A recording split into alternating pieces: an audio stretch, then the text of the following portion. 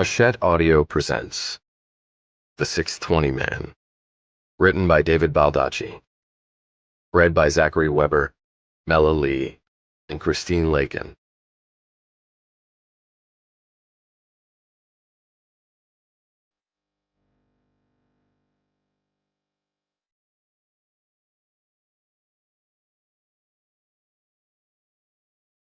Dedication. To Anthony Forbes Watson, my brilliant UK publisher and dear friend. You taught me a lot during our time together, and not just about books and publishing, but about great French wines and important moral philosophies. Wherever your future path takes you, I will be cheering you on, and our friendship will endure, as all true friendships do. Chapter 1. Travis Devine took a shallow breath, ignored the heat and humidity that was rising fast along with the sun, and rushed to board the 6:20 train like it was the last flight out of Saigon. He was wearing an off-the-rack pearl gray suit, a wrinkled white shirt that needed laundering, and a muted dark tie. He would rather be in jeans and a t-shirt, or camis and army jump boots, but that couldn't happen. Not on this ride. He was freshly showered, although already starting to perspire. His thick hodgepodge of hair was as neatly combed as he could manage it. His face was shaved and mildly scented with a nondescript cologne. He wore cheap tasseled loafers, shined fore and aft. The imitation leather briefcase held his company-issued laptop, with special encryption and no personal use permitted thereon, along with breath mints and a packet of Pepsid AC. He no longer took the neat little power pills he'd popped when suited up to fight for his country. The Army used to give them out like gummy bears so the grunts would battle longer and harder on less sleep and less to eat. Now they cost money. His primary weapons, instead of the Army-issued M4 carbine and M9 sidearm of yesteryear, were twin Apple Mac 27-inch screens, connected by digital tethers to mighty encrypted clouds, seeded with all the data he would ever need. It was all bullshit, really, and strangely enough, more important to him than anything else on Earth right now. What they taught you in the world of high finance was simple, really. Win or lose. Eat or starve. It was a binary choice. No Taliban or Afghan soldier pretending to be your ally before banging around into the back of your head. Here, his chief concerns were quarterly earnings projections, liquidity, free and closed markets, monopolies and oligarchies, in-house lawyers who wanted you to stick to the rules, and bosses who insisted that you didn't. And most significant of all, the person sitting right next to Devine at the office. They were mortal foes. It was him or them in Wall Street's version of mixed martial arts. Devine was commuting south to the big city on Metro North's Harlem line. At age 32, his entire life had changed, and he wasn't sure how he felt about it. No, he was sure. He hated it. That meant things were working according to plan. He sat where he always did when commuting into the city, third row window seat on the starboard side. He switched to the port side on the way back. The train puttered along with no real ambition, unlike the humans it carried. Sleek trains ran like cheetahs in Europe and Asia, but here they were snails. Yet they were faster than the cars stuck in the murderous traffic that piled in and out of the city morning, noon, and night. Generations before him had ridden this very same route to make their living in the sweatshop spires of Manhattan. Many had died along the way from the usual suspects: widowmaker heart attacks, strokes, aneurysms, the slow death of neurological disorders and cancers, a liver painfully scuttled by too much alcohol, or self-inflicted deaths among those who could take the strain no longer. Devine lived in Mount Kisco, in a saggy townhouse shared with three 20-somethings trying to forge their futures in various ways. He had left them all asleep as he tried to shape his future day by day. The train would continue to fill as it wended its way along to Manhattan. It was summer, the sun was well on its way up, and the heat was building. He could have lived in the city and paid a lot more money for the easier commute, but he liked trees and open spaces, and being surrounded by skyscrapers and concrete at all times was not his preference. He had actually been mulling over where to live when a realtor who knew a friend of his had called out of the blue and told him she had found him a room at the townhouse.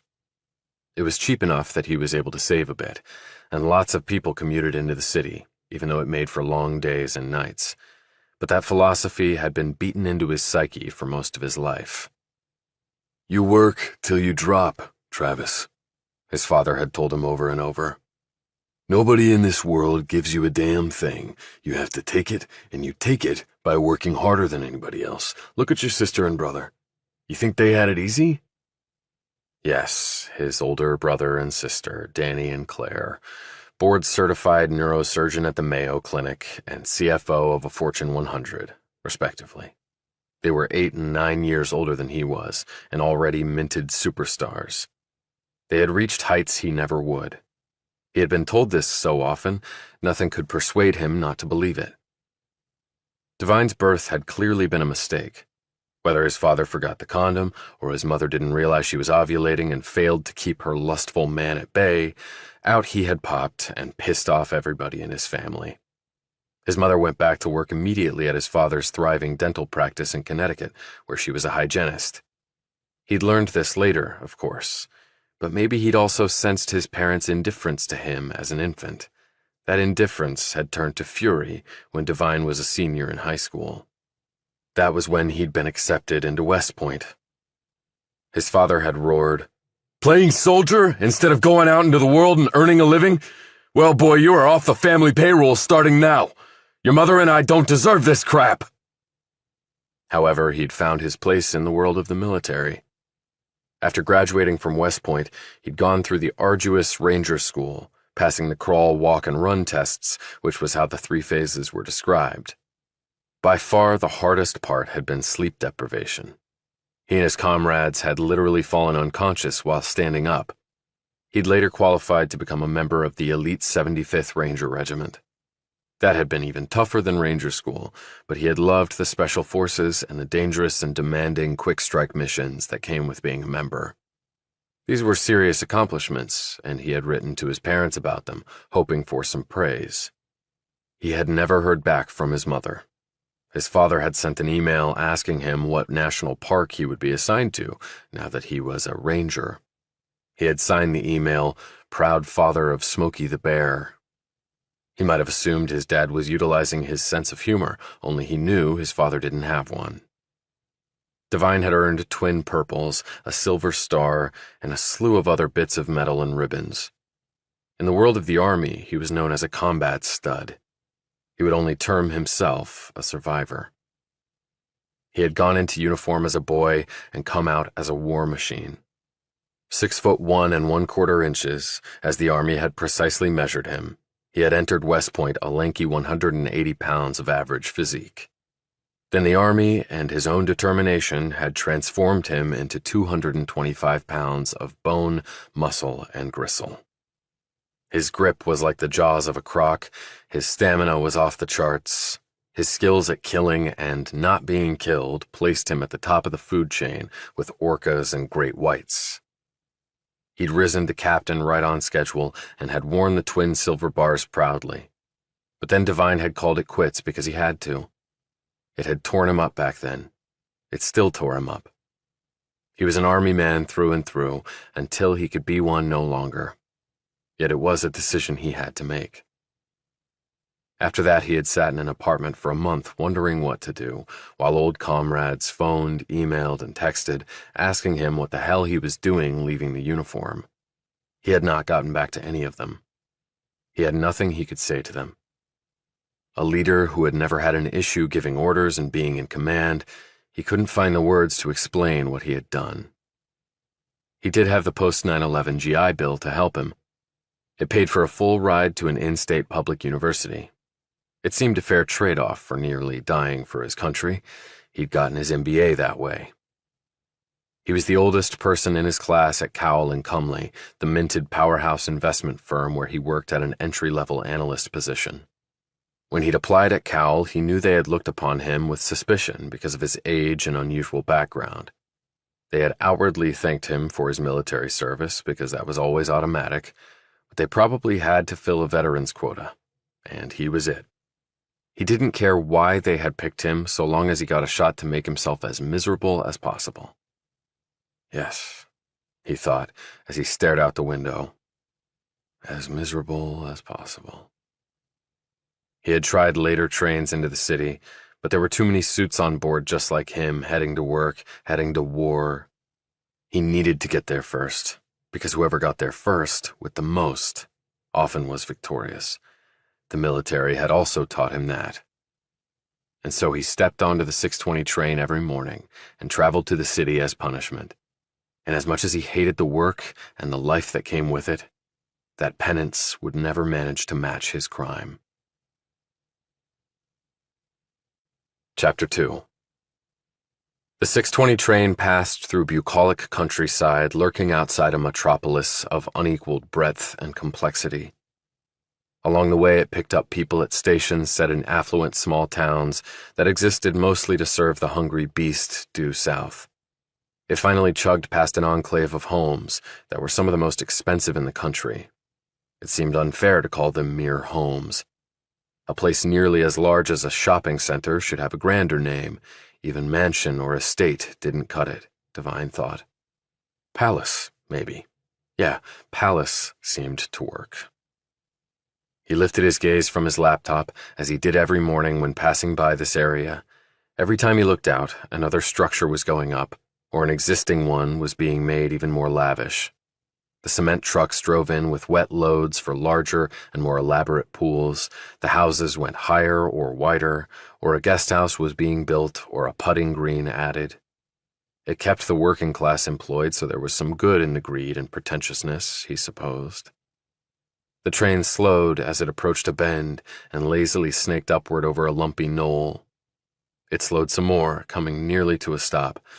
There was a signal switching hitch here that the train people either couldn't or wouldn't do anything about. To say they had a monopoly was to say the earth revolved around the sun, so why would they give a damn? And as they came to a complete halt, Devine saw her. He had seen her only a few times before, and only when the weather turned warm. He had no idea why she was up so early, but he was glad she was. The privacy wall was high, but not high enough to block the sight line of those on the train at this point on the knoll. He knew who the owner of this particular palace was, and he also knew that there were height limits on perimeter walls and fences here. The owner had planted trees along the rear wall to compensate for this, but because of the space between the bottom of the tree canopy and the top of the wall, there was a fairly large gap that one could see through. It was an oversight, he knew, that the owner would no doubt rectify one day, though Devine hoped not, at least while he was riding the 6:20. He felt a bit like Jimmy Stewart in Rear Window, the champion voyeur movie of all time, but he wasn't looking out the window because his leg was broken and he was bored, as was the case with Stewart's character. He was looking out the window because of her. The woman had sauntered out from the rear door of the largest palace in this enclave. Sauntered was the only word that worked for how she moved. It was a smooth, leisurely pace, like a panther just getting warmed up before breaking into a sprint. The hips and glutes and thighs and shoulders all moved in the most gloriously primal choreography. The place looming behind her was all modernistic, with glass and metal and concrete whipped into odd geometric shapes.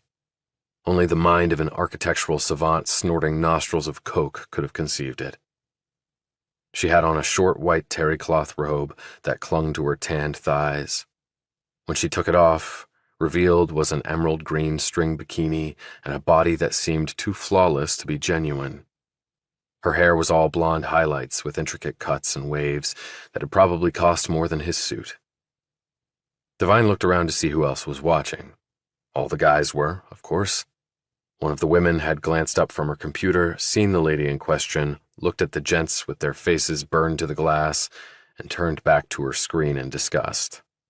Two other women, one in her 40s and dressed like a hippie, and one in her 70s, didn't look up. The former was on her phone. The latter was diligently reading her Bible, which had plenty of warnings about sins of the flesh. The bikini lady placed her painted toenails in the water, shivered slightly, and then in she dove. She did a graceful arc under the water, pushed off the other side, and came back up to where she had started. She hoisted herself out and sat on the pool surround facing his way. She didn't seem to notice the train or anyone staring from inside it. Devine could imagine at this distance all she might see was the train's glass reflecting the sunlight. With her body wet, the tiny bikini seemed to have shrunk, and her breasts hung heavy and firm in the twin pockets of the swimsuit top. She looked to the left and right, and then behind her at the house. Next, she slipped off her top, and then her bottom. She sat there for a long moment, totally naked. Devine could glimpse commingled white and tanned skin. Then she jumped once more into the water and vanished.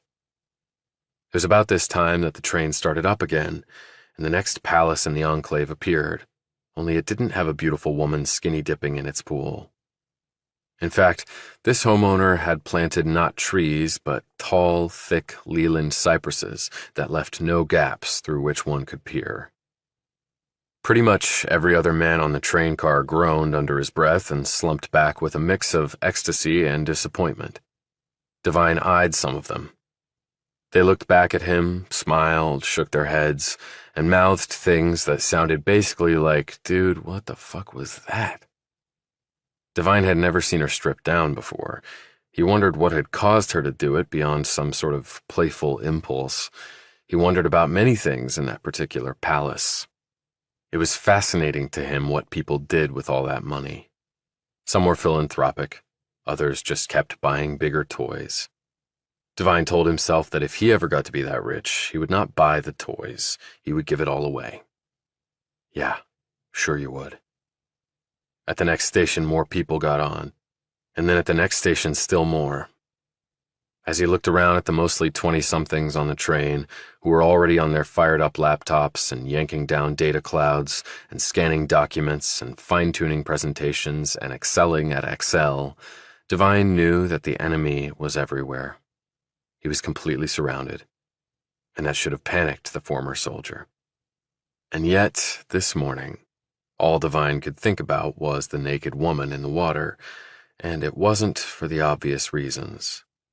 To the former Ranger and Army Scout, something about the lovely woman just seemed off. Chapter 3. When he heard the ding while he was sitting at his desk at Cowell and Cumley, Devine checked the message on his phone's personal email. He looked at it for a long moment, wondering whether it was a joke or he had simply lost the ability to read. She is dead. It was the shortest of declarative sentences, its noun, verb, and predicate adjective filled with ominous potency. Then he checked out the rest of the email. Apparently Sarah Hughes had been found hanging in a storage room on the 52nd floor of the very building Devine was in, the message told him. She had been found by a janitor, her high heels lying on the floor beneath her. The woman's neck was elongated, her spine cracked, her life over. Or so the mysterious note said. She had just turned 28, Devine knew, and had been at Cowell and Cumley a little over 6 years. Hughes was tall and lean, with a long-distance runner's build. No slouch academically, she'd earned her MBA from Columbia while toiling here, and had obviously made the cut. Normally the weed-out was complete after 1 year. Devine had been here 6 months, which meant he had another 6 to go before he was either shown the door or elevated to the next level. He looked at the missive again. Sarah dead? It can't be. Devine had secretly dated Hughes while they both worked at Cowell. They had slept together, but only once. He had wanted more, maybe much more, in the way of a relationship with her. But then it was over, and now she was dead. He focused on the sender. He didn't recognize the email address at all. In fact, he suddenly realized, it didn't look like any email address he'd ever seen. It didn't have a domain name or a suffix like .com or .gov. It wasn't a Gmail. It was just a series of numbers. Who had sent it, and how, and why to him? He looked around at the other cubicles where fingers rat-a-tatted keys and commerce moved on and fortunes were won or given back. This email hadn't gone out to his company email account. The compliance folks would be able to see all of that. This had come directly to his personal email, and no one around him was reacting like they had gotten a similar message. Am I the only one that got it? Is it for real? Is it a hoax? Is Sarah really dead? He wrote a reply to the email. Who is this? And sent it off. Then he looked at his screen and saw that his reply had failed to go. He tried again with the same result. Okay, this seems to be a one-way message stream. Devine rose and headed for the door. Not one head lifted to see him leaving. Their battle was won on the screens in front of them, and by the amount of time their butts stayed in these chairs. The pie just got one slice bigger, some of them were doubtless thinking, as they heard Devine walk out. He stepped onto the elevator and headed to the 52nd floor. As he approached the 51st, on impulse, he hit the button for that floor. But even with his security card, the floor button did not light up. In his 6 months at the firm, Devine had never met anyone who had access to that floor. It was known informally as Area 51. He had heard rumors that no one worked on that floor. He had been on the sidewalk and counted the floors from the top down to the 51st and wondered what was really going on there. Then again, it might just be the firm's high-frequency trading platform. All the major investment houses had them. As soon as the elevator doors opened, a uniformed policeman stationed there came forward and put his hand out to stop Devine. Something's happened, thought Devine. The email wasn't the sick joke. He felt a wave of dread spill over his body. Floor's closed, sir. Devine lied and said, But I work on this floor. Not today, you don't, said the cop, and he looked like he meant it. Nobody does. Devine caught the eye of Wanda Sims, a senior member of staff who had been assigned as the admin liaison for his incoming class of burners, as the group of interns was known, as in burning the candle at both ends. She hurried over to him, looking gray and haggard. He hit the button to hold the doors open. Oh, it's terrible, Travis, just terrible. They're keeping everyone off the floor. I just had to go around and check to make sure no one was here. She was around 50 and dressed diplomatically in the pre-approved black dress and black hose and black shoes attire of Cowell and Cumley, but it could have been Goldman Sachs, BlackRock, J.P. Morgan, Merrill Lynch, or any of the other usual suspects. Glasses dangled from a chain around her neck, along with her security RFID card on a lanyard. Why? What's happened? What's going on, Wanda? She seemed flustered enough to not wonder why he was on this floor during the workday. You haven't heard? It's Sarah Hughes. Did you know her? I remember she was a mentor to your class of interns. No, not very well, he lied. What happened to her? She's dead. He didn't have to pretend to be surprised. The realization that the message was accurate hit him like an IED. Dead? What happened? She killed herself, or so I overheard the police saying. Hanged herself. Oh my God. Folks, if you don't mind, thanks, butted in the cop. Sims took Devine's arm. Come on, I can talk on the way. She swiped her card through the reader in the elevator car and pushed the button for the ground floor. Wait, what floor are you? I can never keep track. I'll go all the way. I have an errand to run. She made a show of hiking her eyebrows. As a rule, death in the building or not, burners didn't leave their desks until it was time to slink home and fall asleep for a few pitiful hours before the hamster wheel started to crank again. So about Sarah? The doors closed and Sim said, One of the custodians found her in the supply closet this morning, hanging from the ceiling. Apparently she lifted one of the panels, hung a cord around a metal pipe there, and jumped off a chair. The person who sent me that note knew all of this. How? And why tell me? When was she supposed to have done this? Late last night, or very, very early this morning. It seems she had on her same clothes from yesterday. I guess they can tell from the condition of the body how long she'd been dead. She added, turning pale. Meaning she never went home? Apparently not. He thought about the email. Did she leave a note? Not that I've heard. And she seemed so level-headed. You probably know she worked in the M&A division, She added, referring to mergers and acquisitions. She was really going places. The sky was the limit. Mr. Cowell was her personal mentor. I can't believe she's dead.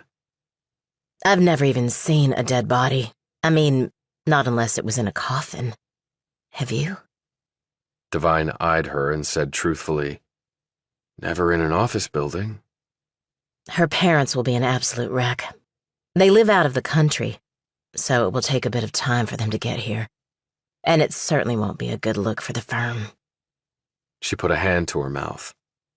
Oh, I shouldn't have said that. I mean, someone has died. They reached the ground floor and Sims stepped off. Aren't you coming? I forgot I have something to finish up, said Devine. I'll see you later. Devine swiped his card in the reader and pushed the button for his floor.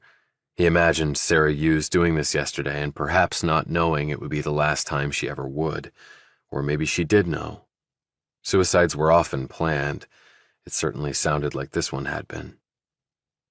As he shot skyward in the elevator shaft, Devine reflected on the fact that he had not told Sims the truth, since he did know Sarah Hughes very well. Given time, they perhaps could have grown to love each other, but it hadn't turned out that way. And now Sarah Hughes was no more, and he needed to know why. Chapter 4. A cloudless, starry night, and Travis Devine was mostly unaware of it. He hadn't really looked at the sky since going to work for Cowell and Cumley. He had gone from the office to the subway, taken it to Grand Central, and was now on the evening train heading home. From there, he would walk from the station. On leaving the Cowell building, he had nodded at the night security guard, as he always did. For obvious reasons, he related to men who carried guns. The bulky man usually glanced at the clock behind his desk, nodded back, and gave him a patronizing look as if to say, Really? Seriously? Is this shit really worth it, dude? Come on. How much damn money do you need? But not tonight. Not after Hughes's death. They just exchanged somber looks. On the train, Devine had his AirPods in and was half listening to a financial news channel on his phone. Money was already being made and lost overseas in Asian markets that would be officially up and running in about an hour. He would rather be listening to Janis Joplin or AC/DC, but he was now a budding financial whiz with a job to do and a career to build. He had no moments to waste on Me and Bobby McGee or Highway to Hell, and with the latter, he was probably already on it. The train car was packed with weary, sweat-logged warriors, some of whom would have the next 2 days off to lick their wounds and get ready for another week's slog on Monday. He was nearly cheek to jowl with the man seated next to him. Devine's mother was a first-generation American of Greek extraction, and he had taken after her in looks, while his siblings had favored their Irish father. Devine had dark, wavy hair, olive skin, a thickened nose, rugged chin, square jawline, and deep-set eyes that seemed to automatically broadcast brooding, regardless of what he was actually thinking. Some people just thought he always looked pissed off, and maybe he was. And his 5 o'clock shadow seemed to sneak up on him at noon. It didn't look exotic or cool, it just looked grungy. He leaned toward the window when they reached the knoll, and the commuter train slowed even more. The rear lights were on in the palace of the skinny-dipping woman. He knew she had taken a chance earlier that morning by stripping down in public. These days, everybody had a camera in their phone, which put her in danger of being plastered across social media platforms for all of eternity. But maybe she didn't care, which intrigued him even more. Party lights were strung up around the outdoor area now, resembling tiny stars that had lost their buoyancy. The pool surround was littered with guests in chic dress that managed to be both casual and, he was sure, costly. It took Devine a few moments to find her in the crowd as the train ground to a stop when the mysterious signal problem reared its head once more. She had on a white, clingy dress that slid to mid-thigh, and like the bikini, accented the woman's tan. Her shoes were golden stilettos. She had a drink in hand and was talking to another woman of nearly equal beauty. He watched her laugh, and the other woman followed suit. Devine wondered what they were talking about. He also wondered what made women like that laugh or be happy. Then Devine started to feel guilty and also stupid for maybe wishing he could be part of that world, especially after learning of Sarah Hughes' death. I don't want to be like the guy who owns this palace. I will never be like him. I hope. He was about to turn away when he saw the very man he was thinking about walk up to the women. He was in his 40s, with short dark hair and a bulky gym build, too heavy in the arms and shoulders and too light in the legs. The Army built you from the ground up, with legs and core being the dominant muscles. The frat boys always did the biceps curls and couldn't squat or deadlift shit. They looked strong and were puny. The Army would kill them during basic. With his clothes and manner, the man was clearly trying to look younger and hip, and very nearly succeeding. His name was Bradley Cowell, his boss of all bosses, and the force behind Cowell and Comely. Devine didn't know the name of the young woman who paraded at dawn in her bikini or less.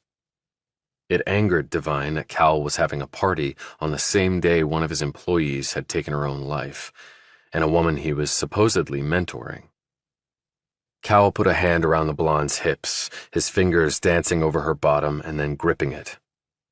He next planted a kiss on her that seemed to go on, while others around them stared and exchanged embarrassed smiles. Damn, lucky son of a bitch. I mean, look at that shit. Look, dude. Devine turned to see the beefy, perspiring young man in a dark blue Brooks Brothers suit next to him, staring at what he was staring at. He could sense both the man's sweaty stink and his lousy envy. All about the damn money, opined Sweaty. But that's gonna be me one day, swear to God. And he sounded like he meant it.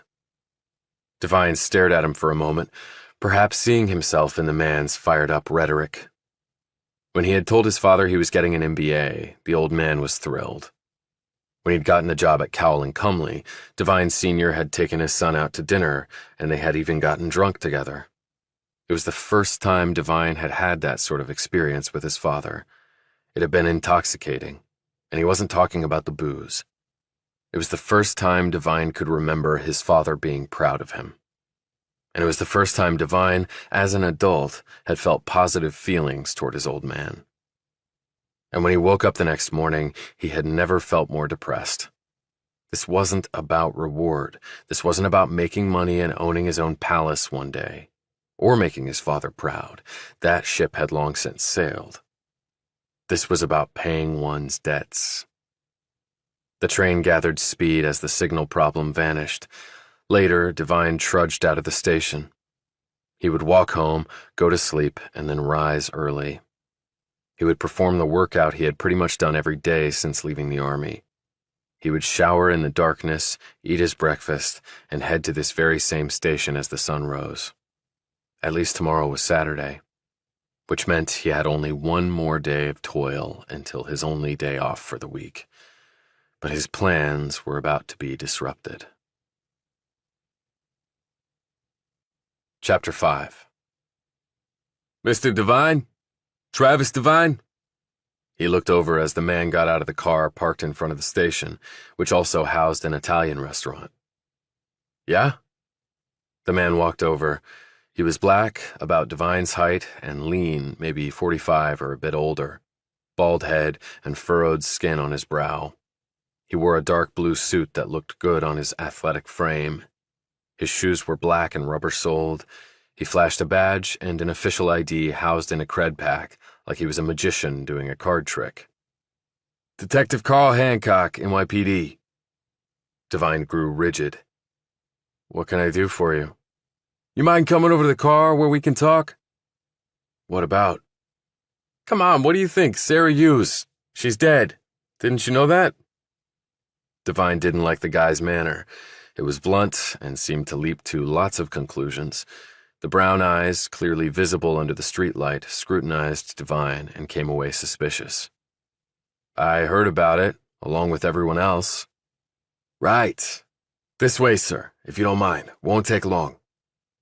That's what they always say, and before you know it, years have gone by.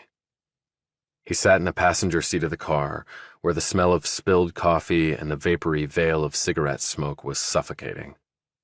Hancock rolled down a window and said, "Sorry about that. Fact is, I don't smoke and I don't drink coffee, and this isn't my ride, and they ain't supposed to smoke in here, but they do. Motor pool checkout. Serious budget cuts. Don't think they've bought new wheels for 10 years or so. Gotta dry clean my clothes every time I pull duty in one." "No problem. I've smelled a lot worse." "That would be first in Afghanistan and then in Iraq, correct, Captain Devine?" He didn't like that the NYPD knew this about him. That showed they had already investigated him and sent a detective all the way out here on the very day Sarah's body was found. "Former captain. And I've been to bars in the city that smelled worse than those places." "You were wounded. Twice. But you look all there." "Yeah, in all the places you can see." Hancock's demeanor changed. "Is that right? You got problems up here?" He tapped his temple. "No, I'm just fine up there." Devine slid up his pants leg to reveal a thick, hardened scar that wrapped both ways around his calf like the tentacles of an octopus. "If you ever wanted to see the bomb pattern of an IED, there it is." Hancock glanced at the old wound and said, "Damn, looks like it hurt." "I didn't have time to feel it. The blast knocked me ass over heels unconscious. But when I woke up, I did. Thank God for morphine." He let his trouser leg drop.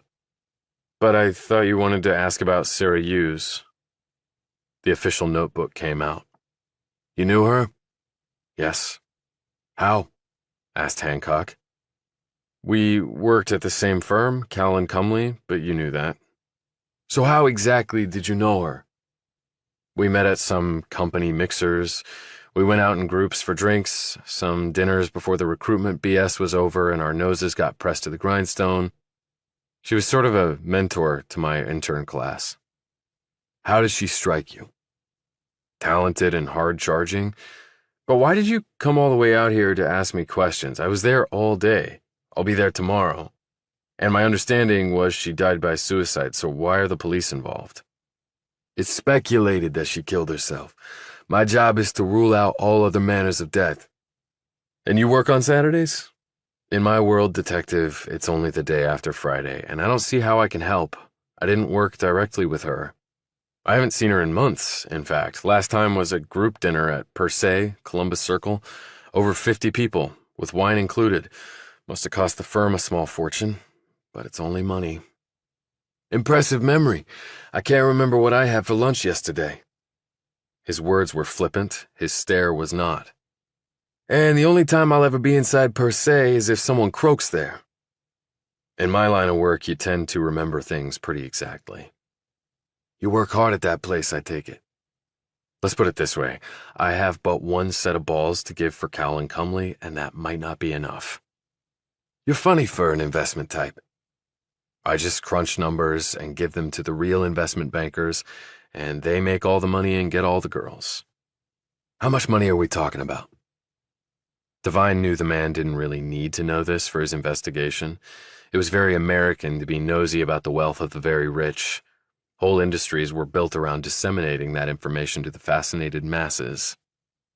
"The firm has various divisions, and the comp and profit sharing are split differently depending on which camp you fall into. Partners on the very low end get mid-seven figures. People like Bradley Cowell, maybe $250 million or more per year in official comp and stock options. He also gets percentages of all the profit streams, so that goes on top of his base." Hancock was shaking his head this whole time. "I make $110,000 a year, and I thought I was doing great until you laid that shit on me."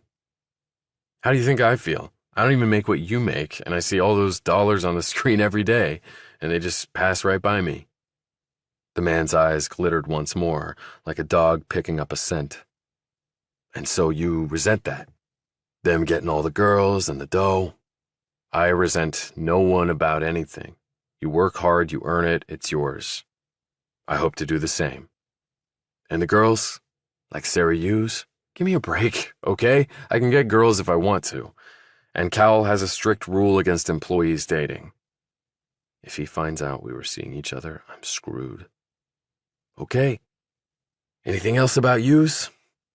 Like what? The usual, depressed, ever spoke to you about suicide? Probably everyone who works on Wall Street at one time or another has contemplated suicide, either in pitiful jest or for real. That includes you? Asked Hancock. Look, I saw guys shot up, blown up, and cut up right in front of me. I'm not taking my own life because a Wall Street firm busts my chops. So nothing else you can tell me? Devine glanced out the car window and seemed truly amazed to see the stars in the sky. His next words were said in a calm, even tone, because that was how he was suddenly feeling. Sarah was a nice person. She never talked to me about killing herself. She never seemed depressed, quite the opposite. She used to pep us up when we were getting ground down, but like I said, it's been a while. And even a day at Cowell and Cumley is like a lifetime, Detective Hancock. So why stay? Devine assumed a stoic look and hit the play button in his head. It's the American dream. I'm trying to create my own. You don't strike me as the type to give a shit about making truckloads of money. You must have me confused with someone else. I do want the money and everything that comes with it. But there are a lot of things you can do with that money. You can use it to help other people. So you're busting your ass to help others, Hancock said with a shit-eating grin. I did it in the Army. Any reason I can't do it on Wall Street? Come on, just tell me the truth. It can't be that bad. But Devine didn't open his mouth because he had nothing more to say. And it was that bad. Chapter 6. Hancock had offered to drive Devine home, probably just to see where he lived.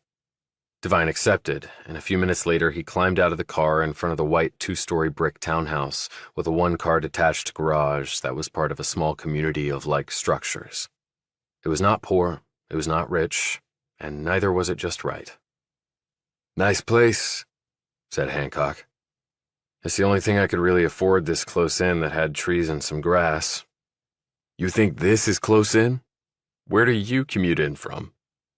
Hancock smiled and said, Trenton. I rest my case, and I'm not even a lawyer. If I need to follow up on stuff, you know where I live and work. I'm easy to find. I'm not going anywhere unless Cowell and Cumley decides to pull my plug. If so, you can catch me at the unemployment office. Hancock drove off in his ratty motor pool coffee and nicotine ride. Black smoke poured out of the tailpipe and coated the white brick and Devine with a nice, cozy blanket of carcinogens. Coughing, he unlocked the door and walked in. The front room held one of his 3 roommates, the big-bellied Will Valentine. He worked from home and was employed as a white hatter, a person hired by tech firms and banks and other industries to try to hack through their security systems. They had become friends, and Valentine had even taught Devine some ingenious ways to electronically sneak into various databases. He was also Russian, but had changed his name to something very American. He had shown Devine his passport. His real name was long and unpronounceable, at least for Devine. Lots of consonants strung together had never been his thing. I get many more girls with American name, Valentine had explained. But I tell clients truth, that I am Russian. They know we are best at hacking. You wait and see, I will get rich. I fucking love capitalism, and I love your women. Devine never could tell if the guy knew he was playing a Hollywood version of a Russian now free in America, or if he really was like that. Valentine was now snoring softly on the sofa, mumbling in his native language. To Devine, spoken Russian always sounded menacing, as though the spoken words were uniformly, "And now you will die horribly, comrade." Valentine's laptop was perched on his substantial gut and was being lifted into the air with each inhale and dipping with every exhale. The TV was on but muted. It looked to be one of those limited series that moved at the speed of light, just begging to be binged. An open and empty Domino's pizza box was on the carpet next to the couch. Twin empty bottles of Michelob rested next to it. The Russian was definitely an American in diet now. Devine went over and touched the open laptop. Its screen came to life, but didn't reveal its treasure box of data. A large dragon came on instead and breathed a wall of fire at the attempted digital trespassing.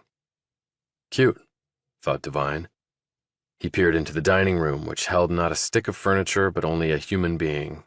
Another roommate, a black woman named Helen Spears, was on a mat in the middle of the green carpet doing yoga. She was barefoot and performing a downward dog pose in a tight-fitting Lycra one-piece. Spears had just graduated from law school at NYU and was almost never home before Devine was. She was petite and lithe and lovely, and one day she would be in court righteously carving people up with the law. "Early night?" he said. Spears had AirPods in. She nodded and said between deep yoga breaths, "Got stood up on a drink in Soho, if you can believe that. I'm releasing endorphins in retaliation." "No, I can't believe that," he replied, but she had moved on to child's pose and wasn't listening. He walked up the stairs to the second floor. His third and final roommate, Jill Tapshaw, was a truly brilliant person who had started her own online dating company known as Hummingbird. He marveled at her guts and drive and brain operating on a different plane from the rest of the world. While Valentine and Spears had come to live here about the same time Devine had, Tapshaw had been here only a little over 4 months, but she was friendly and outgoing, and he had gotten to know her. Her company was a true startup because she ran it from her bedroom and also from a 2-room office in a strip mall in downtown Mount Kisco, about a half-mile from here. She had 5 full-time employees other than herself and about 3 dozen independent contractors working remotely, she'd told him. They specialized in bringing together people fearful of reaching out on their own or of enduring the usual online dating experience. It was a need, and she had filled it. Tapshaw had told Devine the site already had millions of users and over 100,000 paid subscribers from all over the world. And we're now adding tens of thousands of new users a day. We raised $500,000 in our round A and $5 million in our B a year later. I'm projecting a home run for a round C at 5 times that at a great valuation. Next, we tack on some tasteful piggyback ads and banner bucks for peripheral revenue streams. With enough capital, I can dominate my space. And then we execute different but compatible product silos under separate corporate entities, all under Hummingbird's umbrella brand, to provide a sort of dating-to-grave experience. You want to invest? It's still relatively cheap. Last chance. Friends and family and roommate discount. Cal and Cumley paid shit to the burners. They just did their 80 to 90-hour grunt work weeks in the hopes of the payoff at the end. Most of Devine's money went for rent and the ride in and out. And then there was that other thing called food. But nevertheless, though he legally wasn't a qualified investor under the securities laws, he'd bought $1,000 worth of stock in the little bird that flitted around flowers, sucking up nectar and paying it forward. Which was where she had gotten the name, Tapshaw had told him. You can spend $100,000 on a branding firm to come up with horse shit, and then focus group the hell out of it for another $100,000, or you can do it on your own for free. He tapped on her bedroom door and called out her name. Getting ready to Zoom with a Taiwanese venture capital group. Tapshaw's voice barked. Their birth rate is plummeting. Is it urgent? Is the place on fire? Are you bleeding to death, Travis? No, he called through the door. All good, just don't forget to eat. She kept a jar of peanut butter and a stack of celery sticks in a glass with water in her room. She was thinner than a rake and seemed to prefer it that way. She'd told Devine she hadn't been on a single date in over a year, not even digitally. Do as I say, not as I don't do, Tapshaw had quipped. Restless and edgy, and not wanting to sleep despite being tired, Devine went to his room, changed into athletic shorts and a t-shirt and Saucony running shoes. He left the house and had just started his run when a black sedan pulled up beside him. There were 2 men inside, serious-looking men, suits and shades, even in the gathering darkness. "Mr. Devine, Travis Devine," a strange man said for the second time tonight. He stopped running and said, "Yeah?" The man flashed a badge, a federal one, with an agency Devine instantly recognized. "Your presence is requested. Please get in." Requested by who? The man moved just enough so Devine could see the pistol in the shoulder holster. "Get in." Devine looked around and, like the soldier he had once been, he followed orders and got in. Chapter 7. The ride took 30 minutes. They were heading south toward the city. Neither man spoke, and Devine knew better than to ask questions. First the NYPD, and now the feds. He didn't like all this personal attention. They pulled off into a small town much like Mount Kisco, extremely affluent in some parts, just as extremely working class in others. They drove to the very back of a nondescript office park where there was a single brick building. There were no cars parked out front and no signs on the building. The windows were blacked out, and it looked abandoned. The man parked and got out along with his colleague. He held the car door open for Devine, and they walked up to the front of the building. The man flashed an RF card in the face of a reader port, and Devine heard the door click open. This was looking both way too official and far too clandestine. He figured neither boded well for him. "I shot the sheriff, but I did not shoot the deputy." The driver led the way inside, Devine in the middle, the other guy bringing up the rear. Devine would have expected nothing less. It was the way you transported either prisoners or soon-to-be prisoners. Automatic lights came on as they walked through an open space. Devine was led to an interior door. The man knocked, and a voice said, "Come." The door was opened, and the man motioned Devine in. He closed the door, and Devine looked around the small space, and then at the man sitting behind the desk. "Sit down, Devine," said the man. "We have a lot to go over, so pay attention. There is no time to waste." Devine sat. The fellow looked like a well-worn slab of granite. His gray hair was bristly and cut short. His features were chiseled and fierce. The salt and pepper eyebrows swooped in all directions. The decades-old suit never had been expensive or of good quality when brand new, but it was so unremarkable as to still be serviceable now. The red and blue striped tie was too wide for the times, the collared button-down shirt a bit worn around the edges. He couldn't see the man's shoes from here, but if he had to guess, Devine would speculate they were black and pedestrian and shined to spit-polish perfection. There was something about him, his bearing, the way he gave commands, because they were commands, the breadth of the shoulders, the ominous thickness of the hands. He was now a suit who was once a soldier. Devine could just tell, and really still a soldier because it gets into your DNA and there is no way to separate it from you. It becomes you. The man silently studied him. "Gauging the size of my balls." Devine stared back, waiting. He had done this so many times with military superiors that it was second nature. "Exemplary record at West Point.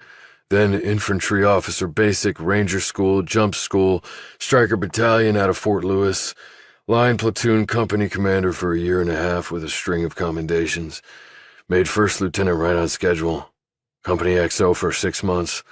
Next up, line platoon commander, ranger battalion. So you're ranger tabbed and scrolled," added the man, referring to the fact that Devine had graduated from ranger school and been assigned to the 75th Ranger Regiment. "Promoted to captain and got your silver bars right at the 4-year mark. Bradley company commander out of Fort Stewart for 18 months. Then ranger battalion out of Hunter Army Airfield, ranger company commander, then staff officer.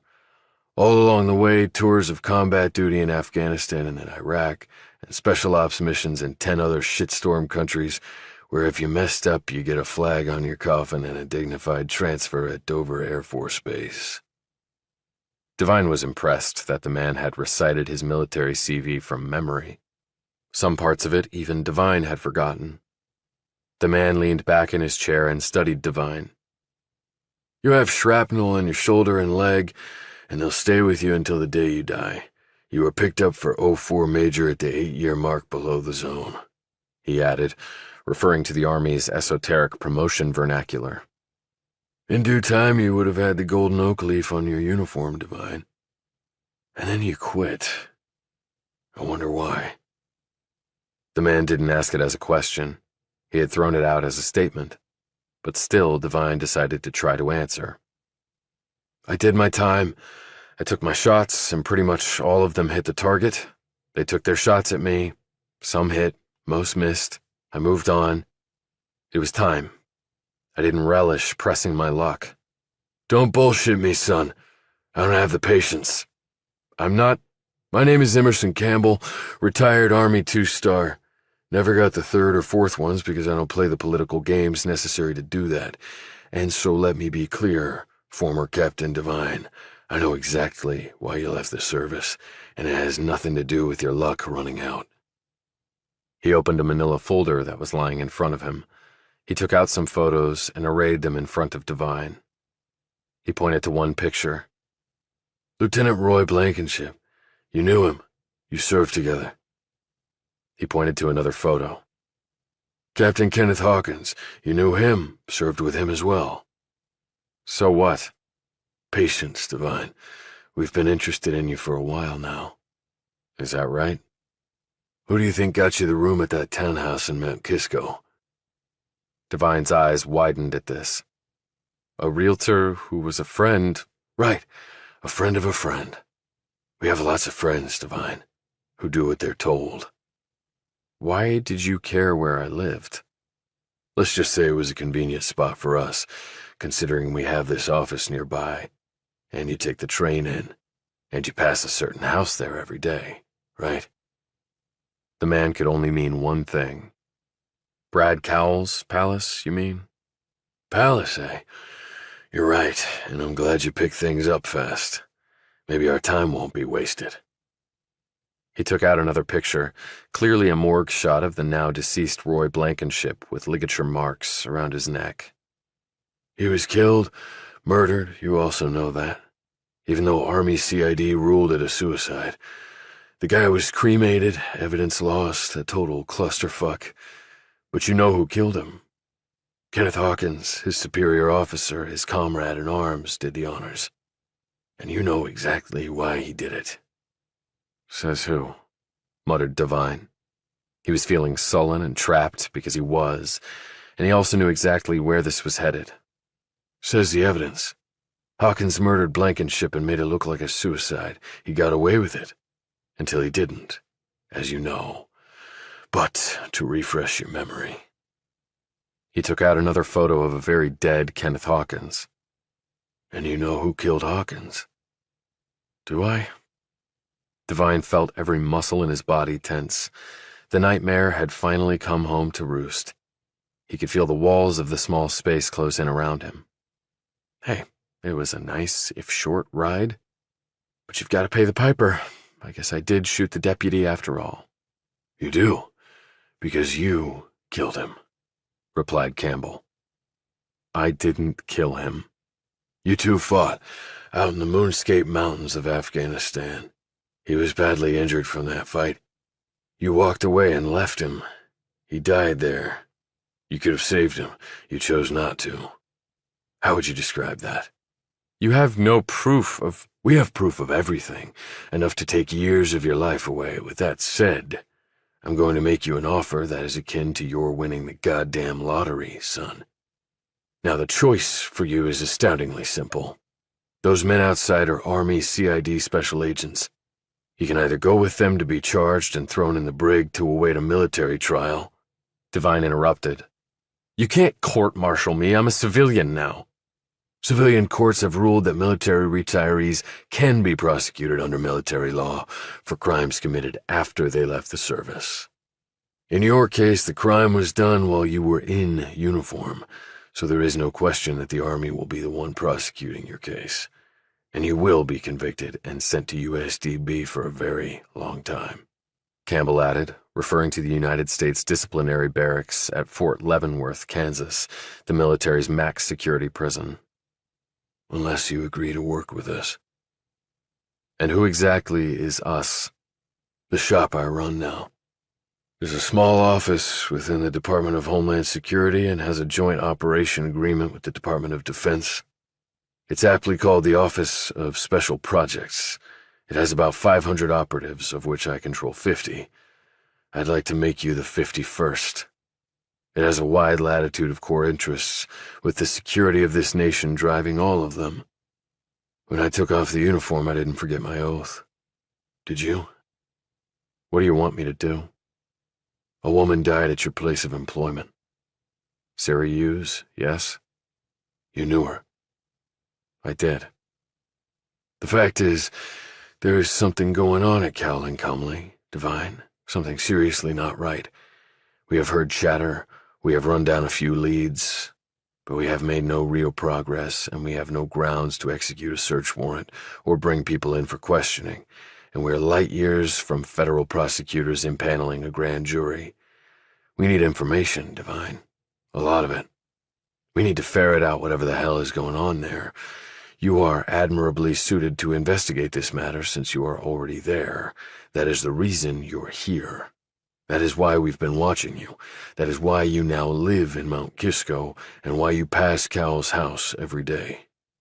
We want Bragg Cal badly, and we need your help to do it. So I'm to be your plant inside. I don't care what nomenclature you use. I just want results. And if I do what you ask and I'm successful, then you will have accomplished the mission, and I will ask you to serve your country again as a member of the Office of Special Projects. And when does this service end? Asked Devine. Campbell glanced down at the photos of the dead men. You ended Hawkins' life about 50 years early. What is avoiding the consequences of that worth to you? If you know all about it, as you claim to, then maybe you understand why I did what I did. I tried like hell to get CID to take a second look. I went through my chain of command and got stonewalled. Hawkins had friends at high levels, and the Army didn't want the bad optics of one officer's killing another. I understand perfectly. I might have done as you did in the same circumstances. However, the law makes no exception. But I am giving you a chance to avoid the penalty that would befall anyone else in your situation. You might consider yourself the luckiest bastard on earth, hence my reference to your winning the lottery. He paused. So what is your decision? Because I need it right now. But I can't promise that I'll find out what you want me to. I can only promise to do my best. Will that cut it? When does a soldier ever get a pass on trying to complete a mission? You either complete it or you don't. You sure as hell know the United States Army doesn't hand out participation trophies, son. If Sarah hadn't been killed, would you have just arrested me instead of making this offer? I don't answer pointless questions. Are you in, or do I call the CID boys to do their thing? It was a choice in name only. I'm in, said Devine. Campbell took out a file from a desk drawer. Excellent. Now let's get down to basics so you can better understand exactly what it is we want you to do. A good soldier, apparently, once more, Devine settled back to receive a briefing and his orders going forward. Chapter 8. Devine was dropped off back at his home. He went to his room, looked up Emerson Campbell online, and saw the same stern face staring back at him. A Vietnam platoon leader involved in some of the most hellish battles of that long, ugly war, Campbell was the recipient of nearly every combat medal under the sun. He was also, like Devine, Ranger tabbed and Ranger scrolled. He had been engaged in pretty much every combat situation the United States had during the intervening years, including the First and Second Gulf Wars. He'd ended up a 2-star commanding Fort Benning in Georgia, where Devine had earned his Ranger status, though their paths had not crossed there. He had the rep of being iron-hard but fair, a soldier's soldier. He cared more for his troops than he did for the next star on his shoulder. Then his career had seemed to stall. One article reported that Campbell had been brutally honest during some congressional testimony, and the Army brass hadn't liked that level of candor from one of its senior officers. He'd then been apparently forced into retirement and gone into the private sector. He'd resurfaced a few years later with some civilian position at the Pentagon. After that, he'd dropped off the radar. Well, the old man was back on the battlefield, it seemed. Devine stripped off his running clothes and changed into jeans, heavy boots, and a long-sleeved t-shirt, then grabbed his motorcycle helmet and went downstairs and out the back. In the one-car garage was Tapshaw's Hunter Green Mini Cooper. She was the only one with a car for her 1-mile jaunt to work. Spears took the train into the city like Devine did, and Valentine performed his heavenly hacking remotely from his room, or the couch. Next to the Mini was Devine's BMW motorcycle. It was the only thing he had ever splurged on. He'd bought it used with money saved up from his army pay. He fired up the motorcycle and soared off into the night. He had been given a mission, and as a soldier, he had never liked to let time lapse between an order given and its execution.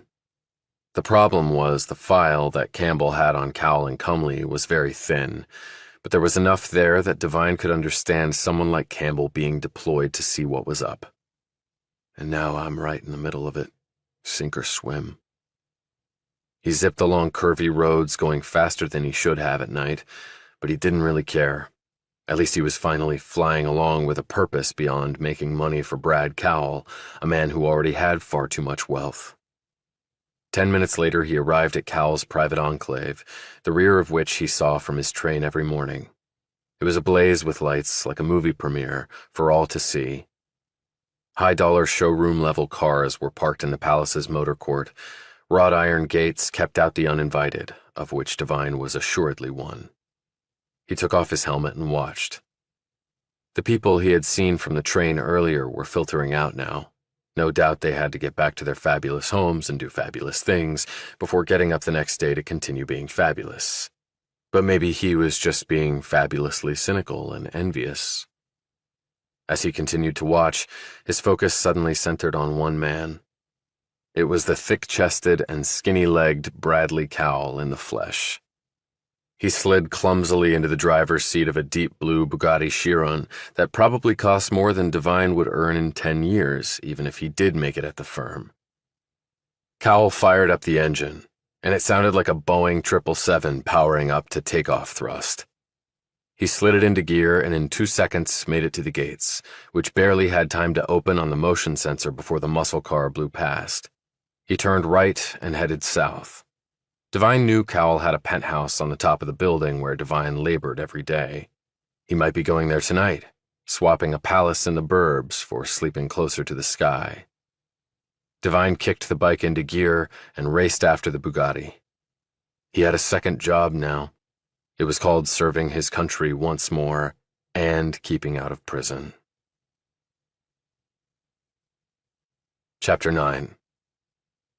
The Bugatti and the motorcycle breached the island of Manhattan from the north and wended their way south like synchronized swimmers. Traffic was light at this hour, and Devine had no trouble following the supercar. The damn thing seemed to glow in the dark.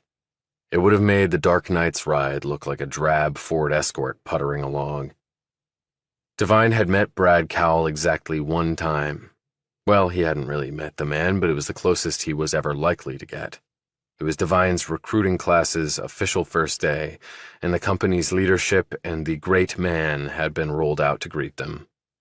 They were gathered in one of the conference rooms where huge deals were routinely closed and enormous amounts of wealth changed hands. Devine could almost smell the money in the air. 45 strong, the incoming class was looking spit and polished and serious and focused and grateful for this amazing, once-in-a-lifetime opportunity with a world-class organization, blah, blah, blah.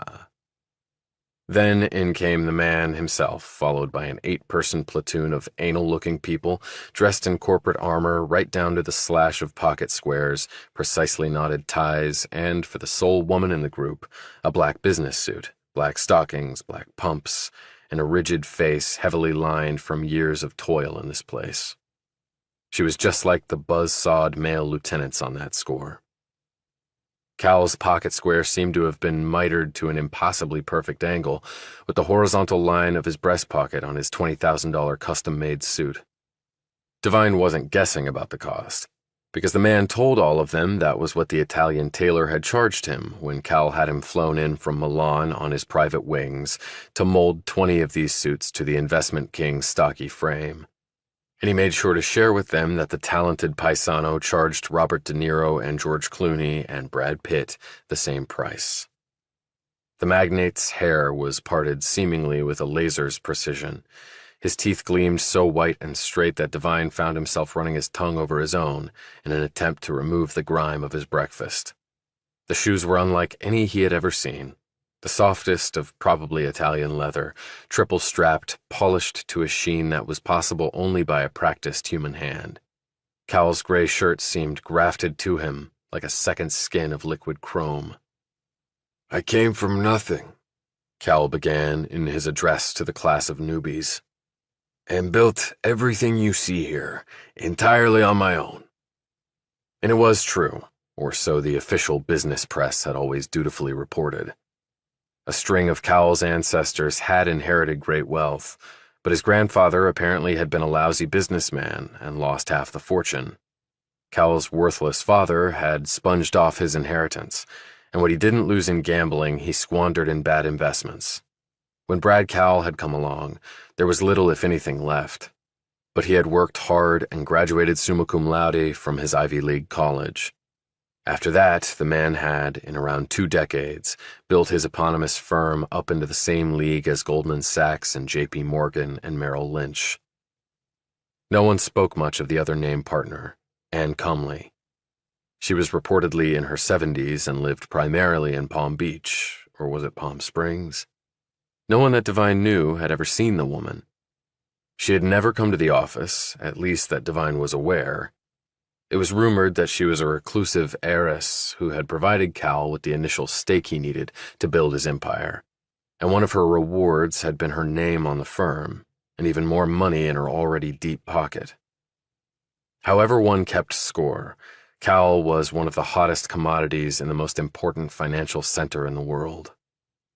"There are 45 of you here now," Cal had said, looking around the room and lingering on just a few.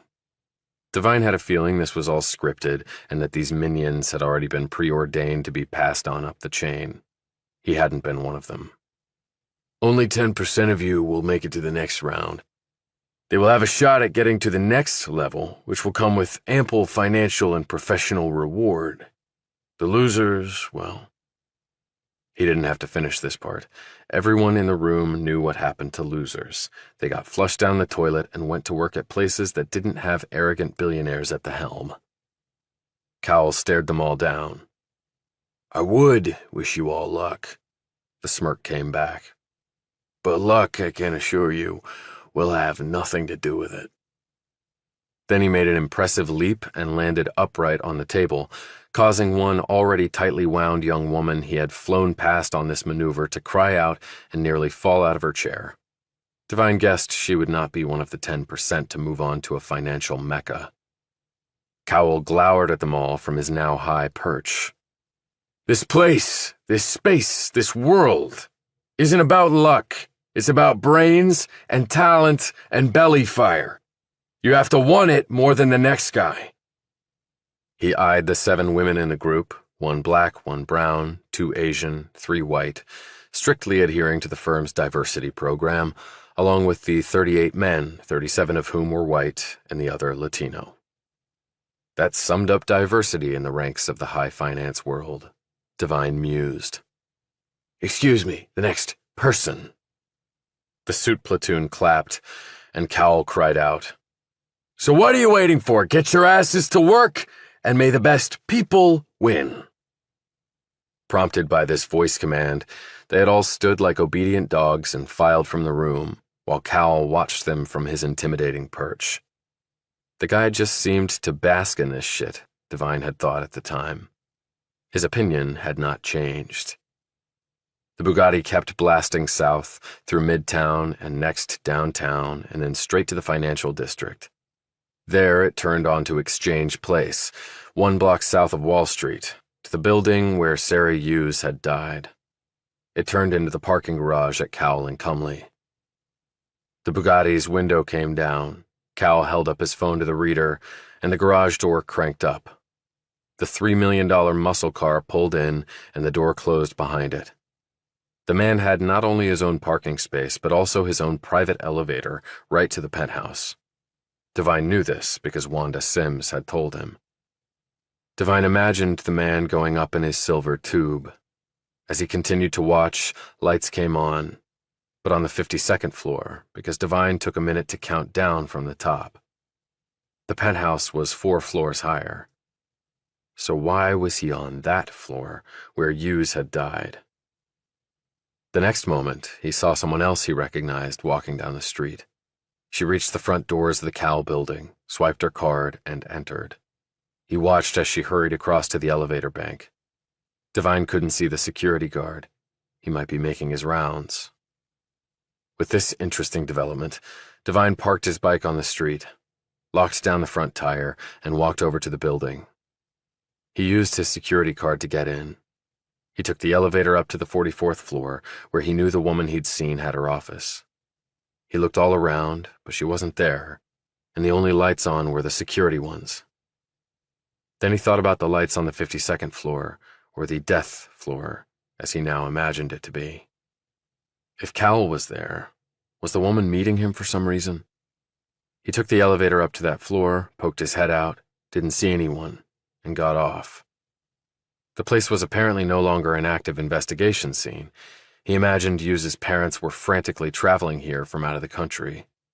All that way to look at your daughter on a morgue slab.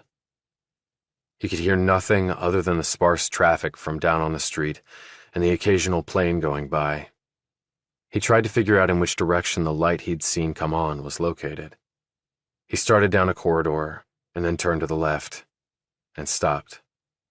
The blue and yellow police tape was strung across the doorway, the storage room where Sarah Hughes had died.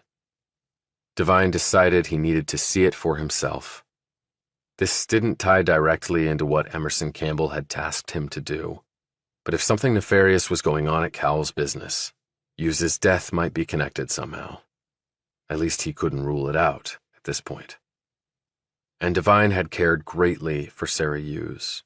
He needed to understand why she had taken her own life. Looking at the place where she had drawn her final, tortured breaths seemed like a good start. Chapter 10. He first noted the chalky white fingerprint powder on the lock.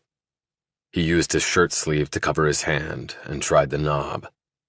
The door swung open. He was looking at a dark room until he flicked on the light with his elbow. There was the chair she'd likely stood on, still lying on its side, like it was dead too. The cord she had used was no longer there, though the ceiling panel was still removed and sitting on the floor, like a tooth missing from a mouth. It had powder on it, as did the chair. Floating through his mind was the image of Sarah Hughes standing on the chair, slipping the cord around her neck, and then pushing the chair away. He wondered if Hughes had had second thoughts, regretted her decision, and pulled against the cord around her neck that was killing her. At what point did she realize it was useless? That she was going to die? Did she scream for help that never came? And then just...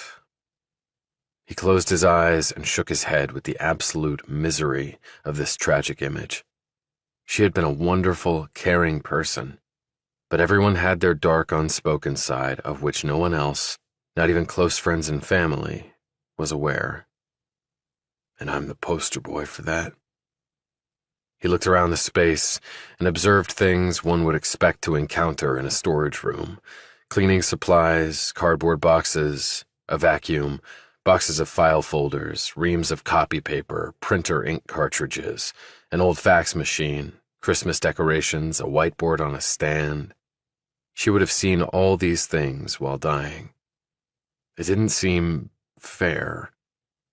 Staring bug-eyed at Christmas decorations, knowing you wouldn't live to celebrate the next one. He punched off the light and closed the door. Then he heard the noise to his left, down the hall. Halfway there, he already knew what he would find. It wasn't hard. Moaning and groaning and lustful whimpers. He stopped, looked around, and spotted a door with the necessary sightline. The office in question was in the corner. The lights inside were off, and he could well understand why. You would take no chances doing what they were doing, even with the blinds drawn. He stood behind the door but left it open a crack so he could see clearly. 10 minutes went by, and the moans and groans stopped. A few mumbled words, feminine to his ear, perhaps of praise or relief that it was over. Another minute passed, a light came on inside the office, and then the door was jerked open. Out staggered Brad Cowell, smoothing his hair down and putting his costly shirt tail back in his very expensive pants, and notching his crocodile leather belt closed. He took a moment to slowly zip up his pants, like he was reholstering his gun. He looked sweaty and triumphant. Devine took out his phone and snapped several shots of Cowell, as well as the woman who was clearly visible in the room behind him. Her head was turned to the side, and she was staring at Cowell, seemingly surprised that he was leaving her so abruptly. She was the same one he had seen going into the building earlier. Only now she was naked and lying on the desk on her back, with her thighs still akimbo. Cowell must have finished, jumped up, and headed on his way. He took 3 more pictures of what he was seeing. Then he turned the video function on and held the camera up. He did not like spying on people, particularly at a moment like this. But if something dirty with national security implications was going on here, he instinctively knew having this stick to hold over Cal's head might come in handy. The woman called out, Where the hell are you going, Brad? Cowell turned back and said, Early morning, need some shut-eye. And thanks, sweet cheeks, it was great. Next week, same time, but I'll let you know where. Don't know what came over me tonight, except you are so hot it makes me lose my damn mind. He laughed. The woman, Devine noted, did not. Cowell passed by Devine's hiding spot, no doubt heading for the elevator. If he were a betting man, Devine would say the Bugatti was done for the night, and Cowell was going to sleep, this time for real and not on a desk. A couple minutes later, Devine glanced back in the direction of the office, from which the woman stepped out, now dressed. Her name was Jennifer Stamos. She was 28 and had been at Cal for 6 years. In fact, she had been in Sarah Hughes's class. Devine knew this because she was in the firm's employee directory, which was accessible to all at Cal. It did not contain addresses like an old phone book did, or other personal information. This was strictly business-related. It was known, firm-wide, without a shred of originality, as the book. It contained all the things each person had done while at Cal, every deal, every triumph, every failure, every screw-up. Cal kept score like no one else. Everyone had a numeric and alphabetical grade that combined served to define their firm-wide ranking for all to see, and to ratchet the pressure up even more, that ranking was updated daily. Devine knew this glorified digital pissing contest was designed to make the competition even more intense. To see how far you were falling behind or racing ahead, all you needed to do was check the book. And then you ran harder and harder to catch up and then pass the front runners. Or else you ran harder and harder to get further ahead, or you worked your ass off and still fell behind and got depressed as hell. It was cruel and inhumane, and it was also just the way things worked in this world. Stamos, he knew from the book, had been a clear second in her class. But that was not the case now, because Sarah Hughes was no longer in the race. Stamos had just taken over the lead by default. She was beautiful. Long dark hair that fell straight to her shoulders, olive skin, full lips, lovely features, green eyes that Devine had watched seemingly spike with electrical current when she was animated. She had been to several of the mixers. He had watched her dance and joke and drink, and even do a stupid line of coke in a back room and not like it. In off hours, her choice of dress had been sexy and chic. At leisure, she possessed a flippant, playful style that made her appear vulnerable and approachable. Coupled with her prodigious brains and sheer business talent, it was a truly potent combination that had captivated Devine and many others at the firm. She looked nothing like that right now. She appeared shrunken and depressed. Her hair was tangled, Her blouse was untucked from her jeans, and her painful-looking stiletto heels, which cranked her 5'3" stature to 5'7", were in her hand. Devine knew that Hughes and Stamos had not been friends. There was no room for that within the same class or even outside classes. The women knew that it was unlikely both would make the long haul at Cowell, because things simply did not work that way in this arena. But Devine wondered if Stamos felt badly for having sex in an office with the head of the firm on the same day that her chief competitor had been found dead only a few feet away. He at least hoped she did. Stamos stopped at the women's restroom for a few minutes. When she came back out, Devine followed her, but waited for the elevator doors to close behind her before he rushed forward and pushed a button to summon his own elevator car. Stamos was heading out of the glass doors when Devine's elevator reached the ground floor. He nodded to the guard, who was back behind the desk and watching him curiously. Then the guard glanced at the departing woman and his eyebrows went up, and a knowing grin spread over his face. Stamos was walking down the street and looking at her phone. Devine thought he knew what she was doing, and he headed over and unlocked his bike and slipped on his helmet. The Uber appeared 3 minutes later, and she got in. Devine followed.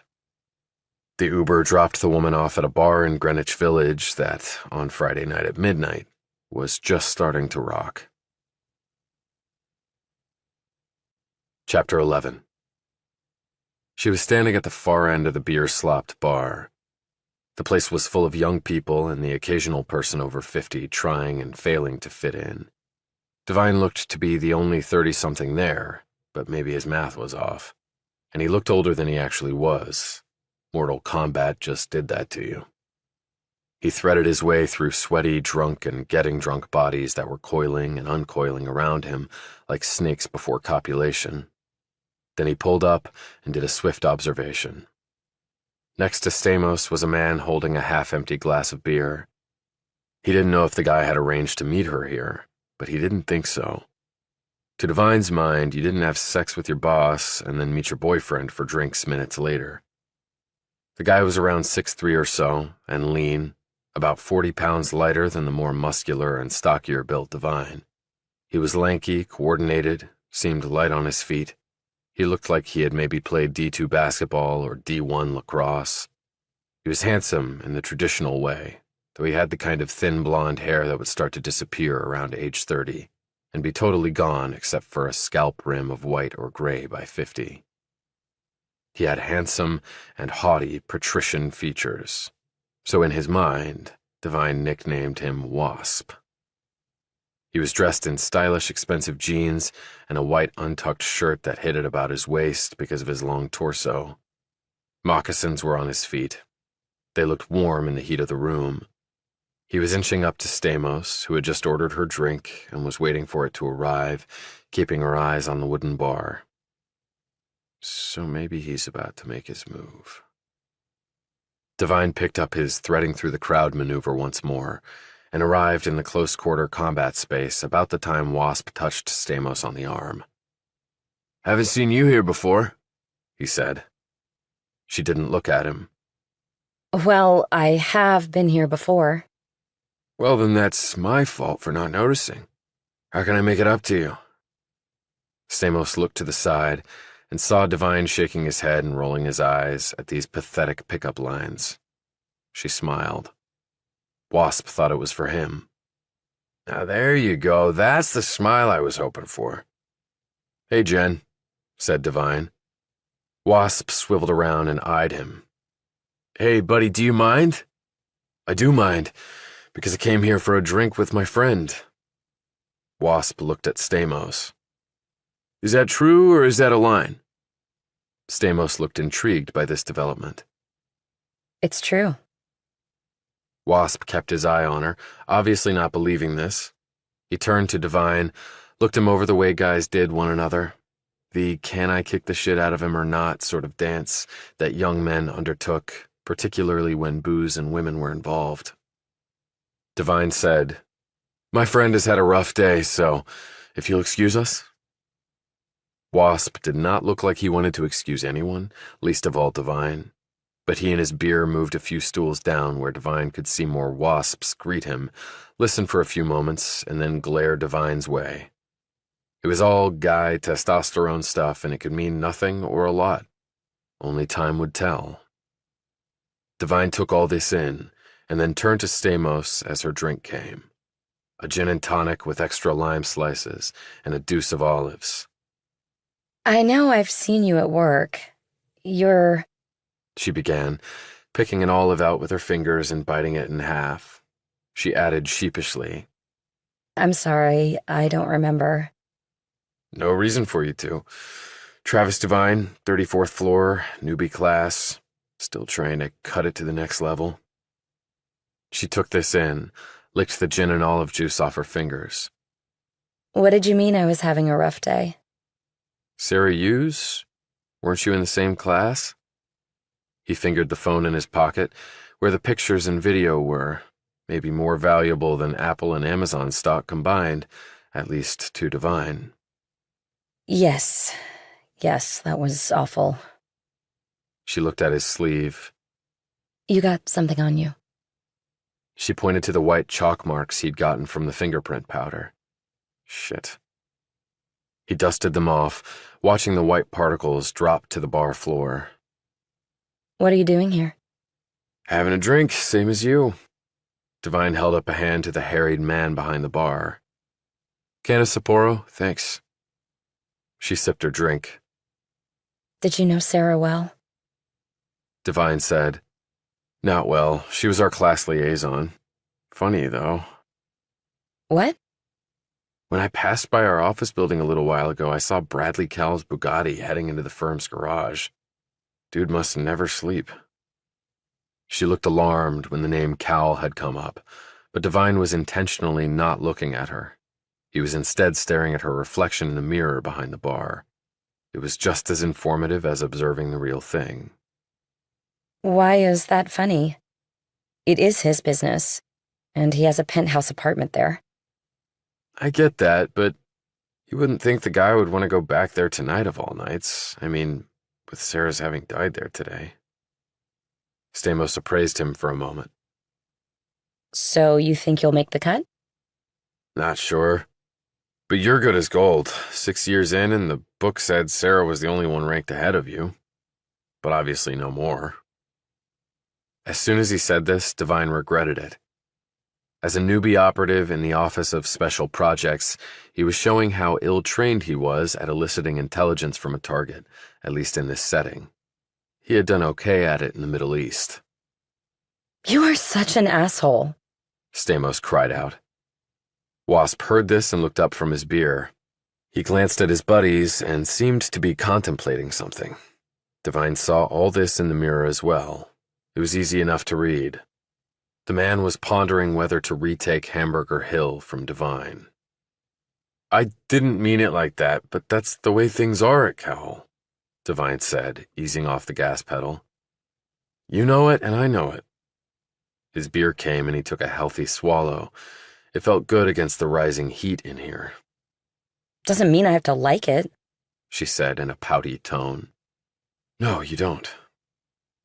Devine thought quickly. He was making little progress, and he had to turn that around. Campbell didn't strike him as a patient man. His mind flitted over several possible lines of inquiry with Stamos, each fraught with complications. And then, like the soldier he had once been, he decided to cut through the bullshit and try a direct assault. Getting back to Sarah, did you know her well? The answer to this query seemed harder than it should have been for Stamos. No, not really. She wouldn't meet his eyes when she said it. He decided to up the ante. You have any inkling she might kill herself? This question seemed to shake Stamos even more. Her eyes bugged out for a moment, and her body tensed. However, she quickly regrouped and shook her head, with the mouthed word no tacked on. So no warning signs, nothing on the grapevine? He persisted. I really didn't see that much of her. She was working on other things. Did you get an email about her death? What?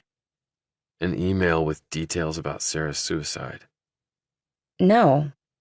You mean from the firm? I don't know. Maybe it just went to me then, but why? Wanda Sims told me Cal was her mentor. Did you know that? Her face got puffy, and her manner grew subdued. She looked down at her gin like she wanted to jump into it and pass through to a fresh new world. He mentors lots of people. So is he mentoring you? She glowered at him, and in that look, Devine knew he had blown it. I don't have to answer that. I don't have to talk to you at all. He felt a hand on his shoulder, and Devine turned to see Wasp and two of his comrades in beers standing there. The other two were at least 6'4" and built like the college athletes they no doubt had once been. Is he bothering you? Wasp asked. Stamos gave Devine a look with eyebrows raised as if to say, should I sacrifice you or not? It's up to you, so start begging. But she sure as hell wasn't going to get that from him. Her lovely face once more turned nasty when confronted with his stony, unrepentant look. Yes. Can you do something about it? She said, not taking her gaze off Devine. Hell yes we can. Let's go, buddy. There's a little spot around the corner where they keep the trash. We can go there and settle things. Or we can just go our separate ways. No harm, no foul, said Devine, as he made a move to do just this until Wasp clenched his shoulder harder. That's what I thought as soon as I saw you. You're a chicken shit, said Wasp. But if you want to pussy out, feel free. Don't go there, buddy, said Devine. Stamos interjected. Hey, just everybody cool it. Let him go. Wasp ignored this and said in a louder voice, I know what. We'll all give a toast to the chicken shit as you walk out the door with your tail between your legs. He pushed Devine away. Go on. Run away before you get hurt. Devine laid down cash for the beer, finished it in 2 more gulps, crushed the empty can in his hand, turned to Wasp, and said in a low, menacing voice, I'm leaving now, but consider yourself really, really lucky, prick. He rammed his way through the crowd and out the door, and then the 3 men made a big mistake. They followed him. Chapter 12. Devine turned the corner and neared a sliver of an opening between 2 buildings where a dumpster and lines of trash and recycling bins were kept. This must be the place the asshole had been referring to. Beyond these articles, a brick wall faced him. He looked behind him. Wasp and his 2 pals were moving fast. Okay, here we go. Devine stepped into the opening, because with the brick wall behind him, no one could sneak up on him. He then turned back around as the 3 men caught up to him. They were shoulder to shoulder, as though intending to block his escape. They could be Iraqis or Afghans, Taliban or Al-Qaeda or ISIS. It had gotten hard to tell the difference, actually. Those desert guys were all tall and bone and muscle and lethal and muttering shit in a language he had come to learn but never mastered. Their eyes were all the same. Crazy, fanatical, but also cagey, smart. He got plopped in a flag-draped coffin for underestimating those sons of bitches. Wasp was a bit ahead of his pals, but starting to look a little nervous because Devine wasn't looking nervous at all. He pointed to the man on his left. Rick played defensive end at Cornell. He jerked a thumb at the other guy. And Doug was NCAA heavyweight wrestling champ from Iowa. And I was All-American in lacrosse at Princeton. Devine didn't waste an ounce of breath replying to this babble because that was all it was. There were guys who could talk a good fight, and there were those who remained quiet and just put your lights out. As they walked forward, he walked forward. Like 2 trains on the same track, the crash would be inevitable. His attention was diverted for only a moment as he saw Stamos peer around the corner, her eyes wide and her face tense. This had gone far past what she had intended. He could read that in her nervous features, and she was wondering how she could diffuse things. She gave him a pleading look. It affected him more than he would have thought. Okay, last chance, guys, he said. Walk away now, or I can guarantee it will not end well for any of you. 1 against 3, and we're all bigger than you, said Wasp. So what exactly are you smoking? I was Army, a Ranger, just so you know. Big shit, said Rick. I eat fucking Rangers for breakfast. Okay, that was the wrong thing to say, thought Devine. Really wrong. Wasp charged forward, his fists held high, too high. Devine landed a sharp punch to his gut, which doubled him over, and then that blow was followed up with a fully stretched-out kick by Devine to his opponent's downward-looking face. The force lifted Wasp off the ground, revealing that the rough and rugged motorcycle boot had battered the man's delicately handsome features. Then Devine grabbed him by the shirt front and hurled him at the dumpster. He hit the metal side and dropped to the asphalt unconscious. Doug the wrestler roared and punched Devine twice in the head. They were damn hard shots, but that was all. He felt some blood on his skin and in his mouth, some snot on his face, but his senses were intact. The guy tried to pin his arms to his sides, but Devine broke that hold by slamming the top of his head into Doug's chin and gouging him in the eye with his thumb. Then he hooked him around the ankle with his foot and laid a thunderous elbow into the man's oblique. This caused the man to stagger back, breathing hard and bloody from the chin and mouth. Devine pivoted, went behind Doug in a flash of choreographed movement that he had done 1,000 times in close-quarter drills, and for real in combat, and came up behind the far larger man. A vicious elbow strike to the left kidney, a rock-hard fist to the right one, and Doug dropped to his knees, howling in pain, because that area of the body was unprotected and sensitive as shit, which made it the perfect target. Devine planted his left foot firmly on the ground as his fulcrum. Doug's head was lined up like a ball on a stand for an eager T-baller to bang a home run off. He let loose a ferocious roundhouse kick that impacted the left side of Doug's head with both power and velocity. The man's head kissed his right shoulder and his eyes rolled back in his head as his brain checked out. A moment later, he joined Wasp on the ground for a long sleep and a painful awakening. This had all taken seconds. Rick grabbed Devine from behind, lifted him off the ground, and threw him face first against the brick wall. He struck it hard, painfully so. His shoulder howled, and his face bled and swelled with the impact with the rough brick. Then Rick slammed against him, driving him into the brick wall another centimeter and cutting his skin below both eyes. Then he landed a trio of hard punches to Devine's back, which was stupid. Headshots would have been far more effective, particularly against unyielding brick. That was what Devine would have done. You couldn't fight back if you were unconscious. The man stepped back to view his handiwork. However, if Rick thought his opponent was down and done, he was seriously mistaken. That might cut it in college football, but not in Devine's world. And poor Rick was about to realize the consequences of his misjudgment. Devine levered off the wall and used that momentum to boomerang back on the former Ivy League lineman.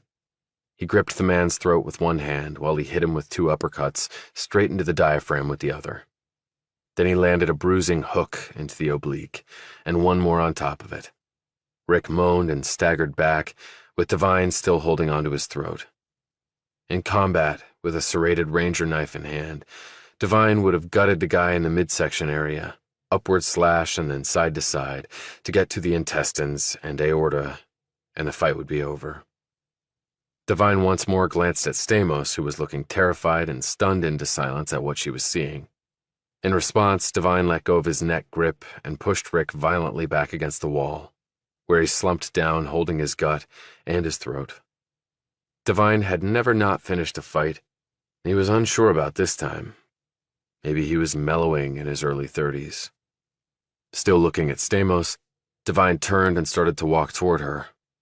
Look out! He pivoted and put up a blocking arm. The trash can lid wielded by Rick hit him on the forearm. It hurt like a bitch, but broke nothing, only bending the flimsy metal nearly in half. But if it had hit him in the head, it would have been a different story. Devine planted a fist into Rick's chest right at the heart, which fired off messages of cardiac panic to his brain.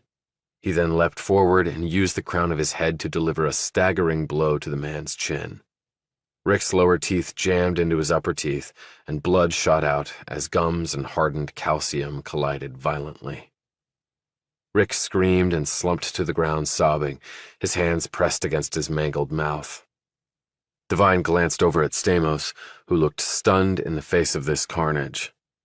He turned and walked toward her. She backed away, looking fearful. He wiped the blood and snot off his face and onto his sleeve. "Thanks for the warning. And call an ambulance for those guys." He paused and added, "And I'll see you at the office, sweet cheeks." He walked down the street, put on his helmet, cranked his bike, and blew past as she stood outside an alley where 3 large and disappointed young men lay with the city's trash. Chapter 13. Devine slept for a couple hours, with an ice pack around his arm and another on his shoulder and a third bag on his face. He'd applied ointment to the cuts and brick rash. He rose, put on his workout clothes, jogged over to the high school football field that was right behind his neighborhood, and started his daily workout. A tractor tire lay on the football field. The football players used it to build up the thrust strength of their arms and legs. Devine flipped it down to one end, turned around, and flipped it back to the other until he was drenched in sweat. With every flip, he had a new thought about Sarah Hughes and her death, and Cowell and Cumley. Then there were regular car tires that he threw like discuses to build up his obliques. As he did so, Devine thought about his new gig with Emerson Campbell. Next, Devine ran the bleacher steps until he was soaked in even more sweat. He did pull-ups and chin-ups on a pull-up bar, 100 of each, 20 at a time followed by 20 seconds of rest, 200 push-ups, 50 at a time. With each rep, he imagined Sarah swinging on the end of that cord. Ab crunches followed, both flat on his back and then hanging from the pull-up bar. Squats, lunges, army crawls, high kickers, then plyometric jumps on and off wooden boxes of varying heights the school kept here for the athletic teams, followed by burpees. Every one he performed was now accompanied by images of the battle in the alley. His wounds howled in protest of the workout, which made him push himself even harder. When the going got tough, you just kicked your own ass even harder. That was the Army way. Sprints down the field, and on the return he did the run backward. He went faster each time, working off his frustration at the hard left turn off a cliff his life had taken. Lieutenant Roy Blankenship and Captain Kenneth Hawkins. Names he had heard every day for years, and then no more. Both men dead, both struck down violently. One with an assist by him. How many times had he seen those faces in his sleep? It was always the same. They were staring at him, waiting for him to say something. To Blankenship, maybe something about avenging him. To Hawkins, maybe angry words, venting. But Devine never said a damn thing back. Not one damn thing while 2 dead men stared at him. He finished off with a series of isometric routines, holding the poses until his body shook violently with the effort of simply standing still. He jogged back to his place, cooling down and stretching along the way. He showered, shaved, dressed, and left his room. Valentine was on the couch dead asleep, having failed to make it up to his room the previous night. Apparently tapping keys on a laptop could be exhausting. He had heard Tapshaw softly snoring and probably dreaming of new deals and happy couples from the hummingbird empire she'd created. He had seen the light on in Helen Spears's room. She was no doubt studying. She had the belly fire, that was for sure. Being black and a woman were 2 strikes against you already, Devine knew. It sure as hell had been that way in the Army. Quite a few of his comrades in uniform resented women being in the ranks. Sure, the guys said all the right things in public so their records and promotion trajectories wouldn't get ripped. But the private mutterings among the men were a whole different story. This pattern of misogyny came from some of the enlisted grunts all the way up to a number of the bars and stars. And the petty shit these men would do to screw with the women was legendary in its cruelty. Nothing wounded a female soldier more than knowing the guy in uniform next to her didn't have her back, and more insulting, didn't even want her there, didn't think she would ever be good enough. When all the ladies wanted was to simply be allowed to do their jobs and serve their country. And maybe Devine would have looked down on the ladies in uniform too, except a newbie enlisted had saved his life near Kandahar, losing a hand in the process. The soldier's name was Alice. He got to the station and boarded the train. One more working day until his only day off. The train was empty except for Devine until a woman in a warm-up suit and carrying a large canvas bag got on 4 stations later. She eyed his mangled face and immediately sat far away from him. By the time they got to Brad Cowell's palace, the train was barely a quarter full. All the others, except the warm-up suit lady, were dressed as he was. But it was Saturday, and the numbers were going to be lower. Not every business in New York worked the Wall Street way. Some people did get 2 days off out of 7. Devine stretched out his arm and shoulder, touched his injured face, and tensed a bit as the train slowed. There it was, the pool, the backyard with the string of lights still up and still on. Some servant must have forgotten to pull the plug. Cowell would probably ding their paycheck. He had looked up the property online. The place was 27,000 square feet, a dozen bedrooms, 17 baths, 2 kitchens, servant quarters in an adjacent cottage, a large guest house in case the 12 bedrooms weren't enough, along with the resort-sized pool and 8 exquisitely landscaped and private acres. There were no pictures of the interior online, which told Devine the place had been built by Cowell and had never been on the market for resale. It was tax-assessed at a figure that was less than half of what it would cost to buy or build. But the bikini princess of the palace was not there today. The train picked that moment to hurry up its pace, and the landscape changed. He took out his phone and brought up the pics of Cowell and Stamos, and then he watched the video with the sound turned off. He held the phone in his lap and sat hunched over so that no one around him could possibly see the screen. Yet something was nagging at him, like he'd screwed up somehow. He looked out the window as the train chugged along, taking him to where he needed to go, and where he now didn't want to go. Unfortunately for Devine, they were the exact same place. Chapter 14. Devine sat in his sliver of a cubicle with his twin big-ass Mac screens. The somehow jarring sound of intense silence, except for the quickened breaths of the highly intelligent and intensely motivated sitting all around him. It was a humbling experience to be in the presence of that much brainpower and drive to succeed. And it didn't help that Devine's arm ached, and so did his shoulder where the brick wall had said hello, and his back from where Rick had popped him. But what the hell was pain anyway? It was life. You had to deal with it. He couldn't do anything about it except swallow some Aleve. No one had noticed his facial injuries or how stiff he held his arm and shoulder because no one bothered to look at him when they walked in.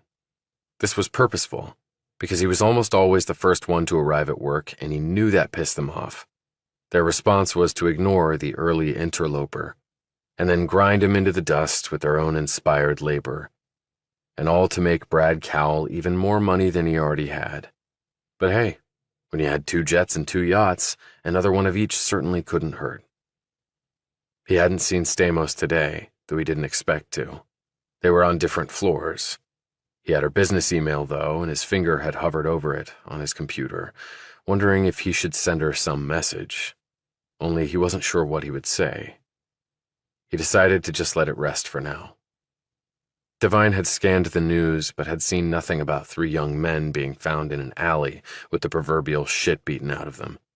Wasp and his friends might have called the police and concocted some story about his having mugged them at gunpoint or something. Only they didn't know who he was, unless Stamos had hung around and told them. He crunched numbers and composed reports and sent them to bits and pieces of the Cowell universe so other people could tear them apart and send them back and tell him what a moron he was and to do a better job if he wanted to really dance with the big boys. And these salvos would go back and forth seemingly forever until the deal was done, or the market had closed, or the deal was scrapped, or someone important wet their pants and wanted to redo everything, or a better offer came in the door. It's not like it's my money.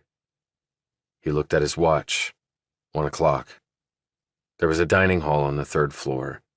It had great food, everything from tofu, plant-based burgers, sushi, couscous of every flavor and description, to grilled fish, all varieties of pasta, and veggie, vegan, and pescatarian offerings, along with meats for carnivores, and delectable desserts, all free, with cooks and eager servers just waiting to help you. And none of the burners ever went there because 1, they were afraid to get out of their seats, and 2, they were even more afraid that some executive would see them on the 3rd floor in a place meant for people to eat, actually placing food in their mouths. Almost all brought their lunch and ate it at their desks, getting crumbs in their keyboards and crap smeared over their screens. That could be disastrous if a smudge made a decimal point disappear, or turned a dollar sign into the mark of the euro or the pound sterling. But they were apparently less afraid of that than appearing in the dining hall and losing a shot at the big time simply because they were hungry. And that was good news for the people who had cleared newbie status. They had the food all to themselves. And before yesterday, Devine would never have even thought about going to eat there. But yesterday had changed pretty much everything for him. His job was to act as a scout and to find important things. And to do that, scouts had to keep on the move and go to places other people never would. Devine rose and called out, "Anybody want to grab some chow with me on the 3rd floor?" They all looked up at him as though he had just suffered a stroke. Then they eyed each other to see if perhaps other people thought he was joking. Then they finally noted his facial injuries, and several men and women stiffened. Perhaps they thought he had been in a car accident and was now hallucinating.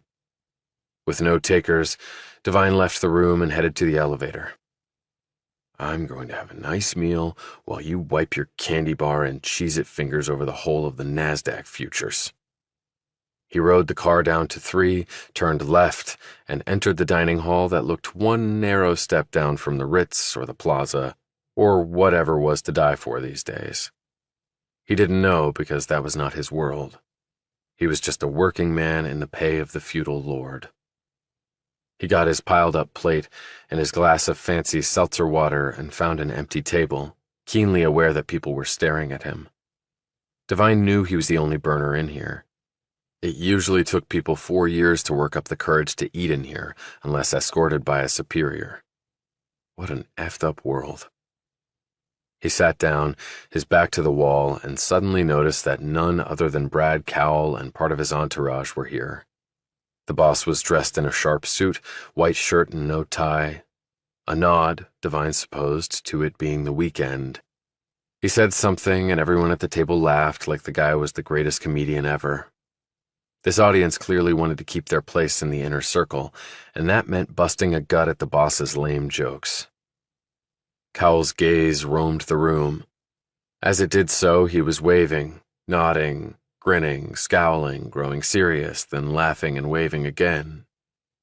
It was as if to say, "Look, everybody, your king is here on a Saturday in the summer instead of on my yacht or at my country club playing golf or banging my employee on a cheap desk while I have an even better-looking lady skinny dipping in my Olympic-sized pool." And then Cowell's X-ray beam came lurching over to Devine, and the man's features became unreadable. He lingered 1, 2, 3 beats. He took in the injuries and the man himself, probing, digging, creeping into unopened pathways that Devine might unknowingly have, like back doors on firewalls. Cowell had built a serious empire. To do that, you had to be smart and ruthless, more of the latter than the former, actually, because you essentially had to take what someone else had and not give a crap when they financially croaked. And then Cowell's gaze moved on, as he was laughing, scowling, grinning, waving, and even playfully flipping one man off. But he didn't come back to Devine. And Devine wondered 2 things. Why the look had landed in the first place, and what would come of it. Or maybe Cowell was seeing right through Devine and wondering about some problem in the Japanese bond market, or whether a tax audit was going funny, or whether the blonde princess would find out he was screwing young, nubile financial whizzes on the 52nd floor. But no, Devine had seen enough assholes in the world to know that Cal was staring at him and seeing him, and there was a good reason for it. And it was then that he realized his mistake, the one that had been nagging at him the whole ride in. Sweet cheeks. He had called Stamos that. The same term Cal had used after screwing her barely a half hour before. Heat-of-the-moment thing on Devine's part, bravado, and stupid, which bravado almost always was. Stamos had told Cal all of this, and Cal, smart and paranoid asshole that he was, had put two and two together and decided that Devine had seen things last night he should not have seen. Thus the stare. And in that stare he read decisive action coming. So Devine went back for seconds, because this actually might be his last decent meal. Retired General Campbell would probably have to recruit a new spy. Chapter 15. Travis? He had just left work when the person had called out to him. He turned to his left, and there was Jennifer Stamos. Yeah. She drew closer. She was dressed more casually than he was. Newbies struggling not to drown had no latitude in their professional appearance. But her casual was not that casual. Black jacket and skirt, white blouse with a bit of cleavage exposed, no stockings because of the heat, revealing smooth skin. Sensible low-ride pumps instead of the jacked heels from the previous night. About what happened last night? She eyed his facial injuries, but made no comment. He didn't know which about what happened last night event she was referring to, so he kept silent. You learned more by listening, and by speaking less, your words tended not to come back to bite you. He had already made one error on that score.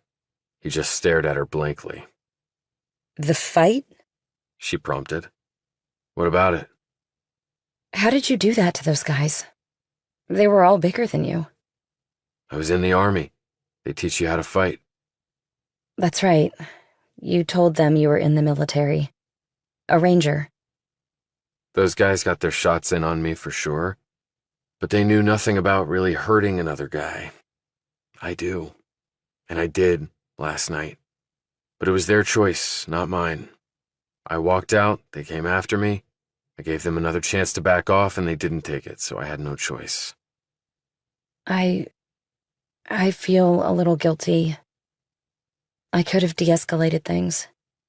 And I chose to defend myself and walk out of that alley with my brain still intact. I couldn't believe what was happening. So what happened to them? I called an ambulance, like you told me to. And the police? I didn't say I called the cops. Someone sure as hell would have. Okay, the cops did show up, but I sort of snuck away before that.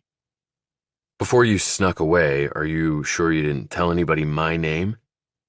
She looked surprised at the inquiry. No, I wouldn't do that. Why not? What does it matter to you? Boy, you sure don't make it easy for someone to like you. He composed himself and reloaded. Just dial it down, Travis. You need info, and she can provide it. I do appreciate you not giving my name away and for warning me about the sneak attack by Rick. But when those guys' egos act up on them and they get all pissy, they could go to the cops with a whole different angle, where they were the victims instead of being merely stupid and alcohol-fueled. I guess they might. He stared down at her. She looked very small in her 2-inch satin pumps, and he looked very big in his cheap suit. Why were you asking all those questions about Sarah? Because she's dead and I was curious, he replied. Curious about what? She killed herself. Devine said, curious about why she did it. It's happened before at Cowell, 4 years ago. The guy had just been fired via the ever-so-personal email torpedo, and his fiancée gave him the ring back when she found out. So the guy ate a round from a gun he bought illegally 2 hours later. How did you find all that out? She said, looking both puzzled and worried. Come on, these days, can anyone actually have a secret that someone else can't find out about with a few computer clicks? And do you have secrets? A ton of them, and at some point, they'll come back to bury me. They may already have. The statement seemed to take her aback. He decided to change tactics and show he actually had some empathy. Look, Jennifer, I'm not proud of what happened at that bar. While I was trained by the Army to do it, I don't like wrecking guys. I gave them multiple chances to walk away and they just wouldn't do it. But I would have much preferred it never happened. Why were you at the bar? If you want the truth, I saw you go in. I wanted to talk to you about Sarah. She was really nice to me, and I'm beyond bewildered that she would have killed herself. I mean, she had everything to live for, unless I'm missing something. Stamos was quiet for a few moments. Are you going straight home? Or can we get a bite to eat and maybe have a drink? I thought we could talk. You know, about Sarah and stuff. He looked at his watch. It was not yet 6 p.m. They let you off early on Saturday, or so they said. Actually, he'd just walked out. There were other newbies up there still analyzing away, writing reports to later be trashed, terrified to leave their seats until the coast was truly clear. Which would, in truth, be never. I'm always game for a beer, and talking about Sarah might be good for both of us. There's a place I know down by the water. He loosened the skinny tie he'd bought online for $3. Then he held out his hand in the direction of the harbor. After you. Chapter 16.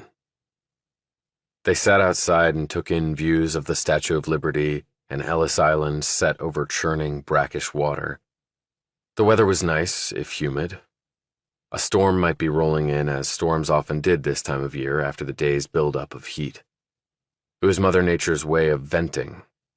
They were sitting under an umbrella, but the sun had long since passed over them and was starting its drop into the western horizon, where it would later flame the sky into an alchemy of red and gold. When Devine was in the Middle East, he never tired of that sight for one reason. He wasn't sure he'd be alive to see it again. Stamos ordered chips and guac and a margarita. Devine had a Budweiser. They have a lot of good IPAs here, She pointed out, eyeing his can of beer. He drank his drink and said, Bud is fine with me right now. You had a Sapporo last night. That was because last night I was fine with Sapporo. Have you been to Japan? He nodded. And Korea and Germany and all the other usual stops for Army guys. But you were mostly in the Middle East? Yeah, mostly there. And you fought in combat? That was pretty much all there was there. You wanted to talk about Sarah? Stamos stared down at her hands. She always seemed so put together. I actually looked up to her. I had pegged a few people there as possible suicide material, but never her. He nodded and said, She never seemed that way to me either. But you said you didn't really see that much of her and didn't know her that well. She wouldn't meet his eye. That wasn't exactly true. I know because of the rankings in the book, everyone thought we were bitter rivals. She paused and drank her drink, looking out at the Statue of Liberty. But there's more to life than work. As my old Army buddies used to say, you're preaching to the choir, Devine. She ran her gaze over him. Devine?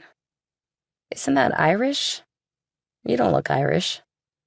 My father's definitely Irish, with fair skin and reddish hair, but I'm Greek on my mother's side. My grandparents came over from Mykonos. You definitely take after your mother, then. You Greek on both sides? Through and through. Siblings? 4 sisters, all older. That must have been a fun household, he said jokingly. It was, actually. Stupid remark. Sorry. You have siblings? Yeah, they're wonderfully perfect and smarter than me and have great lives. Come on. She said skeptically. Devine said, I'm being serious. That's exactly who and what they are. Both a lot older than me. Both have hit the very top in their chosen professions. Oh, you must be proud of them. I'm glad they're happy. He thirstily drank down his beer and waved to the waitress for another. So, back to Sarah. When was the last time you saw her? About a week before they found her. She came to my office. He looked puzzled. Why? Last night you said you two were working on different things.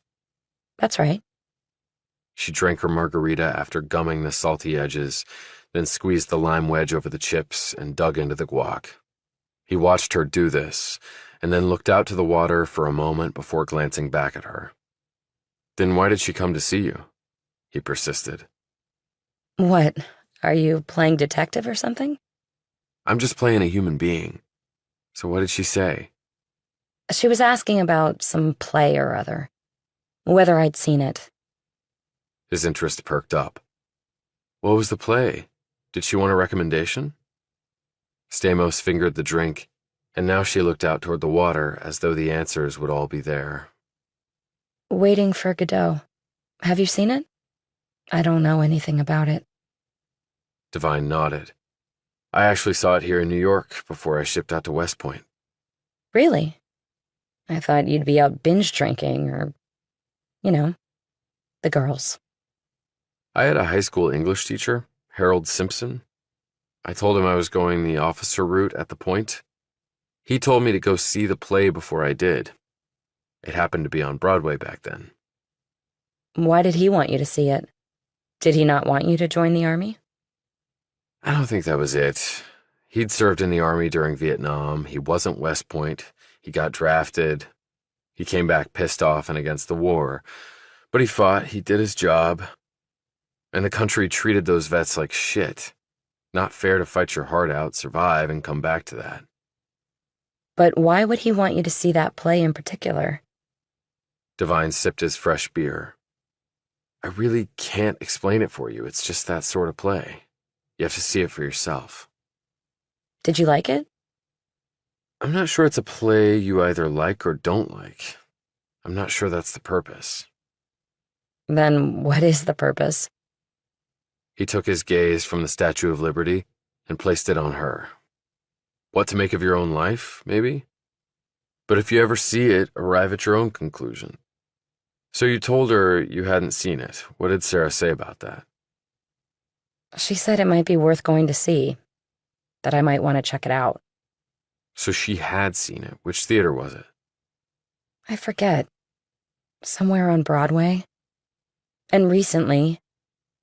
But you really can't believe that a stupid play had something to do with her killing herself. It's not a stupid play. Samuel Beckett wrote it, and he later won the Nobel Prize for Literature. Are you sure she didn't tell you more than that about her interest in it? Stamos looked uncertain. I think she wanted to, but she never came around to telling me. I tried to get her to fill me in, but...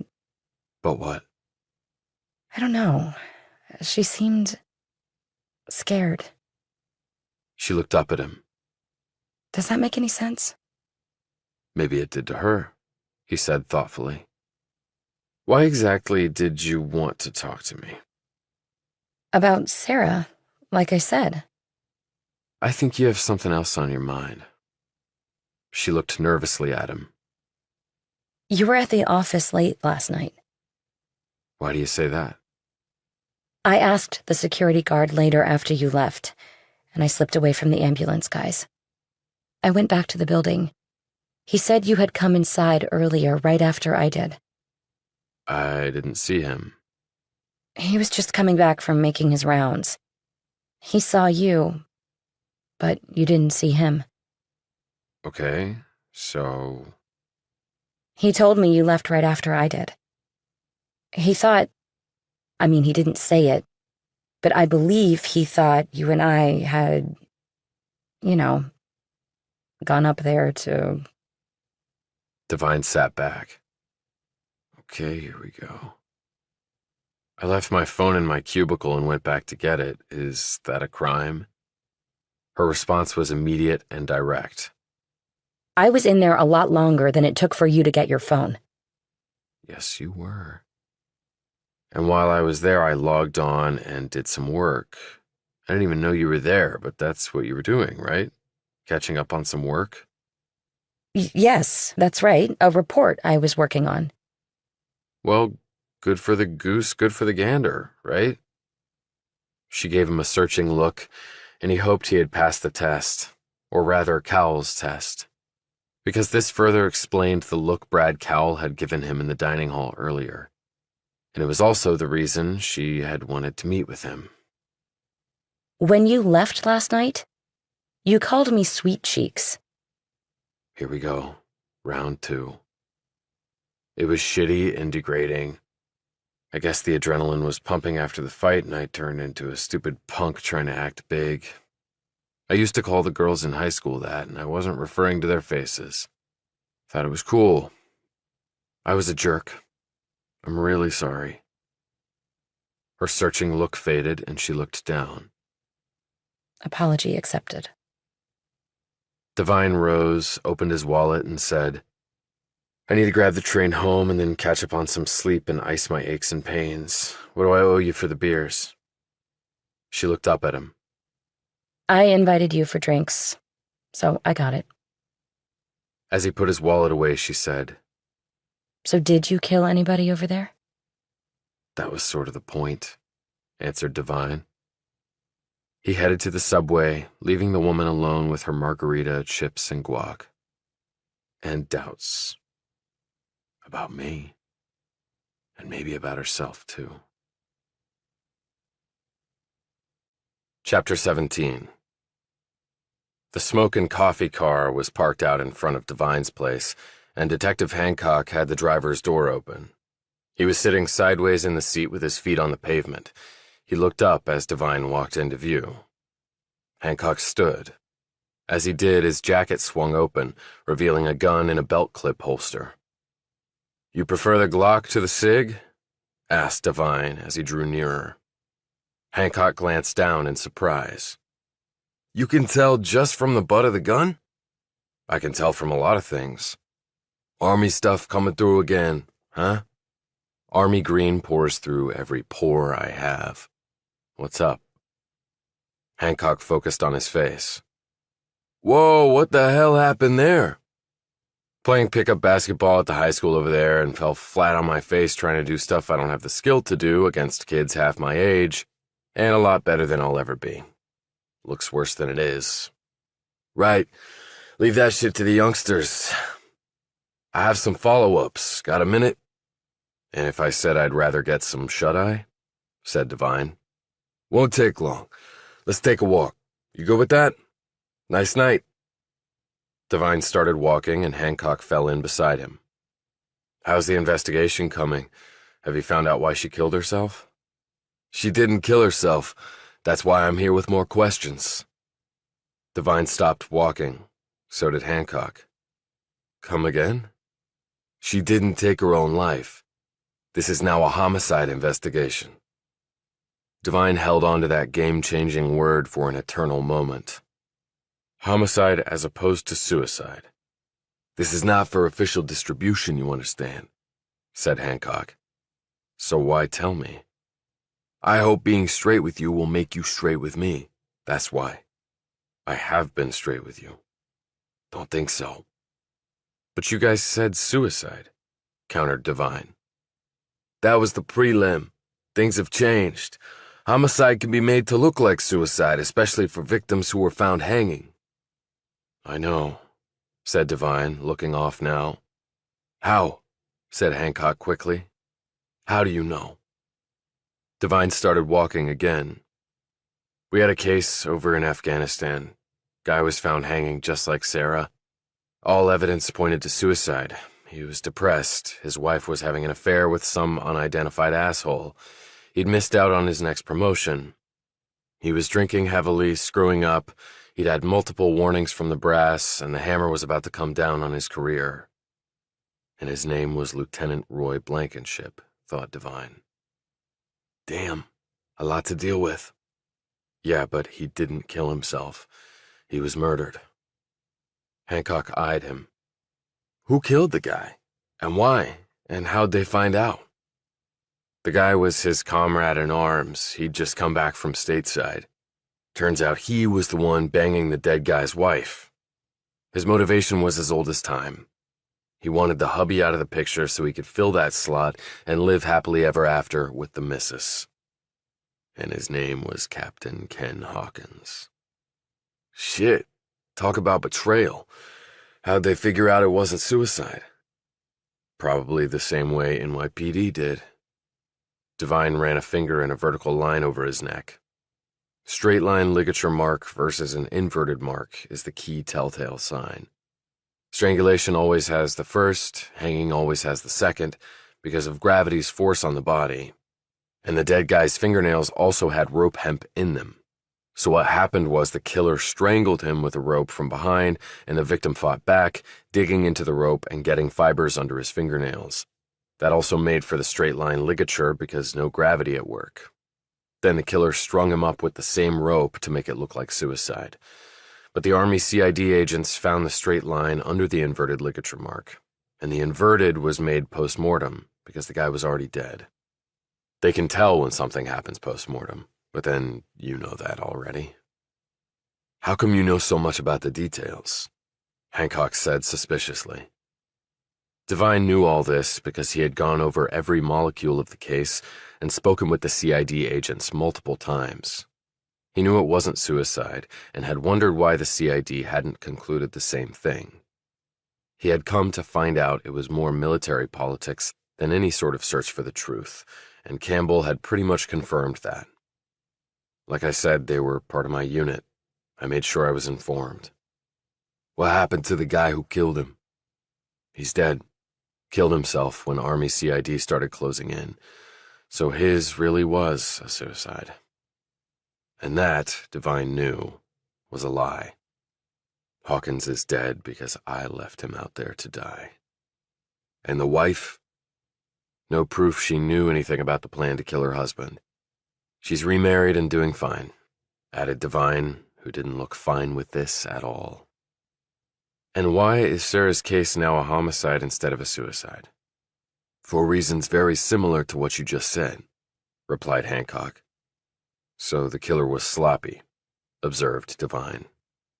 And the killer is still out there, and it's my job to find him. Or her. Would have taken some strength to string the woman up like that. Dead weight, no pun intended. And what do you want from me? Asked Devine. Where were you between roughly midnight and 4 a.m. on the day she was found? Is that the window on the time of death? Devine asked. Roughly. AC was on high in the building, so it screwed with the TOD a bit. They're doing a more thorough calculation right now to get a tighter window if they can. Well, I was home in bed. At 4 o'clock, I was just getting up and going to do my workout. Anybody vouch for that? Asked Hancock. Probably one of my roommates. But the Cowell building has cameras and a security guard on duty, and you need a security card to get in after hours. You don't have to play gumshoe peeking through keyholes, Detective. Hancock said jokingly, only clearly he wasn't. Oh, hey, thanks, man. I didn't realize any of that shit. The sucker is basically solved. I'm not trying to tell you how to do your job, okay? Sure sounded like it to me. And you really work out at 4 a.m.? Yeah, at the high school football field over there. Only time I've really got to do it. Okay? And FYI, the guard makes rounds. He's not in the lobby all the time. Yeah, that I know, thought Devine. And the security card and cameras? Killer could have stayed in the building all night.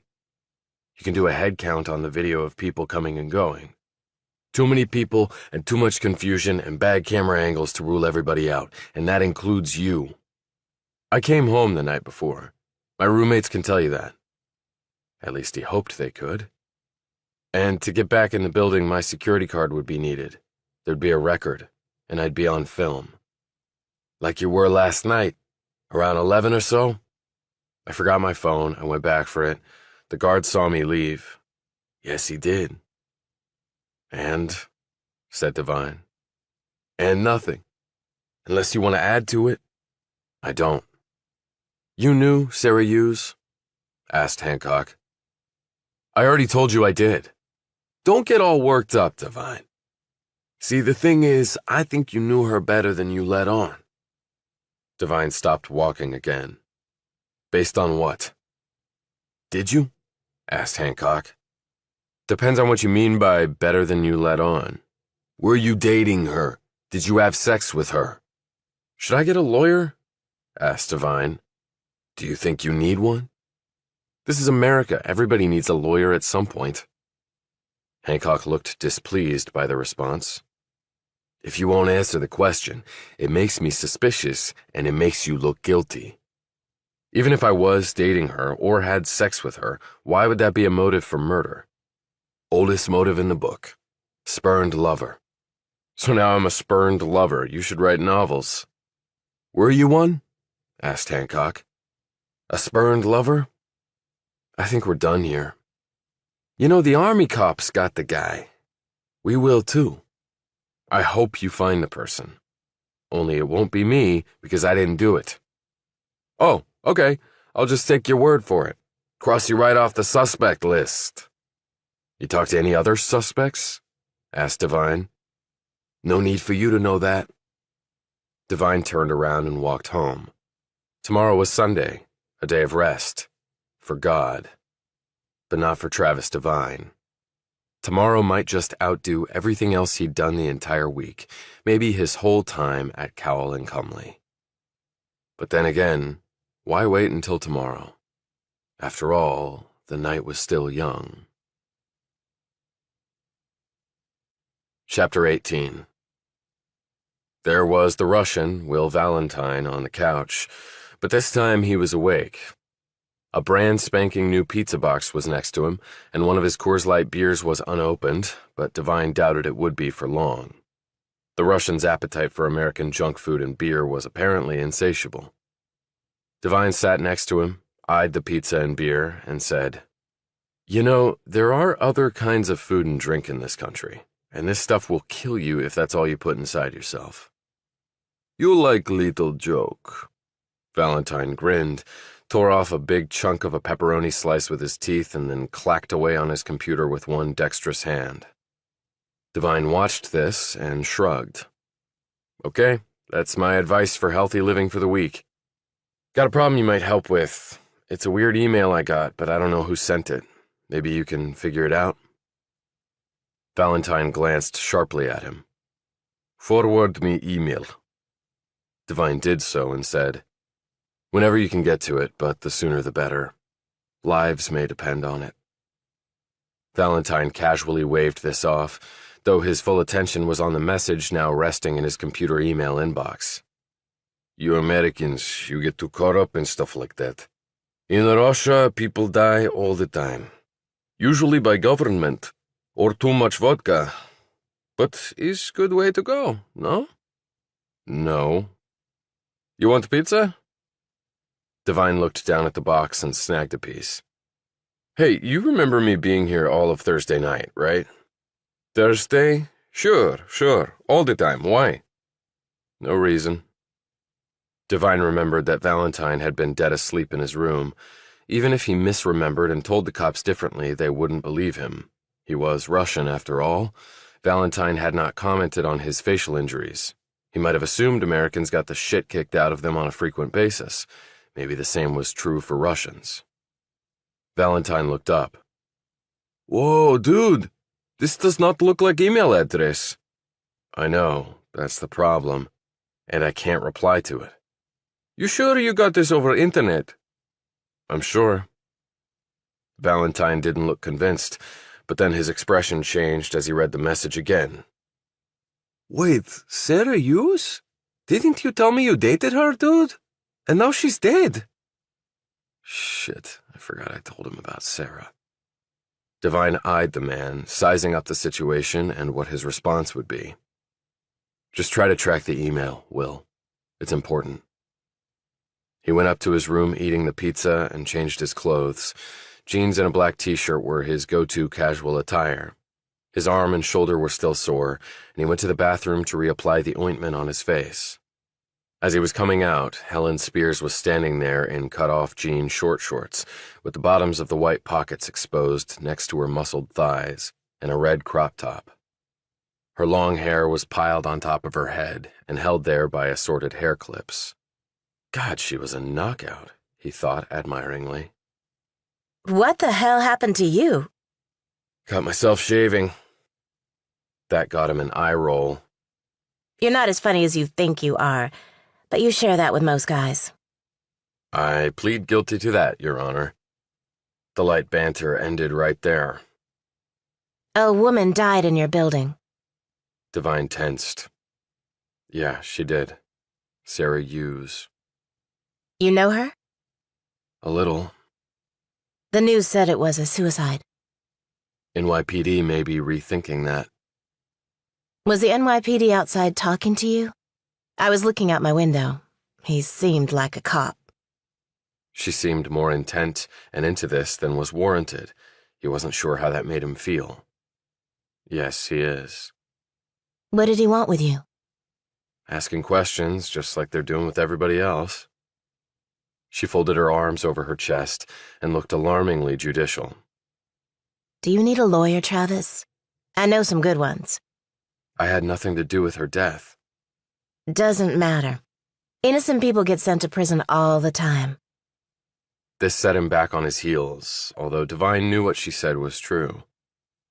I'll let you know. Thanks for the offer.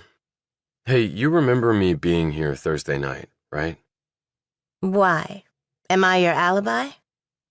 You can call it that if you want. I think so. But then again, I got in late. I remember seeing you last night for sure. I was doing yoga in the dining room. Last night is irrelevant to the police investigation. I get that. Let me think about it. Thanks. How's your studying going for the bar? New York's is really hard, but I feel good about it. What kind of law are you going to practice? Criminal. Which side? She gave him a look that he couldn't readily interpret. The side that needs me the most, of course. She walked off downstairs, and he heard the front door open and close. He crossed the hall and knocked on Tapshaw's door after he heard her tapping away inside. She opened the door and stood there in what looked to be her pajamas. Yeah? She said brightly. She had dirty blonde hair that spooled around her narrow shoulders. Her face was button-cute, and her eyes danced with both focus and merriment. She was in her late 20s, she had told him, but sometimes, like now, the woman still looked to be in her teens. She was too skinny, but otherwise appeared healthy to his eye. She had bunny slippers on her feet. Her room was a wreck. Devine had seen more orderly spaces after he'd tossed a grenade inside them. The walls were covered in yellow and green post-it notes. She had 3 large computer screens on her desk. There was a whiteboard that had revenue and profit projections and a business flow chart along with a corporate organizational schematic. He knew that Tapshaw had gone to MIT. Her undergrad degree had been in computer science. He'd also learned that she was a world-class gamer. In fact, she had used her winnings to start her company, she'd told him. She'd also won some prestigious international awards for her out-of-this-world computer skills and overall brilliance. Then she'd tacked on a fast-tracked MBA from Harvard. The burly, beer-chugging Russian downstairs knew his way around computers, Devine knew. But this shiny-faced, skinny young woman trying to build an empire in the love and dating space might be in a totally different league. How you doing, Jill? Ever come up for air or food? He really liked her. She was ambitious but nice and didn't think too highly of herself. He didn't run into too many people like that. And she had a tender smile and a kind, if naive, manner. Oh, yeah, I had breakfast, I think. She looked unsure and gazed back into her room as though searching for evidence to back up her statement. It's dinner time. She looked stunned. Wow, that went by fast. When I go to the office, I usually at least have soup and some coffee, but I've been working here all day. She fixed on his injuries. My gosh, what happened to you? Did you fall off your motorcycle? Slipped in the shower. Valentine has pizza downstairs. You might want to hurry before he finishes it. Good idea. Hey, are you doing all right? She obviously knew nothing about his dilemma. Her entire world revolved around Hummingbird. But it was nice that she had asked. No complaints. Look, if you ever take a break, there's a place nearby that has good tequila. I love tequila. Well then, How about next weekend? I know you work long hours. thanks for noticing. He grinned. I know you keep kinda busy too. She looked at her note-clad walls. It's crazy, isn't it? But it feels cool to be, I don't know, building something. Particularly something that people need and could help them. Beats what I do for a living. Now go get the pizza. If he puts up a fight, come get me. Thanks. She fled down the stairs. A few moments later, Devine heard Valentine cry out, "Hey, no, that's... Oh, well, you already bite into it. So America. But hey, I am American now, so he's all cool." Devine snagged his bike helmet and went out the back door. Chapter 19. Cowell's suburban palace was quiet tonight, or so Devine thought as he sat on his bike and surveyed the place with a pair of night optics he'd brought back from the war. He figured the army owed him that. Lights were on, people were moving around inside, and there were a couple of normal cars in the front, meaning a BMW 8 Series and a Maserati convertible. You could have bought at least 10 of them each for the cash Cowell had dropped on the Bugatti. Devine jogged across the road and took up position in the hook of a tree in a stand of oaks, which had been allowed to live when they had otherwise clear-cut this area. He could see into a fresh set of rooms from this vantage point.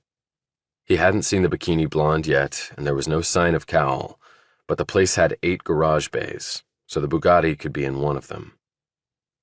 Devine sat there for a few minutes. Remaining motionless for long periods seemed to be counterintuitive when thinking about what a soldier spent time doing, but the more intelligence you had beforehand, the better the eventual fight would go. He shifted out of the tree, hustled over some open ground, and jumped up on the perimeter wall. Then, keeping his upper arms and elbows planted firmly against the wall, he slowly lifted the optics up to his eyes, adjusting the focus. That was when he hit pay dirt. The bikini blonde was out back at a table beside the pool. She had on white slacks and a pale blue sleeveless blouse. Blue backless casual shoes completed the fashion pool-sitting ensemble. She looked like she could step right onto a magazine cover. Yet the man sitting opposite her was even more intriguing. His face was bandaged, but Devine had little trouble recognizing Wasp from the Greenwich Village alley.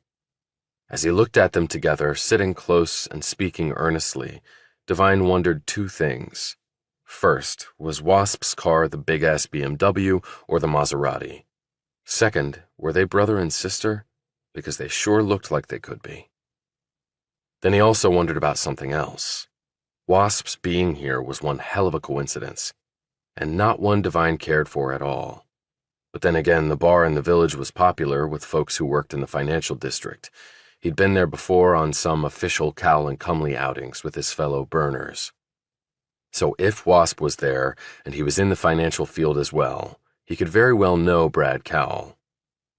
Devine couldn't hear what either was saying, so he dropped back to the ground, returned to his bike, and waited. He didn't have to wait long. Wasp came out and climbed into the BMW. Devine had gotten that wrong. He'd figured the guy for the Maserati. The BMW pulled out through the gates, and Wasp hit the afterburners. The car roared off, and Devine took up the chase once more. He was not completely surprised when the route took them to Manhattan. The BMW finally stopped in front of a brownstone on the Upper East Side after sliding into a permit-only space. Wasp walked up to the door, unlocked it, and went inside. Devine pulled in across the street and took pictures of the BMW's plate and the home and its address, which were detailed by brass numbers attached to the stone next to the front door. Every window in the place had coverings, rendering his optics useless. He eyed the homes on either side. They were dark. Cars were parked up and down the street. He figured the brownstone was worth $20 million or more. and the Wasp looked to be no more than 30. Maybe he'd inherited the place. There was a lot of that going on in this town. Devine drove off and headed to Broadway. He looked up the address where Waiting for Godot was playing for another 2 weeks. It was on 45th in the heart of the theater district. The Lombard. He bought a ticket at the box office for the Sunday matinee. After that, he turned toward downtown and soon pulled up to the place in the village where he had fought the 3 men. He parked diagonally behind a car at the curb and looked around. There was no police tape up, and he saw no other evidence of this being any type of crime scene. Maybe Stamos had been telling the truth. He next drove farther south to the Cowl building and stopped in front. He could see the security guard through the glass. Devine craned his neck back to look up to the 52nd floor, where it seemed now that someone had killed Sarah Hughes. And since he had to find out what was happening at Cowl that might be illegal, he figured he also had to find out who had killed Hughes, because they had to be connected. And that connection might stem from a Broadway play. And if I don't solve this thing, even with my best efforts, why do I think Emerson Campbell will send my ass right to USDB? He headed to Brooklyn, crossing over the East River via the Brooklyn Bridge. The dark water looked sulky and uninterested in its surroundings, at least to him. A few minutes later, he reached a street in Park Slope a block over from Prospect Park. It was a quiet and tree-lined neighborhood of upscale homes, many of which had been renovated. Sarah Hughes had lived in one of them, and there were 2 police cars parked in front of it. A cop was standing guard by the front door, and the lights were on inside. A man in a suit came out of the place and looked around. A slender, red-headed woman hurried over to him, and they met at the bottom of the front steps. She had a microphone and a power pack under the back of her blouse and was trailed by a burly cameraman. So the media has gotten wind that something is up. The suit engaged with the reporter and they spoke briefly, though the cameraman did no filming. This appointment must have been prearranged, thought Devine. When the man turned and walked back to the house, the woman trailed him, ostensibly asking more questions and perhaps wanting to get something on film. Devine couldn't hear exactly what they were, but the reporter obviously had not gotten her fill. However, the man had. He closed the door in her face, and she clearly wasn't happy about that. The uniform stepped forward and motioned for them to leave. She gave him an earful and then turned away to jabber with her cameraman, who had lowered his piece of equipment. They walked back to a van parked farther down the narrow street and emblazoned with the station's logo. A minute later, they pulled off. Devine saw the woman close up as the van sped past. The dented and grimy vehicle said they were with Channel 44, which he didn't even know was a thing. She was around Devine's age, her expression was determined, and she looked like the type who lived only to be in the middle of all the biggest news stories of the day. Devine's attention was then drawn to a cab that pulled slowly down the street and stopped in front of the house. 2 people got out, a man and a woman. They looked to be in their 50s. The man was bald and dressed in slacks and a white dress shirt. He looked like death itself. The woman's face held the anguish of the recently bereaved. The man pulled out a large roller suitcase from the cab's trunk, and then the cab drove off. The man put his arm around the woman, supporting her, and they slowly headed up the steps, where they were met by the cop. After each of them showed him something, probably ID, the cop spoke into the mic velcroed to his shoulder pad. The door opened a few seconds later, and the same suit appeared. He ushered the couple inside and closed the door. Devine took all this in. Obviously, Yu's parents had just shown up from wherever they lived outside of the country. He wondered if they knew that the official verdict had changed to homicide. If they didn't, things were about to get far more difficult for the couple. There was guilt in thinking your child had killed herself. You would find yourself in "what signals did I miss? What could I have done?" sorts of mind games. But with murder came horror. Knowing that someone out there had killed your kid. Your first instinct was to avenge your child. Then, when that emotion died down, things would be looked at more rationally. At that point, the understanding that someone had violently taken your child's life could make you delve into all sorts of personal spaces where most parents would probably rather not go. But if Hughes indeed had been murdered, it was someone at Cowell and Cumley who had done it, and that meant everyone there, including Devine, was now a suspect. Chapter 20.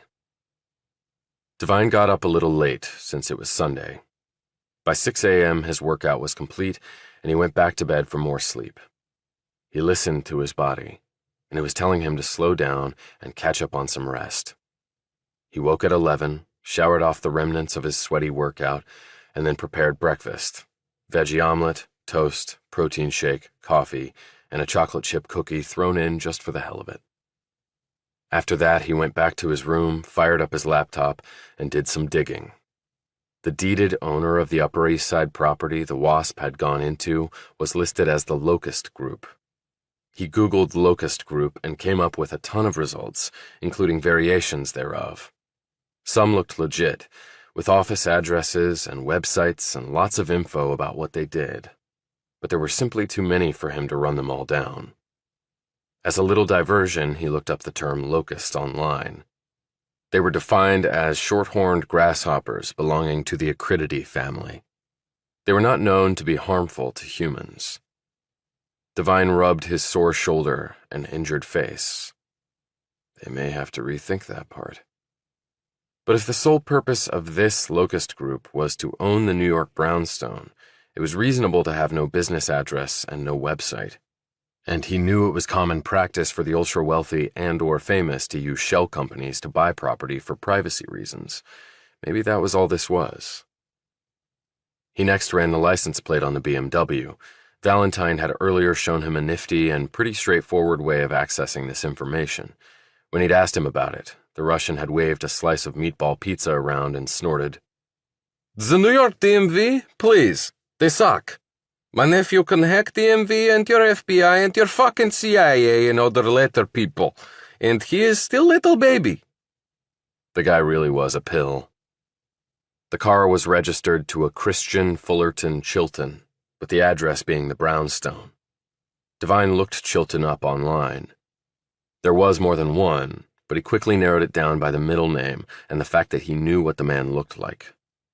He had a Facebook page, but it was private, and thus restricted regarding what he had access to. But there were ways around that, and he hadn't needed the Russian to show him how. He checked the HTML source code, got the numeric ID off that, plugged it in, did a few more steps of URL manipulation, as it was known in the trade, because of Facebook's nonstop battles with nosy jerks like him, like copying profile attributes of some of Chilton's actual friends listed on the page and then injecting them into his own profile, and Christian Chilton's page was fooled into thinking Devine was his best friend. And since Devine was using a fake online identity of his own to do this, it was highly doubtful that Chilton would be able to reverse engineer to the real Devine. At least he hoped he couldn't. He quickly looked through the photos and posts. He saw some very famous young people and some very famous old people. Chilton apparently got around. He was in a dream car or on a mega yacht in the Med, or striding confidently onto a Gulfstream 650. Devine wasn't guessing. Chilton helpfully provided the type of plane in large cap letters. Devine had never ridden on a set of wings like that. For him, an assbuster seat on a C-130 or C-17 transport plane was the way Army grunts traveled. You could tell your perch was first class if it actually had a seat and a harness to keep you there. Chilton was also, he proudly claimed, a direct descendant of one Edward Chilton who had sailed over on the Mayflower, as though that really meant something today, and yet it would for some, Devine knew. Chilton listed his occupation as entrepreneur and investor. He had a company named, what else, Mayflower Enterprises. There was a link to that on the Facebook account. Devine went there and poked around. It looked legit. They had done a ton of investments in all sorts of different business spaces. Chilton was the head guy, and he had lots of smiling faces on the website who made up the rest of his team. Devine changed into khaki slacks, a blue short-sleeved shirt, and light brown canvas shoes, and was leaving for the play when Helen Spears approached him, frowning. I don't think I can provide you an alibi, Travis. I've racked my brain, but I honestly can't remember seeing you all of Thursday night. You're sure you were here? Yeah, but that's okay. If you don't remember, you don't remember. I'd never ask you to do something you're not comfortable with. She drew nearer and touched his arm. I am sorry, Travis. And if you ever need to talk, I'm here for you. Thanks. As she walked off, he closed his eyes, took a deep breath, and told himself to not go there. He had too much on his plate as it was. He eyed Jill Tapshaw's door and knocked, but there was no answer. She might have gone into the office. For her, Sunday was just another day to build her empire of shared love. He left and went outside. He wasn't taking his bike this time. He'd opt for the train. As he walked to the station, he wondered if there was something more to Spears's words. But that might just be wishful thinking. Sure, he had a mild crush on the woman, and she might have one on him. But he didn't think it was that. She seemed genuinely worried about him, and he wasn't sure why. It wasn't like they were close friends, and she probably had a dozen prospects a lot better suited for her than he was. He broke out of these thoughts when a vehicle pulled up next to him. How about a ride to wherever you're going in exchange for an interview? He looked into the face of the smiling but determined reporter from Channel Nosebleed who wanted to know every damn thing in the world. Chapter 21. Excuse me? Said Devine, because he wanted a little time to process what she was even doing here. You're Travis Devine? You work at Cowell and Cumley, where a woman was found dead? And you are? Rachel Potter, Channel 44. But I'm working my way up to the single-digit stations, and you might just be my ticket. She eyed her beefy cameraman who was driving. We have room in the front seat. What do you want to know? Whatever you can tell me about Sarah Hughes. I don't have a lot of time. I have a train to catch. Then jump in. It's faster driving. Devine looked around, and then he climbed in as Potter scooched over to allow room. The cameraman took off at a sedate pace, something Devine could tell was prearranged. She took out her phone and hit the record button. You're Travis Devine, employed by Cowell and Cumley? I am. Look, And you knew Sarah Hughes? I did. I think... And do you know anything about the circumstances of her death? No, I don't. What can you tell me about her? She was nice. She worked hard. She was moving up at the firm. Did you and Sarah see each other? I mean, other than at work? Devine eyed her for a moment. This question kept coming up. Hancock had already been sniffing around about it, intimating that Devine had not been entirely truthful. They knew something. They had to. And maybe this Potter woman did too. Maybe she'd been told last night, in fact, and not by the cops. He put a hand on the door latch. I think we're done here. The driver sped up. Devine eyed Potter. So what are you doing here? Holding me against my will? Should I be concerned for my safety? She eyed him coyly. Big, strong Army Ranger with a chest full of combat medals? You could probably kill us both with your pinky. The woman was right about that, but it wouldn't be much of a challenge. Potter was around 5'4" and 110 in all her clothes. The driver was in his 60s and about 50 pounds overweight, and every breath he exhaled was full of cigarette smoke. Devine probably could take him out with his pinky. Have you killed anyone, Mr. Devine? I mean in war, not in New York City. I've always wondered why people find that so fascinating. Okay, let's focus on Sarah Hughes. Do you know why anyone would want to murder her? So now that cat was out of the bag. If Potter knew, then it was all over the news. Devine hadn't checked his feed today. He would have to remedy that on the train ride in. Murdered, he said, looking, he hoped, appropriately dumbfounded. Last I heard it was suicide. Then you're behind the curve.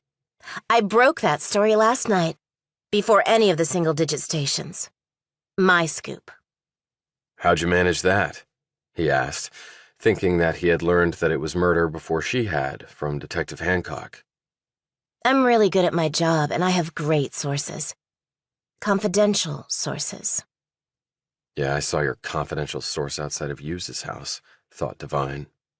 He hoped the loose-lipped cop had told the woman's parents before they found out on the news. So getting back to Hughes, did she have any enemies? How exactly did you decide to pick on me? A lot of other people work at the firm, and a lot of them knew Sarah better than me. That's not what I heard. Then what you heard was wrong. And where did you hear that? Confidential, sorry. Stop the van. Oh, come on! Devine reached a long arm across and slammed the gear shift into park, jolting them to a stop and causing Potter, who was not wearing a seatbelt, to end up face down in Devine's lap. He looked down at her thick red hair planted in his crotch. He said, "Hey, don't you want to buy me a drink first before you do that?" This line actually got a guffaw from the cameraman driver, but not from Potter. She sat up and looked at him furiously. You don't want to make an enemy of me. You're right, I don't, which is why I'm getting out now, but I won't be pressing charges for false imprisonment. You sound like a lawyer. No, but I know a really good one, so depending on how you end up playing this, you might be hearing from her. The First Amendment is pretty broad. And it cuts both ways. He got out of the van and hustled toward the station. The van zoomed past him, blaring its horn all the way, and he knew it was Potter with her hand on it, her fury still fully engaged. He reached the station and climbed on board just as the doors of the inbound train opened for passengers. He sat down at a window, checked his phone, and saw that the media was indeed now reporting Sarah Hughes' death as a homicide. As the train moved out of the station and toward the city, Devine assessed his current situation. The cops were coming from one end, the press from another. Suicide had turned to murder. The NYPD was no doubt under a lot of pressure to solve the homicide of an upstanding young woman at an upstanding white-glove investment firm. And ex-Army alpha male Travis Devine might just make a fetching target.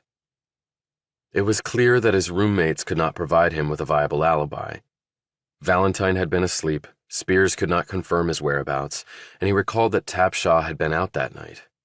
And thus he would remain on the suspect list, red meat for Hancock and Company. But he had a couple of aces in the hole. Security at Cowell and Cumley was very tight. During non-business hours, you needed a security card to get into the building. Even during business hours, your card was required to access the elevators. Visitors had to present ID and were photographed and signed in at the security desk after whoever they were visiting was contacted and the okay given. Then they were escorted to the elevator by security, and only the floor they were authorized to visit was made accessible. When they were done, the only floor they could punch in and access without a security card would be the lobby. All of the coming and going information on guests and employees was electronically recorded. Devine knew that he and his security card had been nowhere near Cowell and Cumley when Sarah Hughes was being killed. They would not be able to overcome that.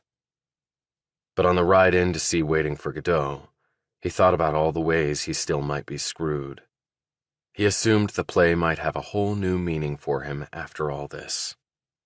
Out of the frying pan and right into the pits of hell. Chapter 22. It wasn't the 6:20, but it still passed by Brad Cowell's humble digs. Before Devine had rented his room at the townhouse, he had done some investigating and knew that Cowell lived there and that this commuter train would pass by it.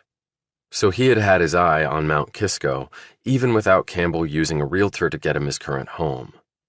Devine had thought, however unrealistically, that seeing how and where Cowell lived could be used as an advantage. He might be able to take an observation he made from the train and then use it in conversation with the man to impress him, to help Devine move up the rungs at the firm. None of that had happened. His only meeting with Cowell had been in that large conference room that day with all the other newbies, so now he was stuck every single day seeing how ungodly rich the man was.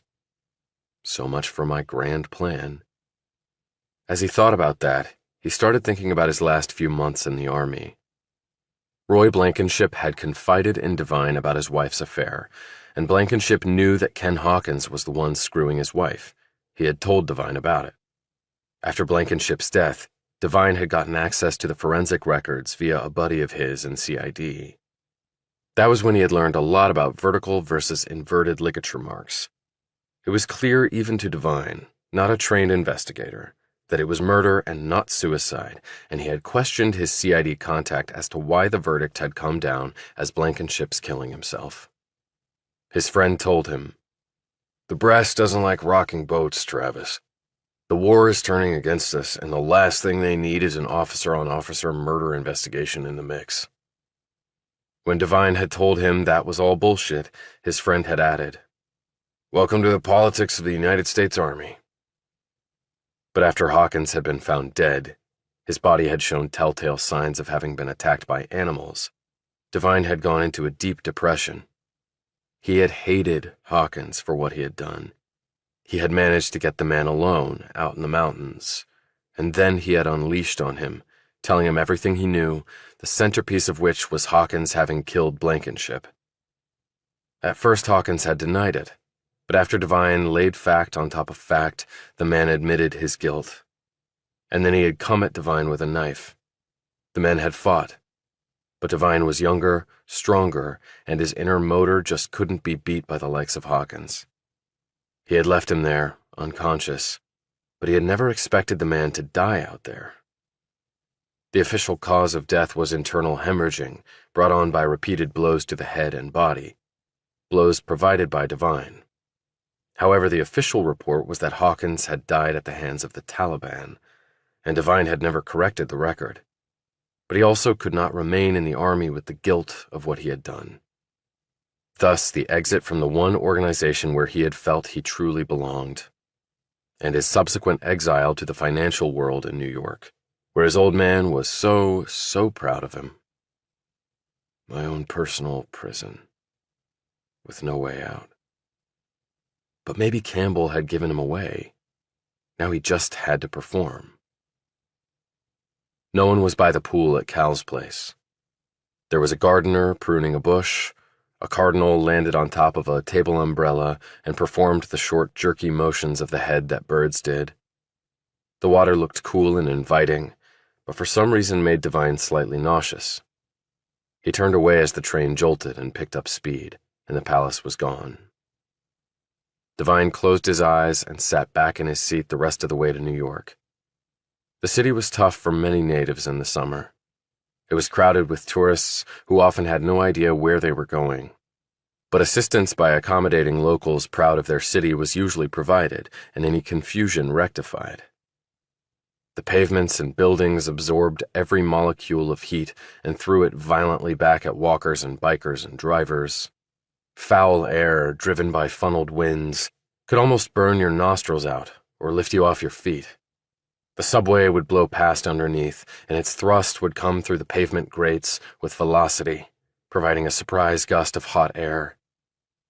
Yet he liked the city in the summer more than in the winter. He could sit on a rock in Central Park, or perch on a bench, or take a stroll and pretend there was no one else around.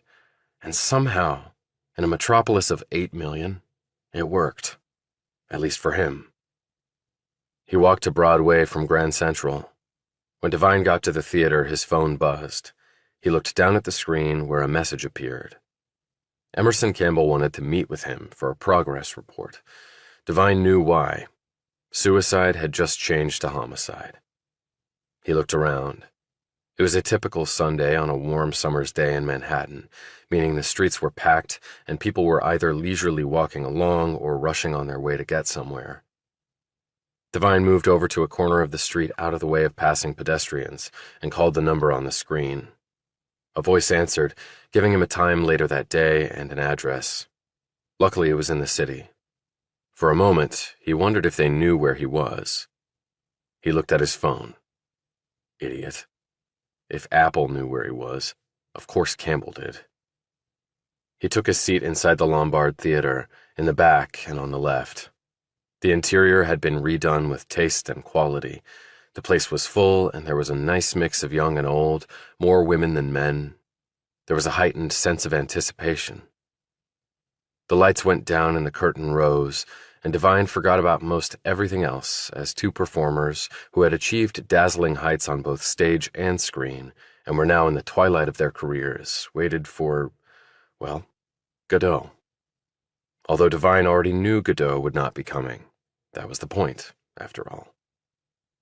Devine was riveted, just as he was the first time he'd seen a different production 15 years ago.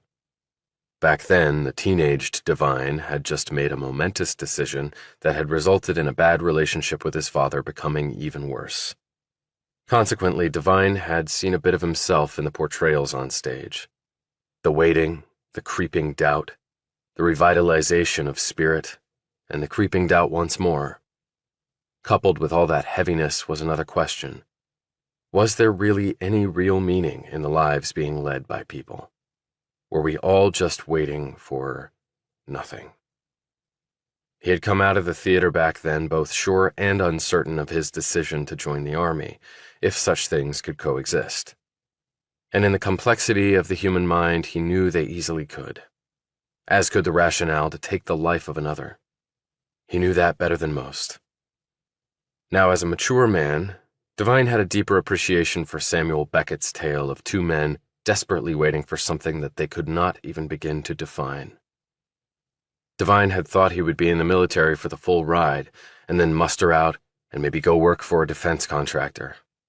Or hell, maybe find an island far away and lie on the beach with stacks of good books. But none of that had worked out.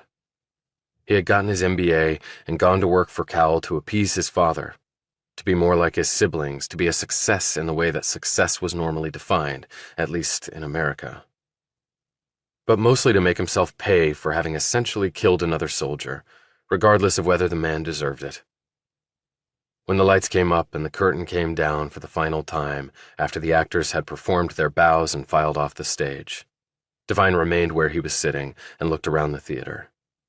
The seats and the trimmings and the carpet and all the other hundreds of details clearly showed the place had been given some serious TLC. It was good they kept these old structures around instead of knocking them down. Some people would knock down everything given the chance, including other people. But with respect to the reason he had come here, the results were disappointing. Why Hughes had mentioned the play to Stamos, he still didn't know. He knew that Hughes had walked into Stamos's office and told her about Waiting for Godot, encouraging her to check it out. Well, Devine had checked it out, and he still understood not one damn thing about why it was important to Hughes, or whether it was connected to her death, or whatever was going on at Cowell and Cumley. But the more he thought about his conversation with Stamos, the more he honed in on her vague response and her reluctance to go into detail about what Hughes had told her about the play. Maybe she does know, but just didn't want to tell me the truth. She said Sarah was scared. Maybe Stamos is scared too. Something dawned on him. Maybe she thinks I'm spying on her for Cowell for some reason. And if Cowell had something to do with Sarah's death, that would be a reason for Stamos to be afraid and also not reveal the truth to me. But if she was scared of Cowell, why sleep with him? To keep on his good side? To avoid ending up like Sarah? With these troubling thoughts in mind, he rose and left, taking his official program with him, hoping that there might be a clue in there as to why Hughes was so interested in the play. He stood in the lobby and read through it twice, but it was simply a program for a play. This wasn't some obtuse code-breaking movie, where the villain intent on global domination conveniently left a trail of inscrutable clues behind so the forces of good could figure them out and vanquish him. He left the air conditioning and walked out into the heat. He had 1 hour before his meeting with Campbell. He got a Coke and a hot dog with ketchup, mustard, and onions from a street cart, and ate while sitting on a raised wall along with a million other sunseekers. After he finished, he checked his watch and gauged the time to get there. When that deadline hit, he rose and headed off. He was no longer waiting for Godot. He was going right to the source, in a manner of speaking. And Emerson Campbell sure as hell would be there. Chapter 23. Devine ventured up into the land of the 50s now, and headed crosstown between 6th and 7th. It was a long, narrow, pothole-riddled street full of construction equipment and ripped-up asphalt and exposed trenches and plywood and steel plate pathways with warning signs everywhere. The construction work was thankfully silent on the Sabbath, but the people, heat, food carts, trash, and everything else one would expect in the big city were in full and sometimes malodorous splendor.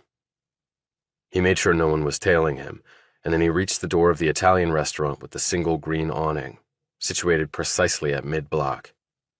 It was too late for lunch, too early for dinner, and thus the timing was perfect for Devine's visit. Someone had been watching because the door swung open before he could touch the knob. He walked through and was hit immediately with chilly air from the AC. The door was closed behind him.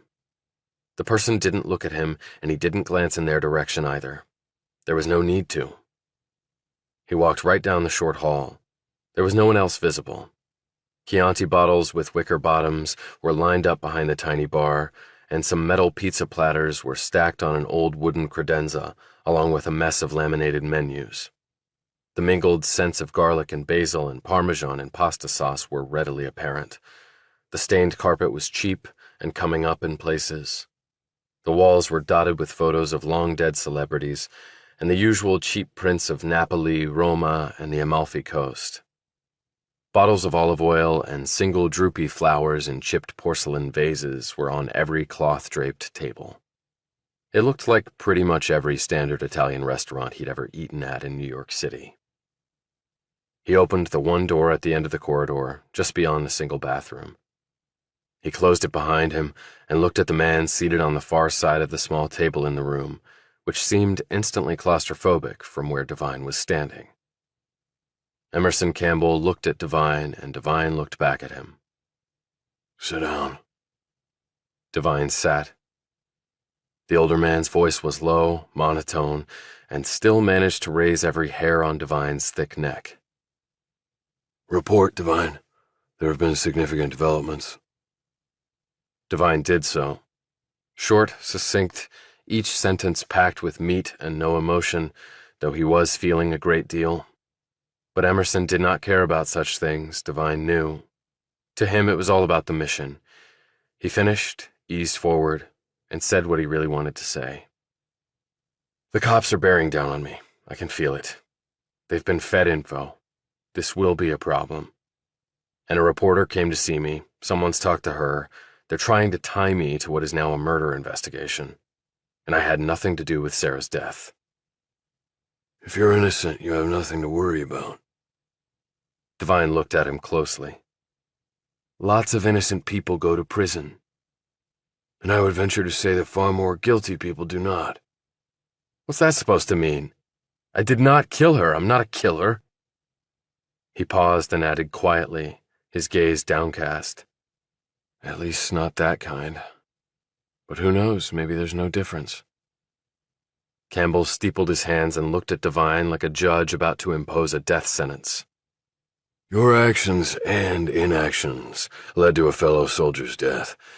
But this only happened when it became clear that Captain Hawkins was going to get away with the murder of a fellow officer after having an affair with the man's wife. You went through your chain of command. You tried to do the right thing for the fallen Blankenship.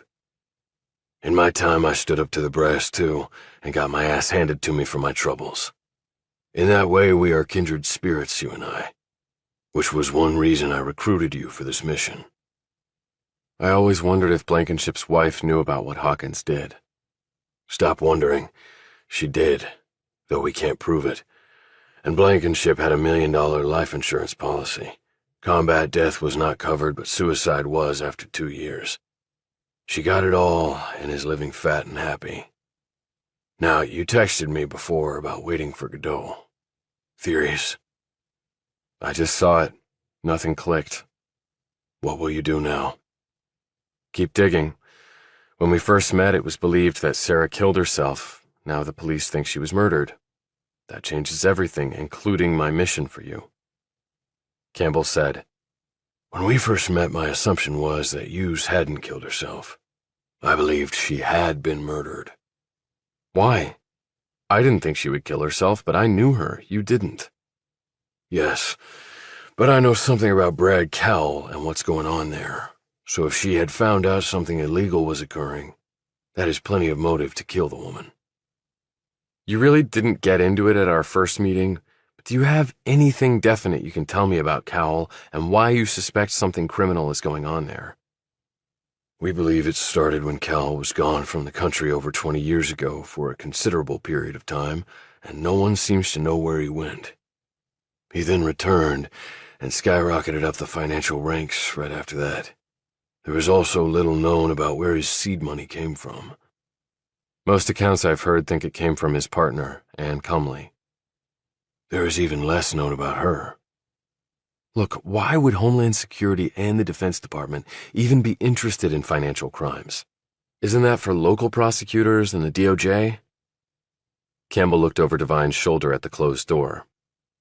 My job is to worry about enemies, both foreign and domestic, and right now we might have both. Devine tensed. Wait a minute, are you saying Cowell is some sort of, spy? For who? The man had nothing when he left the country over 2 decades ago, and then when he comes back, he's top of the mountain in less than 2 years. Doesn't that strike you as suspicious? You sound like a conspiracy theorist now. Conspiracies do happen, Devine, more than you probably think. And it's not just the dollars that Cowell is making. I really couldn't care less about that. But if there's something behind the dollars that attacks the national security of this country, then I care a great deal. So can you help with the cops and the reporter? The cops, yes. The reporter, I doubt it, but a reporter can't arrest you either. Maybe she can do worse. Campbell looked at him thoughtfully, and for such a long period that Devine finally said, What? Why Wall Street and Cal and Cumley? Strange career path for an Army Ranger. Why not? That's not an answer. Yet Detective Hancock didn't buy it either. Well then? I can make some money. My old man can be proud of me. And that's it. Isn't it enough? Would you like to hear what I think? Does it matter if I do or not? I think you picked an occupation that you loathe, and you did it because you knew your father, a man whom you also loathe, would approve. And why would I do that? It's your self-imposed penance, Devine. You let a fellow soldier die. You were never punished for that, and it bothers the hell out of you because you, unlike Captain Hawkins, actually have principles and a conscience. So you left an organization that had allowed you to reach your full potential. You left an organization that you never wanted to leave.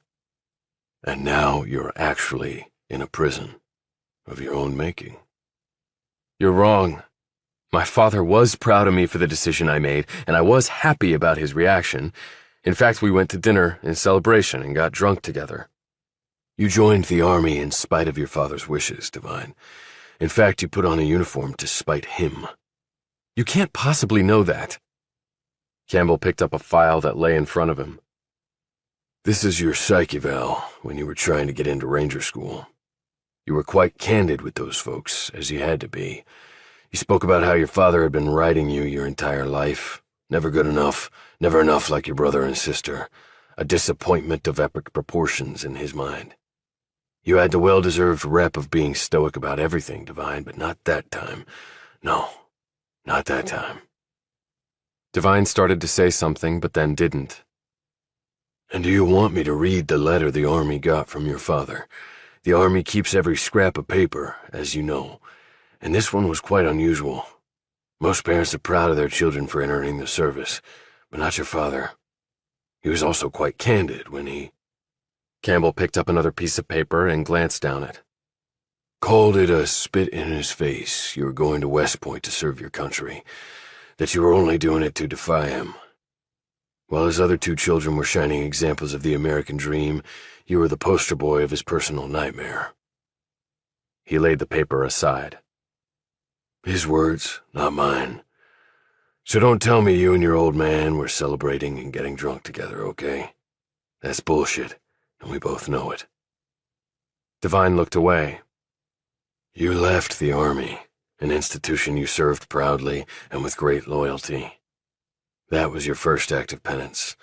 A career on Wall Street was your second. And is my work for you my third act of penance? That's up to you. But the question becomes for you, where does it end? According to you, I have the rest of my life to give in service to make up for what I did. So you concede my theory on the matter is correct. I concede nothing. And what does it matter now? It only matters, Devine, to you. But I would say this.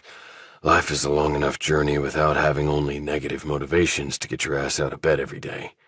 What I'm offering you is, once again, something positive to do with your life and serving your country.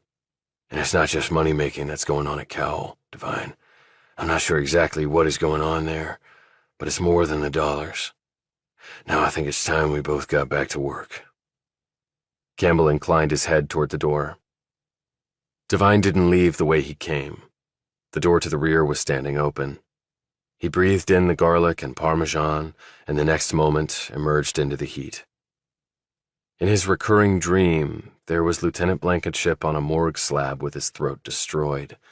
The other person he always saw was Captain Hawkins lying in the Afghanistan mountains, unconscious after the battle between the two.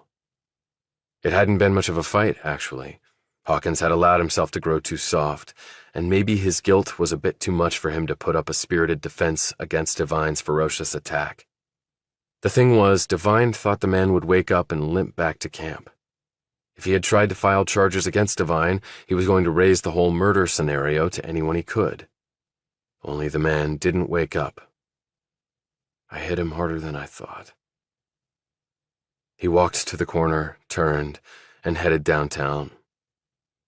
The cops were going to be coming after him too, and he needed to do something about that, despite Campbell's assurances of assistance. So Devine had somewhere to go and someone to see. One misstep now, and it was all over. Chapter 24. He had surveyed the quiet street and Park Slope for an hour and not seen a sign of any squad cars or cops. Hughes' house was evidentiary, he knew, but it was also not the crime scene. They might have gotten everything already. If so, he might be screwed. He tensed when he saw a cab pull up and the same couple from the previous night got out. They were dressed formally for an early Sunday evening in the summer. Him in a navy blazer, her in a skirt and heels. He wondered if they had dressed up to go and formally identify their daughter's remains, or maybe they had gone to a church to pray. Perhaps they had done both. They walked up the short flight of steps. He unlocked the door and they passed through. Devine gave it more time. He wanted to let them have a chance to settle if they had just come back from the police morgue, and he wanted to make sure no cops showed up to meet with them on either a prearranged basis or a spontaneous one. 20 minutes later, he eased out of his surveillance spot and walked across the street. He smoothed down his shirt and knocked on the door. It was answered a few moments later by the man. He was around 5'8", with glasses fronting periwinkle blue eyes that were rimmed with red from crying. Devine could see hints of Sarah in him. He had discarded the blazer and the cream shirt under it. He was in a white t-shirt and holding a cup of something. "Yes?" he said, his tone and look surprised. He probably knew no one in the area and was not expecting visitors other than the police. "Mr. Hughes?" "Yes, who are you?" He stared up at Devine with a bit of anxiety. Devine knew he could look intimidating as hell to certain people, particularly with his damaged face, and he moved to quickly diffuse any rising apprehension. "My name is Travis Devine. I worked at Cowell and Cumley with your daughter." From his pocket, he pulled out the lanyard with the photo security card attached and showed Hughes. "I'm so very sorry about what happened." Did you know Sarah well?" His voice cracked before the end. "She was the liaison with my group of interns. Everyone thought she was terrific." Fred? Who is it? The woman appeared there. She was as thin as her husband, but paler. Her hair was blonde with white roots. Her face was puckered, her bloodshot eyes wandering aimlessly at first, but then holding on Devine. She had on the same skirt but had shed the pumps. She was around 5'4" in stocking feet. Sarah had been nearly 5'9". Since Fred wasn't tall, there must be height somewhere else in the family tree, thought Devine. "This young man knew Sarah," said Fred. "He worked with her at that place." Well, please come in, Mr. Travis Devine, thank you. I'm Ellen. This is Fred. He stepped inside and Fred shut the door. Ellen motioned him to a chair, and the couple sat on the couch across from him. The place was decorated with a blend of Wayfair buys mingled with original creations from the unique shops that littered the area. It was colorful and bright and optimistic, right down to the throw pillows and the rugs over the wooden plank floors. The brick fireplace held pine cones, which was a nice touch, he thought, in the heat of summer. Devine had seen it all before, but when he had, Sarah Hughes was alive. Excuse me. Would you like anything to drink? Fred just made some coffee. Or iced tea? No, I'm fine, thank you. So, you worked with Sarah? Not directly, different division, and she was about 6 years ahead of me. He caught their looks and said, I went to West Point and then served in the Army for a number of years before leaving. Then I got my MBA. Well, thank you for your service, Travis, said Fred. I know this must be quite a shock to you both. The whole firm is reeling. Was there any inkling of a problem? Asked Ellen, her voice small, but her hopeful look looming large. Do they not know it was a homicide? None. She was doing great. I still can't believe that she took her own life. He paused, waiting for them to respond to what he now knew was incorrect information. Fred spoke in a trembling voice.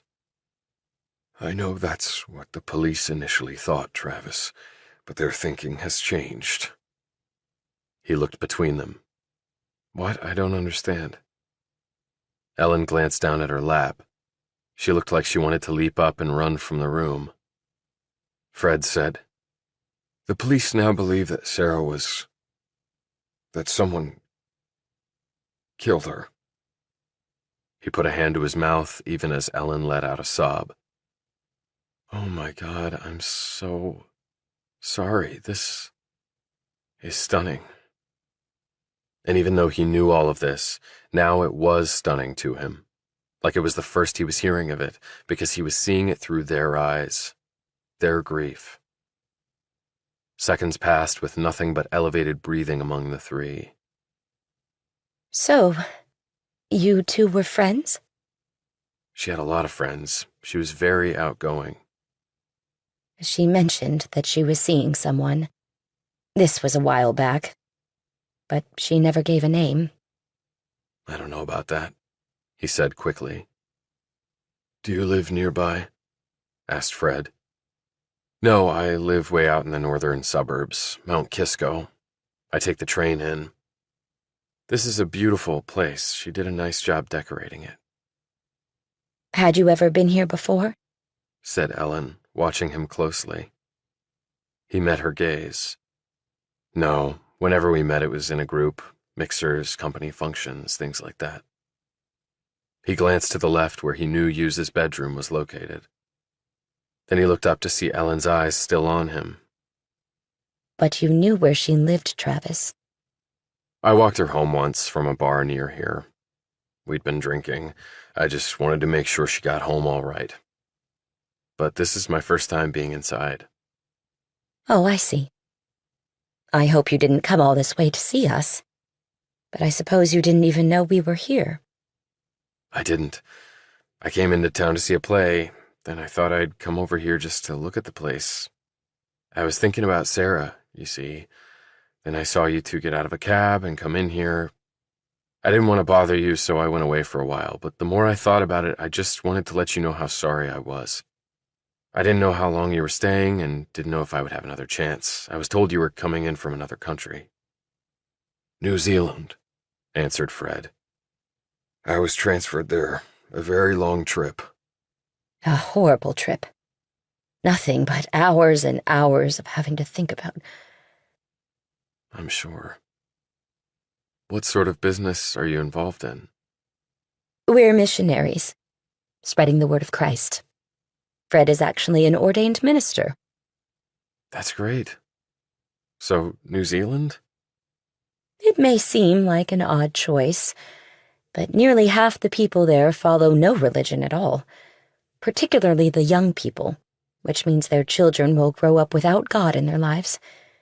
And while most Australians who practice a religion follow Christianity, the fastest-growing faiths down there are Hinduism and Sikhism. She frowned at this. Devine looked at Fred, who was staring at his wife. Now, those are fine religions, Ellen. Lots of people believe that way. I'm just glad they're practicing a faith. They have their God, and we have ours. My husband and I disagree on some things, but we find common ground where we can. I hear that most successful marriages do, opined Devine, glancing at Fred before looking back at Ellen. We just came back from... She eyed her husband. He finished for her. The morgue. I can't imagine how hard that must have been. I suppose you just assumed we were her parents, said Fred, obviously trying to move on from certain images, probably gripping all of them. Partly, but I see some of Sarah in each of you, though she was taller. My father and brother, said Ellen with a sad smile. They're both 6'4". Sarah took after them in the height department. He hunched forward, deciding to just go for it. Have the police been by? Are they keeping you informed of everything? They were here when we arrived last night, said Fred. They were already searching her things. I guess they'd do that with anyone, regardless of how she... But now that they know she didn't, that somebody... Right, sure. I guess they have to do all that. Get her electronic devices, diaries, whatever might help them find out who did this. Fred nodded in agreement. Yes, they took all of those things, at least the ones that were here, and they looked everywhere, very thorough, dusted for fingerprints, that sort of thing. They were pretty much done when we arrived, so they said we could stay here while we were in town. He looked around. She didn't have this place when we moved to New Zealand. She had that little apartment. Where again, Ellen? Tribeca. Right, Tribeca. Now she's out here in Brooklyn. I thought that used to be a bad area. Devine said, It's a lot better than it was decades ago. And consequently, the real estate has gotten really pricey. Anyway, this is the first time we've seen Sarah's house. We haven't been back until now, you see. He paused, gumming his lips. And now we are. Ellen just stared at the pine cones in the fireplace. She looked like she was puzzled as to why her daughter had not yet appeared and offered her coffee or tea or a hug. What play did you go see? Asked Ellen suddenly, her gaze back on him, unnervingly so, Devine thought. Waiting for Godot, Sarah actually recommended it to a mutual friend of ours. I've never heard of it. Fred said. Any good? He seemed to latch on to this line of conversation to escape, for at least a few seconds, what was crushing him. It definitely makes you think, said Devine, who was also thinking that Ellen Hughes would hate it. So I guess she never mentioned it to you? Fred shook his head. We hadn't heard from her in a while. When was it last, Ellen? The problem is the time difference. Her night, our day thing. But it had been over a week. She's our only child. Was our only child. She stopped talking and commenced quietly weeping. Devine started to think all this had been a very bad idea. He rose and said, I don't want to intrude anymore. Again, I'm so sorry, and if there's anything I can do while you're in town. He pulled out one of his cards with his direct business and cell phone numbers on it and handed it to Fred, who took it without looking at it. Devine glanced at Ellen, who was once more staring at him with an intensity he couldn't quite understand. Sarah did keep a diary, as you mentioned. But it's not on the list the police gave us. They couldn't find one. Yet she'd been keeping them since she was young. That's odd, said Devine, and it did seem odd. Maybe she started keeping everything in her personal cloud. Lots of people do now. I think Sarah was a very good friend of yours. Devine felt his gut tighten under her stare. I liked her. Everyone did. Ellen took the business card from her husband and gazed down at it for a tense moment. You're wrong there, Mr. Devine. What's that, honey? Said Fred sharply. Ellen turned the card over and over in her hands, like it was hot to the touch. Someone clearly didn't like Sarah at all. Chapter 25. When Devine got back to the house, Valentine was waiting for him in the living room, excitement and concern competing for equal time on his features. What's up, Will? Dude, the email? What about it? Did you find out who sent it? No, it's untraceable. Well, thanks for trying. It's the weirdest thing I've ever seen. I mean, it doesn't even look like an email address. No, Travis, is not that easy. I mean, I could not trace it. People I work with, they cannot trace it either. At first, I think it is some kind of weird spoofing email or maybe hexadecimal. What? Exclaimed Devine. Hexadecimal, a base system to simplify binary language computers use. But I dig deeper, and it is not that either. Okay, but people send anonymous emails all the time, said Devine. Don't they? There are many ways to sending such messages on internet, said Valentine. Cheap, not so cheap. Hard, not so hard. Devine leaned against the wall. You're going to need to explain that.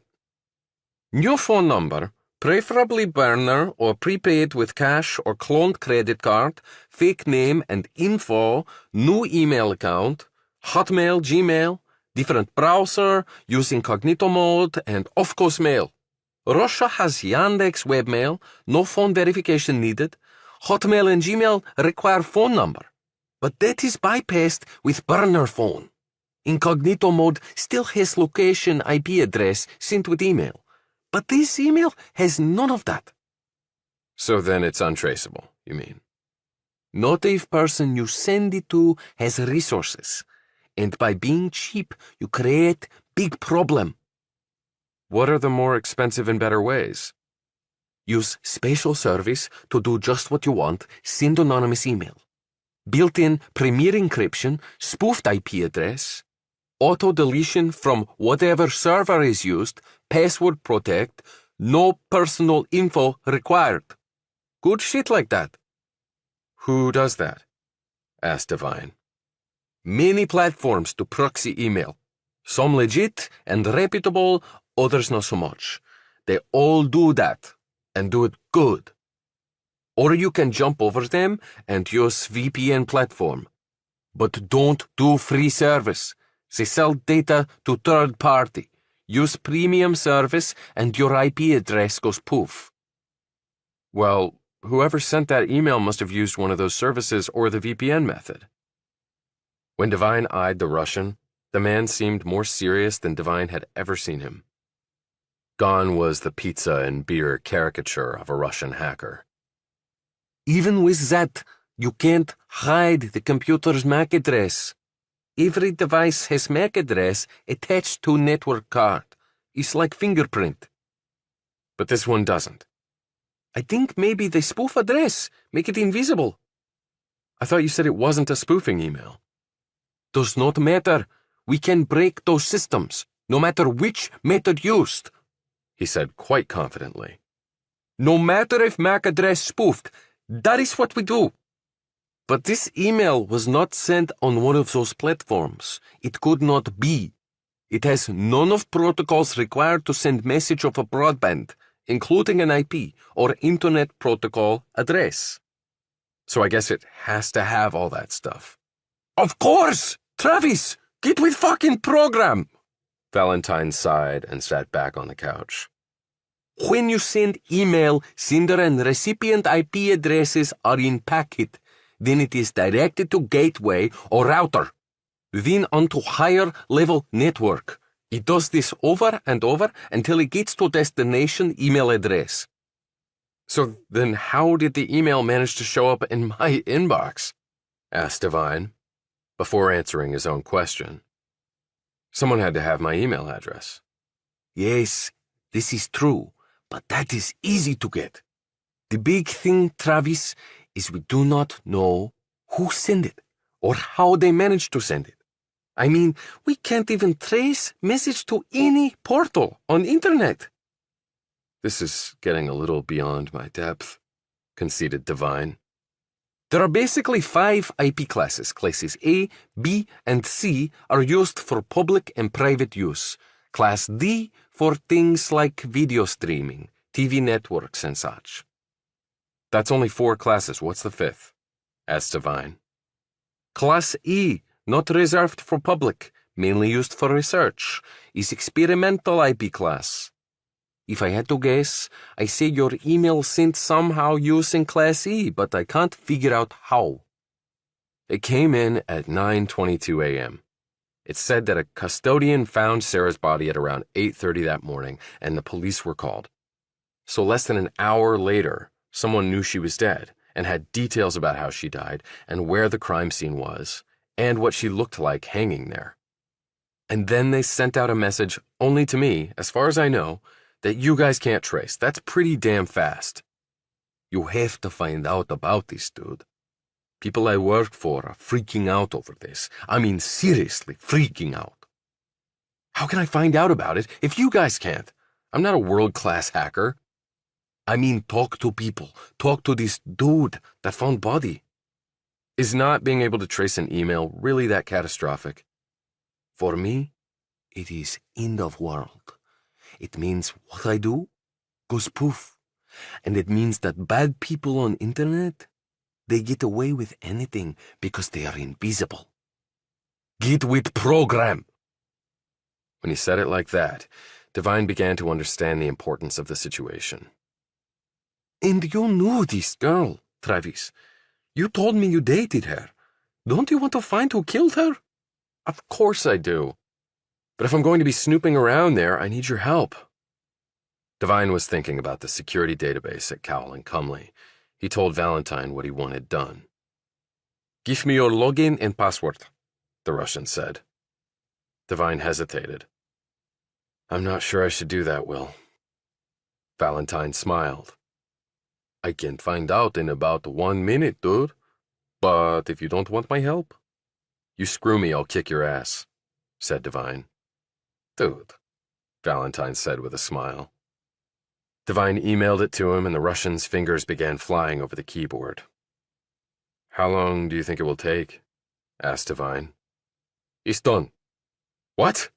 Your employer has bullshit encryption. I email you what you need to get into database. Valentine did so and said, And you Americans wonder why you get hacked all the time.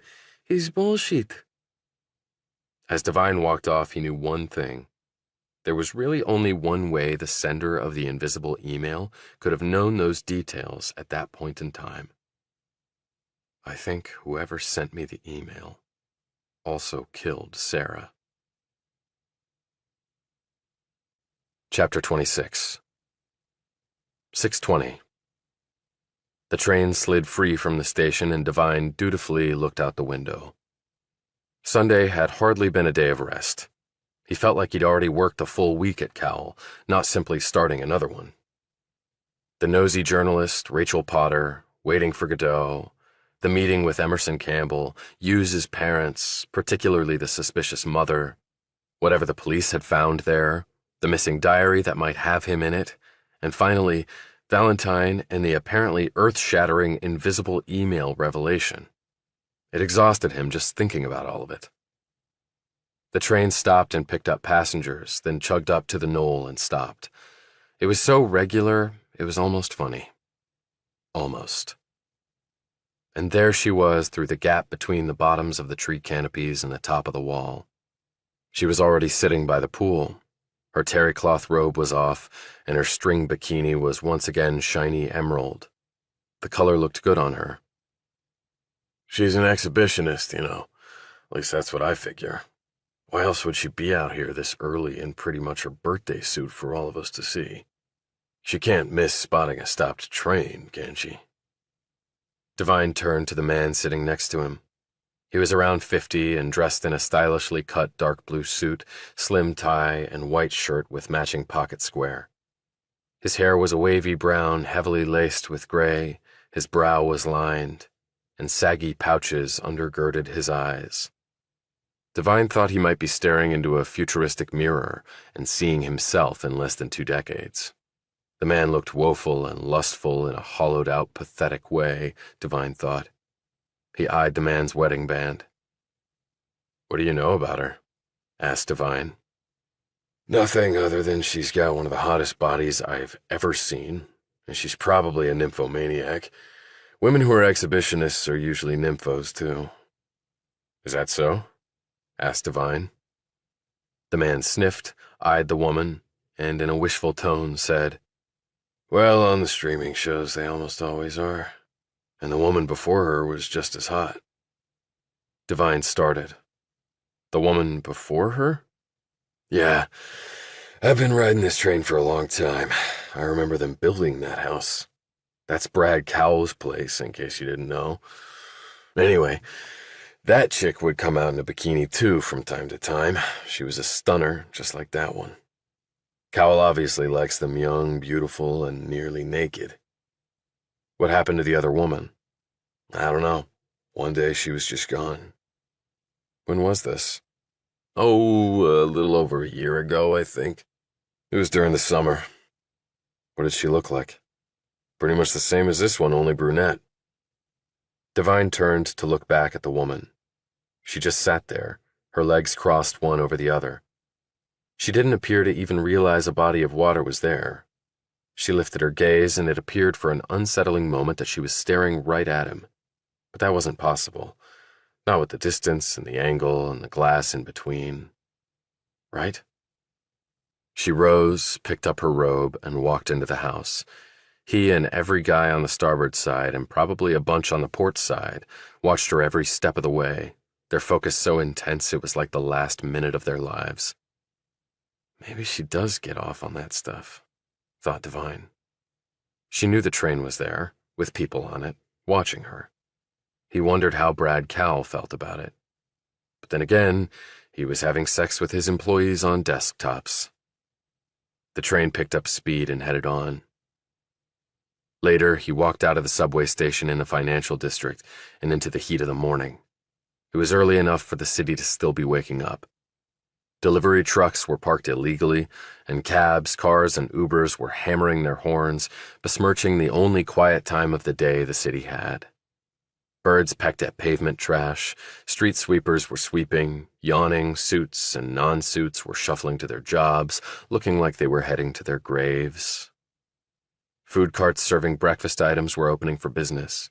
Later, for lunch, there would be offerings of grilled halal, chong fun, rice noodles, and Indian king biryani, and traditional fare like pretzels, hot dogs, falafel, Tex-Mex, steak, barbecue, and sushi.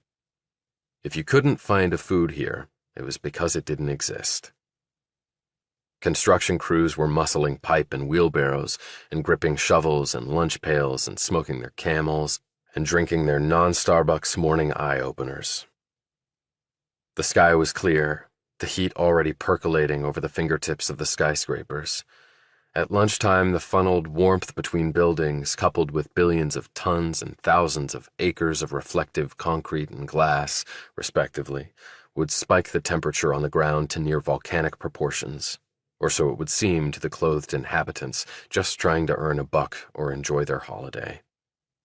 And while he thought about all of this, Devine also mulled over his very serious problems. He had paid a visit to and raised the suspicions of a grieving mother. He, and apparently only he, had received an untraceable email about a murder. And the email had not stated that Sarah had died by suicide. Devine realized he had just assumed that was what the email had implied. Yet it had only said that she was dead, and then it had gone on to describe the hanging body. It was Wanda Sims who had mentioned suicide. She said she'd overheard the police, and Detective Hancock had confirmed that initial opinion during their first meeting. He had to talk to people to find the sender of the weird-ass email because it apparently could not be done with computer keys and a server. For Devine, it was actually refreshing to see that not every single problem today was solvable by technology alone. Sometimes a little shoe leather and the semblance of a personality and a few well-formed questions might just do what artificially intelligent thinking and petabytes of data hovering in fake clouds couldn't. But the email was tied to Hughes' murder, which had to be tied to whatever nefarious things were going on at Cowell, and this was exactly what Emerson Campbell had told him to work on in order to stay out of a military prison. His marching orders couldn't be clearer. He knew the guard currently on duty at Cowell. His name was Sam. He was around 60, grizzled hair, pale skin, sloped shoulders, big gut that stretched his shirt's fabric to near its breaking point, and a pleasing smile to top it all. He seemed like a favorite uncle or grandfather who would get down on the floor and play with the little ones, a beer in hand. Devine walked up to the granite-topped reception console and placed his leather briefcase on it, rubbing a few sweat bubbles off his forehead. "Hey, Sam." Hey, right back, Devine. "Pretty crazy shit happening around here." Got that right. Police have been in and out. New developments. "Right, I heard. Murder instead of suicide. Pretty damn big difference." Hell yes, it is. "You knew the woman?" asked Sam. "A little. You ever see her?" Oh, yeah. Always a smile and a wave. Nice young lady. Damn shame. "Understand one of the custodial staff found her." Sam shook his head and grimaced, as though something foul had entered his mouth. Jerry Myers. Thought the poor guy was going to stroke out. He come running in here screaming about this gal hanging in the storage closet. I thought he'd lost his marbles. I mean, in this building. What the hell, right? Devine stiffened. "Wait, he came all the way down here to tell you? He didn't call you or the cops from up there?" No, he didn't, the knucklehead, but he was upset. Poor guy had never seen anything like that. He went into the storage room to get something and bam, there she is. Would have shocked anybody. So I cut him some slack on not phoning from up there. I called the cops, and then me and Jerry both went up there. I was really hoping the guy was drunk or having hallucinations or something, but nope, there she was. Poor lady. I used to be with the Newark Police Department, but I have to tell you, I felt my breakfast coming back up on me, too. "I bet. By that time of the morning, there must have been a full house up on the 52nd. That's why I hustled up there as soon as I made the 911 call, and had another guy cover the front to let the cops up when they arrived. I mean, it was a potential crime scene, and there were protocols and all. See, at that point, I didn't know how she died. Nobody did. But you gotta preserve the evidence. Lucky you got up there so fast before anyone knew what had happened." Sam eyed him closely. Well, fact is, I can't vouch for that. "What?" Jerry left the door partially open. At least that's how we found it. "Did he say that's how he left it?" asked Devine. Hell, he was so shaken up he could barely remember his own name. The cops got there about 5 minutes later. I didn't want that responsibility any longer than I had to. "And what did you do after that?" asked Devine. Hung around up there in case they needed anything. "Talk to anybody?" Just Jerry and one of the cops. "None of the office staff or people like me?" By the time the staff started trickling in, the cops wouldn't let them get off the elevator. I didn't see anybody else. "Never mind the admin, folks. There must have been a crew like me up there by then. It was going on 9. What can I tell you? I didn't see any." What the hell? He thought about Wanda Sims up there getting people out of their offices. That did not mesh with what he had just been told. So I guess Jerry probably quit after finding the body, or took some time off at least. Sam waved this off and sipped on coffee in a mug emblazoned with the New York Giants football logo. Nah, he's a single guy with no kids whose job pays real good with benefits and all. You can't just throw that away. He's here now, in fact, up on the 34th changing light bulbs. At least that's what he told me a few minutes ago. Okay. Hey, hang in there. Sam smiled. I got it easy, Devine. You're the one busting your hump. And for what, I ask you? All you need is some food, a roof over your head, a few brewskis a day, baseball in the summer, and football in the fall, a missus to watch over you, and you can be a happy man. Thinking that Sam was more right about that than wrong, Devine got in the elevator and headed to the 34th floor. Chapter 27. The admin cubicles up here were not occupied. These folks simply earned a salary, no more and no less, regardless of how hard they worked. So unless there was some sort of apocalypse, they came in at 9 and left at 5 or close to it. Jerry Myers was up a ladder down one of the halls. The suits hadn't arrived en masse yet here either, Devine knew. He would have heard fingers clacking on computer keyboards behind the closed doors. Most of his kind got in around 8, but didn't leave until around 9 at night, and there were no water cooler breaks at Cowell and Cumley.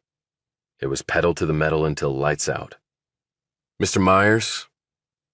The man turned on the ladder and looked down at him. He was about Devine's height, barrel-chested and strongly built, around 45 with a thick head of dark hair. Yeah? I'm Travis Devine. I work here.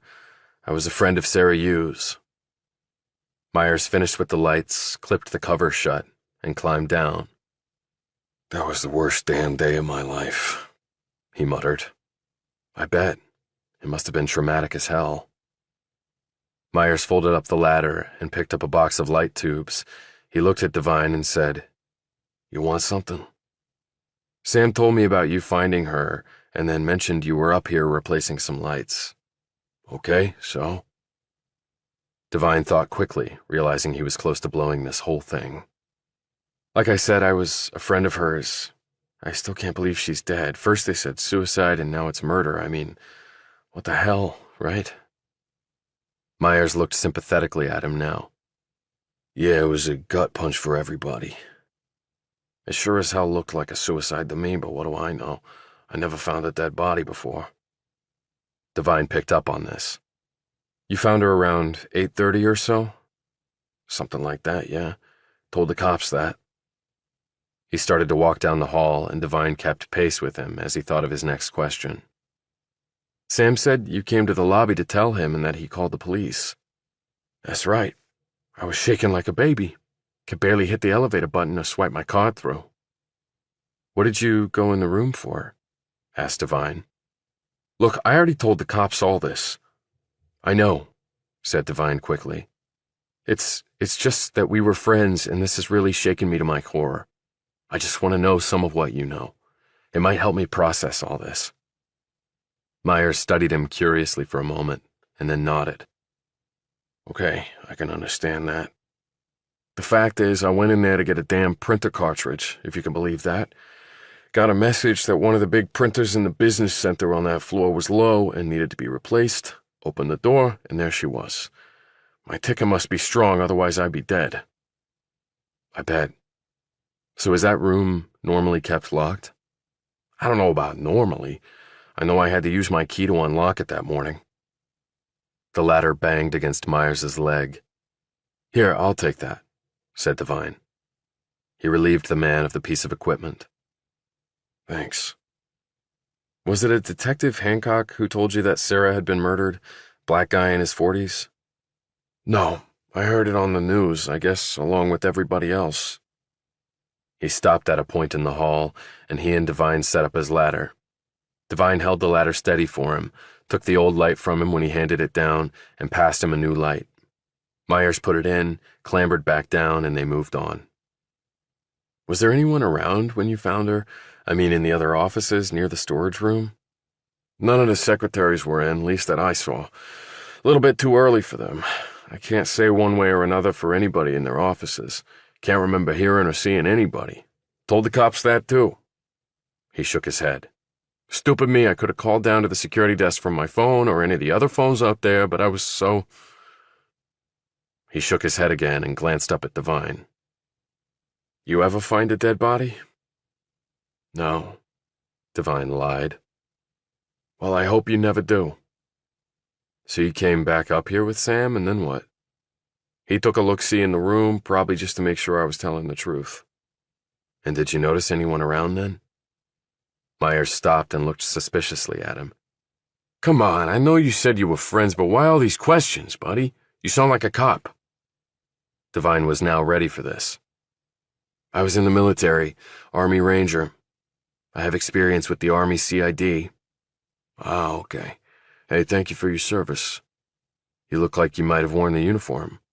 Wanted to, but my eyesight and hearing weren't good enough. Failed the physical. Wear a hearing aid and contacts, but they got minimums even with that. Yeah, I know. So, anyone else around? Not that I could see. Quiet as a tomb, said Devine. Myers visibly shuddered. Yeah, about the time the cops got here, some of the secretaries were arriving. How about the suits, meaning non-admin people? Nope. Don't remember seeing any of them. But isn't that strange? They all get in before the staff. Don't know what to tell you. He glanced at Devine. Is that what you do here? Yeah, but I work on another floor. Then the cops secured the room and started clearing the space? Yeah, but only after the detectives showed up, you know, those guys in suits. Until then, they wouldn't let anyone off the floor, including me. Later, they took folks down to a conference room on another floor, I guess to take statements and such. That's where the cops took my statement and then cut me loose. I went outside and just walked around. I couldn't get her image out of my head. How long do you think it was between the time you left the body and then returned? Myers knitted his brows and then said, I had to explain things to Sam and I was all tongue-tied, so that took a bit. Then he had to call the cops, then he had to get another guy to cover the lobby. Might have been like 6-8 minutes, something like that. Maybe a little longer. I wasn't looking at my watch. I do know after we got back up, no one went near that door other than me and Sam. Okay. Look, I appreciate your time. Myers studied him for an uncomfortably long moment. You two must have been really good friends. We were. He left Myers and walked back out into one of the main areas for the secretarial staff. Grunts like him were sequestered in large interior windowless offices, separated into cubicles, so their focus would be total. The company executives had the corner offices with views outside. He walked through the staff slots until he spied an empty space. No photos, flowers, other personal touches, but it did have a computer, with the login information for the computer helpfully printed on a post-it note stuck to the screen. Decent security defeated by a tiny slip of yellow paper and a lazy or forgetful employee. He sat down and used the information Valentine had sent him to get into the security logging database. He typed in the search. Who had accessed the 52nd floor on Friday morning? Because it would all be in there, and at least that would tell him who was around. It was likely that whoever had sent him the email had killed Hughes, and the person would have been in the building the previous night between midnight and 4. But there was still a chance that someone else had killed Hughes, and the email sender had simply seen Hughes's body between the time Myers had found it and when he and Sam had returned to the 52nd floor. If so, Devine wanted to find that person and ask them why Devine had been sent the email. Did they know about me and Sarah? He waited for the names associated with the swipe cards to cascade down the screen. At that time in the morning, the floor should have been filled with stiffs like him. He was thus stunned when not a single name other than Jerry Myers appeared on the screen as having accessed that floor on Friday morning. How was that possible? He did another search and then popped his head up for a moment to make sure the coast was still clear. He checked his watch. He still had time. Okay, now he was going for the big fish as he put in his search parameters. Who had not left the building the night Hughes was killed? Before he hit the return key to initiate the search, he recognized there was a flaw in this methodology. If people had left in a group at night, which they often did, it would only take one of their security swipe cards to send all of them down to the lobby. And you didn't need your card to leave the building after hours. You just hit an exit button set next to the doors. You also didn't need your card to enter the building during normal business hours, but you did need it to access the elevators. So the electronic count of the people coming and going really wouldn't be accurate. But the record of anyone's coming into the building within the time frame the cops were looking at would clearly be relevant, since no group would be coming in between midnight and 4 o'clock. He also checked the log and saw that Hughes had used her security card and arrived on Thursday morning at 7:30. However, there was no record of her taking the elevator down that evening. That could have been because she left with a group, so he checked to see if Hughes had returned later that night. But there was no record of that either. She had probably never left because someone had prevented her from doing so by killing her. But why had she been there that late in the first place? Was she working? Or maybe meeting someone? Like Brad Cowell? Like Jennifer Stamos had? He modified his search and hit the return key, and waited. It didn't take long. Only one name came up. Logged in at midnight and logged out at 1:10 on Friday morning. Perfect window to kill Sarah Hughes. He looked at the name, both seeing it and trying to unsee it. Travis R. Devine. Chapter 28. Devine left the floor and headed to another using his security card. Right now, he needed to answer a question, and he thought he knew who might be able to help him. When the cops saw that entry log, things were going to go from bad to infinitely worse for him. He was surprised they hadn't already seen it and arrested him.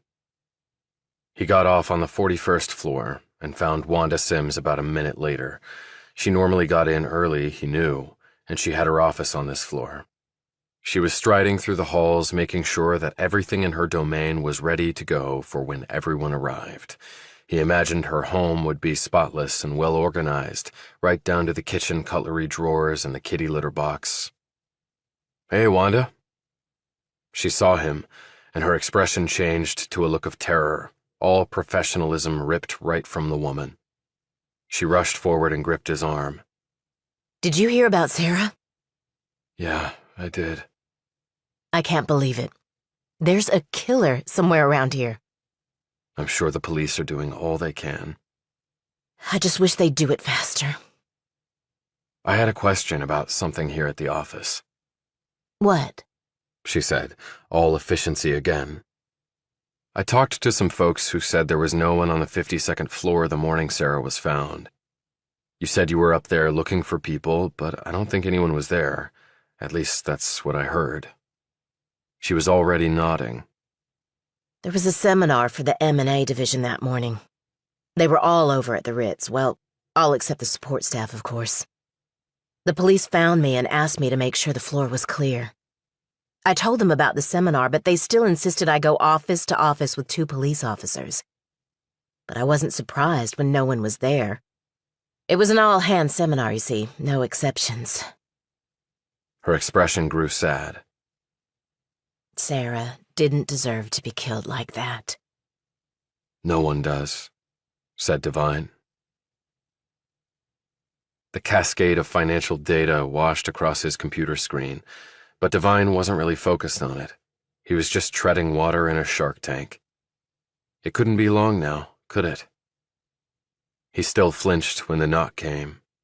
The door opened and a woman's face appeared. She was one of the staff here. He couldn't recall her name at the moment. His mind was already moving past her. He started to rise even before she spoke. Mr. Devine, someone wants to speak to you. He slipped past the other cubicles. Several heads lifted to glimpse him for a moment before falling back to their screens in the pursuit of vast wealth thereon. He followed her down the hall toward the elevators. There were 2 men there, both in suits that looked more like his than most of the other suits here, meaning rumpled and cheap. One was a little taller than him, about 6'2", beefy, around 50 with grayish hair parted on the side. His partner was in his 40s, balding, 5'10", and lean, with an expression that gave away nothing. The woman didn't make introductions. She just scurried off while the men showed Devine their badges and identified themselves.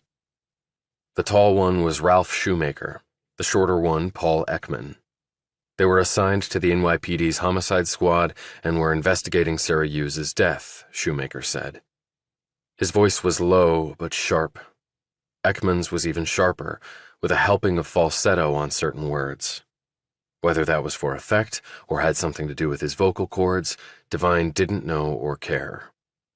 "We'd like to talk to you, Mr. Devine," said Ekman. "Okay, seems like lots of people want to talk to me lately.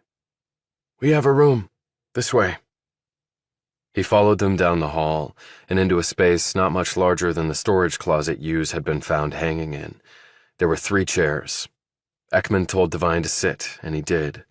Both men sat across from him. There was no table separating them. They were nearly knee to knee. Devine knew this was intentional. Take away personal space, and you got your target on edge from the get-go.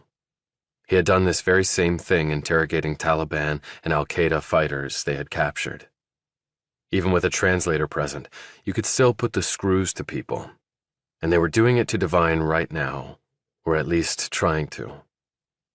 Ekman took out a notebook, while Shoemaker leveled his gaze at Devine. Shoemaker said, "Ranger, huh? My son's in the Army, infantry. He's in South Korea." "Yeah, I did a stint there too." "You earned lots of medals. Wounded, twice. Served your country well. Hell of a soldier." "I did my job." "You were friends with Sarah Hughes?" "I knew her." "That's not what I asked." The man's expression didn't change, though the tone of his words had. It was neatly done, thought Devine. He had sat through these sorts of interrogations before, when he was having his security clearances updated, and was being grilled on whether he'd ever had sex with animals. He could appreciate skill when he saw it. "We went out to mixers. I saw her at group events. I liked her. I think she liked me. If that's being her friend, then I was her friend. But so were other people." "You went to her place, visited with her parents. Out of all the people here, you're the only one who did that." Shoemaker sat back and unbuttoned his jacket.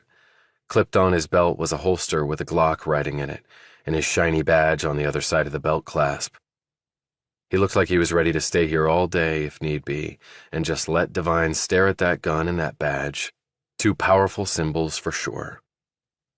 "I was walking past her place and saw them." "How'd you know where she lived?"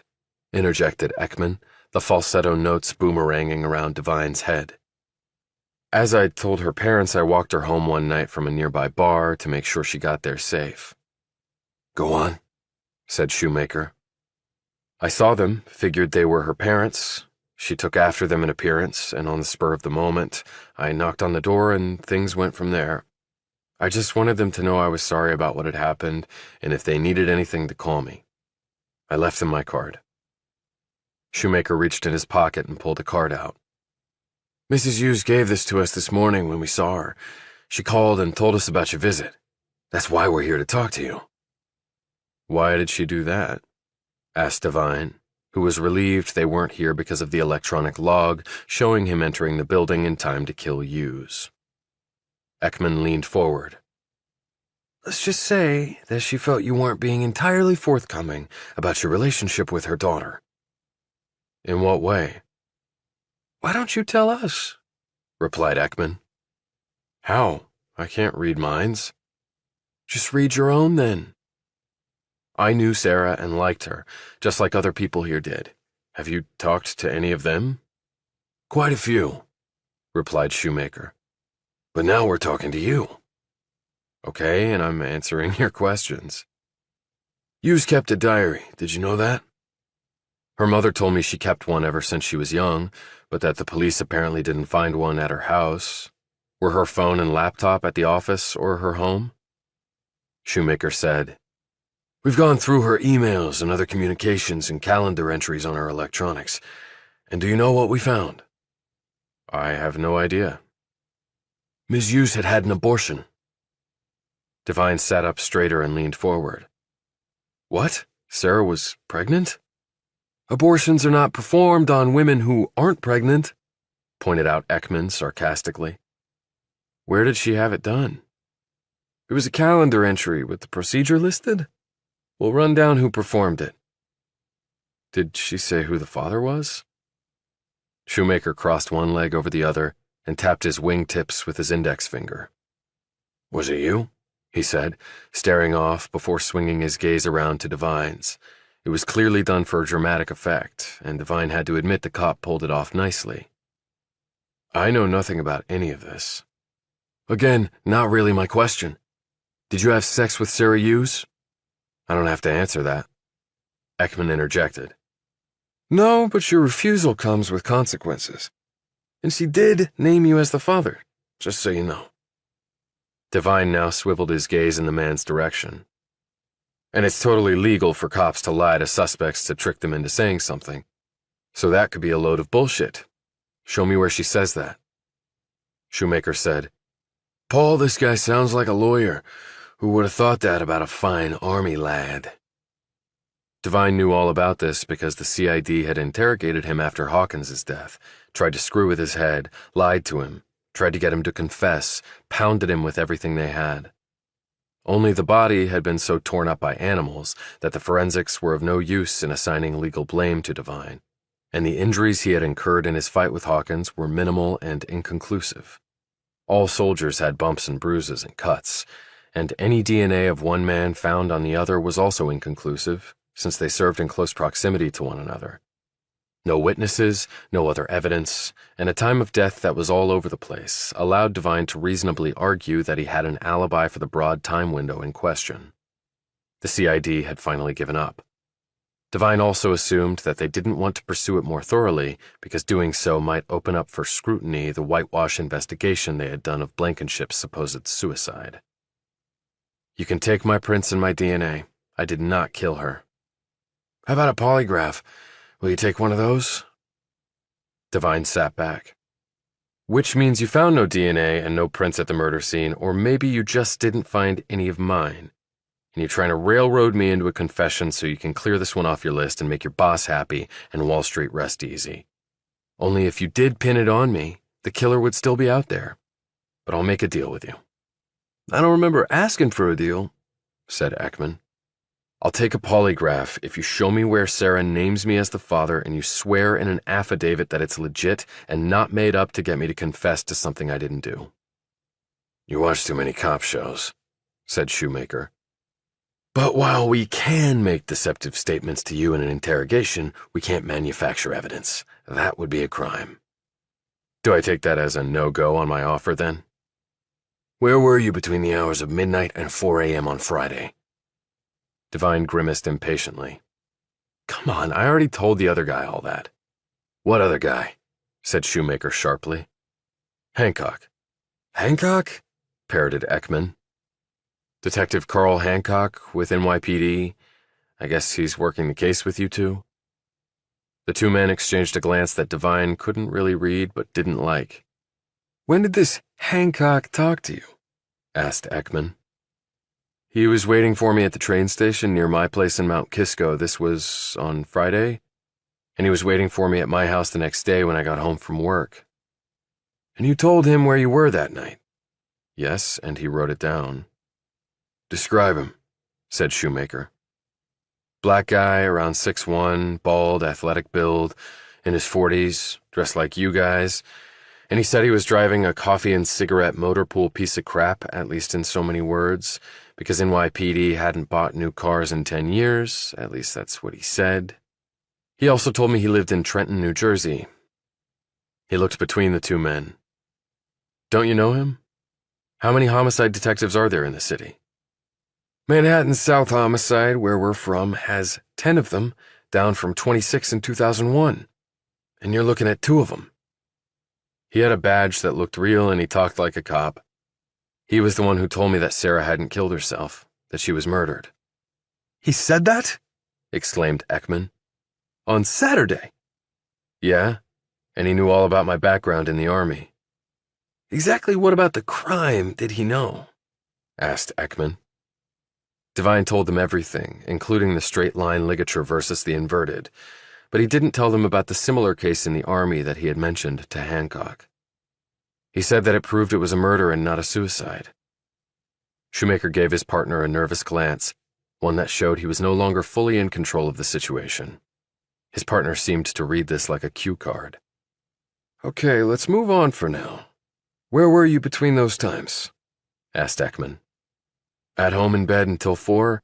Then I was doing my workout at the high school next to where I live. Then I showered, dressed, and took the 6:20 train just like always. Must be cameras in the station to show me coming in. Not that many people are there at that hour. Shoemaker said, You could have killed her that night, taken the train home, and come back into town on the 6:20. But again, the train station may have cameras, and the office building has a security guard. You didn't have to take the train, Ekman pointed out. And the guard makes rounds. But you need a security card to get in the building. There's a record of coming and going because of that. And it shows me coming and me going at the critical time in question, so why are you jerking my chain on all this other crap? Wondered Devine. We're checking all that, said Shoemaker. It's taken a little time to pull the records. And I won't be happy with what you find. You get up at 4 a.m. to work out, said Ekman. Doesn't everybody? Anybody corroborate this? No, I slept alone and I worked out alone. Nobody else around. No roommates? Yeah, 3, but they were asleep at that hour like most normal people. They can't alibi me. How do you know? Asked Ekman. Because I asked them if they could when this Hancock guy showed up and seemed to be trying to pin all this on me, but they couldn't, and I wouldn't ask them to lie. Shoemaker studied him so closely that Devine was sure the man was going to read him his rights and cuff him. What a nice guy you are, he said, but there didn't seem to be much acid behind it. The big cop just looked truly confused. If you saw this Hancock again, would you recognize him? Asked Ekman. Hell yes, I would. I don't like getting played. And why pick on me in the first place? That's what I don't get. Well, maybe there's something special about you, Devine, at least when it comes to Sarah Hughes, said Shoemaker. Devine didn't like any bit of that remark. The two men rose as though connected by string.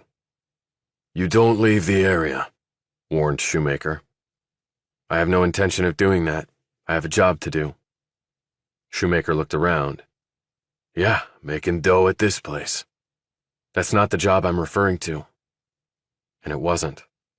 He was thinking about Emerson Campbell and the mission. He was also thinking about dead Sarah Hughes. Shoemaker and Ekman exchanged curious glances and then left. Devine sat there for a few minutes digesting everything that had just happened and trying to place it neatly into certain boxes in his mind that would make the most sense. Some of it did. Much of it didn't. Sarah was pregnant and then had an abortion. This news was staggering to him. He ran a hand through his hair and closed his eyes for a moment, trying to process all this. Was I the father? We slept together once. I didn't use protection because she said she was on the pill, but maybe she wasn't. They didn't say when she had the abortion. Did I lose a child and not even know about it? He rose and looked out the small window. Staring back at him was another building of equal height. He felt boxed in, trapped, blindsided beyond all reason. And they're going to look at the entry log, and they're going to see my name as the only one, and then they're going to be back with an arrest warrant. And who the hell is Carl Hancock? But now it made sense why the guy had approached Devine away from the office both times. If he wasn't the real cop, it was much safer that way. He lifted his lanyard from around his neck and looked at his security badge. He had not been in the building when Hughes had been murdered. So maybe someone had stolen his badge and then returned it before he woke up at his home in the suburbs, which he did not think was likely at all because the timing was just too tight. Or maybe someone hacked into the system and set me up as the fall guy. That was also not easy to do. But for the person who had sent an email that could not be traced by the best in the business, it might be a piece of cake. He shuffled back to work, with what felt like a knife sticking right in his gut. Chapter 29. When Devine returned to his office, he found several of the other burners staring daggers at him as he walked in. He retook his seat. Something was up. Somebody knew what was going on and had shared it with others. Emails and texts must have been flying since he'd been gone. Devine had a few people here he'd gone out with on occasion for beers or meals and a couple of concerts, and he counted Wanda Sims as a friend. His direct supervisor had lots of newbies just like Devine to oversee, and the unwritten rule at Cowl and Cumley was you never got close to any burner because chances were very good they would be gone in less than a year. And the competition here was so fierce that close friendships were just not possible. At least that was the perennial vibe around here. But he knew what his fellow associates were thinking. Devine has the cops all over him. Devine killed Sarah. I knew he looked creepy. Maybe PTSD. Asshole. Hope they fry him.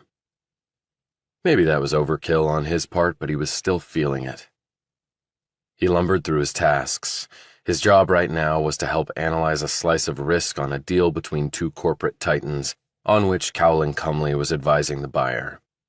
On the other side was the mobilized army of Venerable Morgan Stanley. Both clients wanted this spin-off of a subsidiary and a management-led buyout to be completed, so the deal-making was fairly amicable. It was what was known in the business as a shit sandwich.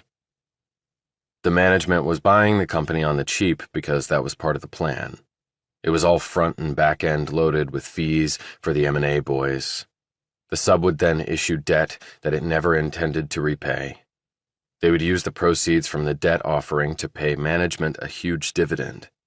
Then they would go back to the bankers, wrap the junk debt with some decently rated stuff into a CBO or collateralized bond obligation, and then sell it off to pension funds, police unions, and grandmas. Management would next bleed the company dry, sell whatever of the assets it could make money off of, fire a quarter of the workers, raid the pension plan in such a complicated way prosecutors would never be able to prove anything, and eventually leave the remaining workers hanging without paychecks or health care. When the debt went bad, which it was designed to do, they would go back in, peel off the good stuff, and make even more money off that, while the grandmas and the workers went to the poorhouse. They had no recourse, because to have recourse, you needed to hire lawyers. And even if the grandmas had any money left, folks like Cowl already had the best attorneys in the business. The litigation would take years, and by the time appeals were done, the deep pockets would have vanished under a wall of legalese, and there was no money left to pay off any judgment. Heads I win, tails I win even bigger. And you, Grandma, you lose every single damn time. He hated every tap of the keys. He despised every dollar moving across his screen. He loathed the fact that the rich were getting unbelievably richer by pitting everyone in this room against one another. And in 20 years, the ones who survived would be at the top looking down at a new crop of suckers and doing the very same damn thing. It was a hamster wheel of plutocratic proportions, aiming straight for something maybe even worse. The man next to him got up abruptly, holding his stomach and looking a bit green. Devine knew he was from Connecticut and had gone to Yale. His father was the CEO of a Fortune 100. The guy really wanted to be a full-time gamer, he had told Devine, but the old man had threatened to cut him off if he did. So here he was, looking ready to puke. When Devine gazed up at him, he stammered in an embarrassed manner. "Stomach bug. Had it all night." Then the man rushed out of the room. "Thanks, bud. You've only been sitting next to me all morning." He glanced over at the guy's screen, which had not gone blank yet. Streams of numbers flew across it. He didn't know what his fellow burner was working on, so the data lines didn't make much sense to him. Actually, nothing made much sense to Devine now. At lunchtime, he swam against the current once again and rode the elevator down to the third-floor dining hall. He got his food and was going to sit by himself. Until he saw her. Jennifer Stamos, looking stricken and lost, was sitting alone at a table with a nice view of the East River. However, from her expression, the woman didn't appear to even be seeing it. He carried his tray over to her and said, "Want some company?" She looked up at him in a daze. Okay. He sat, sipped his iced tea, and looked her over. Her makeup had hidden some of the dark circles under her eyes, but not every fragment of them. Her face was pinched, and her normally luxuriant hair seemed thinner, less robust. You doing okay? No, I'm not. She glanced at him. I heard the cops talk to you earlier. They were asking about me and Sarah. Did you know she was pregnant? Stamos tensed for an instant. How do you know she was? Because the cops told me she'd had an abortion? She said aggressively. Did they want to know if you were the father? They did, actually. And were you? No. How would you really know whether or not you're the father if you had sex with her? Who says I had sex with her? And I didn't kill her. Some guys kill women who are pregnant by them.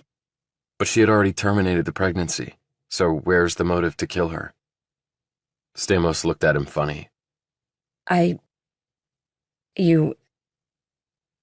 guess you're right about that.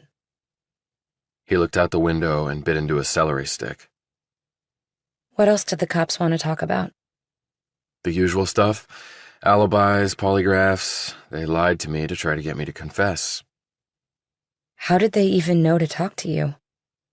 I'm sure they're talking to lots of people. I wouldn't be too sure about that.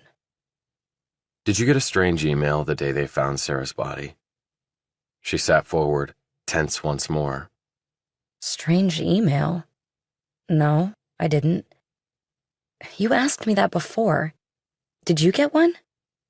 You mentioned it talked about the details of Sarah's death. What exactly did it say?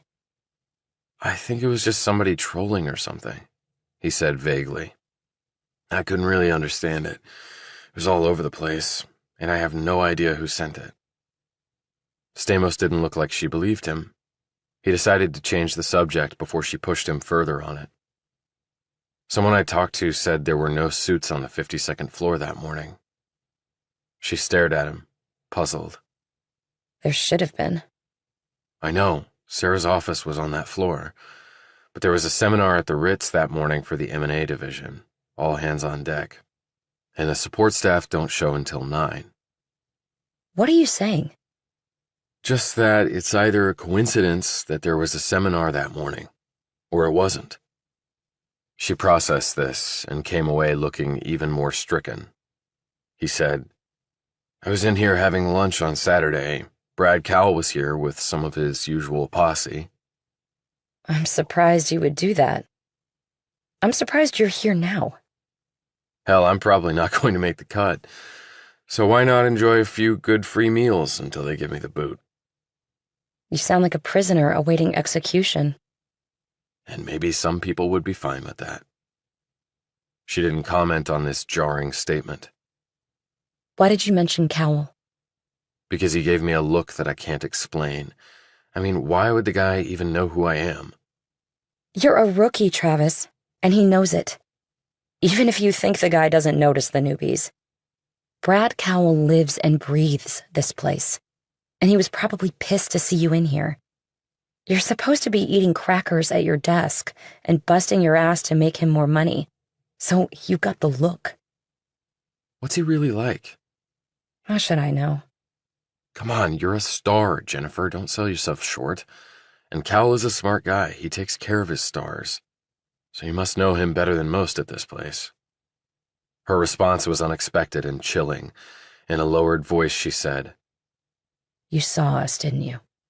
What? That bullshit explanation about calling me sweet cheeks? She leaned forward and spoke in an even lower voice. You were in the building that night. You didn't leave your phone behind. You went up to the 52nd floor and saw us. And you're here trying to, I don't know, blackmail me? Or make me feel like shit? Or both? If I knew what the hell you were talking about, I'd answer you, but I don't. She gave him a patronizing look, and he answered it with one of bewilderment.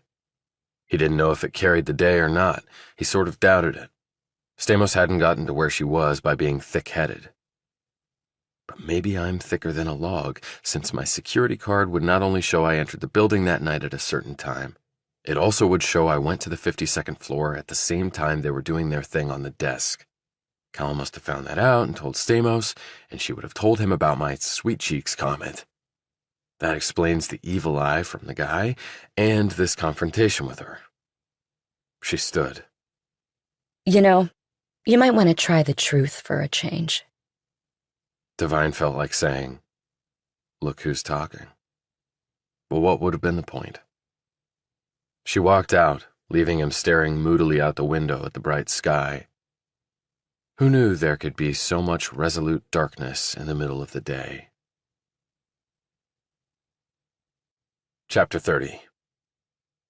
As Devine was leaving that evening, a man in a dark suit and a blood-red tie and sporting a self-important demeanor approached him in the lobby of the building. "Mr. Devine, I'm Willard Paulson, special assistant to Mr. Cowell." "Okay."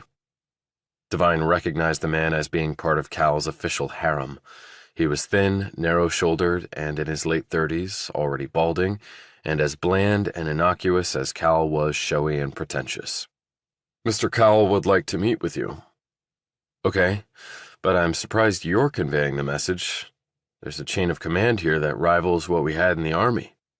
Normally this would go through your immediate supervisor, but Mr. Cowell preferred to go outside the normal channels." "And why is that?" Paulson bristled at this response, obviously not expecting any reply other than, "Yes, sir, thank you, sir, for this gift from heaven to meet with Emperor Cowell." "He didn't say. Where and when?" "At 10 this evening. Here's the address." He handed him a slip of paper. Devine took it but didn't look at it. "Is this really necessary?" "You must be joking. It's Mr. Cowell. Do you like working here?" "Best job I've ever had," he said with as much sincerity as he could muster, which, granted, wasn't much. He headed to the subway, unfolding the piece of paper and reading off the address. Well, this could be instructive, or maybe disastrous. Devine took the train to Mount Kisco and walked quickly home, sucking in the heat and humidity. His mind was going 1,000,000 miles an hour and still getting him nowhere fast. Valentine, with his gamer headphones on, was lying on the couch working on his laptop as always. A beer was on the floor next to him. He looked up as Devine came in, his expression anxious. He had apparently been awaiting Devine's return. "So?"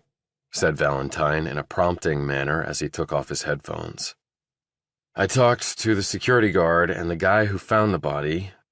That room was unguarded for maybe a max of 10 minutes. But there was no one on the floor because there was a seminar for people like me at an off-site location, and the support staff weren't in yet." "So how did whoever sent message get all that info?" "I don't know. The killer would have known some of those details when he murdered her. But the person could not have known that Sarah had been found hanging in that room by a custodian unless they were around at the time and either saw it for themselves, which is doubtful, or someone told them shortly thereafter. And that just isn't likely. And I don't think anyone else got the message that I got, or if they did, they're not saying anything." "So during those 10 minutes, maybe person sending emails saw the body and stuff, and saw the custodian finding the body. But that's not certain, and I'm still working on it. By the way, I used the info you gave me to access the security logging database, and I've got a question." Valentine closed his laptop and looked up. "Shoot, dude." Devine explained to Valentine about the security logging system at Cowell using the RFID cards.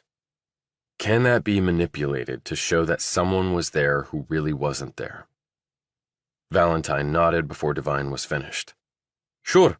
Clone card. Then it like electronic twin walking in place, easy peasy.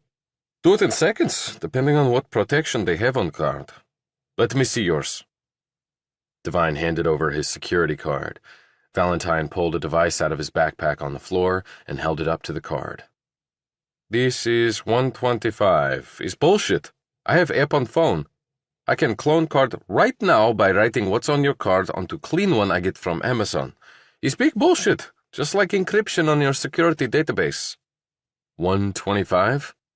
125 kilohertz is radio frequency. Open 26-bit format. Card is just simple LC circuit, capacitor, and integrated circuit working in combo. Card number transmitted is key, is what reader reads, but 125 not encrypted. You get that key, you tell the reader, let me in, and it does. $10 RFID reader/writer, bam, you got card number. Most security cards are 125s. My little baby cousin can hack that shit. Your little baby cousin really gets around. So what else is out there you can use that's better? He said promptly. 13.56 megahertz. SOS technology, encrypted, hard to clone, hard to hack, but not impossible for someone like me. In the Army, we would use protection shields over our RFID cards to prevent any electronic skimming. That is good. That works, mostly, unless hackers really good. Two-factor authentication is very good. Need 2 things to get in door. I use that on my phone. Valentine took a swig of beer. Good for you, Travis. You kick-ass champ. But we don't have two-factor authentication at Cal, and it looks like all the cards are 125s, and everyone wears them around their necks with no shields. He's babe. He's bullshit. Can that be proved? I mean, that someone cloned a card? Depend on card, and depend on how good cloning is. Pretty technical. He held up his phone. Use this as security card. Mobile cards too easy to loan out. You don't do that with phone. With newer Apple phone models, they have NFC chip, activate Bluetooth, engage NFC chip, and you can use with door reader to open door if reader is programmed to recognize Apple phone. And if you lose phone, still has security feature before you can get in. Cars don't have that. Readers read card, not person with card. That takes biometrics. That is good too. Better than phone. You need eyes or thumb. In Russia, they have to be living eyes and thumbs, you know. In Russia, they used to take fingers and eyes from people to open doors. But dead fingers and eyes not work anymore. You need pulse, I can tell you that. Yeah, I bet. Devine thought back to the night Cowell had accessed the garage entrance. Cowell used his phone to get into the building's garage, and I've never seen him with one of these cards around his neck. That is because he is not messing around. He uses NFC chip. He just lets guys like you have bullshit 125 security.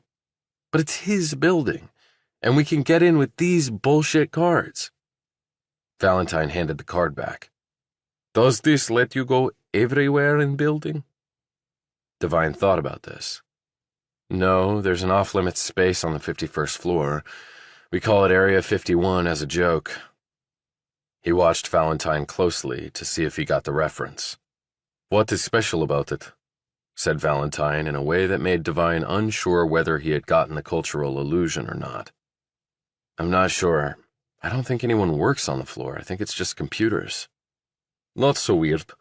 It might be supercomputer trading space. They get millisecond head start on trading at volume. They make millions every day on head start over others who not do this. I know. It's called high-frequency trading. Buy it a millisecond before the shares or bonds rise a penny, which in the course of a day they all do, and sell it a millisecond later before the shares or bond prices drop a penny. It's like being just ahead of a wave rising and falling. You have to have expensive and specially designed software and infrastructure.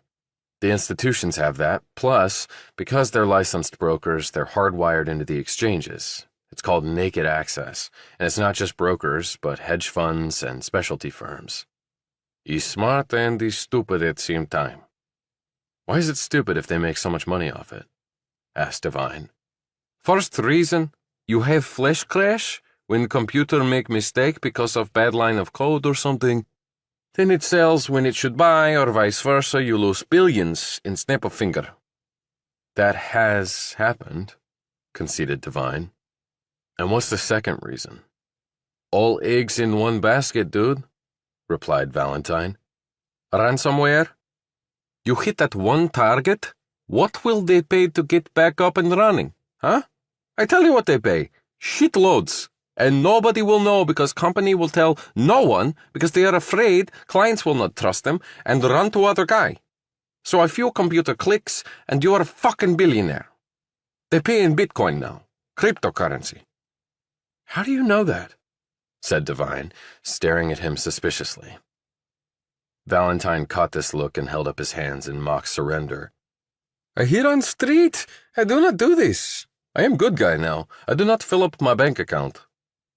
But with ransomware, you have some countries filling up their treasuries, amended Devine. It's true. But for ransomware, North Koreans have nothing to eat, and then they throw out little leader in glasses. Others do it too. Russia? Valentine pointed his finger at him. Ha ha!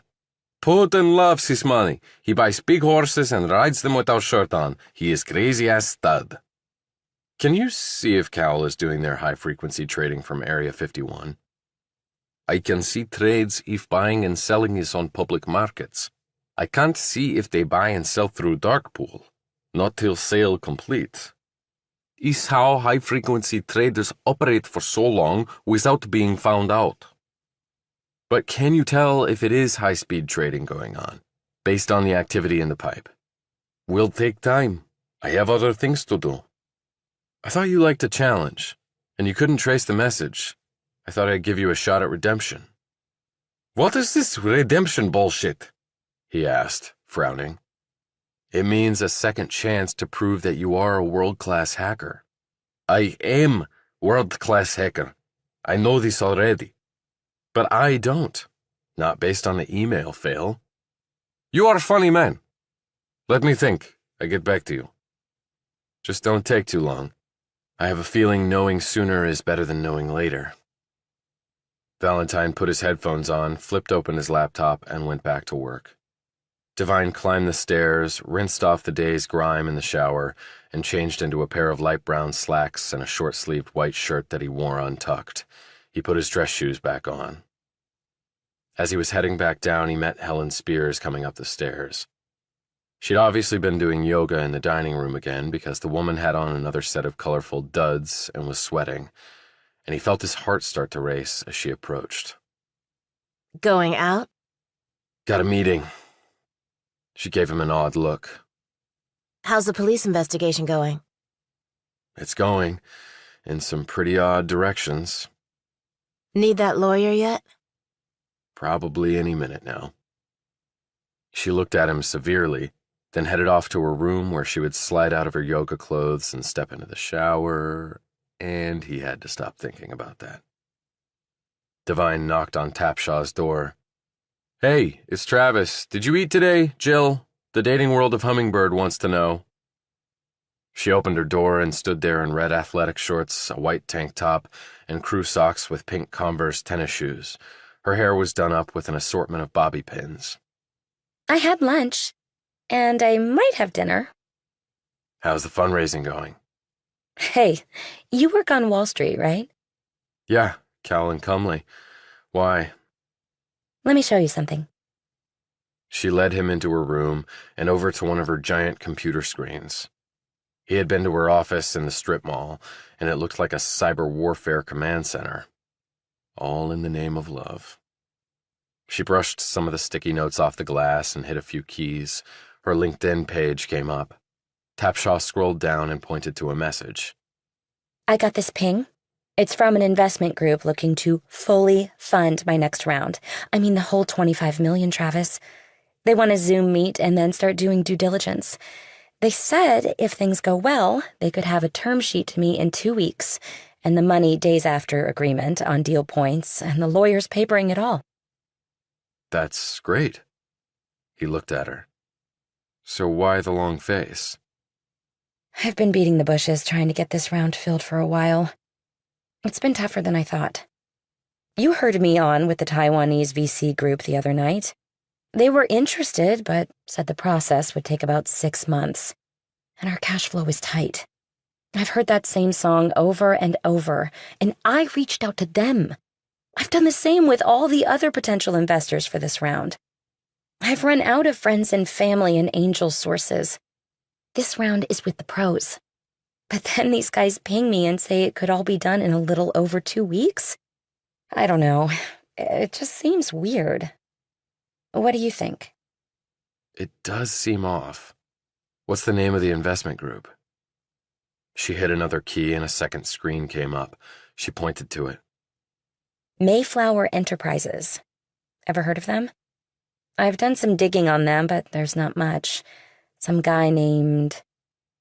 Devine didn't hear her because he was looking at the name of the gent who had pinged her with the proposal. Yep, old Christian F. Chilton. That is no coincidence. He clearly knows who I am and that Jill is my roommate. He pulled his gaze away. Look, don't do anything with these guys right now, okay? Just executive lag it for a bit. She said doubtfully. Okay, but 25 million is 25 million, Travis. Just play it cool, and that might become 50 mil or even more. Oh, wait a minute. I don't want to sell the company. I want to build it. It's my baby. I'm not asking you to sell anything. Just trust me, Jill, and go get some dinner. He left her there and rode out into the night on his motorcycle for his appointment with Brad Cowell. Chapter 31. Devine pulled to a stop across the street from Cowell's palace, locked his bike and his helmet up, and jogged across the street. This was the address on the note Paulson had handed him. The place was lit up like a Christmas tree, and there were exotic cars parked in front, including an old but perfectly restored cherry-red Duesenberg phaeton. There seemed to be a party going on. Devine had envisioned a private confrontation on Cowell's home turf. The investment magnate had scored the first surprise of the night. There was a call button at the gate and a video camera. He waved to it and told them who he was. The gates parted, and in he walked. At the front door were beefy guys Devine's size or bigger, who gave him a methodical pat-down, made him lift his shirt, and then wanded his torso and arms and legs for good measure. "The ladies must love that almost as much as you guys do," he said to one of them. That didn't even score him a grin in return. Inside, the place was as modern-looking and fantastic as the outside. Soaring ceilings, lots of oddly shaped windows, expensive woods and shiny metals in interesting configurations, textured tiles on the floor interspersed with bursts of colorful rugs, minimalist furnishings, one-of-a-kind lighting fixtures, some small and intimate, others the size of small satellites, with customized features in wood, metal, and even fabric. The paintings on the walls were more Picasso and Pollock than Da Vinci or Degas. Devine counted about 20 people, at least in this area. It was a nice night, and he figured there would certainly be people out by the pool. He looked around for the bikini lady, but didn't see her. He wasn't really sure what to do. Did he ask for Cowell? Would the man find him? Was he to stand here like a schoolboy awaiting his punishment from the principal? Instead, he decided to go in search of a drink. Devine found it in the next room, where there was a full bar set up. A few people were in line ahead of him. They turned and stared at him for a few moments.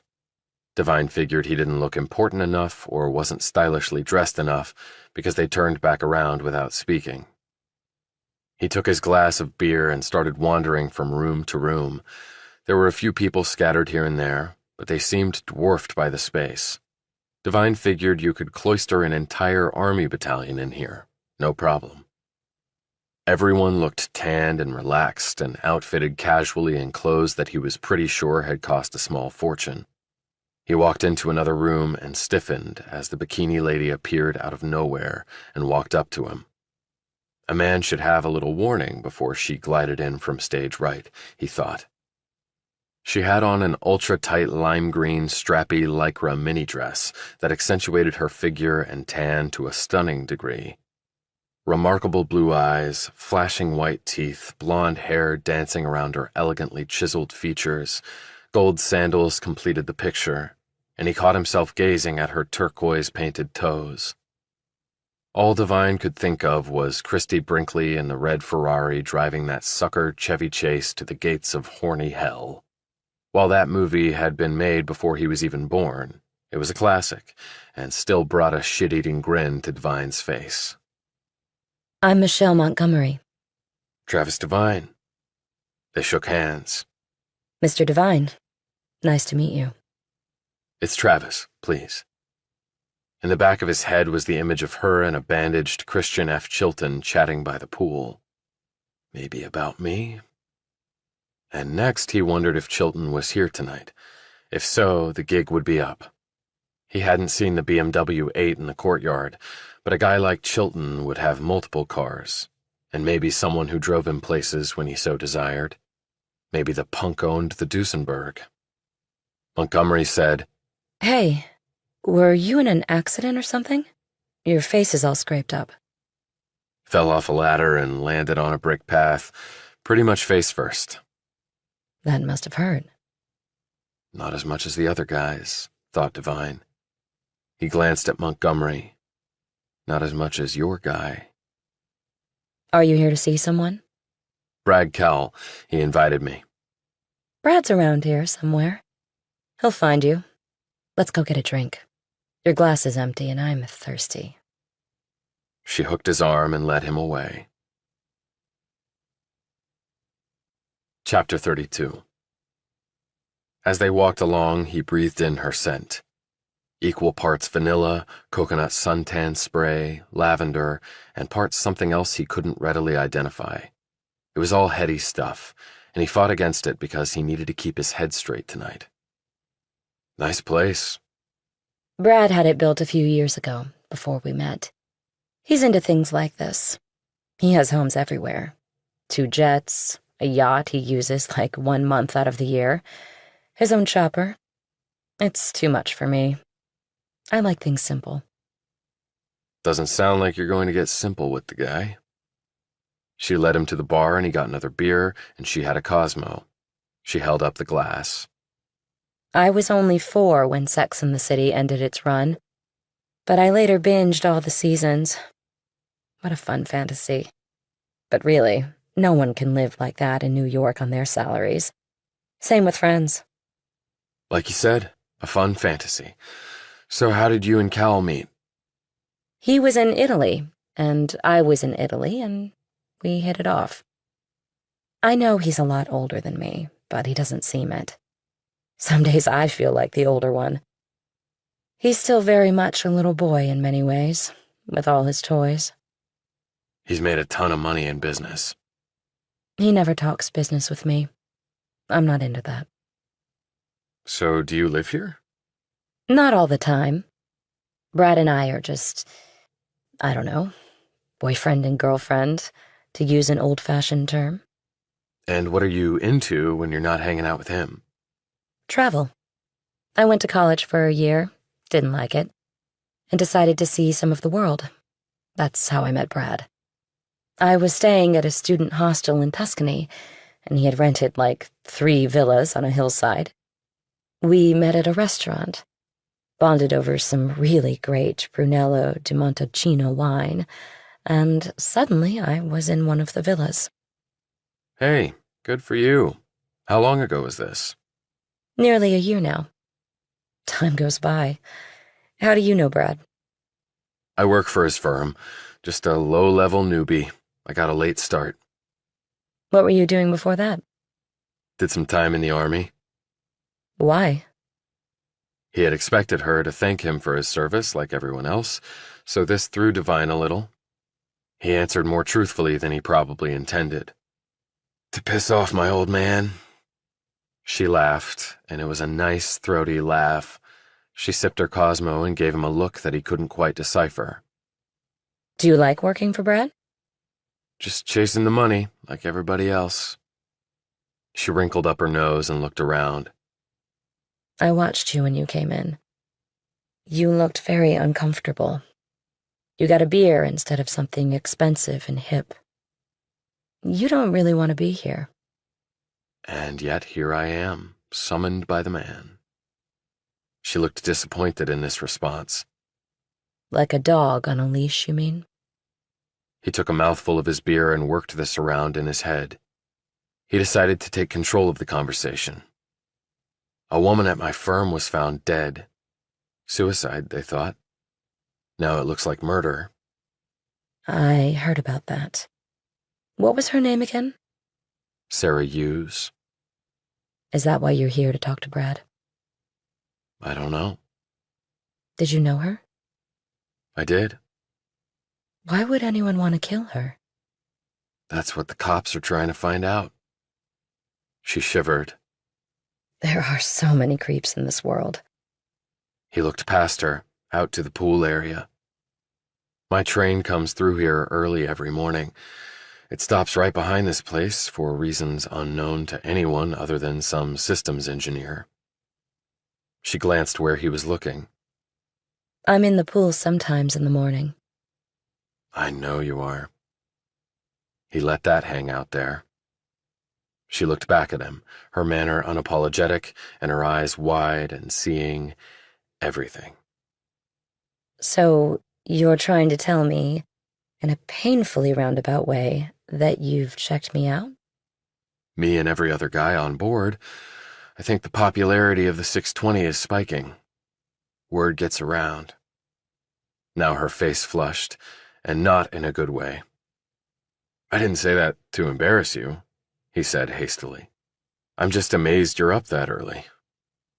She composed herself. I like to have time to myself. Meditate, swim. That's a good thing. She sharpened her look at him. Don't patronize me. He said, Not my intent. Before I catch the train, I do a full workout starting at 4 a.m.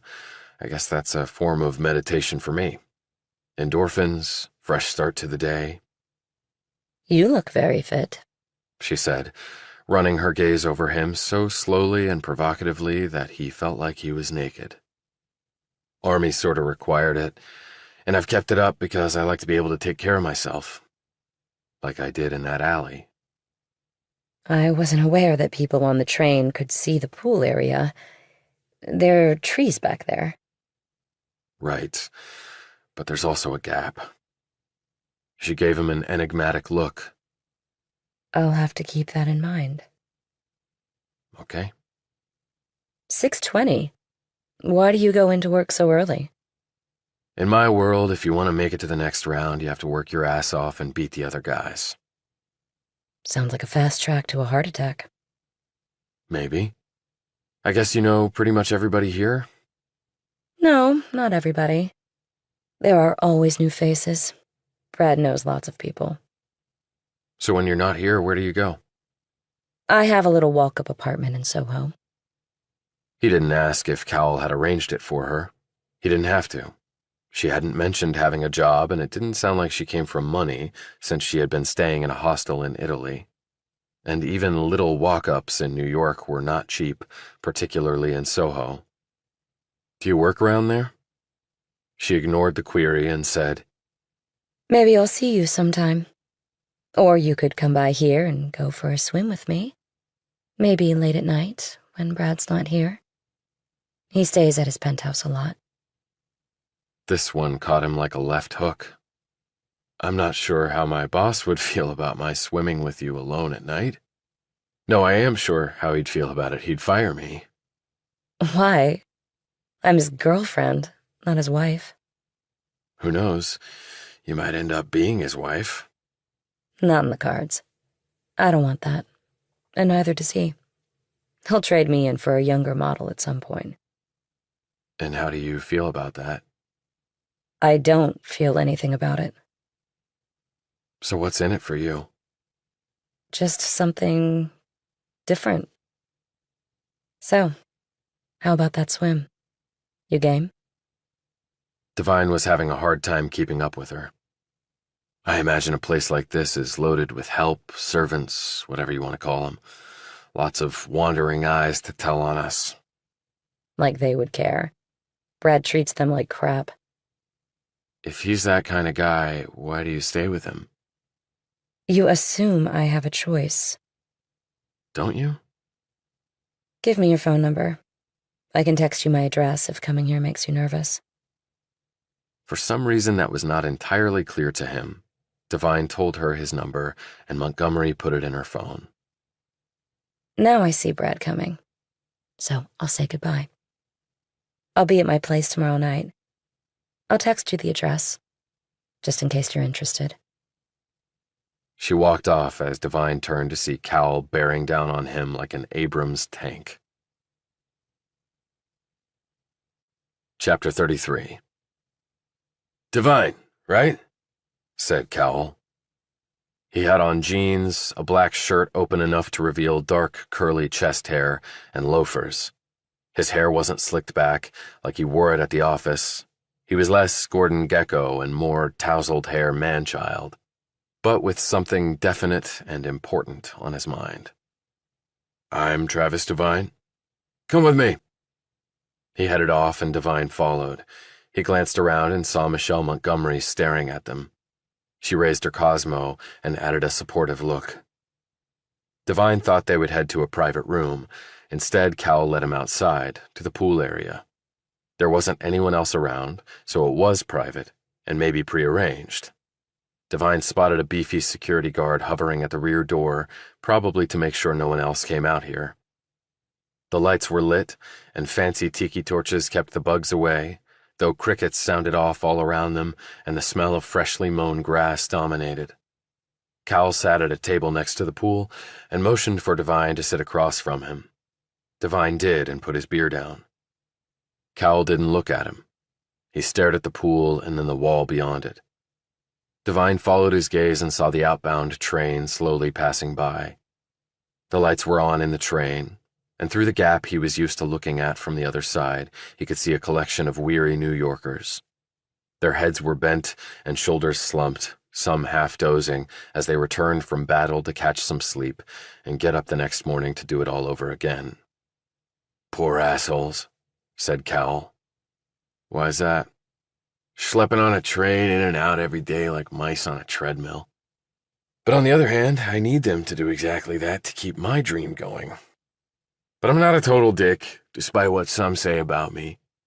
I was born into money, and then by the time I could count, it was all gone because my father and grandfather were morons. So I know what it's like to have zip. I could have grown up a legacy kid, gotten into all the Ivy Leagues I needed through those connections. And then I could have become an entitled prick, all nice and polite and holding my fork and cup just so while I stab you in the back.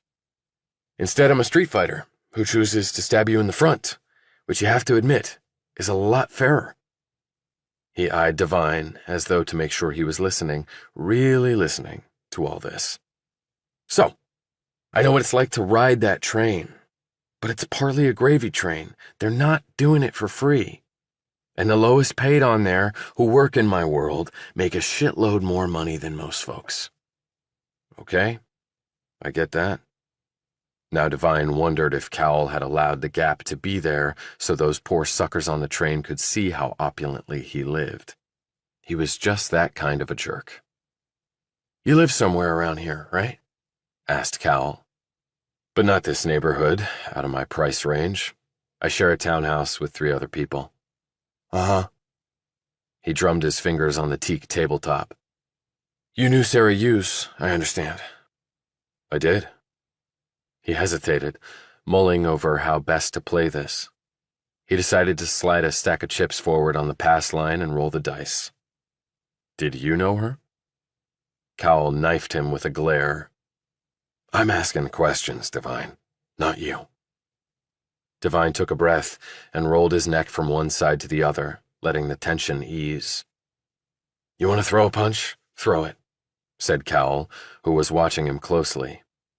"Then I bury you under legal bills and you go to jail for assault." He paused and made his own play. "And maybe for more than that." Devine didn't take the bait. He reverted back to his military training. When in doubt, say nothing. When not in doubt, double down on that advice. The train moved on with its beaten-down riders, and still Cowell did not speak. He was now staring at the dark pool waters so intently, Devine wanted to check to see if there was a body floating in there. "I'm trying to come up with the best way of handling this, Devine." "Handling what?"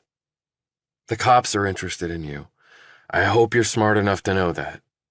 Otherwise, you have no business working for me. They've talked to me, they know certain things, they've talked to other people. They have no proof I had anything to do with Sarah's death because I didn't.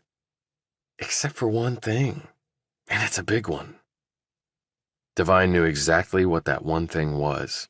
The entry log, showing him in the building and on the 52nd floor in the time window necessary to kill Hughes. "Then why haven't they arrested me?" You can thank me for that, was Cowell's surprising reply. Devine tensed more than a bit. You'll have to walk me through that one. It's delicate. It's all delicate, Devine. He abruptly sat up straight from his slouched position. A dead body in a building invites all sorts of attention. Unwanted scrutiny for a firm like mine. Why? It's obvious, Devine. Shit, are you that stupid? Maybe. He held up one stubby finger, even as Devine's mind wandered to the image of him walking out of that office, zipping up his pants, not far from where Hughes had been strung up, while Jennifer Stamos was lying naked with her thighs still spread on a metal desk with a laminated top. Cheap on cheap. Cowell said, The one major asset I have isn't money or talent. It's respectability. People pay us enormous amounts of money because we are respectable. No scandal, no dirt, no Ponzi Bernie Madoffs, no blood-sucking Enrons, no dickhead Ivan Boskis. They are the kiss of death. A murder is not the same thing as financial crimes, noted Devine. You have to go deeper than that, Devine. No one is implying that we're stealing their money by Sarah's body being found there, but in the backs of their heads, clients will think, do I risk it? Why go with them when I could go with Morgan Stanley or Merrill Lynch or one of their other competitors? And it doesn't take much to move the needle, because we all do basically the same thing. You can't make the murder go away, Mr. Cowell. The cops are not going to stop investigating because you're afraid it will cost you clients and business. Which brings me back to you. Did you kill her? No. Did you hire someone to do it? And give them my security card? Why do you say that? Devine wasn't about to give away his hacking game on that one. How else could they have gotten in the building and accessed the floor Sarah was found on? Uh-huh. And then Cowell unloaded a shocker. And maybe there's security video of someone who looks a lot like you coming in and out at the required time. He glanced at Devine for his reaction to this. Devine had looked down at his drink for precisely this reason. When he looked up, he was composed. I'm no computer genius, but give me the right equipment and a little time and I could put your face on somebody else's body and walk it anywhere I wanted. Is that right? You just bought a company 2 months ago that does that very thing. Cybersurgeon, yeah, I know. We're going to flip that sucker in a year and make a killing because, like you said, they can do that very thing. Which means truth becomes meaningless because you can invent your own. Not that people don't already do that all the time. Only with this technology, the lie becomes very convincing. And there goes any proof of anything, said Devine. Maybe, or maybe not.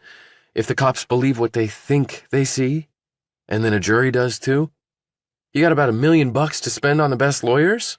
And that's probably the minimum you're going to need. No, I don't. Nowhere close. Then I don't care if you didn't kill the woman. You're screwed, replied Cowell. Justice in America? Reality in America. And for your information, we don't have a justice system in this country. We have a legal system. I got a whole platoon of in-house lawyers and 15 more on the outside on retainer, all top of the heap in talent and connections. And I still don't think it's enough. Just the cost of doing business. Courthouse is open to every son of a bitch who wants to play the legal lottery, and I am one big target. So why am I here? I wanted to see what kind of guy you are, Devine. Military, combat guy, medals, blah, blah, blah. Yeah, I got all that. But I wanted to talk to you, feel you out, poke inside your head. He looked at the facial injuries. Hurt much? Devine could tell the man knew what had happened from Stamos. Not even a little bit. Cowell gave a sneering smile. Right. Devine decided to attempt a draw to an inside straight. He pulled out his phone and laid it down in front of him. I've spoken to Jennifer Stamos a couple times. Saw her at a bar, too. Oh, yeah? Why do I care? Cowell didn't even look at the phone. Devine glanced down at it. I heard you were mentoring her, like you were Sarah. I mentor dozens, but they're not all like Jennifer. They're not all sweet cheeks. Cowell now looked at the phone. Maybe you are smart enough to work for me. Maybe I am. And maybe I need to think about this some more, rather than bring the hammer down like I thought I was going to. Maybe you should. Like you said, it's delicate. He paused and chose his next words carefully. But then again, you can always just fire me. The man shook his head. Friends close and enemies closer, Devine. That's the way I do business. And thanks for confirming for me which one you are. He rose and walked away, leaving Devine to stare down at his phone and let out a tight, uncomfortable breath. Funny, when you'd been in a war and had killed others and been nearly killed yourself, you wouldn't think a battle of words could stress you all that much. But getting fingered for a murder charge and spending the rest of your life in prison did give a man pause. At least it does this man. He rose and walked right through the palace, not making eye contact with anyone. And outside, he ran right into Christian Chilton.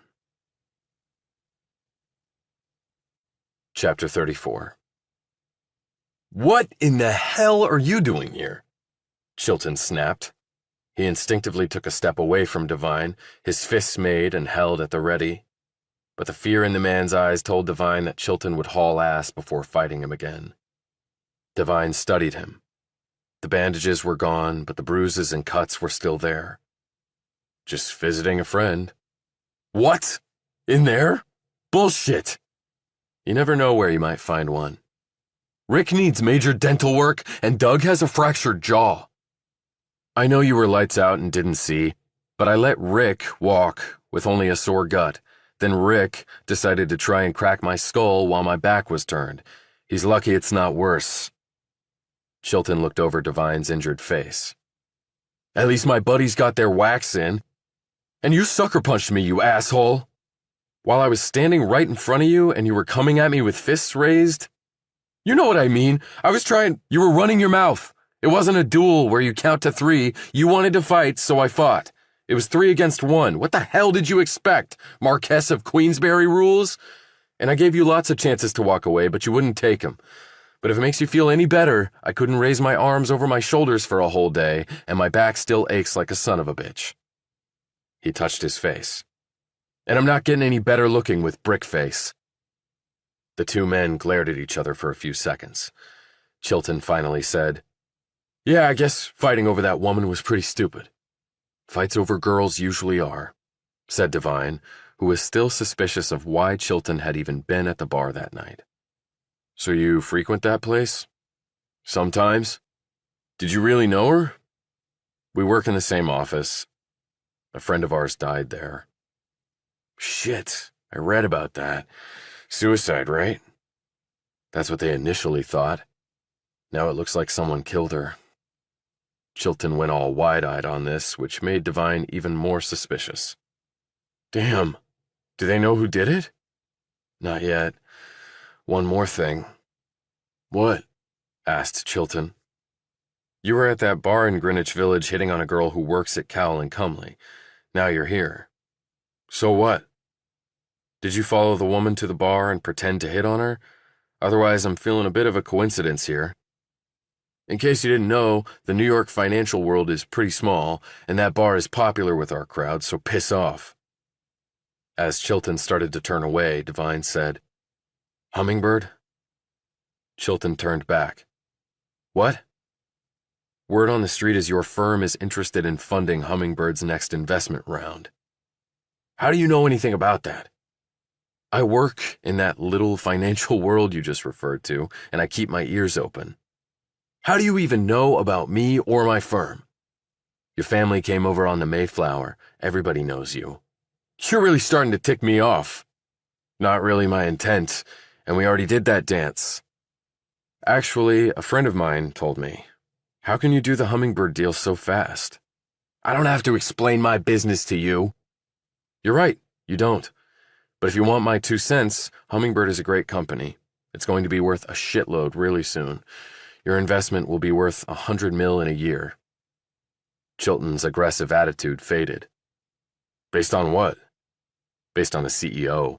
She's the smartest person I've ever met in my life. MIT grad, Harvard MBA, world-class gamer. There's nothing she can't do with a computer. And she lives and breathes Hummingbird. Her subscription base is soaring, she's got positive cash flow, her business strategy is sound, and all she needs is the capital to be the preeminent platform out there. And it's a big market, and only getting bigger. You sound like her CMO, said Chilton, referring to a chief marketing officer. You got skin in the game? About 1/1,000,000%, but I believe in her. I've been around a lot of business types, some good, some terrible. She's really in a league of her own. Chilton looked away for a moment. When he glanced back at Devine, his entire demeanor had changed. Everything you just said comports with what we found in our preliminary due diligence. So can you really do the deal that fast? She's got other suitors, but nobody who can pull the trigger as quick as you guys. Chilton smiled. We've heard that before. Fact is, we've got a ton of capital to deploy, and I've been looking at the online dating space for a while now. Tapshaw's coming at it from a whole other angle. Not just dating, but a whole other array of services and benefits. It shows in the sophistication and thoroughness of the business product she's put together. I think she really wants to bring people together. Most of the other platforms are clearly in it just for the bucks. At least that's my opinion. So where did you hear about her? We have spies everywhere. She talked to a Taiwanese VC firm recently. The Taiwanese don't screw around. If they're interested, we need to be interested. So you haven't met Tapshaw yet? No, but we have officially reached out to her. We hope to have a face-to-face with her very soon. This was all sounding legit to Devine. Maybe Chilton wasn't targeting Tapshaw because she was Devine's roommate. Maybe he didn't even know they were roommates. So where does all your money come from? Just professional curiosity, he added. Chilton looked for a moment like he might lash out again. He shrugged. I can't give out names, but from all over, family offices to institutional investors. My grandfather started Mayflower. I'm no wunderkind who built something from scratch. I'm just this generation's rep. Been groomed for it from first grade. We have ties to everybody. Brad Cowell? Chilton looked up at the house. You must know him since you're here. He's my boss. He invited me here to meet. Chilton looked at Devine in a different light. How'd your meeting go with him? Too soon to tell. So you're friends with Cowell, then? We do business together. He did the same with my father before he died. Good luck with Hummingbird. Treat her right and you won't regret it. But you're not the only game in town, so be prepared to pay a premium valuation. Oh, I met Michelle Montgomery, too. Very nice. You know her? Yeah, she's actually a family friend. I was over here the other night visiting her. I know. Funny that you know her and she knows Cowell and you work with Cowell, too. Another coincidence. No coincidence about it. I was the one who introduced Michelle to Brad. This was over in Italy. Really? You had no interest yourself? We grew up together, and I thought it would be good for Michelle. Rich boy and a girl who stays in student hostels grew up together? Curious. Well, have a fun time in there. Devine watched him walk inside, and then he left, got on his bike, and sped off. He couldn't believe that he'd threatened the head of one of the biggest investment firms in the world. If Cowell got the cops involved, if he said Devine had tried to blackmail him, the guy could probably make it stick, and Devine didn't have enough money to hire the legal firepower to fight back, just like Cowell had intimated. So basically, I'm SOL. And what else is new? And if he got swept out to sea, there was no way in hell Emerson Campbell was throwing him a rope. Unlike being in the Army, now it was sink or swim all by his lonesome. Chapter 35. Dude? Devine walked into the house and saw Valentine on the couch. Yeah? Cowell is not doing high-frequency trading from your building. Devine sat down next to him. How do you know that already? I thought you were still thinking about whether to look into it or not. So I changed mind. Kill me. Anyway, I track flow over pipe and confirm on both ends. It's very unique stream of data, like a river that is green. He laughed. Green! You get my little joke? Yeah, very little. There aren't many that do trading like that. Easy to check. Okay, you say Cal isn't doing high-frequency trading, but I know that they do have a division that does that. And you said you confirmed that data flow, so I'm a little confused. That is what I am talking about, dude. You are right. They have high-frequency trading platform, only it operates out of building in Queens. That is pipe I trace. You're sure? He looked at Devine with his head cocked and his features full of incredulity. Dude, digital signature is unique, okay? I'm no amateur. Okay, so what is Area 51 in my building, then? Did you manage to hack in there? Valentine looked down at his screen. It is well protected. Take a lot of time to get in, and maybe not even then. Devine had a thought. Could they be doing crypto mining in my building? It's possible. Takes lots of energy and computational power. Lots of people doing it. But in the end, I think it is bad thing. Why? It's perfect for ransomware. You can trace money wire, but very difficult to do with something like Monero, a decentralized crypto, very private. You can negotiate terms, and the really professional hackers always keep their word and unlock the encrypted files. Only way they stay in business. But it's still bad, because you can't find where money went. Then I have to find another way to see what they're doing on that floor. Why? It might have something to do with Sarah Hughes's death. You mean she might have found out what is going on there? Prime motive for murder, don't you think? Depending on what's there. Maybe. But dude, crypto mining is not illegal. But it might not be crypto mining. And Sarah might have heard or seen something she shouldn't have, and maybe that's where the untraceable email came from. This got Valentine's interest. How will you get in there? I can't access the floor with my card. Something occurred to Devine. But maybe I can find another way. Devine climbed the stairs and knocked on Tapshaw's door. She opened it, dressed in pale blue capri pants and a white blouse. He smiled and she returned it. Got some news on Mayflower. I know it's not the weekend, but how about having that tequila now, before the bar closes? I can fill you in. She slipped on flip-flops and put her arm through his. Let's go. The bar was within walking distance, a few blocks off the main street. The Mount Kisco area was an interesting mix of working class and mega wealth. The bar they were going to would have no such mix. It was all folks living paycheck to paycheck. They sat outside, a shot of tequila and a bowl of nuts in front of each of them. Well? Mayflower? He told her about his meeting with Chilton. So, when they come in with an offer, triple the valuation. They'll still bite. So long as you have the numbers to back it up, and I know you do. Can I kiss you? He grinned like a schoolboy. I have no problem with that. She leaned over and pecked him lightly on the cheek, then sat back. I really appreciate this, Travis. It was so nice of you. He lifted his shot glass.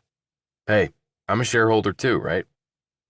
They tapped glasses and drank their tequila. So, after you take over the world, what's next? You think way too highly of me. Not from where I'm sitting.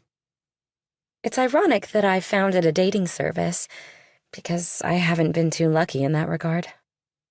Sometimes luck has nothing to do with it. Sometimes it just happens when you least expect it to. I'm still waiting for that to happen to me. Maybe I work too hard. There's no maybe about it. You do work too hard. But you clearly love it, so maybe you don't really work a day in your life. Isn't that how the old saying goes? She smiled, and then her expression turned serious. You haven't seemed yourself lately, Travis. Is everything okay? A woman was killed at my office. What? They thought it was suicide, but turns out someone murdered her. Oh my God. Why would someone do that? I don't know. yet. Helen told me the police were questioning you, but she didn't say about what. I think they believe I had something to do with it. Did you know the woman? I did. What was her name? Sarah Hughes. Tapshaw slowly put down her shot glass, looking like she might be ill. Sarah Hughes? That's her name? Yeah. Wait a minute, did you know her? No, but I know the name. How? A woman named Sarah Hughes was one of my very first subscribers on Hummingbird. Chapter 36. It was the same Sarah Hughes. Devine was in his room staring at her picture on Hummingbird. He'd gone over her dating file. She'd had matches with 3 men. All had been right around the time she had signed up on the site years earlier. Hughes looked younger and carefree, though she would have already pulled time at the Max prison, otherwise known as Cowling Cumley. She had obviously been looking for someone to share her life with, and hadn't found him. And perhaps she had grown disenchanted because, after these 3 tries, there had been no more activity on the site for her. She was smiling, her hair was set just so, grazing her shoulders. He knew she had a nice laugh, an easygoing manner, nothing pretentious about the woman. He had liked her. He could have maybe come to love her, given time. And now her body had been autopsied, with the remains to be handed over to her crushed parents. At age 28, nothing could be more tragic. He looked up at his open doorway as Tapshaw appeared there. Is it her? He nodded slowly. I'm so sorry. You have a good memory for names. She walked over and stood beside him. My first 100 subscribers were the only ones I had for a long time. I studied them every minute of every day, figuring out how to get more just like them. I knew them in some ways better than I knew my own family. I can see that. She glanced at the image. Was she nice? I mean, in person? Yeah, she was very nice. Did you two... were you dating? He looked away for a moment. Maybe I would have wanted that. I sense a but coming. But she apparently didn't. Did you two... TMI, Jill, Right. Sorry. she said, her face reddening. It's just the matchmaker in me. She looked at the screen again. Will this help find who hurt her? Maybe. I looked at her profile. There were 3 men she had matches with. But I don't know more than that. He glanced at her. Can you help? Get up. Tapshaw sat in the chair in front of the screen, cracked her knuckles, and her long, slender fingers flew over the keyboard so fast he could barely follow the movements. Here are the 3 men. Devine looked at the photos of a trio of handsome gents with refined features. They all looked remarkably similar. And here are their backgrounds.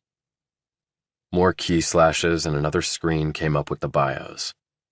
1 in theater, 1 in finance, and 1 in medicine, he said, reading off the information. Do you know what happened to them? Her fingers flashed again and multiple screens came up. Okay. The one in the theater posted that he's in London, working in the West End. I guess that can be verified. The businessman met his beloved on Hummingbird and is married with a newborn in Boston. Again, that can be checked. Now, the doctor. She studied the screen, brought up still more screens, studied them, shook her head, and said, Let me try something. The keyboard rattled again as she attacked it. Then an obituary popped up with a picture. That's him, said Devine.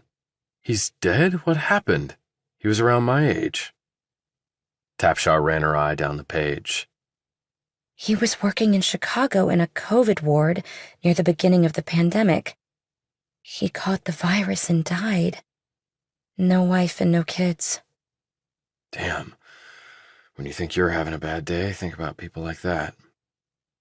She straightened and looked at him. When I founded Hummingbird, I have to admit, I did it really for myself. It's so hard to meet people and develop a relationship.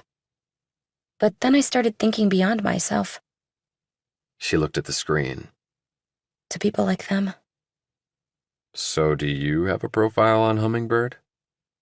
I used to, and I got some matches, but none that really went anywhere. I think I'm resigned to building my business and then looking for someone. Well, thanks for all this info. You are a true artist with computers. I got my first Apple MacBook when I was 8 and never looked back. I remember you telling me about your parents. Did they encourage you? Oh, yeah.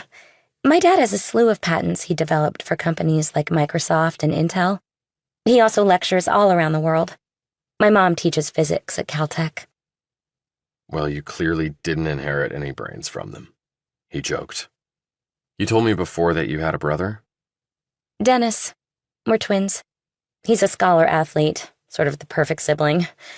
It can be intimidating, but I love him to death. Yeah, I've got the perfect sibling thing going too.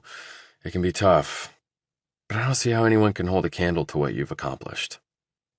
He looked at the keyboard. Hey, Jill, can I ask a favor? Sure. He pulled out his phone. I got a weird email from someone who I think might be involved with Sarah's death. What? Have the police traced it? That's the thing, it seems to be untraceable. I've had people try, including Will, but no go. She looked intrigued. Will is very good. But you might be better. Send me the email and I'll see what I can do. Thanks, Jill. After she left, he forwarded her the email. Then Devine took the 2 remaining names from Use's match list and found them online. The actor was indeed in London's West End. He was an understudy in a play there, and had actually performed in the lead role on the night Sarah had died, so he was obviously out. The businessman was employed at Fidelity in Boston. Devine accessed his Facebook page by using the same skullduggery he had with Christian Chilton.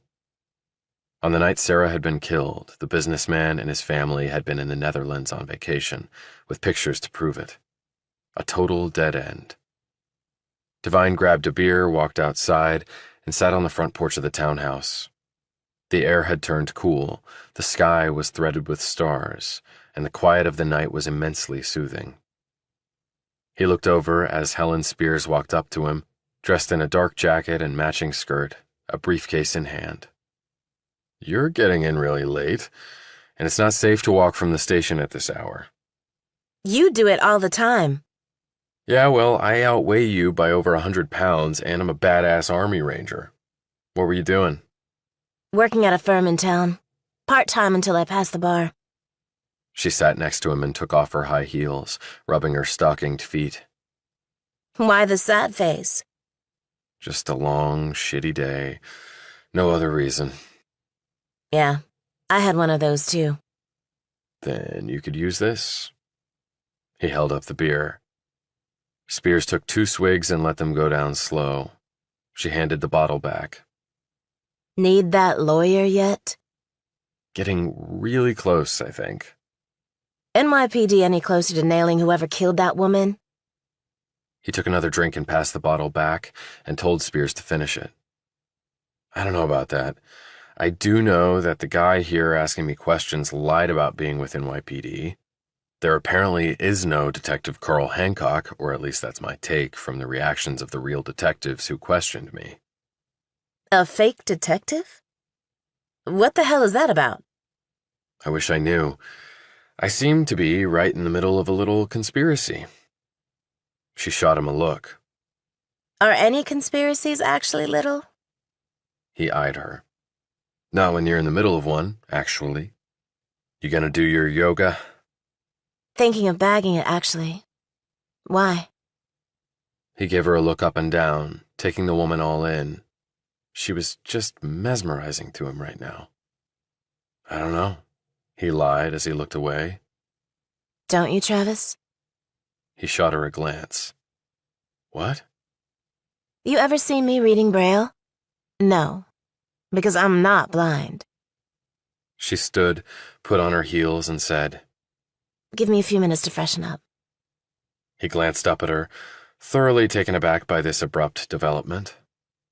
You sure about this, Helen? I mean, to Devine it all seemed sudden, but also a long time in coming, with lots of glances and sneaked looks and innuendos that danced around probably the most natural and difficult phenomena between two people. I'm attracted to you, and you to me. We're consenting adults, are we not? Devine didn't answer. He didn't think he had to. He gave her 10 minutes and then headed up. She was lying on the bed when he walked into her room. She had on a loose-fitting top and a pair of pajama shorts. As he slipped next to her, Spears met him with her mouth. After 5 minutes of feeling each other out in both familiar and unfamiliar ways, they slowly undressed one another. She pushed him flat on his back and climbed on top. She looked at his shoulder where the shrapnel had torn through, with some of the metal still in there. She next glanced down at his damaged calf. Still hurt? Not right now, no. Her lips curled into a smile. Thank you for your service, soldier. He grinned back. Fuck me, legal eagle. Your wish is my command. 20 breathless minutes later, she toppled off her perch and nestled beside him. Been a while, She said, nicking his chest with her nails. For you or me? both, I think. Yeah. Spears closed her eyes, her hand gripping his, and fell asleep. He lay there with her for about an hour before quietly disengaging and heading to his room. Later, when 4 o'clock came and his phone alarm went off, Devine didn't budge. The rain was pouring outside, and he heard a crack of thunder. A moment later, the accompanying lightning brightened his room briefly. No workout this morning. He needed to sleep anyway, but he stared at the ceiling. And on its surface, Devine saw the image of a dead Sarah Hughes, and his heart felt like it was about to break. Chapter 37. Devine had arrived at the train station a little early and had a chat with a man who worked there. The security cameras were often not working, he was told, and the police had not been by to check them. That information had cost Devine $10. He had a mobile ticketing app on his phone and paid for his train passage that way. The conductor would simply zap the screen with his reader, so there would be a record for when he had used it. The only problem was you could still buy single tickets at the machine using cash. There would be no record attached to that, or so the police would argue. And he could have driven his motorcycle into the city. If he took the Henry Hudson Bridge on the way in, there would be a toll and record thereof. But there were alternate routes he could take that did not include toll roads. So that would not be conclusive again, as far as the cops were concerned. But you didn't use your card to get into the building that night, and your name still showed up on the entry and exit log. Someone cloned your card. The only question is who. As he waited for the train, he thought about Cowell. The man must have somehow delayed giving the electronic log to the cops. How he had managed to do that in a murder investigation, Devine didn't know. The guy was rich and influential and probably had a direct line to the mayor's office. But at some point he would have to turn it over. And Cowell intimated my picture was on the security video. Will the police think I'm stupid enough to have left that kind of trail? But criminals were stupid. You heard such stories all the time. But what would his motive be? Not the pregnancy. Hughes had already terminated it. Then something occurred to him. If I knew she was pregnant with my child, and I wanted the kid, and found out she had terminated it, that was a clear motive. The train opened its door, and he climbed on board. With these perilous thoughts running through his head, he was mentally exhausted before he'd even gotten to work. The storm had spent its fury, and the 620 ran dry all the way to the palace pool. And there she was. Now he knew her name, at least. Michelle Montgomery was staring into the pool water. This time her bathing suit was, shocker, not a bikini. It was a one-piece the color of the sky. After Devine had met the woman and intimated that there were lots of guys watching her, maybe Montgomery had decided to show some modesty. Devine thought that right up until the moment she turned, revealing that the one piece had a thong backside showing off her tanned buttocks.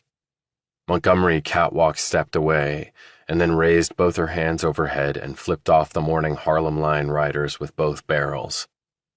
He had to smile. The lady had a certain style, he had to admit, along with a pair of brass balls.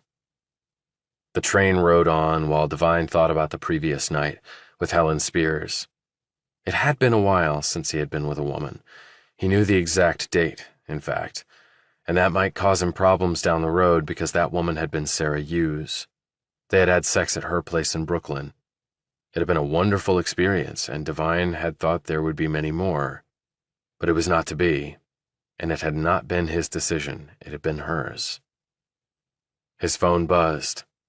By the string of weird digits, he could tell it was an international number. Hello? Mr. Devine? Yes? This is Ellen Hughes. I apologize for the early call. That explained it. The phone number was from New Zealand. The mother sounded eerily like Sarah on the phone, and he felt immensely uncomfortable hearing her voice when he had just been thinking about having had sex with her deceased daughter. No problem, Mrs. Hughes. Please, make it Ellen. I understand the police have been by to see you. They have been. I told them what I knew, and it was left at that. Did they tell you why they came by? Yes, that you had contacted them. Can you come by the house later? We'd like to talk to you. I can come by after work, say around 8. 8 will be fine. We'll see you then. He put his phone away and thought about this all the way into the city. Devine was sitting at his cubicle when a message dropped into his business email box.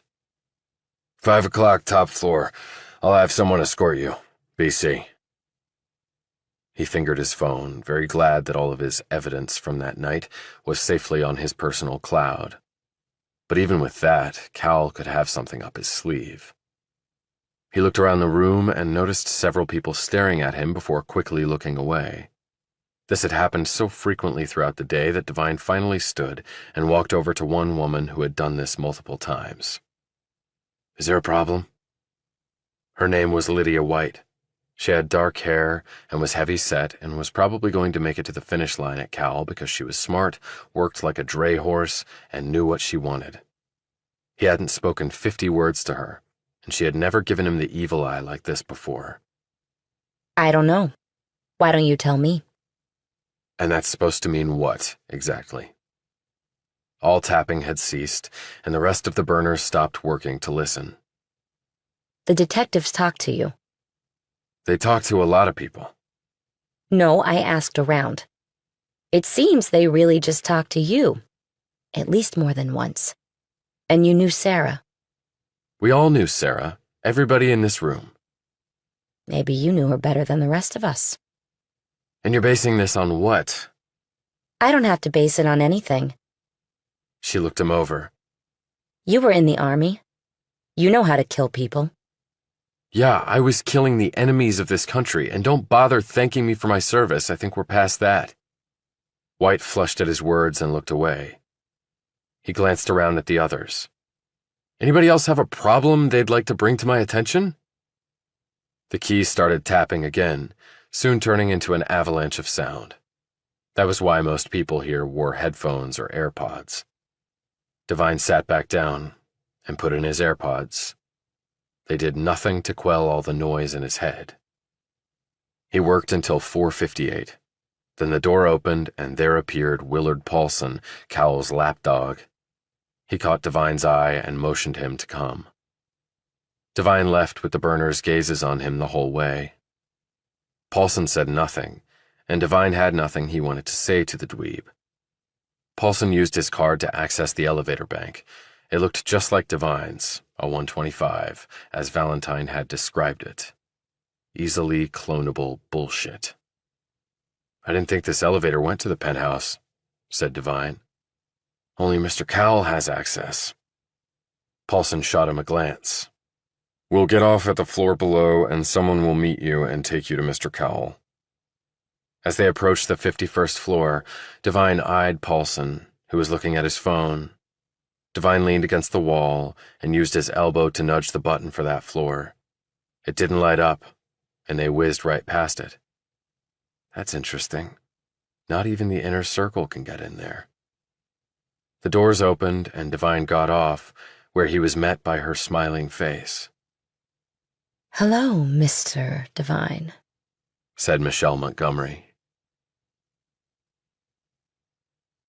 Chapter 38. The doors closed behind Paulson, leaving Devine and Montgomery all alone. She was dressed for the office, not the pool. Dark pinstriped jacket and slacks, white blouse, no hint of cleavage, 2-inch pumps, hair parted and a little slicked back on the sides. Her tan wasn't as vivid under artificial light. He followed her down a long hall. So why did you get picked for this assignment? "Because I don't think Brad trusts anyone who works here." By the way, I loved your act this morning. Both finger barrels to the whole train. She smiled. "Did you also like the view?" He involuntarily glanced at her bottom. "I thought so."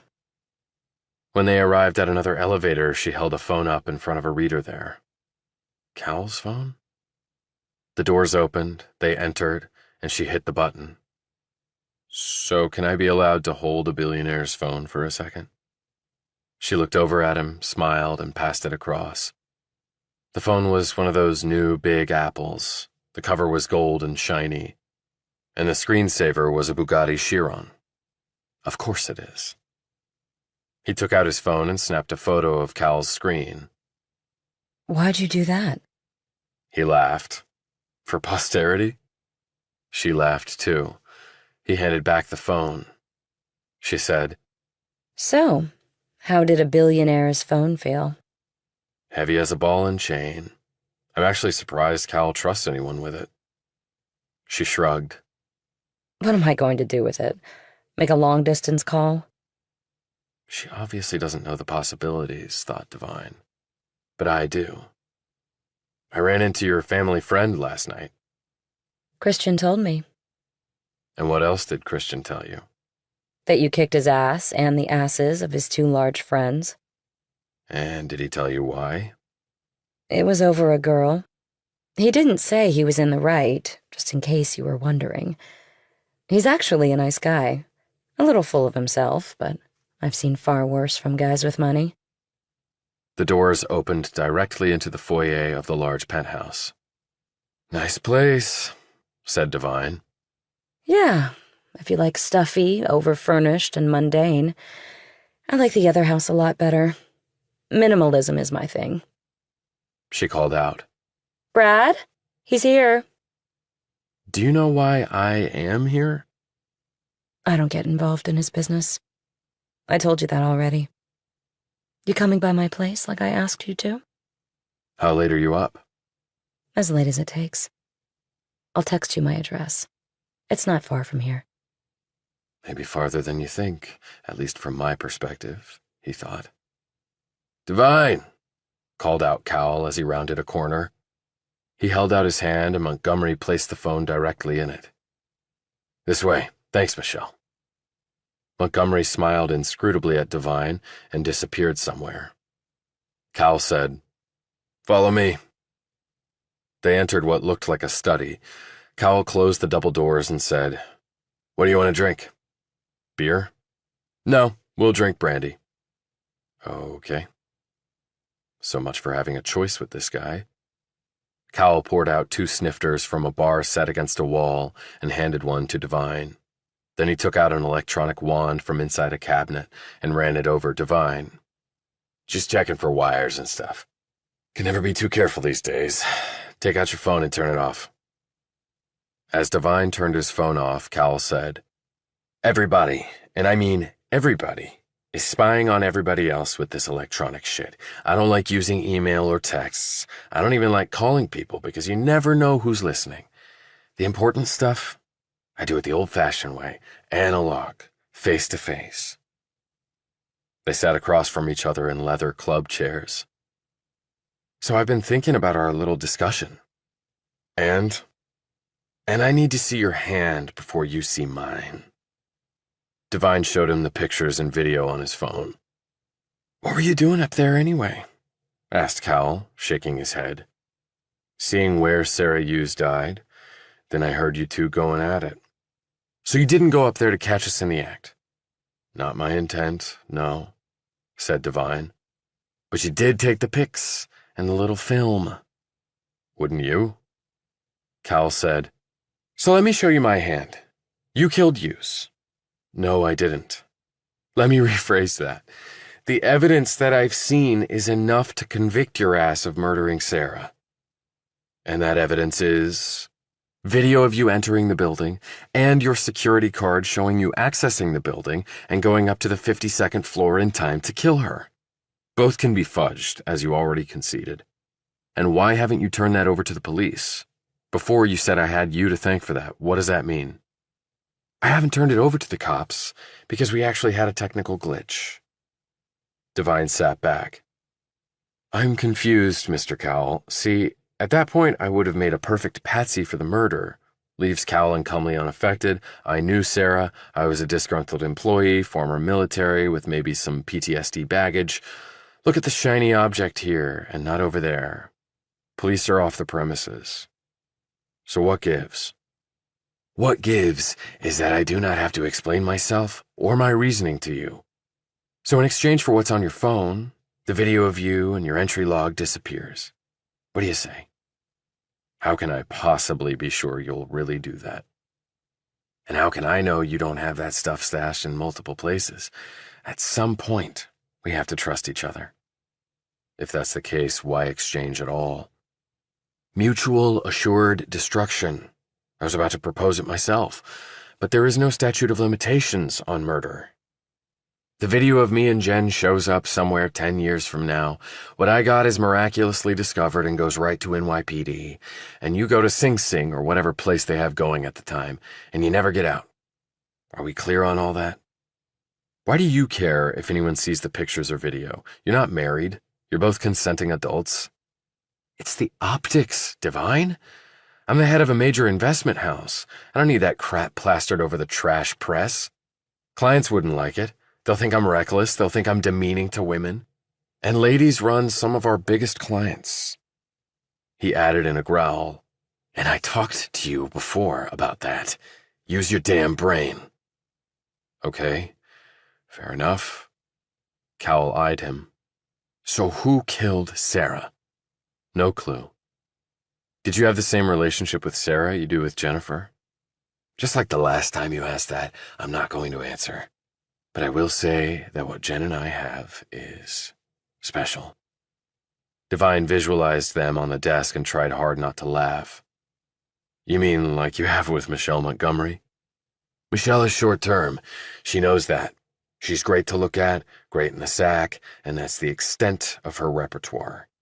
Jen is different. Gorgeous with the brains to match. Devine felt his temper rising with these callous statements about Montgomery. He decided to change the subject. Sarah had an abortion. He couldn't tell from Cowell's features whether he was aware of this or not. Well, I'm not the father, said Cowell. How can you know for sure? A certain act has to take place for that to happen. It did not take place between Sarah and me. He paused. Not for lack of trying. She was like Jen, brainy, beautiful, but also aloof, played hard to get. She drove me nuts, but I could never land her. You really are a dick, thought Devine. Cowell finished his brandy and rose. Okay, we done here? Devine stood. Done. Good. Now get your ass back to work and make me some damn money, Devine. Chapter 39. Devine was leaving the building for his meeting with Ellen and Fred Hughes when the woman hurried up to him. She had obviously been waiting outside for him to appear. Rachel Potter looked fired up and itching for battle as she approached him, microphone in hand, while her beefy cameraman hovered behind her, filming it all. Mr. Devine, Rachel Potter, Channel 44 News. I understand that NYPD is investigating you in connection with the murder of Sarah Hughes, a story I previously broke. Do you have a comment, Mr. Devine? No. He pushed past her as people on the streets gawked and started whispering. Potter raced after him, the power pack on the back of her waist jiggling with the movements. Are you denying that you are a suspect in Sarah Hughes' murder? Are you denying that you had a relationship of a sexual nature with her? Are you denying that you are the father of the child she aborted? Are you denying that you had a motive to kill her? It was like machine gun fire, only with words. Devine allowed this barrage to go on for a half block, as more damaging and lurid statements in the form of questions that the woman never expected answers to rained down on him like explosives from carpet-bombing planes. "Is this live?" he asked, suddenly whirling around so fast she bumped into him. Would it be a problem for you if it were? She said in a simpering manner. She stuck the mic in his face. So talk to our viewers, Mr. Devine. Here's your chance. Tell us your side. Okay, do you deny taking me prisoner in your news van while attempting to coerce me into giving you a scoop because you said you wanted to get away from shitty Channel 44 and make it to the big league single-digit stations? He stood there, and Potter stood there, her face shedding color like a landing plane did altitude, while the camera shot was jumping due to Beefy's trying hard not to bust a gut. How dare you make such an accusation? Took the words right out of my mouth, lady. He turned and stalked off. This time Potter did not follow. He dialed up an Uber and took it to Hughes's old home in Park Slope. Old home. It makes it sound like she's been gone for decades instead of days. Ellen Hughes answered his knock. She was dressed in jeans, a sleeveless white blouse, and sandals. The inside of the house was warm. It would be winter in New Zealand now, he thought. Maybe they were trying to take in as much heat as possible before heading back. Fred Hughes was in the living room drinking what looked to be lemonade. He had on jeans, too, and a lavender polo shirt. He looked up absently at Devine. Ellen and Devine sat across from each other. Ellen began. The police have told us some things. Really? Such as? They traced the clinic that Sarah used for the abortion.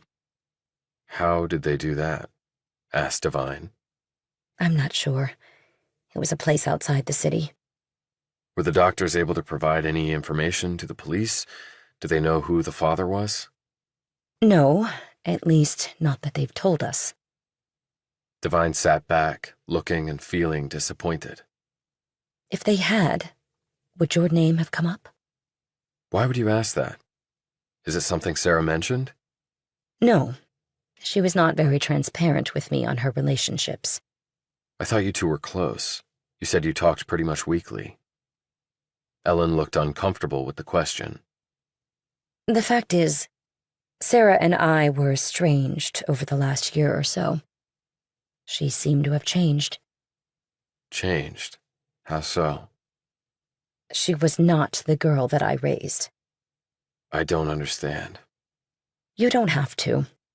I just want to know if you could have been the father. Okay.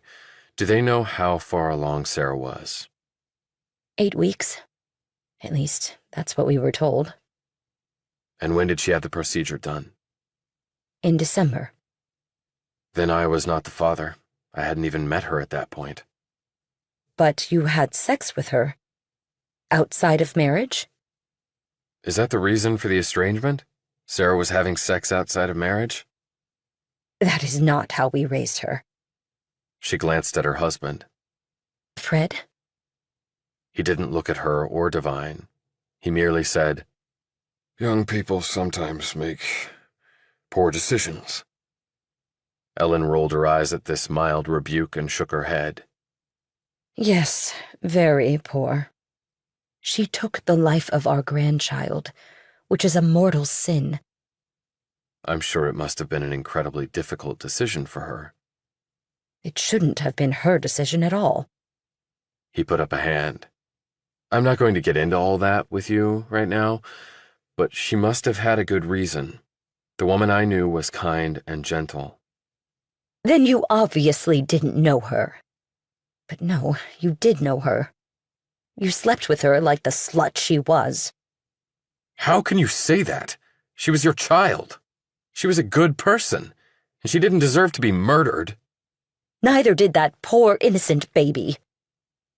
Silence lingered for a few moments until Devine broke it. Did anyone check Sarah's social media accounts? I know she was on Instagram. Fred said, "The police looked at all that and found nothing helpful. No pictures or references to current or past boyfriends." But that could mean anything, since you weren't on any of it, Travis. Did the police tell you that specifically? She looked down and didn't answer. Did they ever find her diary? They found nothing like that, as I told you before. How about on her electronics, or in her personal cloud? So were you two dating? Relationships like that aren't allowed at Cowell and Cumley, said Devine. That gets you fired. You kept it secret, then? He ignored this. Do you know the name of the doctor who performed the procedure on Sarah?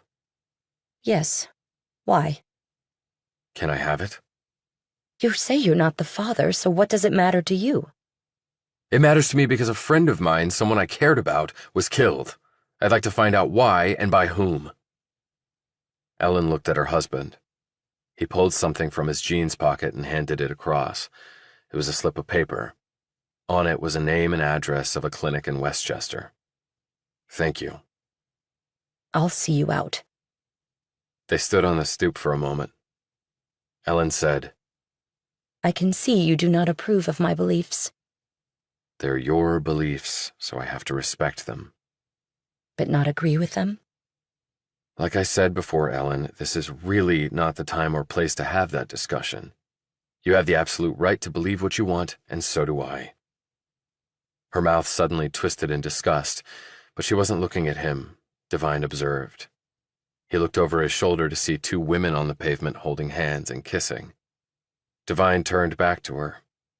The disgusted look was gone, but she said, I can't wait to get the hell out of this town. Chapter 40. Well, twice in one day. What a lucky girl I am. Michelle Montgomery had answered Devine's knock on the front door of her walk-up. She had taken off her business suit and wore faded holey jean short shorts, a white short-sleeved t-shirt, and no shoes. Her toenails were painted scarlet. Depends on how things turn out, he replied. She ushered him inside and he took in the space. Clean, uncluttered, minimal furniture, some decent artwork, colorful rugs on the hardwood floors, a couple pieces of what looked to be African sculpture, and the scent of reefer. Well, a couple more breaths and I'll be feeling quite mellow after my long day of toil at Cowell and Cumley. I've got some good weed if you're interested. If you have some cold beer, I'd be very interested. She got the beers and said, Come on. I know where there's a breeze. The AC here isn't the best. She led him up to the flat roof, where a couple of deck chairs were set up. He took off his jacket and loosened his tie. They sat, and she pointed out a sliver between two buildings and said, Water view. That apparently costs extra. And worth every penny. And so is that breeze. He turned his head and let tendrils of air slide over his skin as he drank his beer. How'd it go with Brad? Surprisingly well. We reached a mutual understanding. I guess that's good for you, then. Good for us both. Hey, were you with Brad last Thursday night? Thursday night? She thought for a minute. No, I was at his house, but he wasn't there. He probably was in the city. Maybe at the place where Sarah died. Do you know a Jennifer Stamos? No. Okay.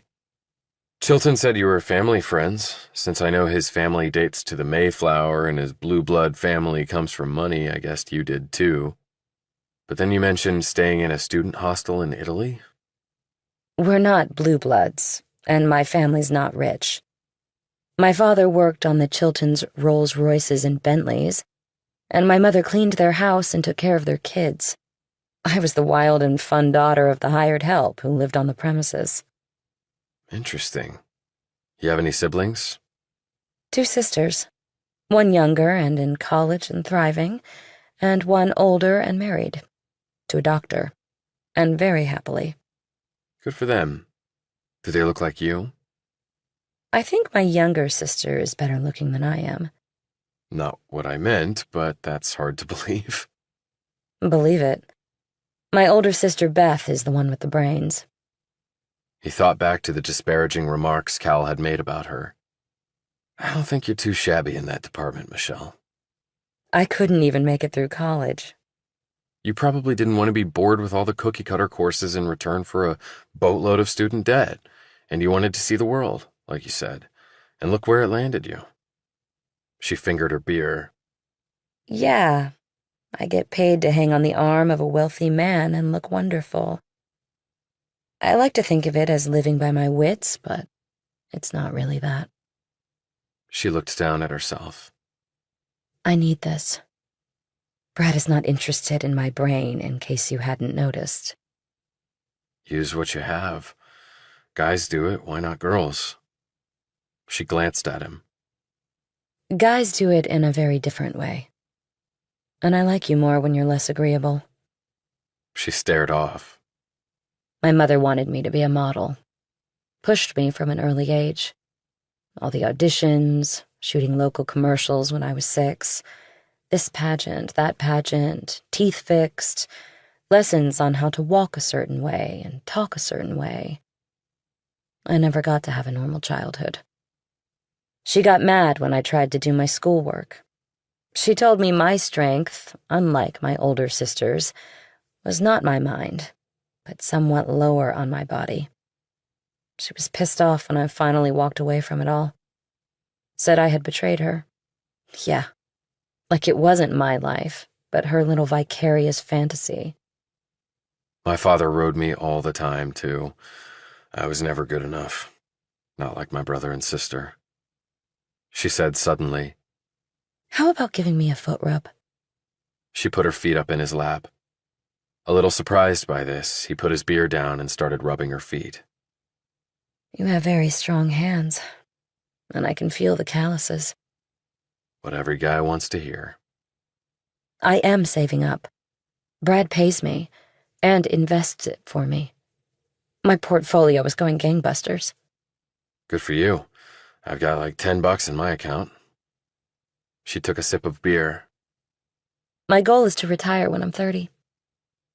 He started grinding away at her heels, applying lots of pressure. My God, this is like heaven. You should charge for that. I just might, Miss Portfolio. And then what would you do after you retire? Maybe go back to college. Learn something that doesn't require me to wear a bikini. Sounds like a plan. It has to be. When my looks go, it's over. Come on, don't sell yourself short. You seem damn astute to me. More than a lot of the so-called brainiacs I work with who can barely pack a lunch across the street safely. You're lying to make me feel better. I don't lie to make anyone feel better, including myself. She put a hand on his arm. But you want to have sex with me, right? I am the fantasy train girl, right? The further they went in this direction, the less he liked it. Was Cal paying her to do this, as some sort of chess move in the battle between them? I'm not on the train now. I'm rubbing your incredibly tense feet and enjoying the 4-inch Hudson River view. And you're flesh and blood, not a fantasy. And we're having a nice conversation that is heading to pretty deep waters for some reason I'm not sure about. He looked over at her. And why would you want to have sex with me? She almost coughed up a mouthful of beer. Okay, that's a first. No guy's ever asked me that before, especially when I've made the first move. I usually have to stop them from ripping my clothes off. She eyed him appraisingly. You're a nice guy. Or at least you seem to be. You're certainly different. You don't seem to care about what so many people care about in this city. Meaning money, prestige. All of that. It's a great town for culture and entertainment, and I love the vibe. But it's also hyper-competitive. Whatever folks have, it's never enough. I hate that. You mean like Brad Cowell? She finished her beer and stared dully out at the gap to the water. He picked up his beer and asked, "If you went back to college, what would you get a degree in?" People. So psychology, then? No. I want to be a photographer. A picture can capture everything. No matter how much people lie to you, their true selves are always revealed in their pictures. Always? Even when they know you're taking them? She looked at him. Especially then, because they try so hard to hide who they really are. It comes out in some other way in their body language, their expression. She slipped her phone from her pocket. Say cheese. Montgomery took his picture and looked down at it. "What do you see there?" he asked, mildly curious. A troubled man, but a good one. You have a lot on your mind. So you think we'll get through all of it okay? He didn't know why he was asking, but for some reason he wanted to know her answer. I don't know, Travis. I don't think anyone knows for sure. Especially us. She glanced over at him. What would you do today if you knew tomorrow wasn't coming for you? I'd go and see my father. Why? To make peace with him? The image of him and his father getting drunk the night they had celebrated Devine's getting the job at Cowell and Cumley came into his head. No, I'd tell him to stay out of my life and let me run it the way I want to, and that I didn't want or care about his opinion of me anymore. She stared at him for an uncomfortably long moment. What? That's pretty much exactly what I said to my mother. Chapter 41. Devine left her on the roof and hit the street once more. He had only gone about 10 feet when he had an idea. He used his phone to look up the real estate records to see who owned Montgomery's building.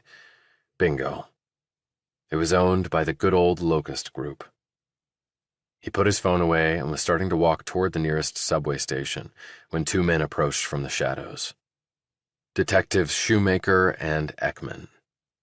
They both looked grungier and even more pissed off than the last time, and that was saying something. Shoemaker took the cigarette out of his mouth and tapped it dead on the pavement with the heel of his shoe. He'd probably like to do the same to me, mused Devine. "So, are you following me now?" he asked. "I feel very special." Neither man said anything. "Found Detective Carl Hancock yet?" "He doesn't exist," said Ekman. "Tell me something I don't know." "Because we think you made him up." "And why would I do that?" Ekman barked. "To make yourself look innocent, an alleged victim of some nutty conspiracy to throw us off the scent." "Oh, right, and it worked so well. I mean, you guys spent, what, minutes going down the rabbit hole because of it?" Shoemaker said darkly, "Shut up with the smart mouth. Who were you visiting in that building?" "It's got nothing to do with what you're looking into." "We'll be the judge of that," snapped Ekman. "No, you won't be." "You think we're messing around here?" said Ekman, drawing so close Devine could smell his foggy breath. "You think we screw around with murder investigations?" "I think you're trying to do all you can to solve it. At least I hope you are. Have you checked the video feed? Examined the electronic entry log for the time in question? You have a time window you can fit your suspects in. I actually pointed all that out to Detective Hancock." The only response was twin glares. He looked at each of them. "Please tell me you've at least done that." "There seems to be a little electronic hiccup," conceded Ekman. "Oh, it's bigger than a little hiccup, Mr. Homicide Detective." "Okay. And in case you talk to her again, Mrs. Hughes asked me to meet with them tonight. I already have. She told me about your finding the abortion clinic." He glanced around, thinking, "But maybe you followed me here from Brooklyn." "She shouldn't have told you anything." Did you explicitly tell her not to? Because I think with that lady, you give her any wiggle room and it's off to the races. Just my 2 cents. When they didn't respond, he continued. Now here's something really relevant to the investigation. Will there be any DNA left in Sarah's womb that you could match to whoever the father of her baby was? Why? Asked Ekman. Because if you have any, I'll volunteer my DNA to clear me from the pack. You're only offering because you know there's nothing there. Are you sure? She was pregnant. Ekman snapped. And she aborted the fetus months ago. We'd get nothing admissible. Shoemaker was watching Devine through slitted eyes. And why do I think Mrs. Hughes told you how far along Sarah was, and you knew you were in the clear on the window, even though you'd slept with her? You make that sound like a bad thing. And now you're trying to play all innocent by offering up your DNA. You make me sick. Well, that was clearly not my intent. But if there's nothing else, I have a train to catch. Shoemaker put a hand on his shoulder. Do not, I repeat, do not leave the area. I already told you I wouldn't. Since you guys can't seem to catch Sarah's killer, I guess I'll have to do the honors. If you obstruct this investigation in any way, began Ekman. I was thinking more along the lines of improving it. You better watch yourself, Devine. Right. I hope you guys have a productive rest of the night. In case you want to follow me, I'll be on the Metro North out to Mount Kisco. If you could ever manage to find Carl Hancock, he could tell you all about that. Chapter 42. On the train home, Devine looked out the window as they passed Cal's place. He knew Montgomery wouldn't be there tonight, but he still found himself staring. Muscle memory, perhaps, or something else. Part of him had wanted to sleep with her. He was a young, single guy, after all, and she was beautiful and sexy and willing, and some things were just that simple. And it wasn't like he had sworn off sex while he was searching for Sarah Hughes's killer. I hopped right into bed with Helen Spears, didn't I? But that one had been a long time building, and she had walked up to him on the front porch and shared his beer, and words were also exchanged, and things came to a head when she made her feelings clear. But still, he felt guilty for enjoying himself with Spears while Hughes lay dead. By the time he had left Montgomery's place, the passion of the moment had passed and been replaced with something far more somber and intricate. They both had been lost in thought about their lives, past and future, as he took his leave. Whoever said life wasn't complicated had never really lived. Later, he walked home from the station, and there was Valentine on the couch. Devine sat down next to him and said, I want you to see what you can dig up on the Locust Group. There are a lot of them out there, but the one I'm interested in is tied to some specific properties. He took out his phone and texted him the information. What is big deal about this Locust thing? Asked the Russian. I don't know, but their name keeps showing up. I'd like to know if Brad Cowell has ties to them. Okay, I get on it, dude, but at some point you need to pay for this shit. I am not freebie. I am America capitalist. What's your rate? $500 an hour, but for you, $250. Devine gaped. Shit, if you make $500 an hour, why are you living in this dump? It's much better than my flat in Vladivostok. That had no door and no windows, just blanket hung in doorway. Devine walked upstairs, slipping off his tie and jacket as he did so. As he passed Spears's door, it opened and there she was. She was not dressed in an alluring, transparent nightie, but in an NYU law t-shirt and sweatpants. Over the woman's shoulder, he saw a stack of legal tomes and bar study guides piled on her desk. What's up, Helen? You haven't asked about a lawyer yet. Don't wait too long. Actually, can we talk about that? She held the door open wider and stepped back. But just talk. I'm studying. He held up his hands. Don't worry, I won't let you have your way with me again. She shut the door and sat in her chair while he perched on the bed. He recalled the sexual gymnastics that had taken place right here. The heat, the intensity, her soft skin. Travis! He looked up to see she had clearly just read his sorry-ass guy mind. Right, The cops have been by to see me again. They really think I'm guilty, but they have no evidence. They can't show I was there at the time in question. What about cameras? Security card logs? Apparently there was a hiccup, or so they said. There's nothing there. Damn, that's incredible. I know. But are there other ways for them to come after me? Why? Were you involved in her death? I was not in any way, Helen. I'm telling you the truth. Why would I be out there busting my ass to find out who did kill her if I'd been the one to do it? Well, to make it appear as if you're innocent. He knew she was right, and it still pissed him off. Well, I am innocent. He hesitated. But what? But I did have a relationship with her. We kept it secret because of the fraternization rules at Cal. Did you sleep with her? He took a moment to process this and form a response. Yes, but only once. Could you have been the father of the child she terminated?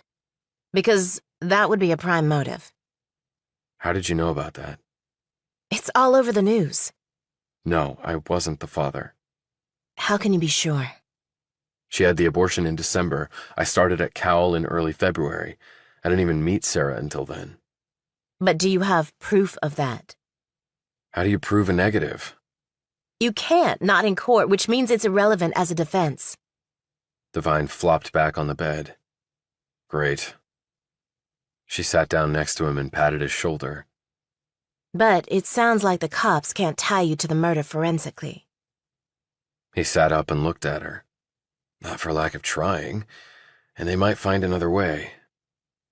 Has anyone looked at a motive for someone killing her? Just the pregnancy angle, I think. They seem to believe no one else in the whole world ever had sex with the woman other than me. And there's something else.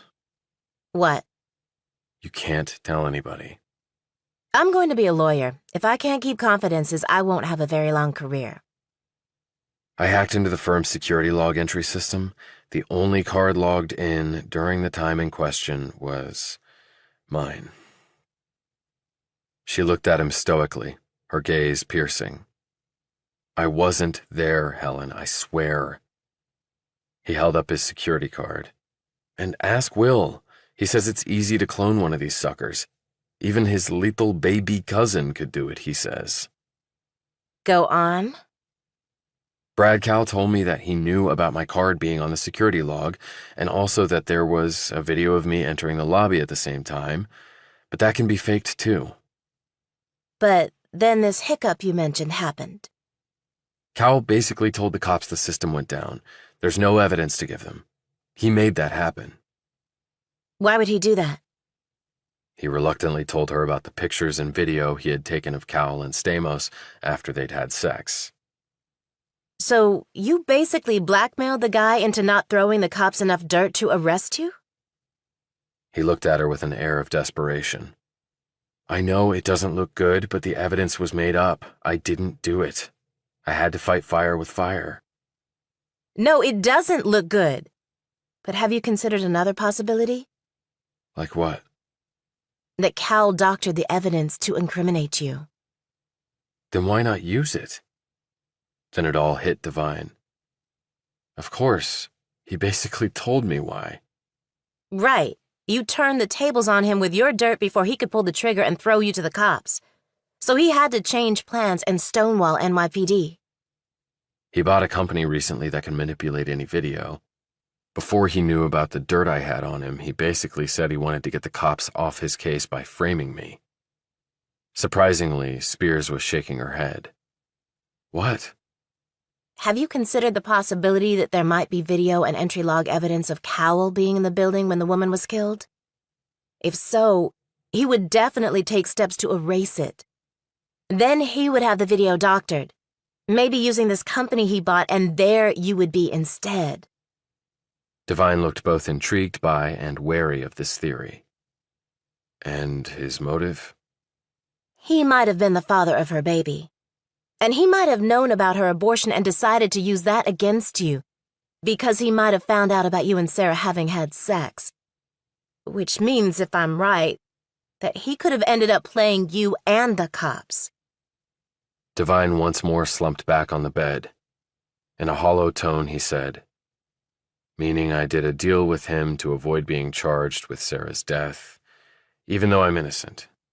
And in putting together that deal, he might have destroyed the real evidence of his guilt and just gotten away with her murder." What a smart boy you are. Chapter 43. As he was heading to his room, Jill Tapshaw called out to Devine from her doorway. She was dressed up, her hair was styled, and she had on makeup, all a rarity for her. "You going out?" he asked, walking over to her. No, I've already been out.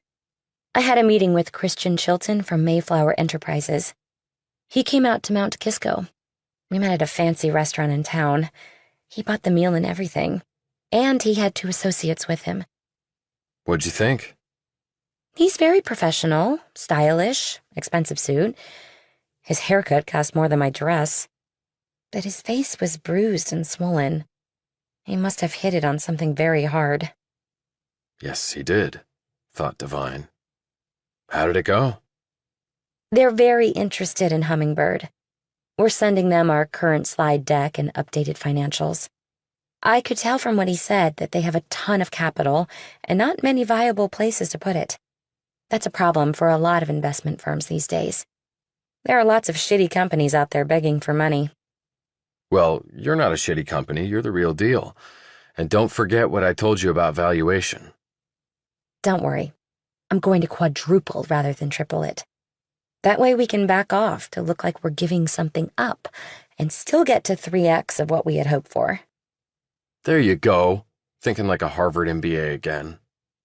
But I want to thank you for what you did. This could really be the turning point for Hummingbird. "What I did was nothing compared to what you've done, Jill. If Hummingbird blasts off, it'll be because of you and no one else." You know, you might want to register on our platform.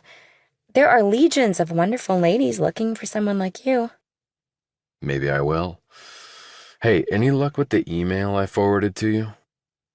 I'm through about 3 layers of obstruction. I can see why Will was having trouble, but I'll keep working on it. I see it now as a cool challenge. "Thanks." So, they haven't found out what happened to Sarah Hughes?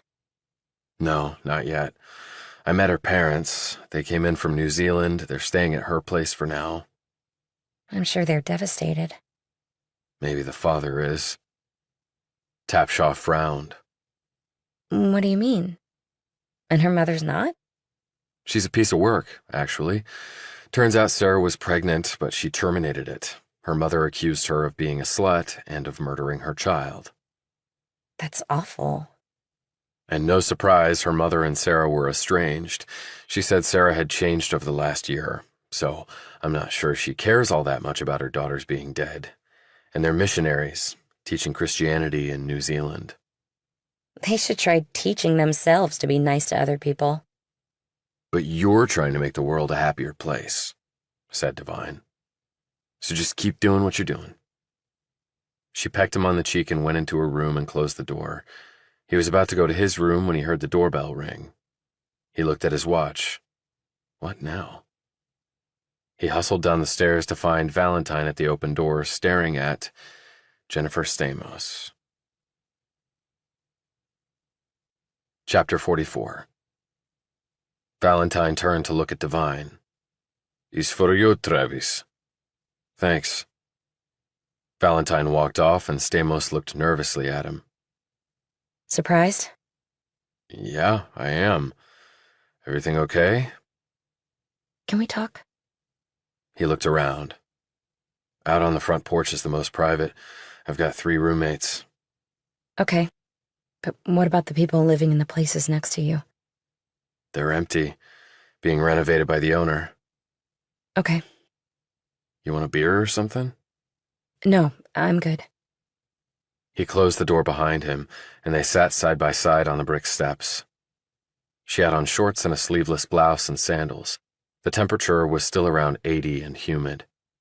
She looked at his clothes and said, Did you just get home? "I had a few errands to do after work." Is this a bad time? "No, it's fine. Did you take the train out here?" No, I took that zip car parked over there. It's silly to keep a vehicle in the city. Devine looked at the green Prius. Agreed. And you got my address from... She looked embarrassed. From the personnel office. Didn't think they gave that info out. They normally don't. Look, I'm sorry. I just wanted... It's okay, Jennifer. Fire away. He knew why she was here.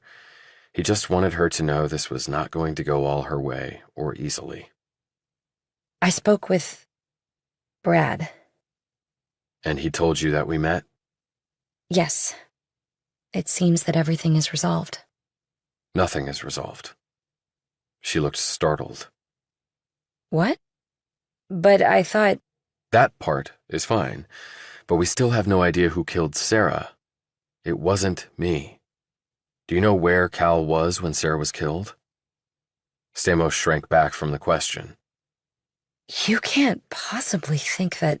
Well, people certainly thought that I might have killed her, and he told me he wanted to have sex with her, but it was a no-go on her end, and that probably pissed him off.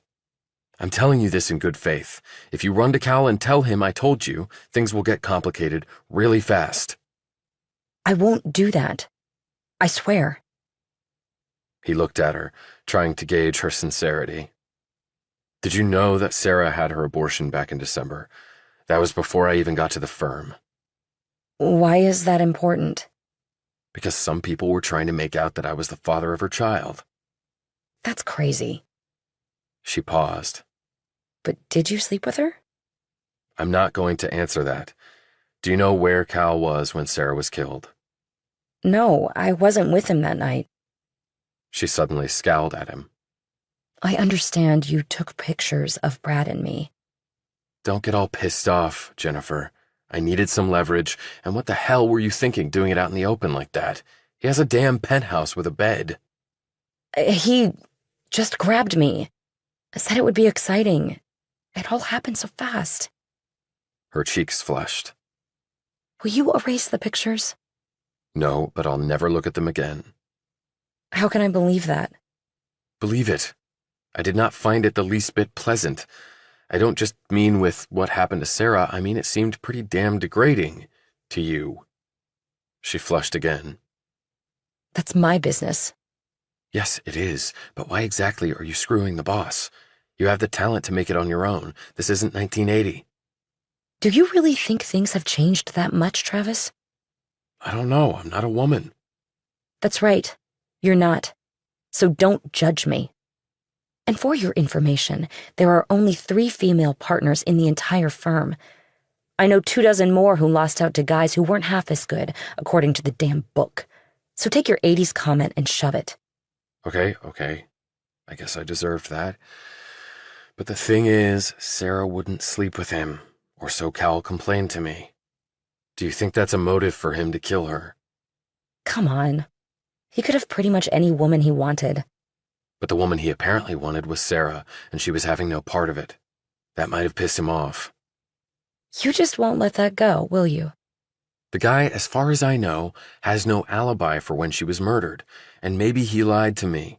Maybe they did sleep together, and she got pregnant, and the child was his, and maybe he paid to have it aborted, and she regretted it, and was going to expose what had happened. The boss impregnating the help and then paying for her abortion? Do you know how much money Cal gets from church and state pension funds and teachers' unions and other organizations that would frown on that sort of thing? He wasn't the father. He stared warily at her. How do you know that? I just do. How? Sarah told me. Why would she do that? You weren't close friends. We were closer than I let on. Wait a minute. If that's true, did she tell you the real reason why she was interested in the play Waiting for Godot? I don't know. What the hell do you mean you don't know? Either you do or you don't. She was worried about something, but she wouldn't fully confide in me. I think she was scared. I told you that before. And she didn't want to involve me. I think she was protecting me. Devine studied her. He said slowly, "It sounds like you and Sarah were way more than friends." Sarah and I... Sarah and you what? I can't. Devine was out of patience. For God's sake, Sarah is dead. Just fucking tell me. She drew in a long, tortured breath and then let it go. We were in love. Okay? We were in love. Satisfied, asshole? She jumped up, hurried over to the Prius, started it up, and drove off. Devine just sat there and watched Stamos disappear into the dark. He finally went back inside, where Valentine said, "Damn, she is so hot. Are you doing her?" "Just shut up, Will. Just shut the hell up." Devine, his mind reeling, walked upstairs to his room and slammed the door. Chapter 45. 4:15 a.m. 10 minutes into his workout at the high school. Warm, muggy, dark, cloudy skies, sprinkles of a pre-dawn summer rain commencing. Devine was already loosened up, sweaty, into a rhythm, trying to focus on his physical side while his mental side was all over the place. There was simply too much to process. And whenever that happened to him, he had focused back on the basics. Take one step, figure it out, and go on to the next step, and the one after that. At some point, it would start to make sense. At least I hope to God it will. It was then that the three men stepped from the outer rim of the darkness and blew up all his thoughtful plans. However, Devine had heard them coming and moved forward to confront them. Why, if it isn't Detective Carl Hancock of NYPD, where no one knows your name. He looked at the other two men, carbon copies of Hancock, only white. Hancock nodded. "Surprised it lasted as long as it did. You talked to them and told them about me and they went batshit. Am I right?" "Something like that." Devine looked at the other two guys as the rain started to fall. Remorseless bastards paid to do harm. He had seen enough of such men. They all pretty much looked the same, zombies with guns. Hancock took some gum from his pocket, popped it into his mouth, and started to chew it. His jacket was open. The Glock was there. They were all armed, Devine was sure of that. All he had was himself, and whatever he could find to defend himself. He was pretty sure it would be enough. They had already made one cardinal mistake. They didn't kill me right away. "Care to explain the subterfuge?" said Devine. Hancock cracked a smile. "Subterfuge. Now there's a word you don't hear every day. Seems the only one to fit, at least to me." Devine moved slowly to his left, an inch at a time, while not appearing to move at all. "Who are you, Devine? Really?" "I can ask you the same thing." "You have upset some serious folks. They don't like to be upset. That's why they bring in guys like me." "I'm not sure what I've done to deserve the attention." "Not being square with me was part of it. Military dude, now trying to make it in the investment world. What kind of bullshit is that?" "I can't spend the rest of my life getting shot at." "But see, you've also been playing detective, asking questions, getting involved in shit you shouldn't be. That bothers people greatly." "Well, you've been doing the same, and it bothers me greatly, too, and Sarah was my friend. I was naturally curious as to who killed her, but I did a deal with the head guy. It's all good. Your services are no longer needed." "I seriously doubt that." That was a slip on Hancock's part. He had just divulged something very important. Now if I can just survive this encounter to use it. "Care to explain that?" "We didn't come here to chit-chat, Devine. And thanks, by the way, for telling me your workout schedule and where." "Yeah, I didn't know you were a dirtbag back then." "Not a dirtbag, just a working man, like you. And who do you work for, Devine, really? You don't want to be where you are, clear to see. You're there because someone put you there. Tell us who, and we go on our way." "And leave me for the high school football coach to find on the 50-yard line with a bullet in my brain?" "We won't leave you here. We're a class act. We do things right. There's a lake not that far from here. You won't feel a thing. Swear to God." Devine had now moved in total 9 inches to his right, without, in the poor light, seeming to have moved at all. It was like an optical illusion, and these guys had bought into it, slightly moving along with him to keep their relative positions the same, and not even realizing they were doing it. It was like planets revolving around each other. So long as the distance and angle were the same, you never focused on the actual movement. He had been taught this in close-quarter combat drills in the Army, and it was as true now as it had been then. And they were overconfident, cocky, because they outnumbered him. That was what separated guys like them from guys like him. "We need information. If we have to beat it out of you first, we will." "There's only 3 of you, so how will you manage that?" "Army Ranger speaking," said a grinning Hancock. "All badass, right? If you're faster than a bullet, kudos to you. So last chance. Who are you, and why are you at Cowell and Cumley?" Devine moved another half-inch until he felt the tire against his ankle. "I love capitalism, guys, just like you. I don't want to kill you, but orders are orders. And who's giving the orders?" Hancock shook his head. "Come on, Hancock, or whatever the hell your name is. It's not like I'll be telling anybody I'm heading for that nice little lake, right? I can tell you that what this involves goes way beyond anything you can imagine. Sounds like a cliche from some lousy movie, I know. But in this case, it happens to be true. See, actually, the real world is way more complicated and dangerous than how the movies and TV make it out to be. Thanks for telling me basically squat. It's nothing personal. But this is how I put food into my family's mouths, so nobody's messing with that. Just be prepared to deal with the consequences," replied Devine as he tensed and bent slightly at the waist. "Okay, we're done." Hancock looked down and pulled out his pistol, just about the time the car tire hit him in the head, knocking him heels over ass. The second tire flung by Devine slammed into the man next to Hancock, and down he went too. The third man had his gun pointed right at Devine and was about to fire. The third guy had always been Devine's worry bead. Shit. Then a loud crack sounded somewhere. The gunman whirled around to see what had caused it, giving Devine time to hit him at gut level. They went tumbling, and the gun spun off into the darkness. As the men fought, Devine gripped the man's throat, placed his rebar-strong thumb against the left carotid, and at the same time pressed his index finger dead center of the throat. He crushed the carotid with his thumb and used his index finger to rupture the trachea. The man stopped struggling and went limp. Next moment, Devine was up and sprinting flat out. As he passed by Hancock, who was trying to stand, Devine kicked him in the head, sending him hard back to the dirt, grunting in pain. Devine jumped the waist-high fence and hit the ground running on the other side.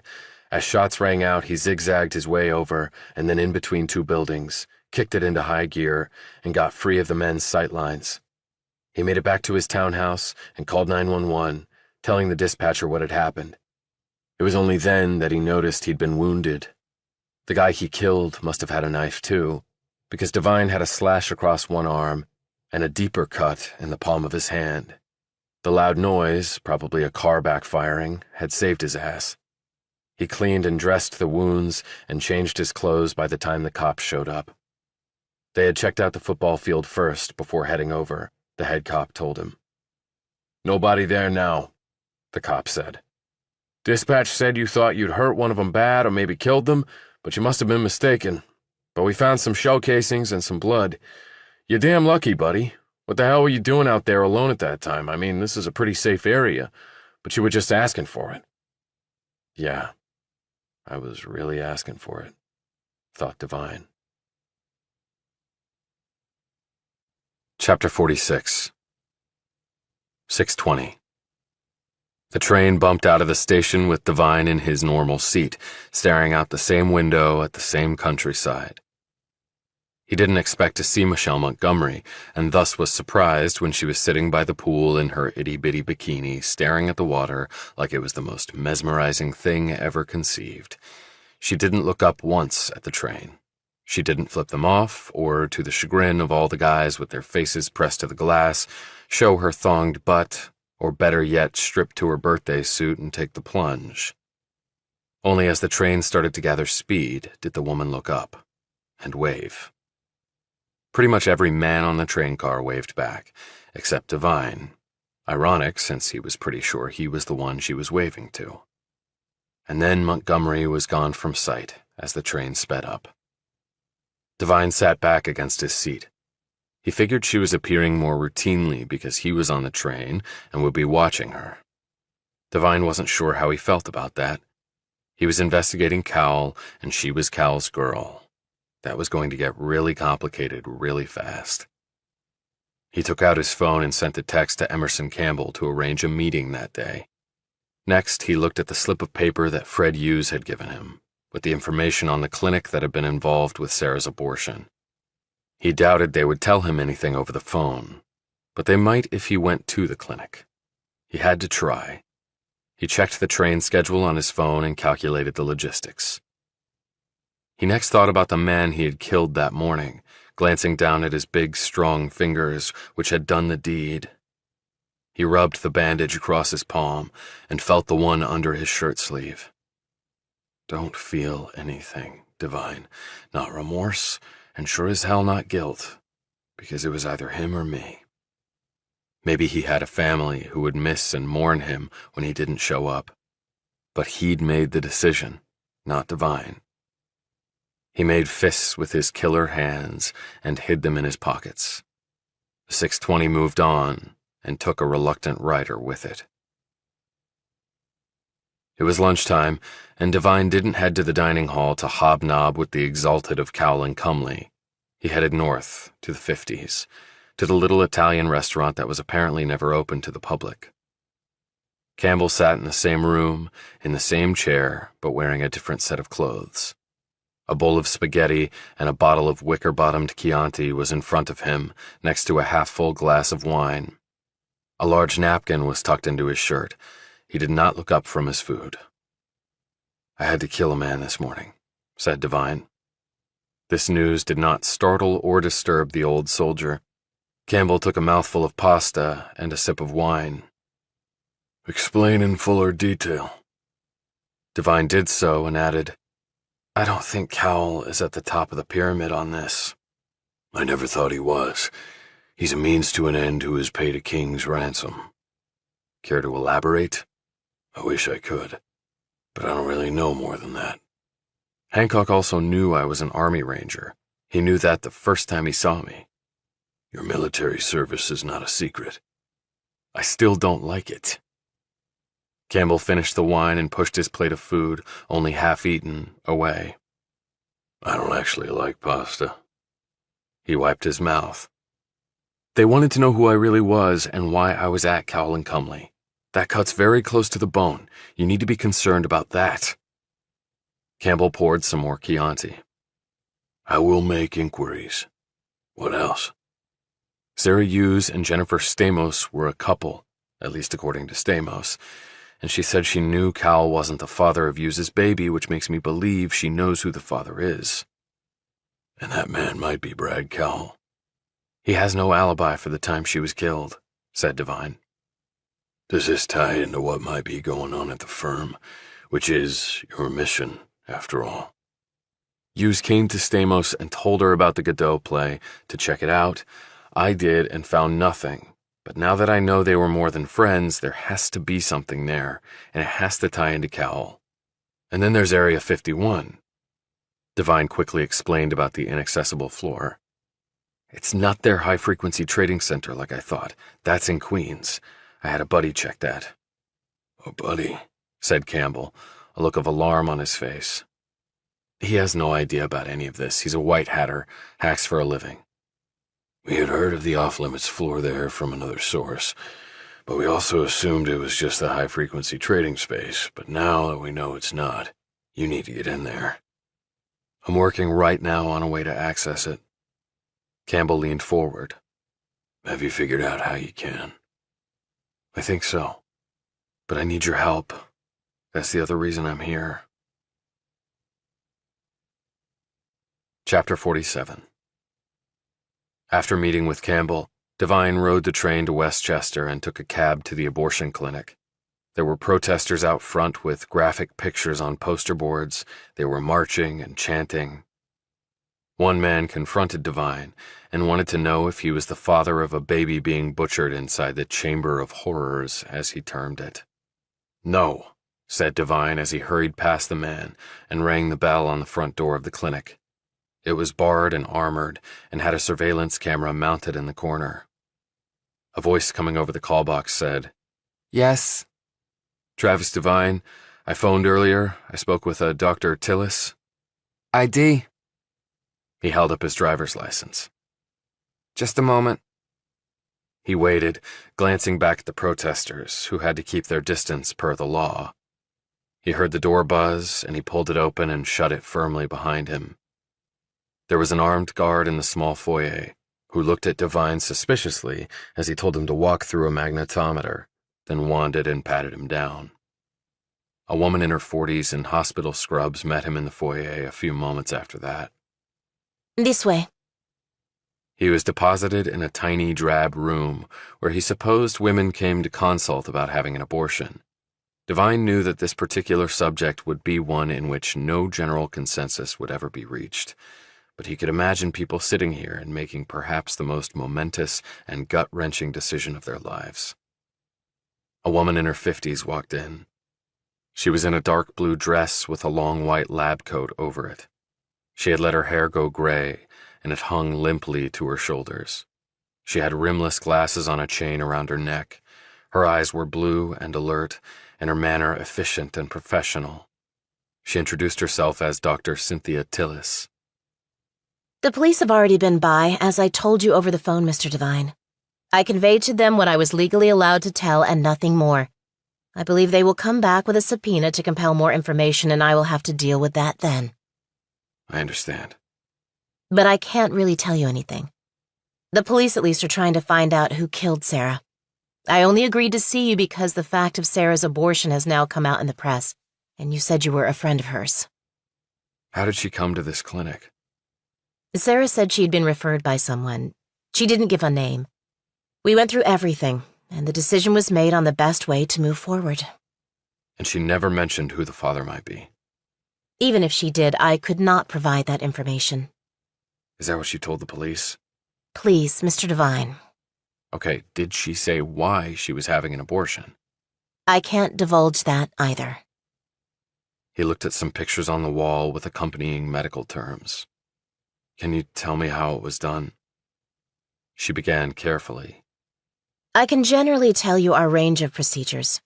Up to 11 weeks is deemed the embryonic period. Up to that point, the abortion can be done by what is called medication abortion." "A pill, you mean?" "Yes. And in that event, there may be a follow-up appointment within 1 to 2 weeks to ensure the pregnancy is terminated and the patient is well. If the woman's last menstrual cycle was more than 11 weeks ago, an in-clinic abortion may be required. That would have to be performed here." "I was told she was only 8 weeks along, so Sarah could have just done it with a pill?" "She could have.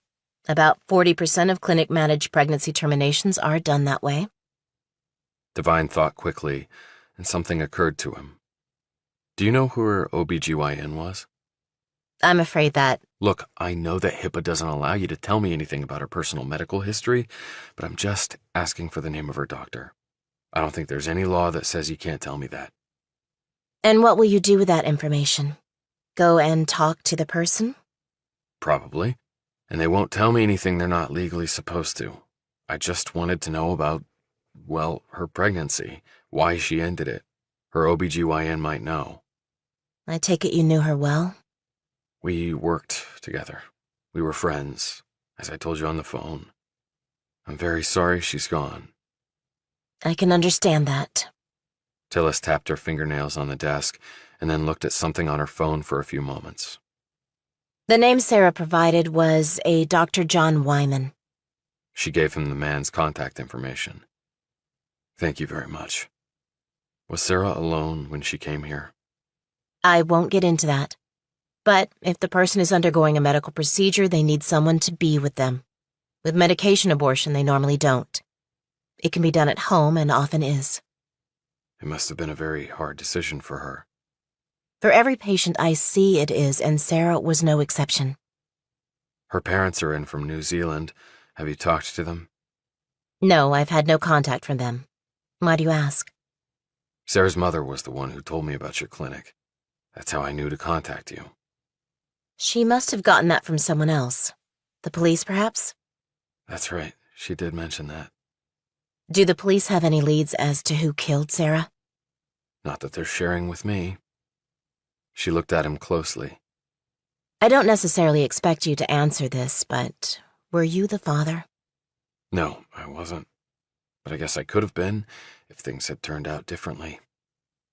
Tillis did not seem to know how to take this. To Devine, she seemed a bit alarmed, and he suddenly wondered if he had really stepped in it again. She might call the police the second after he left.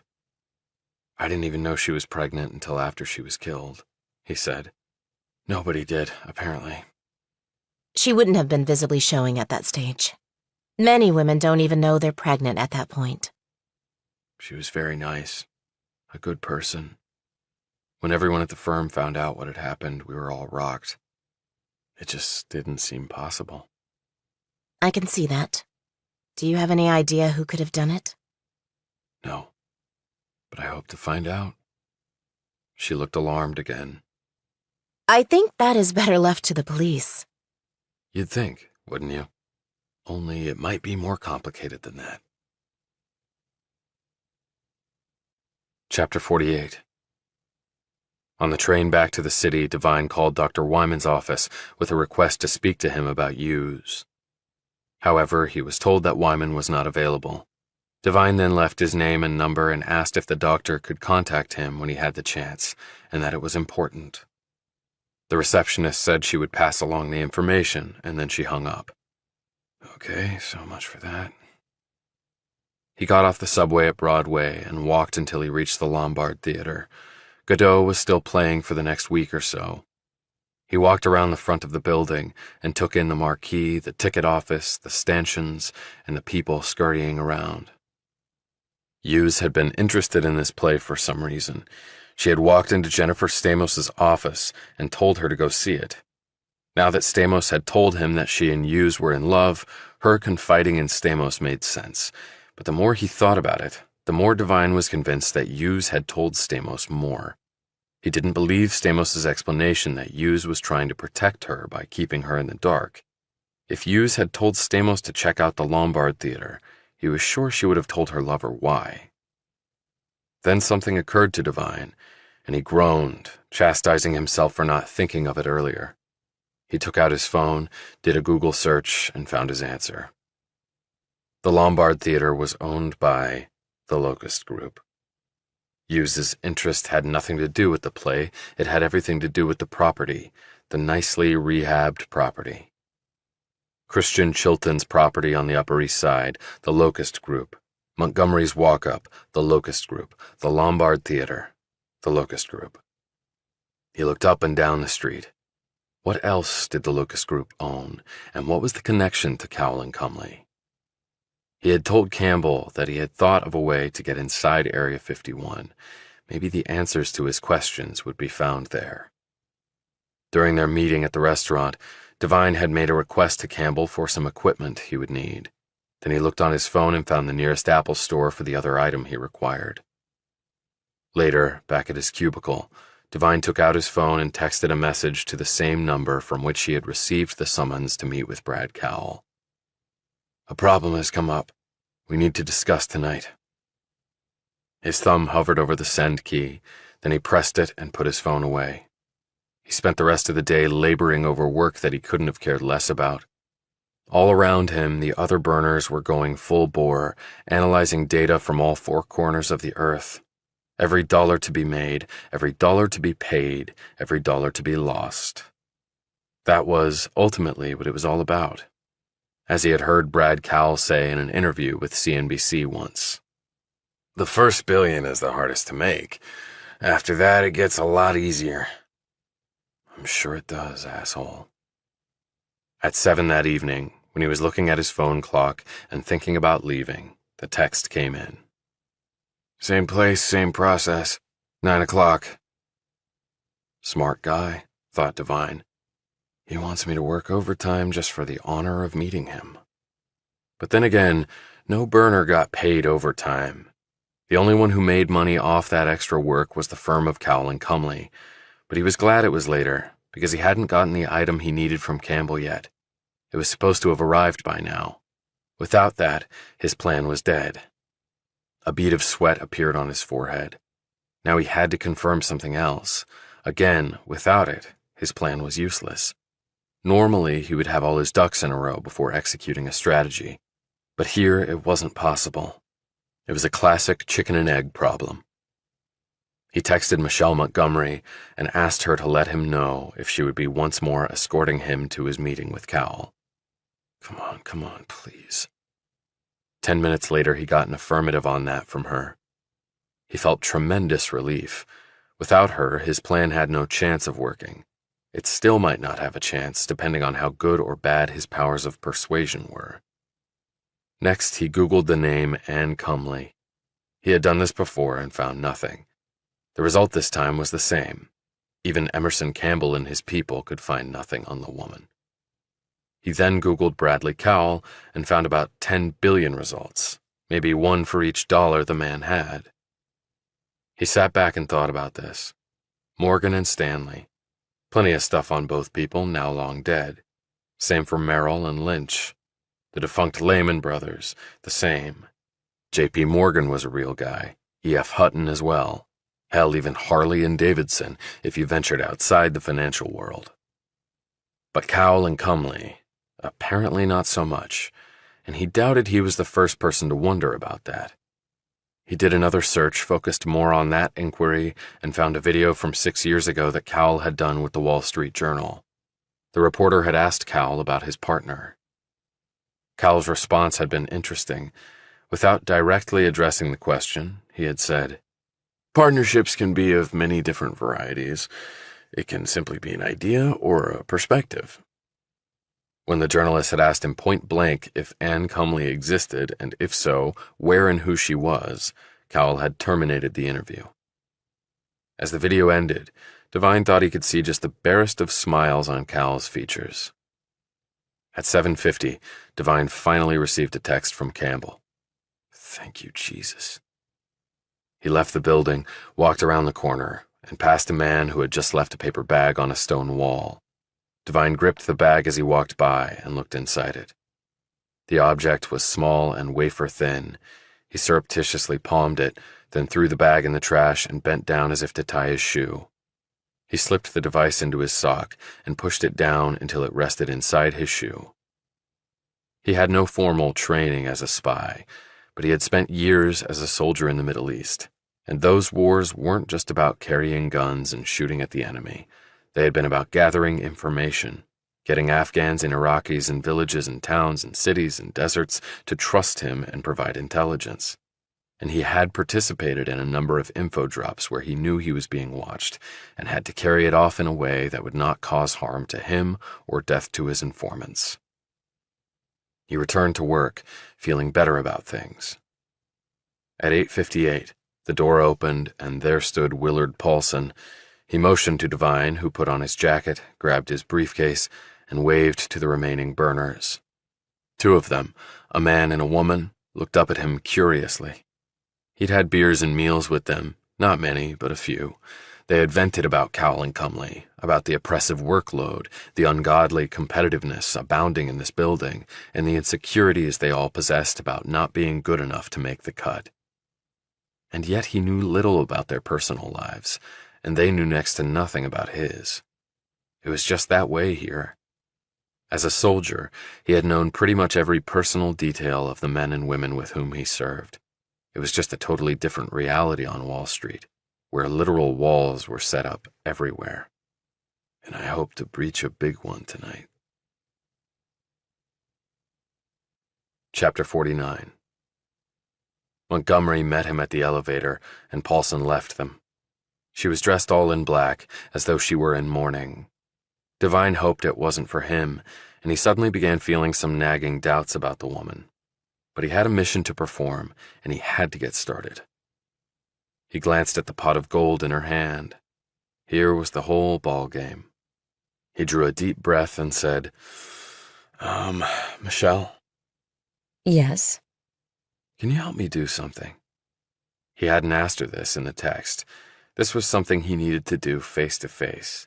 Like Cal had said, analog. What? He took the iPhone he'd bought that day and held it up. It was the same model as Cal's, with the same gold cover, and he had made the screensaver the exact same image of the blue Bugatti Chiron.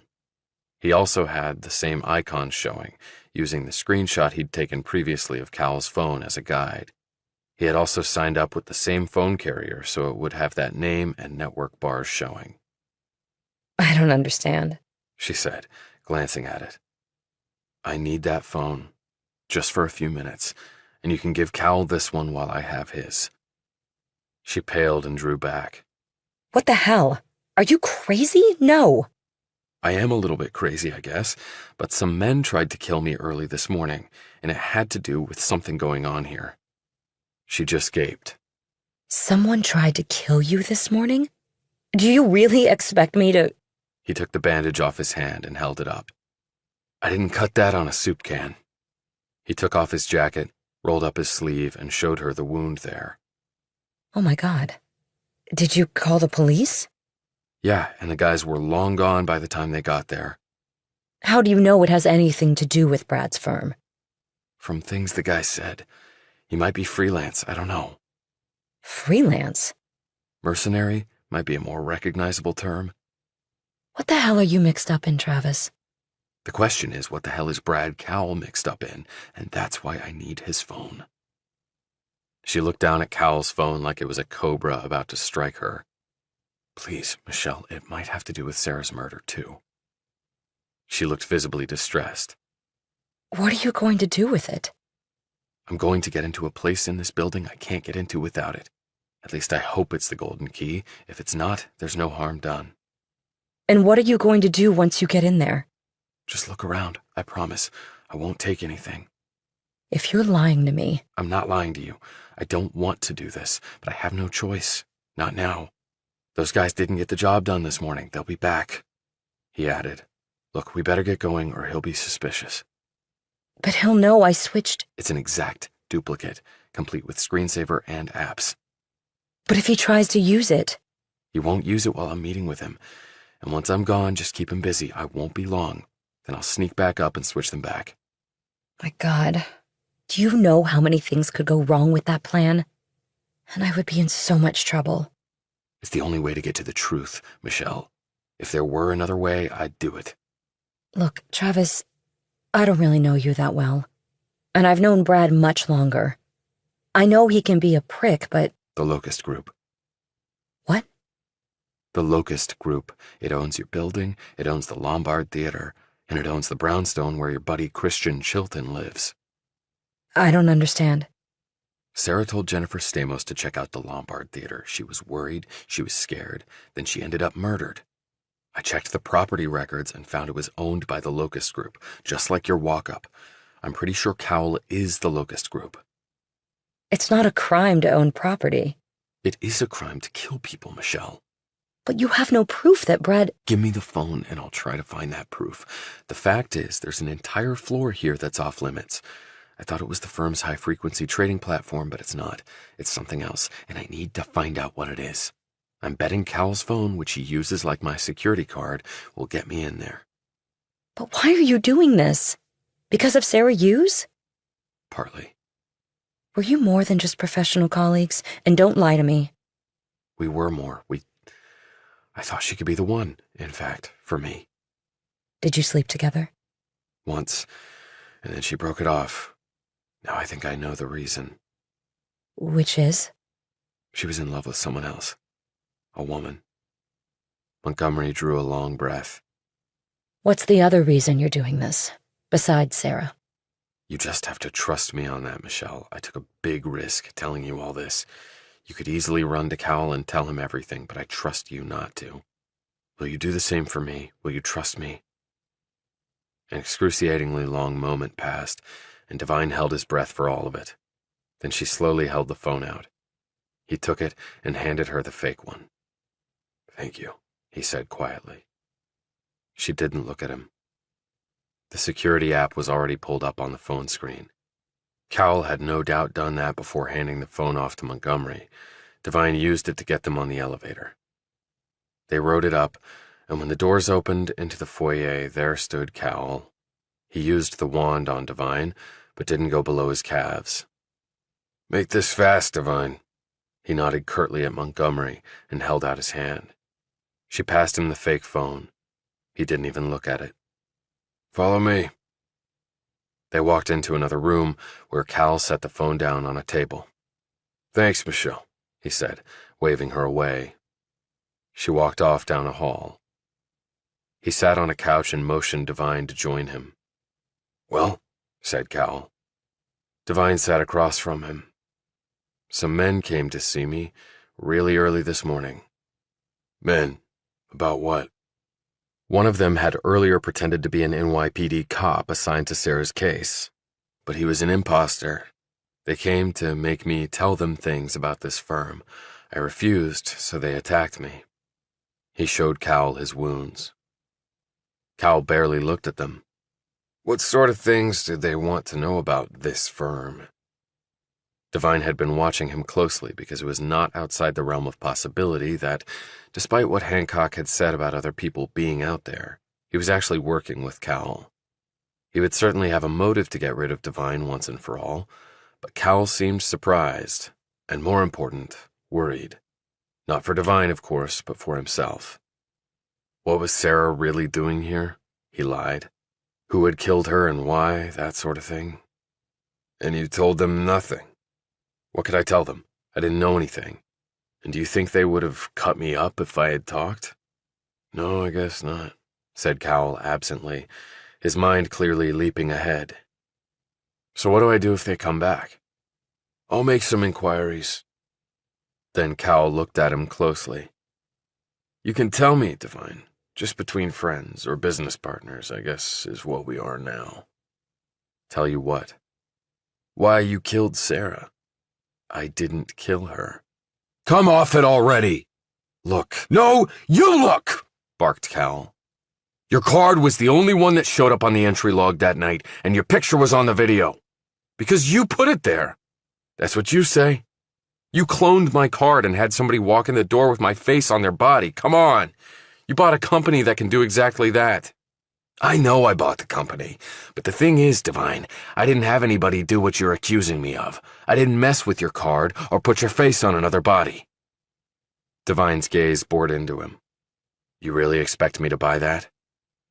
Cowell shook his head, his expression resigned. Hell, maybe I would have done that manipulation stuff, but the fact is, I didn't think of it, okay? You're right. When I saw the video and the entry log, I was going to send your ass right to the cops and get this problem off my back, but then you hit me with a shot to the gut with the pictures and video of me and Jen. I just thank God I didn't turn the stuff I had on you over to the cops before you showed me your hand. I'd have had nothing to hit you back with. Devine, for reasons he could not entirely understand, believed the man, because everything with Cowell was transactional. So if the man hadn't tried to frame him, who had? Cowell continued to grouse. I need to get better people advising me. Not one of them even mentioned the possibility of framing you using the technology I had just bought and paid for. Useless pricks. He sat back on the couch and stared off, clearly pissed. Let me know what you find out, said Devine. Yeah, right. Okay, we're done. Devine rose, but Cowell said, Wait a minute. I gotta let you on the elevator with my phone. Cowell rose too and started to the table to get his phone, only it was the fake one. Devine hadn't thought of this, and his mind went blank. His panic level hit the top floor. I've got it, Brad, said Montgomery, who suddenly appeared from around the corner where she must have been listening. She snatched up the phone before Cowell could get there and led Devine out. I owe you. More than you'll ever be able to repay. Don't ever forget that, Mr. Devine. Chapter 50.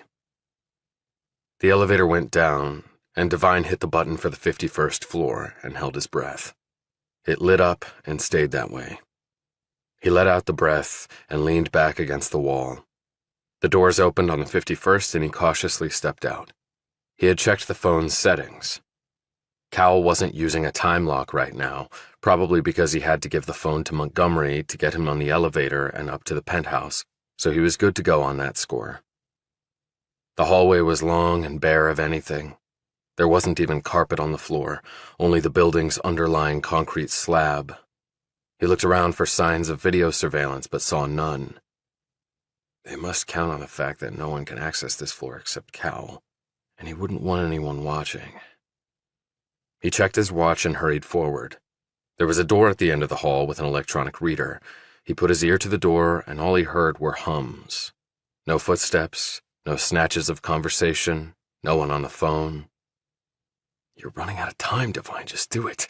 Shit, you took less time to go into rooms in the Middle East where you knew there were guys inside waiting to kill you. He held the phone in front of the reader, and the door clicked open.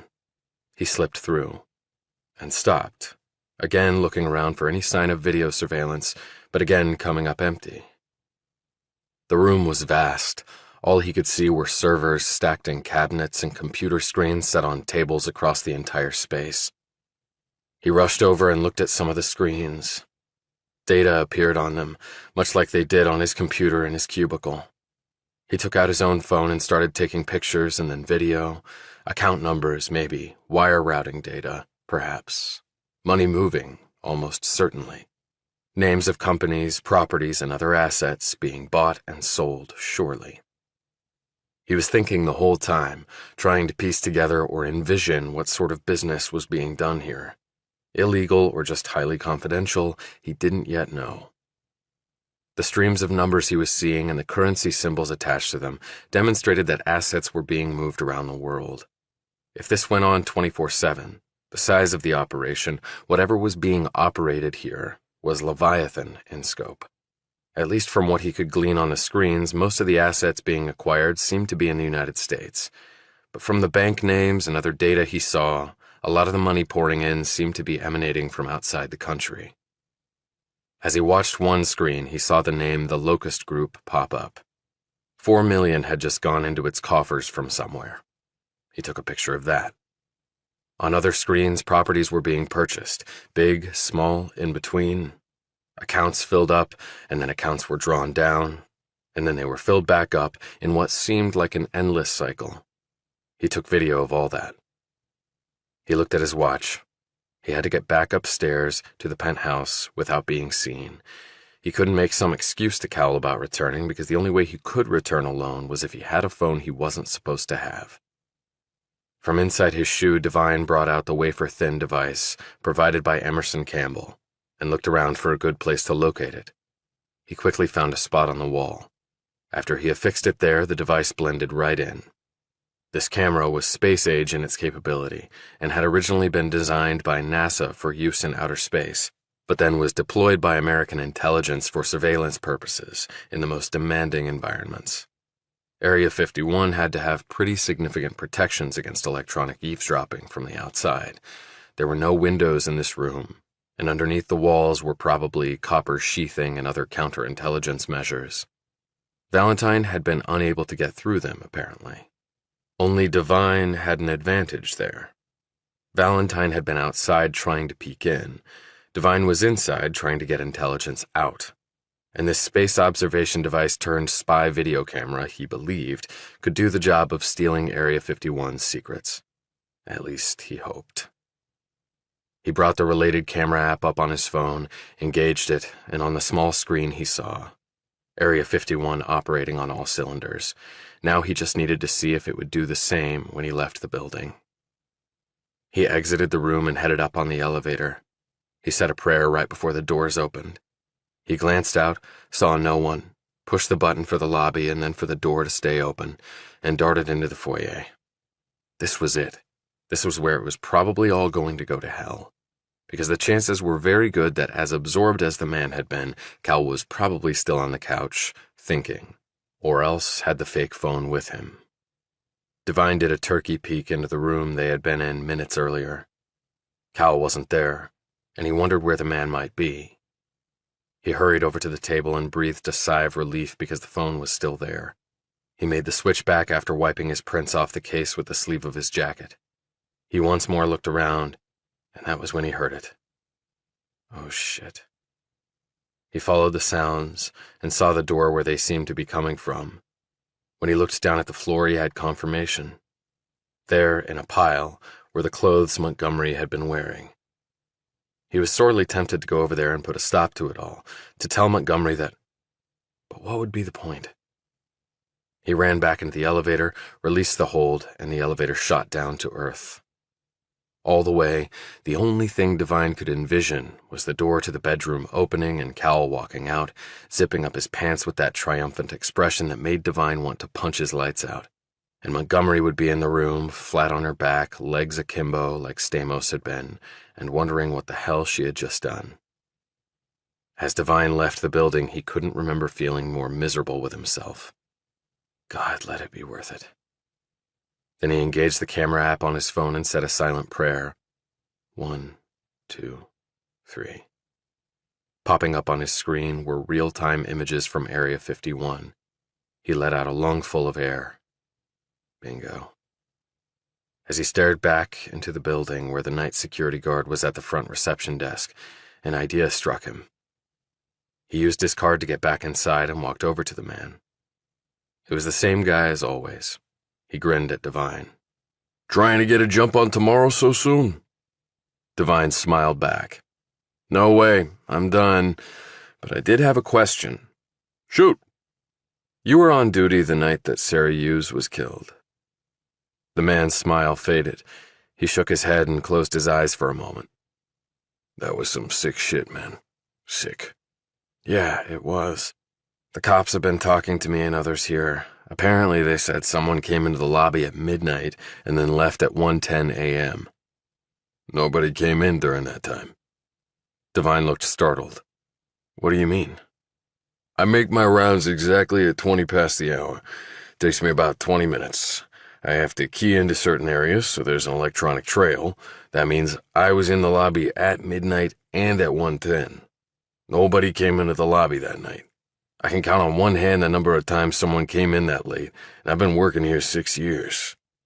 And you told the cops this? Yes, I did. And I also told them what they needed to look at. What was that? The service entrance and elevator in the rear. Same security cards get you in there, and there's a camera back there. He pointed to the console, where there were video feeds on 6 different screens. The one on the right over there shot at whoever's outside that door.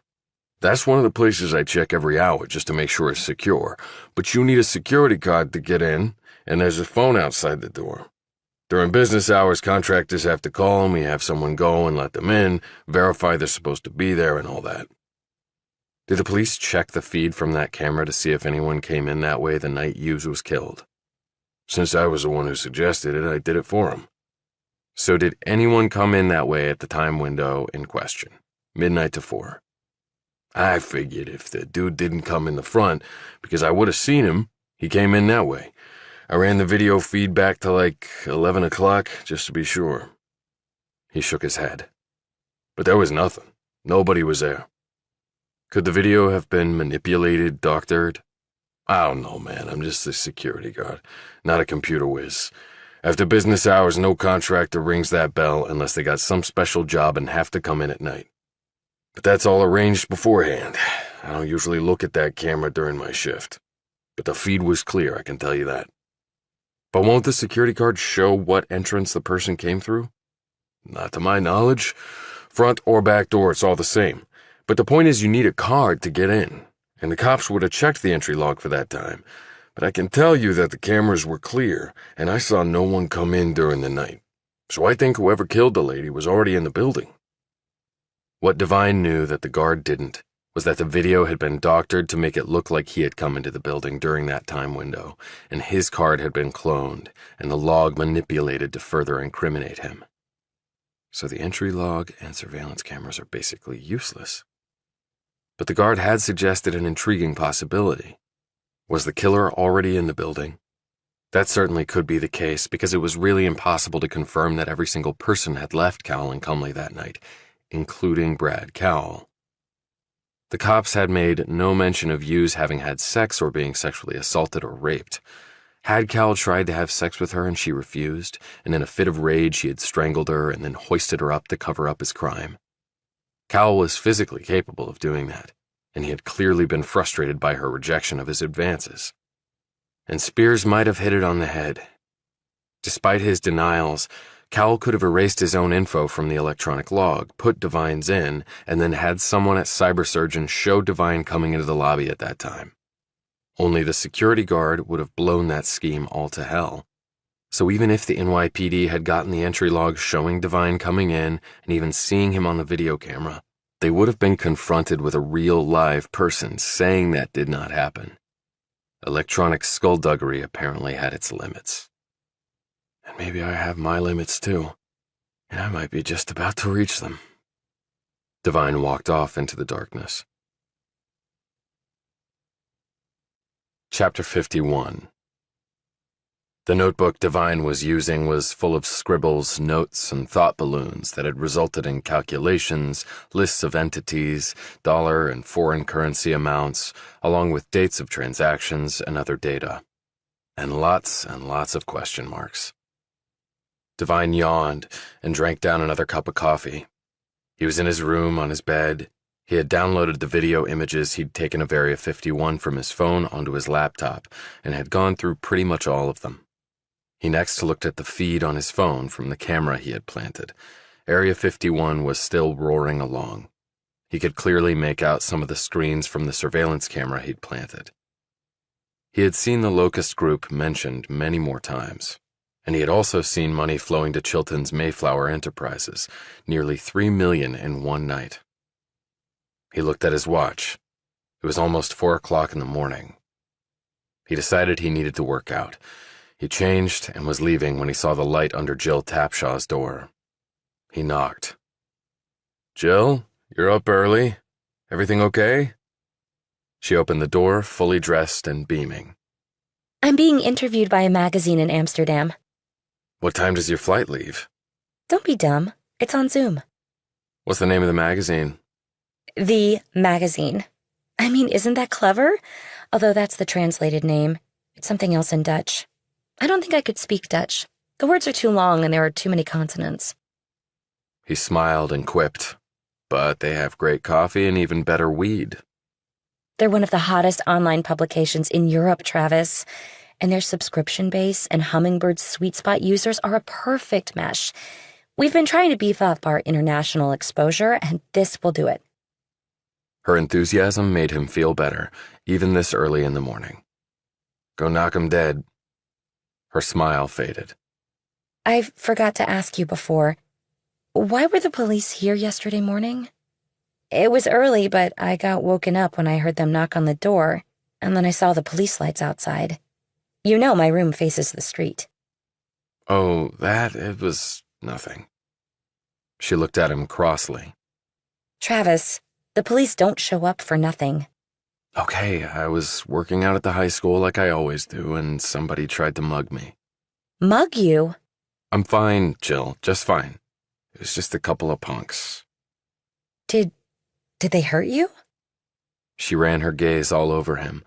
Fortunately, he'd had the presence of mind to put his bandaged hand behind his back so she wouldn't see he'd been wounded.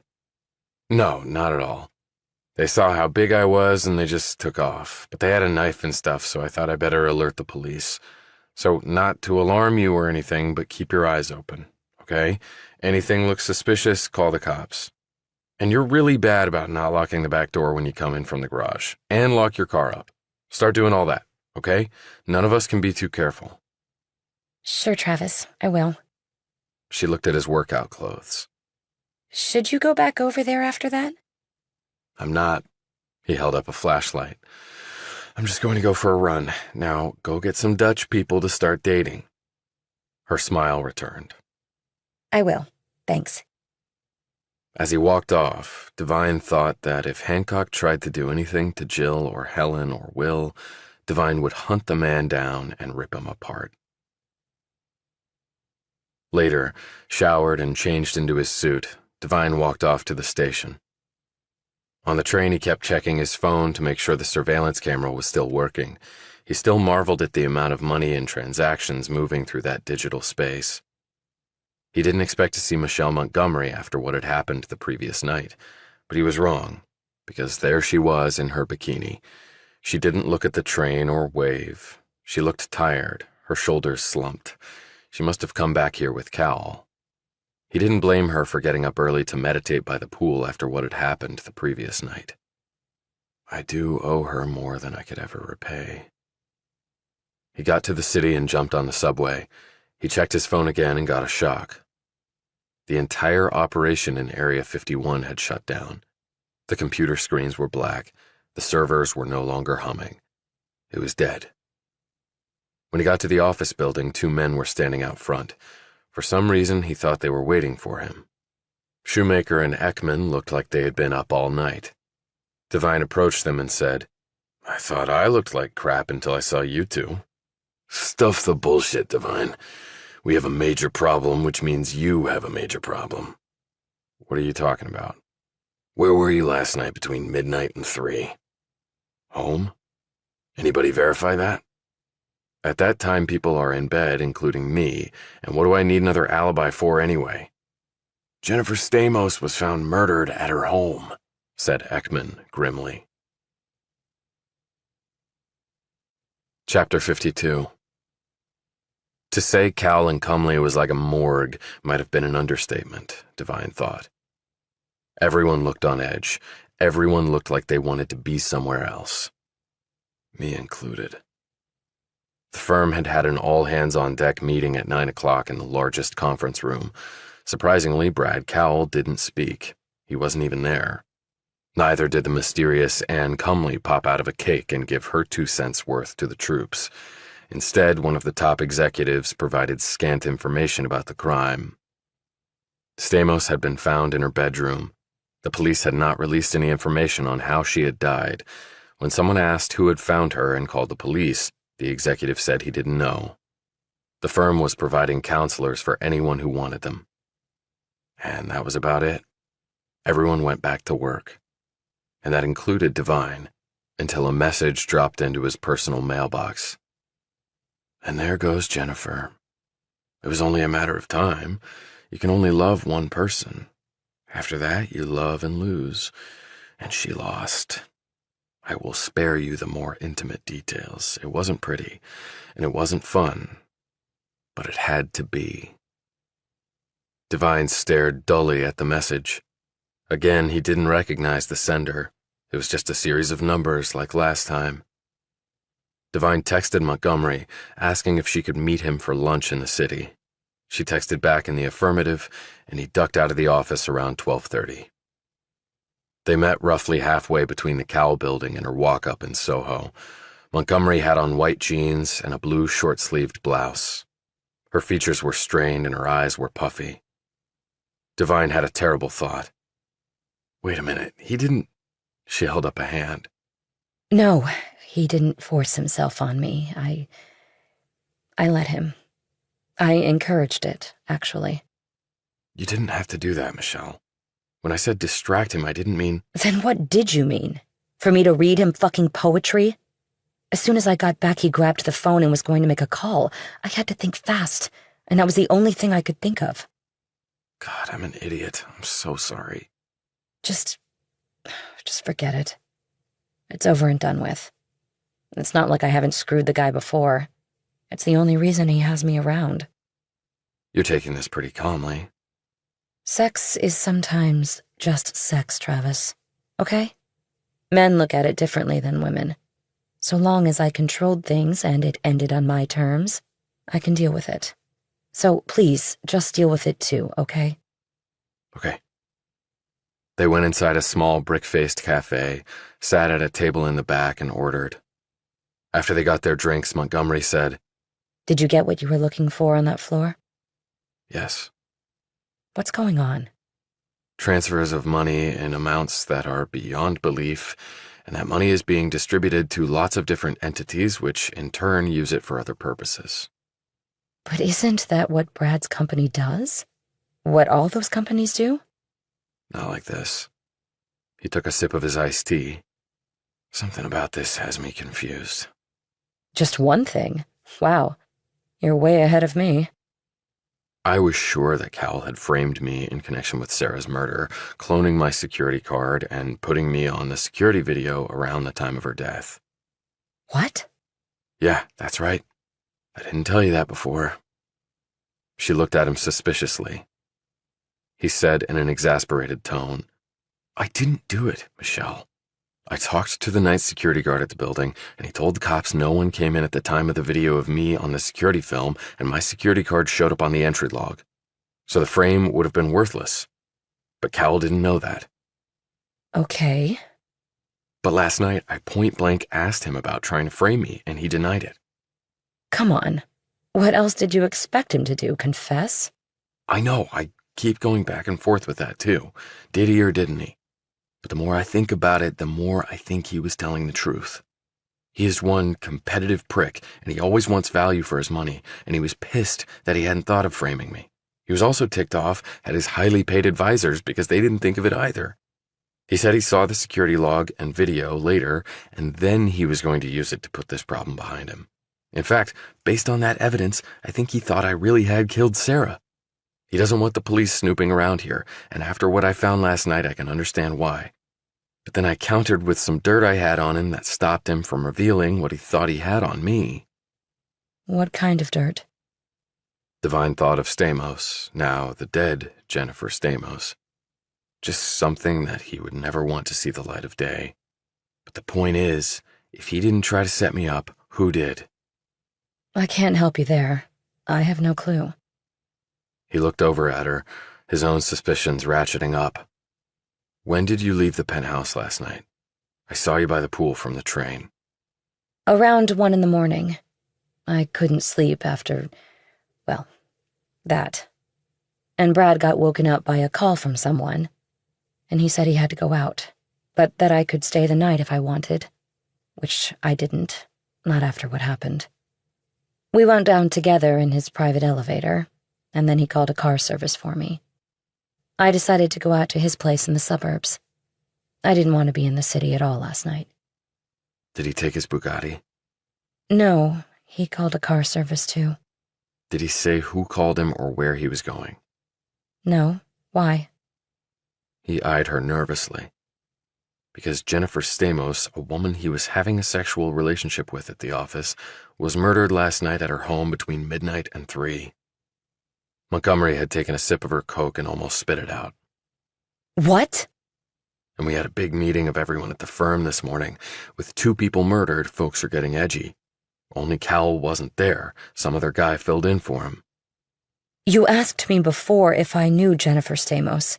I did, yes, because I knew she and Cal were a thing. He eyed her closely.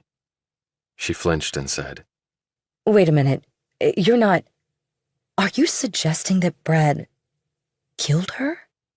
I don't know. It would make sense that she would call him late at night. Even if he didn't kill her, he might have found the body. The guy this morning didn't say who had notified the police or who had found her. Do you think Brad might be dead too? I think we would have heard about that if he was. Unless they haven't found his body. He also might have called the police anonymously and then run for it. If he found her dead, he'd probably think, like I did, that people would believe that he had killed her and others might know of their relationship. I gave him a lot to ponder last night, and a murder on top of it with a woman he was screwing around with, the press would have a field day with that, and the cops would be all over him. He paused and said, Did you have any idea he was seeing somebody else? With Brad, it was pretty much a given, and our relationship wasn't going to be permanent. And I asked you over to swim in the pool. I was ready to go to bed with you the other night, so I have no problem with him sleeping around when I'm willing to do the same. Fair is fair. Okay. She shook her head. And I thought I had a shitty night. That poor woman. I have something else to tell you. What? I got a message from her killer. Travis! He explained about the email he'd gotten that morning, and about the previous one he'd received after Sarah Hughes had been killed, and about both messages being untraceable. Why would the killer be contacting you? I don't know, Michelle. I knew both women. That's the only connection I see. But so did lots of other people. But you and Sarah had a thing. You slept together. That's true. And there's no way to find out who sent the messages? I had a world-class hacker try and fail. I have someone else trying. This is beyond bizarre. Agreed, but we have to keep pushing forward. He paused, took a sip of his iced tea, and said quietly, "Look, can you contact Cowell and tell him that I want to talk to him about Stamos' murder?" That's a little vague, isn't it? It's meant to be. She pulled out her phone and texted the message to Cowell. She set her phone down and fingered her Coke. Where did you go after you left there last night? I went home and started going over the stuff I found. Let me know if you hear back from him. Do you really think he killed Stamos?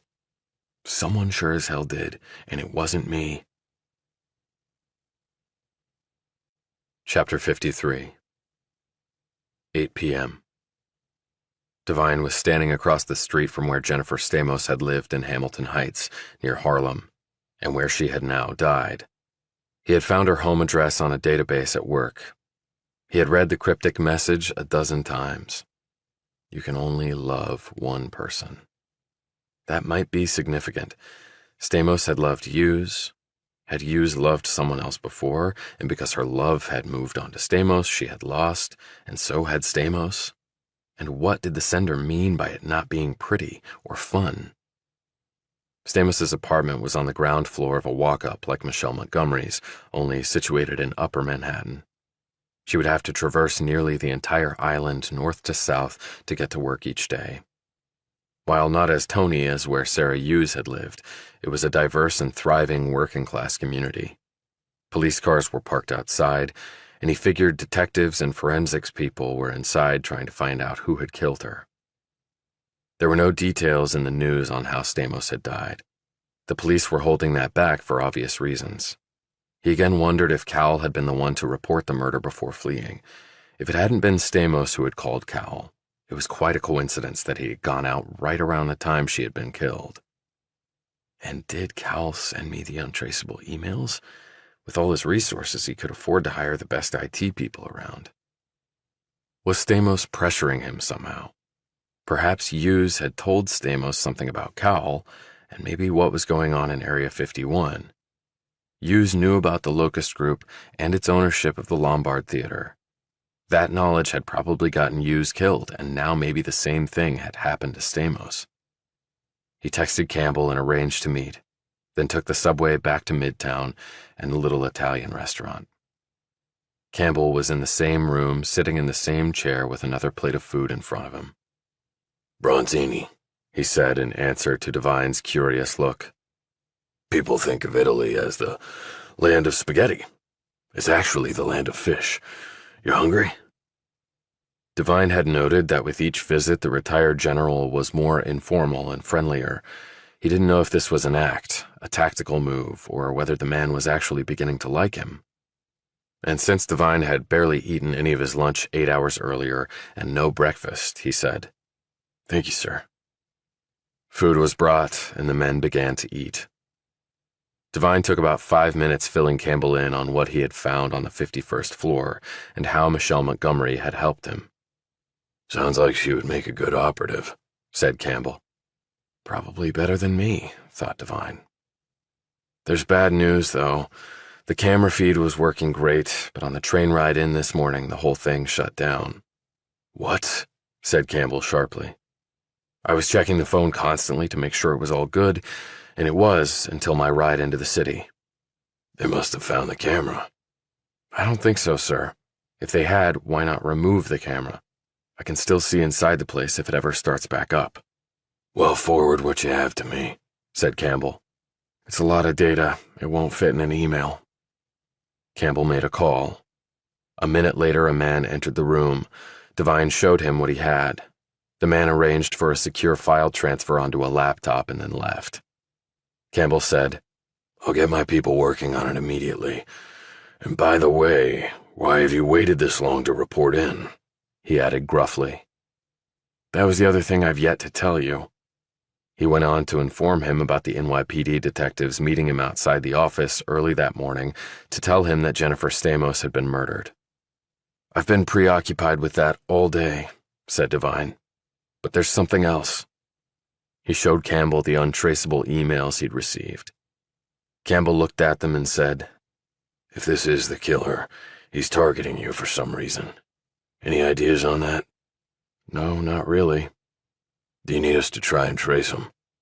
"I have someone working on it who's making progress." "Your hacker friend?" "No, someone even better." "Still, forward them to me and I'll put my people on it. Another set of eyes never hurts." Devine did so. Campbell said, "We'll have our forensic accounting people go over the surveillance footage, of course, but you have your MBA. What do you make of it so far?" Enormous amounts of money coming in from what looks to be foreign sources, and enormous amounts of money going out. Locust Group is one recipient. They own the Lombard Theater on Broadway and Michelle Montgomery's Walk Up in Soho, and the brownstone on the Upper East Side that Christian Chilton lives in. That's just the tip of the iceberg. There could be thousands, tens of thousands of properties and assets being purchased. "You said foreign. Can you tell the precise sources of the funds coming in?" asked Campbell. "Numbered accounts, maybe Swiss, maybe Bahamas, maybe Chad, offshore platforms. The routing is a labyrinth. It'll take an army of your forensics accountants to unravel it. There were also what looked to be transfers of cryptocurrency of various types. This is definitely a global scenario." Campbell tapped his fish with his fork. "So what do you think is going on there? Money laundering?" The obvious answer, of course, would be yes. But in the world of modern finance, having an automated system like this in place to buy all sorts of assets and transferring money all over the globe could be completely legit. Speed is one's friend in this arena, and lots of firms do things similar to this, although not with near the same velocity and scale. "Do you really think it's legit?" asked Campbell. "Except for two things, I would tell you I'm not sure." "What are those two things?" Sarah Hughes and Jennifer Stamos being murdered. That is obviously not something that typically happens in connection with big investment firms doing these sorts of transactions, so hopefully it will be enough to take them down, right? He looked at Campbell. The man didn't seem overly confident. "What is it?" asked Devine. "There's the matter of proof. What I got is inadmissible, Devine. Fruit of the tainted tree." "But I'm a civilian." "Any competent defense lawyer would argue that you had been effectively deputized by the government, and indeed used a piece of specialized surveillance equipment provided by the federal government. We won't have a legal leg to stand on." "I guess not," conceded Devine. "But there are perhaps ways to work around that." "I sure as hell hope so. What did you learn about Hancock, the imposter in NYPD detective clothing?" "We can't confirm this yet, of course, but my sources told me it sounds an awful lot like a chap named Eric Bartlett. He's a former CIA operative. Left government service about 8 years ago. He's popped up here and there working for some unsavory types, but he was too slippery to catch and hold. He's previously pulled impersonations like this for different clients." "Well, hopefully we can put an end to those impersonations and to him, because I don't want to run into that guy again if I don't have to." When Devine got home later that night, Tapshaw's light was out, but Spears's light was on. He knocked on her door. Yes? "It's Travis. Got a minute?" She opened the door and eyed him appraisingly. Jill told me about the mugging and your warnings to her. To all of us. How bad was it? "Could have been worse." Only it wasn't a mugging, was it? "It was the guy who was pretending to be NYPD and a pair of thugs. They had guns and knives. That's how I got this scratch." He held up his hand. Impressive you got away alive then. "More luck than not." I doubt that. The Army taught you well. He looked over her shoulder at the stack of books. "How's the studying coming?" It's coming. Torts are easy. Criminal law is harder. "That's what all the criminals say." I've seen the news. Jennifer Stamos is dead. "Yes, Was she the one who came here to visit you the other night? yes." And you told me she was having an affair with Brad Cowell, and you had proof of it. Yes. That does not look good, Travis. For you. I didn't kill Stamos, Helen. Why would I? You keep lobbing legal softballs at me. Your motive is she decided to call your blackmail bluff and threatened to expose you. So you silenced her. Do you have an alibi? No, but I found out that Cowell got called out at just around the time she died, and now he's pulled a disappearing act. So either he killed her, or else he found the body, called the police, and went into hiding. Maybe he killed her and called the police. Why would he do that? Guilt? Or thinking it might help him somehow? People under stress do strange things. He looked over her shoulder at the pile of books again. Well, I'll let you get back to it. As he walked off, he had a brand new problem, and that problem was Helen Spears. Because those books and study guides hadn't been touched since the last time he'd seen them. They were all in the exact same position. She wasn't studying for the bar. She might not have graduated from law school. Her name might not even be Helen Spears. He had no reason to check before. Now he did. Chapter 54. The 6:20 was delayed for 5 minutes by some problem at the station, then it lumbered on its way. Later, the train slowed and then stopped. Devine looked out at Cowell's pool area. It was empty this morning. No meditation for Montgomery in a bathing suit, and Cowell might have already fled the country if he had indeed killed Stamos. As the train remained motionless, Devine once more checked the video feed on his phone. Area 51 was still dead as a doornail. What the hell had happened between his looking at the feed the previous morning on the train ride in to find everything firing away, to his checking the feed as he arrived in the city only to find Area 51 shut down? Devine decided to call Montgomery to check on her. She answered on the 4th ring, sounding groggy. "Sorry it's so early," he said apologetically. No, it's okay. What's up? "I passed by Cal's house this morning and you weren't out by the pool, but it made me think of you. Just wanted to touch base with you to make sure everything was okay, and whether you'd heard back from Cal." I haven't heard from Brad, and I'm fine. I stayed in the city last night. "I was surprised that you were out by the pool yesterday after everything that had happened the night before. I forgot to ask you about that when we had lunch yesterday, but Stamos' murder sucked up all the oxygen." Well, that wasn't my call. "Come again?" Brad texted me at like 3 in the morning and told me to be out by the pool before 6:45. Luckily, I wasn't really sleeping and heard the text come in. I texted him back and told him I'd do it. Wait a minute, he wanted you out by the pool in time for my train to come by? I don't know about that. He just told me the time. Michelle, why didn't you tell me about this at lunch yesterday? With everything else going on, it didn't seem important. She yawned. It still doesn't, at least to me. Not important? I told you that he might have murdered Stamos, or at least found her body. I know that, but how can that be connected to him texting me about going out by the pool? I mean, what would that matter? And he didn't tell me where he was, so I had nothing to tell you on that score. But didn't that make you suspicious? That after maybe finding a body or killing a woman, he took the time to text and tell you to be out by the pool by a certain time the next morning? Look, if you want the truth, Brad has a voyeur fetish.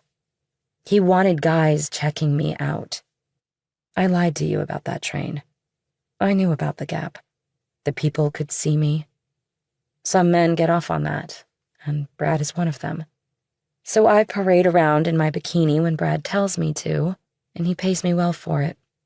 It's not like he asks me to do it all the time. It's actually pretty rare, although it has been more often lately. But he wasn't there to see it last time. But he has cameras around the property. I figured he was going to watch later, like it's his own little porn video. Devine shook his head, and then something occurred to him. Something maybe crazy, and then again maybe not. Do you pick the bikinis to wear, or does Cal? I do. Devine looked deflated. His theory had just gone down in flames. But Brad picks the colors. He tensed once more, his adrenaline racing. He picks the colors. Yes. I don't like red or emerald green. They're not really my colors. I prefer blue. The only green I wear is lime, and that's only in the summer when I'm tanned. But Brad likes me in those colors. And he tells you when to go out by the pool in the bikinis. Yes. Like I said, he has a fetish. Is it always by 6:45? Yeah, it is. Okay. Let's go over the chronology. Last Friday, before they found Sarah's body, you were wearing a green bikini, correct? She thought for a moment. Yes, that's right. And you weren't by the pool on Saturday. That's right. I didn't take the morning train in on Sunday, but you were told to sit out by the pool then? Yes. Red bikini? Correct. I was told on Saturday that Sarah's death was due to homicide, not suicide. Okay, but I don't see the connection. Then on Monday morning, I saw you wearing a green bikini. That's right, I was. Just like Brad told me to. I was surprised because normally it wouldn't be that frequent.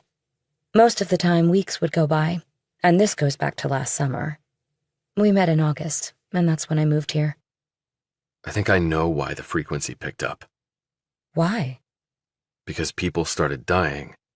Now, you were by the pool on Tuesday, but you had on a blue swimsuit. Why that color? That was all me, not Brad. Like I said, blue was my favorite color. But why were you by the pool if Cal didn't tell you to be? She smiled impishly. I decided to have some fun after you told me about all the guys checking me out. I mean, I knew they were, but I knew you'd be on the train too. So I decided to put on a show and then flip everybody off. He shook his head. That's why it didn't fit the pattern. Okay. Then on Wednesday, you were by the pool with the red bikini. Yes. That was when Brad texted me late and told me to get over there. So Stamos was dead, Cal probably knew about it, and you got the message to be by the pool in your red bikini. I must be pretty dumb because I don't see where all of this is going, Travis. I think you got the message from him to wear the red bikini because he had found Stamos's body. Her face screwed up in confusion. Why are you so fixated on me and my bikinis? It's just one of Brad's quirks, like I said. He has a lot of them, let me tell you. Devine sighed and sat back. You ever heard of Hermes? The people who make the handbags? No, the Greek god. What does that have to do with anything? He was the cleverest of the gods. He was their interpreter, and he was also their messenger. Again, so what? So at the most basic level, Michelle, green means go, and red means stop. Chapter 55. Devine finished explaining everything to Montgomery and then clicked off. The pattern was now established. Transactions flowed into Area 51 with green, and those same transactions stopped with red. And someone on the 620 train was receiving those signals and then doing what needed to be done, namely either putting on the brakes or punching the gas based on the color of a freaking bikini. And Stamos's murder had made the signal go to red this last time and led to Area 51 shutting down. But whoever was driving all that money to Cal and Cumley must not like it when those shutdowns happened. It was like a blood vessel with an obstruction or a rain-swollen dam. At some point, the thing was going to burst. Thus, Cal had to keep opening the valve back up, even if it caused personal peril for him. Cal was no doubt afraid, and he had good reason to be. With 2 murders, the police would dig deep, but there were problems with that theory too. If they went in there and saw all those silent servers and blank-faced computers, it could easily be explained as being related to Cal's business, and how could the cops prove otherwise? And without that, there would be no warrant issued to search the cloud connected to all that data, particularly not with the legal firepower Cal had on retainer. Hell, they probably wouldn't have enough probable cause to search anywhere in the building, because Stamos hadn't been killed there. It occurred to Devine that he was struggling because he didn't know enough about his opponent, Brad Cowell. Now he had a specific search he was going to employ with a slightly different spin. He typed it into his phone. Bradley Cowell, negative stories. He found that there were more than a few, but they all had the same theme: big, bad billionaire who only cared about himself. Again, what a shock, Devine thought. Like he built what he had by being a nice guy. But after a great deal of searching, he found one article that took a different theme. It was by a financial journalist whom Devine had never heard of. But Elaine Nestor had once been a respected reporter and had contributed pieces to the Wall Street Journal, the New York Times, and Mother Jones. She had also been a commentator on numerous business shows. Then she had simply vanished from the radar nearly 2 years ago. And the story Devine had just pulled up, written by Nestor around that time, must have pissed Cowell off immensely. And maybe that was the reason Nestor no longer had a career. Nestor was basically arguing that something was very shady in the land of Cowell. Every other named partner of a major Wall Street investment firm was well documented and vetted, even those long dead. Not so Anne Cumley, argued Nestor, which was the same thing Devine had previously thought. While others in the financial field waved this off as trivial and unimportant, Nestor said that Cumley was a red flag because no one could find out anything about her. And in the financial world, that sort of deception might have been reflected in other areas of the firm's business, Nestor had concluded. In the matter of Brad Cowell personally, the lady had been even more pointed. Nestor maintained, based on anonymous sources, that Cowell's elite academic status at college had been bought and paid for, that he was not nearly the amazing businessman he claimed to be, that he had, in fact, inherited large sums of money from both his grandfather and father, but had squandered it on partying and lousy investment decisions. Nestor went on to write that the entire foundation of Cowell & Cumley could very well be rotten to the core. She had even called for an SEC investigation. Devine read some related articles and could now understand what had happened to Nestor. The anonymous sources had come forward and claimed they hadn't said what she had written about them, that she had offered them money and other types of bribes. Cowell's grandfather was dead and his father was in ill health, but in a prepared statement, Cowell Sr. said that his son had gotten nothing from him and that Brad Cowell had earned every penny of what he had. Cowell's University had roundly rejected the allegation that anyone could have purchased high academic status, although the president, the provost, and other key figures there at the time Cowell had attended refused to comment. And on top of all that, Cowell & Cumley had been enormously successful for 2 decades. Inept but slick-mouthed grifters rarely seemed to really pull that off, although Nestor had countered that almost all the investors who had given their money to the likes of Bernie Madoff and others of his ilk would beg to differ. Cowell had sued Nestor and buried her under legal bills, another article said. It's the same threat he made to me. The publication she had written the piece for rolled over under threats from Cowell's lawyers and had hung Nestor out to dry. The matter had been quietly settled on terms that were never disclosed. Devine was surprised that her article was still even available online, but he'd had to dig really deep to find it. Once something was on the internet, it was really difficult to purge it from every platform. Nestor's last known address, at least that Devine could find, was in rural Connecticut. He searched to see if she was still there. It seemed that she was. There was no phone number or email, and she had no social media presence. He wondered if that was part of the settlement. He texted Montgomery and asked her if she was up for a motorcycle trip to Connecticut the next morning. Hell yes. I can meet you in Westchester, at the train station. After another grueling day of work and suspicious looks from his fellow burners, Devine took the train back to Mount Kisco. As he walked home from the station, a black sedan pulled up. "Get in," said the driver. Devine got in and found himself sitting next to Campbell. "The cheddar we've been relying on died out completely," said the retired general. When exactly? He told Devine the precise time it had happened. "Thoughts?" Devine explained to Campbell his theory regarding Montgomery's being the unwitting messenger using the color of her bikini to signal someone on the 620 train to either halt or start back up the Area 51 operations. Campbell nodded knowingly. "That's the way they used to do it in the old days. Not bikini colors, mind you, but person-to-person communication using a signal or system that would raise no suspicion whatsoever. A folded newspaper with below the flat part showing. A different colored flower left in a vase in a window, a light left on or off.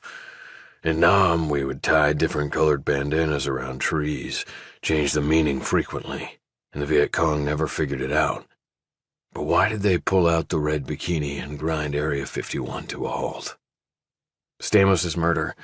Cal sent the order to Montgomery to wear the bikini before the cops even knew she was dead.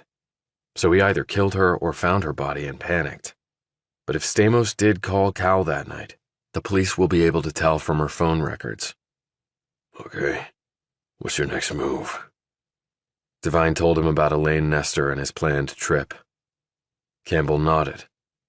Make it count, Devine.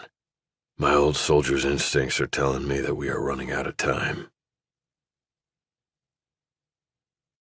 Chapter 56. The next morning, Devine called in sick and then met Montgomery at the train station. She was wearing jeans and a long-sleeved shirt and black ankle boots. He passed her his spare helmet, she climbed on, and they set off for Connecticut. When they arrived at the address, they saw that Elaine Nestor's cottage was small but quaint, with gray cedar shake siding, white trim, and beds filled with colorful summer flowers. Hers was the only house on the macadam rural road. When they knocked on the door, a woman answered. She was in her late 40s with graying hair cut short on the sides, with one long bang in the front and black-rimmed glasses on a chain around her neck. She looked more like a caricature of a librarian than a hard-charging financial journalist digging up dirt on the wealthy and powerful, but her features were alert and her eyes bright and probing. Elaine Nestor? Yes? Who are you? He saw a phone in one hand and a wooden mallet in the other. But when she saw Montgomery standing next to him, she relaxed just a bit. My name is Travis Devine. This is my friend Michelle. I work at Cal & That got the door slammed right in his face. Should have seen that coming, idiot. He glanced at Montgomery, whose expression said pretty much the same thing. He called out, I read your article on Brad Cowell, the one that got your career torpedoed.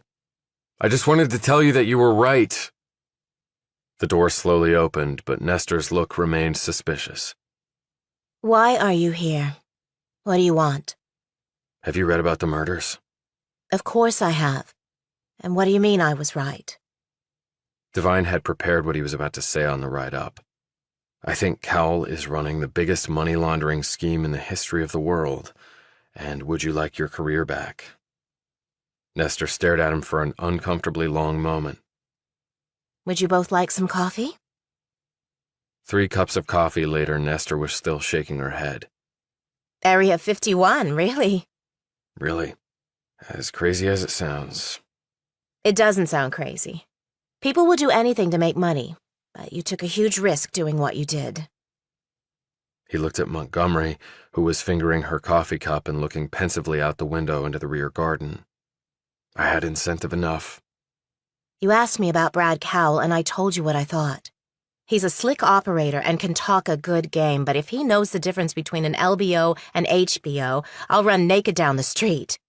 And he did inherit a lot of money, and he blew it on coke and women and shady investment types who took him to the cleaners. And I have the receipts to prove it. He's a front man, plain and simple. And I wrote all about that in my article.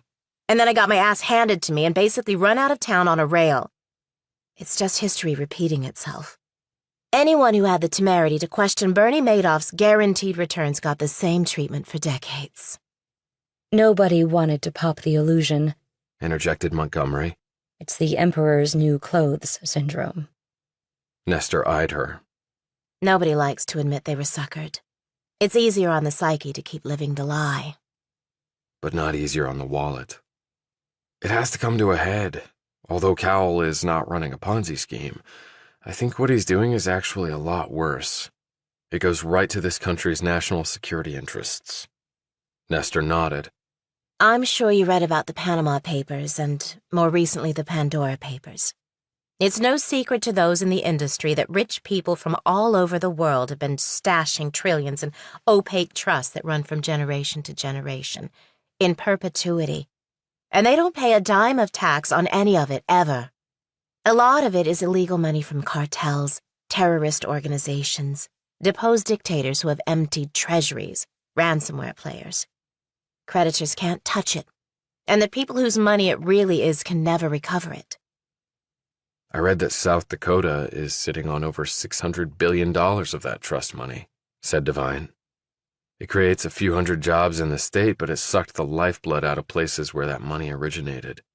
And Wyoming has something called the cowboy cocktail that has even more privacy layers. Nestor nodded. You can be the trust's grantor and the beneficiary, and the people running the trust have no clue who the real owners are. They just see account numbers. You've got do-nothing descendants who haven't worked a day in their lives, and they have their own jets courtesy of these tax-robbing schemes. Devine added. And you have some high and mighty politicians screaming about working-class Joes pulling 3 jobs, getting a few hundred extra bucks a month in government benefits because they think it'll make them lazy. From the scale you mentioned, I can imagine it being Russian oligarchs and Saudi princes, dictators who have raided national treasuries, crime syndicates, drug cartels, your run-of-the-mill billionaires with criminal sides to their businesses, or legit ones who just want to offload money to avoid taxes and acquire more wealth surreptitiously and then pass it down from generation to generation without the taxman getting a dime. Devine said, but there's more to it than that. This money is not sitting in stock and bond portfolios. From what I saw, they're buying huge chunks of this country with it. Nestor shook her head. Can you imagine if the Taliban or Iran or North Korea or Russia were getting cash flow from investments in this country to fund their terrorist activities? Kim Jong-un, a landlord in New York? An Iranian Ayatollah owning hog farms in Kansas? Or Putin having oil fields in Texas? That would be the scandal of the century. How do you think this all started? I know that Cal left the country over 2 decades ago and was gone for a while. He had burned through all his inheritance by then, and he had some personal scandals he was dealing with. Over 20 years ago, when I'd only been an investigative journalist for a few years, I traced a meeting that Cal had with some shady people in the Seychelles, but then the trail went cold. Then he dropped off the radar for about a year or so. He might have been in Asia or Eastern Europe, at least those were my best guesses. Next, the man waltzes back into New York, buys and rehabs that skyscraper, starts his investment group, hires all sorts of pricey talent, suddenly has a client list that the biggest players on Wall Street would covet, and boom, he's the talk of the town. He wasn't even 25 years old.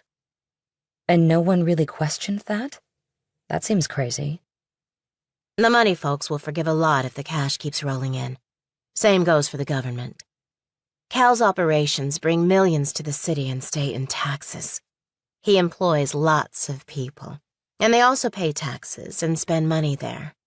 He greases the palms of politicians he needs to. He gives liberally to charities, always good for a funny one-liner or an expert diatribe on a business show. Lives life fast and hard, but backs up the talk with results, and he can afford an army of lawyers. Who's going after a guy like that? Hell, I'm living proof of that. Nestor looked at Montgomery. Now, this signaling technique using a bikini is intriguing and unique. Not the words I would use for it, said Montgomery, looking embarrassed. I actually thought it was cumbersome, interjected Devine. It just seems like sending an email would be a lot more efficient. I think I can shed some light on that. About 12 years ago, Cal came really close to being indicted by the Justice Department and the state of New York for some financial shenanigans. I mean, huge fines, delicensing, and possible prison time. They got onto him by electronic eavesdropping, phone, computer, Associates Electronics. He used his money and influence and a fleet of high-priced attorneys and calling in chits from political pals to get out of the jam, but... But it would make the man paranoid about relying on those types of communications again, interjected Devine. He actually mentioned to me something along the lines of what you just said. He told me for the important stuff, he always went analog. And let me tell you something else. Anne Cumley? I spent years trying to track her down. She doesn't exist, I'm sure of it. I watched an old interview where Cal said she might just represent an idea or something like that. Well, maybe now we have our answer. It represents a criminal enterprise. She eyed Devine over her coffee cup. So what will you do now? Keep following the money. And anything we do find goes right to you for your exclusive. I want to make sure you come out of this with your career and good reputation back. I appreciate that very much, Mr. Devine. But what about the murders? Do you think these two women found out what was going on and that's why they were killed? Hughes knew about the Locust Group. Stamos was her lover and was also sleeping with Cowell. He might have let something slip over pillow talk, and Hughes and later Stamos followed up on it. And they were both murdered, maybe as a result. Financial crimes are one thing. Killing people is totally something else.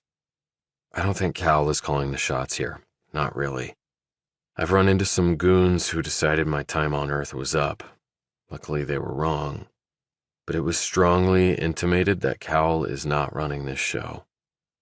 If Brad Cowell is involved with the sorts of people it looks like he is, this will become even more dangerous. I'm actually sort of counting on it.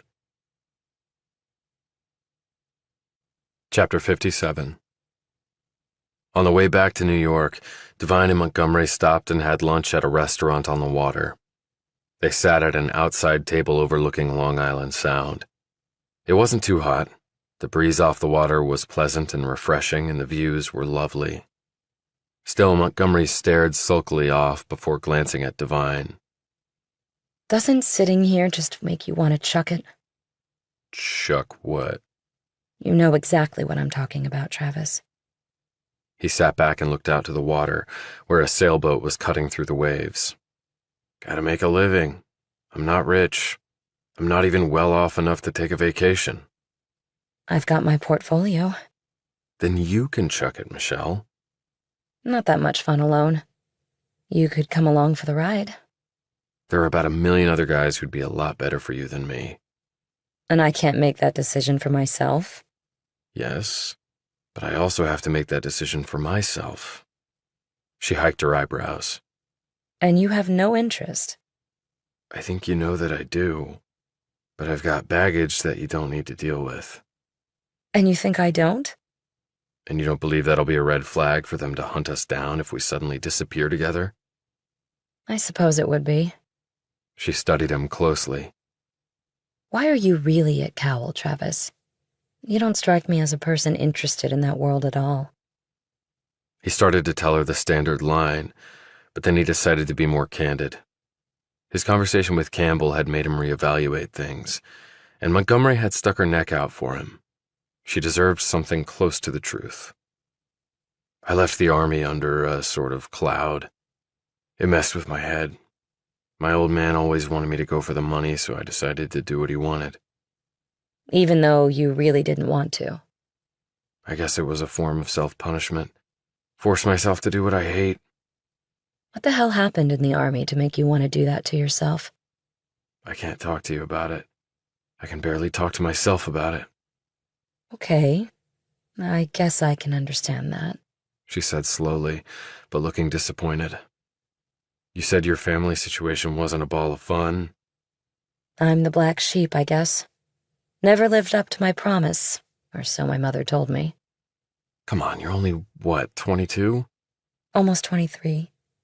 I should have graduated from college by now. I'm way behind, Travis. No way to catch up, really. It's like being in the 19th century and suddenly realizing you're a washed-up old maid at age 18. I went back to school after getting out of the Army. It can be done. But that's not what I want. I just want to travel to different places, experience different things.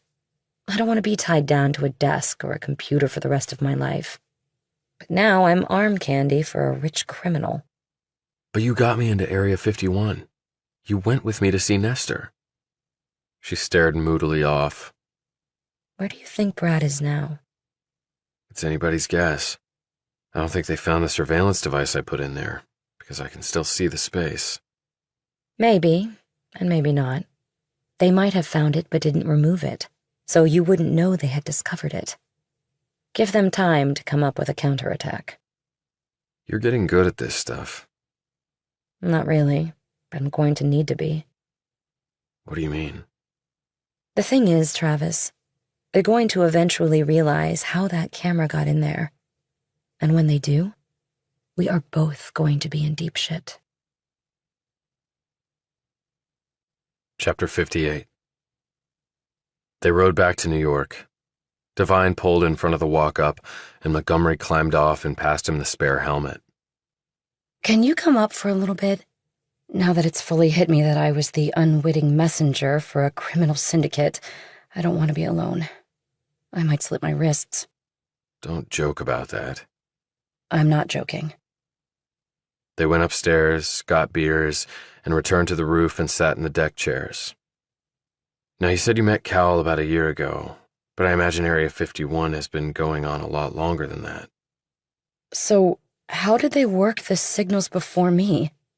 Did he just use a different method? He built the house that the train overlooks 3 years ago, and now I guess I understand why he allowed a gap between the tree canopies and the wall, so the person on the train could see. So maybe that method of communication dates back to then. You know, one morning while I was there, I couldn't sleep and got up early. I looked out the window, and Brad was raising the umbrella at one of the tables by the pool. Red or green? She thought for a moment. Red. I thought it was odd. I mean, it was so early. And I think the train came by a few minutes later. Devine looked thoughtful. There was a guy on the train who said he saw another woman by the pool before you hooked up with Cowell. She was a brunette, and she wore a bikini early in the morning sometimes, too. Really? Yeah. She sat back, looking perplexed at first, and then a look of understanding came into her eyes. I thought Christian was helping me by introducing me to Brad in Italy. But maybe Brad was looking for a new messenger girl, and Christian was really helping him. I think you might be right. Hey, do you think this brunette might have stayed in this building, too? Michelle suddenly became rigid. When I was moving some things into my bedroom here, I found a credit card slip that had fallen behind a drawer. Devine perked up at this. Do you remember the name on the credit card? I do, actually, because it was so unusual. Dominique Devereaux. Very alliterative. I mean, it sounds fake. Devine took out his phone and searched the name. Okay, Dominique Devereaux was a character on the TV show Dynasty, both in the original series back in the 1980s and then on the reboot on the CW. Maybe it was an alias then. Hold on, here's another Dominique Devereaux. He clicked on a link and read down the page. Age 24, originally from California, and... He stopped speaking and stared at the screen, his look troubled. And what, Travis? He glanced up at her. Devereaux killed herself nearly 1 year ago by jumping into the East River. Chapter 59. Devine rode back to the townhouse in Mount Kisco. After they learned about Devereaux's fate, he and Michelle had first talked about her going into hiding. He had even thought about calling up Campbell to have his people protect her, but in the end they had decided that her best protection was to stay put, to not let Cowell or others know that anything was amiss, but he had told her to keep a watch out and call the cops if anything looked off. He had communicated with Campbell about these latest developments and his meeting with Elaine Nestor, and arranged to meet with the man later. There was no one at the townhouse at this time of the day. Valentine wasn't on the couch, and the Mini Cooper wasn't in the garage. Tapshaw must be at her office, he thought. He knocked on Spears's door. There was no answer. He called out, "Helen, you decent?" There was still no answer. He tried to turn the knob. It was locked. That wasn't unusual. He locked his door too. He could have picked it, but he didn't want to risk it. If she had a camera in there. He went to his room, looked up the number for NYU Law School, and placed a call. He was passed from person to person and department to department until he came to a man who seemed to be the right one. Devine said, "My daughter, Helen Spears, just graduated from NYU. I haven't been able to reach her and I'm getting concerned. She still lives in the same apartment. I'm on the West Coast. I wanted someone to go and check on her." "That might be a matter for the police, Mr. Spears." Look, I paid a ton of money for her to go to law school there. Can you at least help me? Please hold for just a moment. He heard classical music for about 30 seconds before the man came back on. He said in a somewhat snarky tone, "We have no record of any Helen Spears being enrolled at the law school or having just graduated, Mr. Spears. You might want to check with your daughter about that. Have a good day." Devine put down the phone. Okay, Helen Spears is not who she claims to be. So who is she, and why is she here? Devine thought back and recalled that Spears had come here just about the time he had. Was she a plant? If so, by whom? She had been very curious about everything, telling him time and again to let her recommend a lawyer for him. Since she hadn't gone to law school, he wondered what she would have done if he had taken the woman up on her offer. And where did she go during the day with her briefcase? His phone buzzed. It was a number he didn't recognize. Hello? Mr. Devine? Yes. This is Dr. John Wyman. You called my office seeking information on Sarah Hughes. Devine tensed. Yes, I did. I worked with her. We were friends. So you said in your message. What exactly do you want to know? I know that she was pregnant, but she ended up aborting the baby. I knew about her pregnancy. I didn't know she had terminated it. I talked to the doctor who helped with the abortion. Sarah wasn't that far along, so it seems no medical procedure was necessary. So a medication abortion, then, said Wyman. Probably done at home. Yes. Sarah gave your name to the abortion clinic. Are you her OBGYN? Not exactly. I don't understand. Can you tell me of your interest in all this? Asked Wyman. As I said, I worked with her and, well, the police and her mother seemed to think that I was the father, even though I didn't meet Sarah until after she became pregnant. I'm not sure they believe that. Quite frankly, I think they want to make me out to be her murderer. I thought that might be it. What? Devine said sharply. I know you're not the father of Sarah Hughes' baby. How? Because she underwent artificial insemination and utilized the donor in acquiring the sperm. I run a practice pretty much devoted to that. I told the police this when they came by to see me as well, which is why I'm telling you. They mentioned your name, not understanding at that point how Sarah became pregnant. When I told them, they were quite surprised. They wanted to know if you had donated the sperm. I told them that you had not. I told them that Sarah never mentioned you to me. When I saw your name on the message my receptionist took from you, I put two and two together and decided you needed to know the truth. Well, I appreciate that, Dr. Wyman. Do you know who donated the sperm? No, I do not. Sarah provided it. I told the police that, too. Then how do you know it wasn't me? About 6 weeks after she became pregnant through insemination, Sarah told me that the sperm donor had died. You obviously are very much alive. Was it Detective Shoemaker and Ekman who talked to you?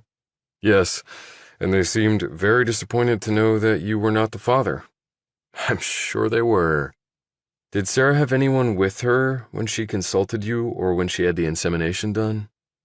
No, but I got the sense that she was not going through this alone, that there was someone who was partnering with her in this process. Devine thought of Jennifer Stamos and then Brad Cowell. Cowell said he hadn't had sex with Hughes, but with artificial insemination he wouldn't have had to. She didn't mention any names. She didn't, but from the little she volunteered, I had the impression that she was going to take time off to be with the child. He paused. Was there someone like that in her life that you knew of? Possibly, said Devine vaguely, and he meant to be very vague.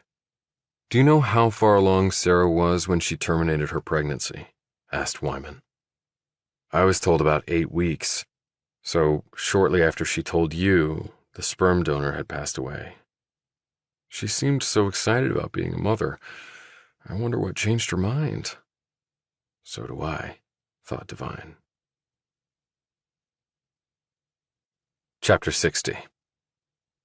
Devine heard Tapshaw's car pull into the one-car garage. Shortly thereafter, he heard her come up the stairs. He listened to her open and close her bedroom door a few moments later. He sat on his bed and thought about things. The problem was there were too many things to think about. Later, he heard the front door open and the sound of footsteps came up the stairs. He could tell by the footfalls that it was Spears. Her door closed as well. Then he heard her bed spring squeak.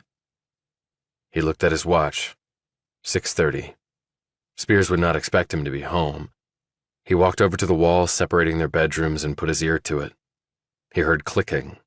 She was on her laptop. He stood there, hoping that she might make a call and he could attempt to listen, but that didn't happen. The clicking stopped. A minute or so passed and her door opened, and she passed down the hall. He opened his door a crack to see her at the top of the stairs, dressed in her yoga clothes. She went down the steps. He slipped out and quietly moved over to her door. He tried the knob. It turned. She had forgotten to lock it or thought there was no need. He slowly opened it and glanced back at the stairs. Normally, Spears would take a good 45 minutes for her yoga routine. He stood in the doorway, looking around. The clothes she had obviously been wearing were lying on the floor. He glanced at the bed and thought for a moment of that sex-charged night, and then pushed that right out of his head. This woman he'd thought was a friend was a potential enemy. He eased into the room and closed the door softly behind him. He could also hear clicking coming from Tapshaw's room. She was obviously humming away on her monster screens. He did a quick search of the desk drawers and eyed the pile of law books that were stacked exactly as before. He opened the one on top and riffled through the pages. No marginalia, no highlighting. They were clearly for show. He went through the closet and bureau drawers and found nothing helpful. Her laptop and phone were time-locked and biometric protected and thus inaccessible.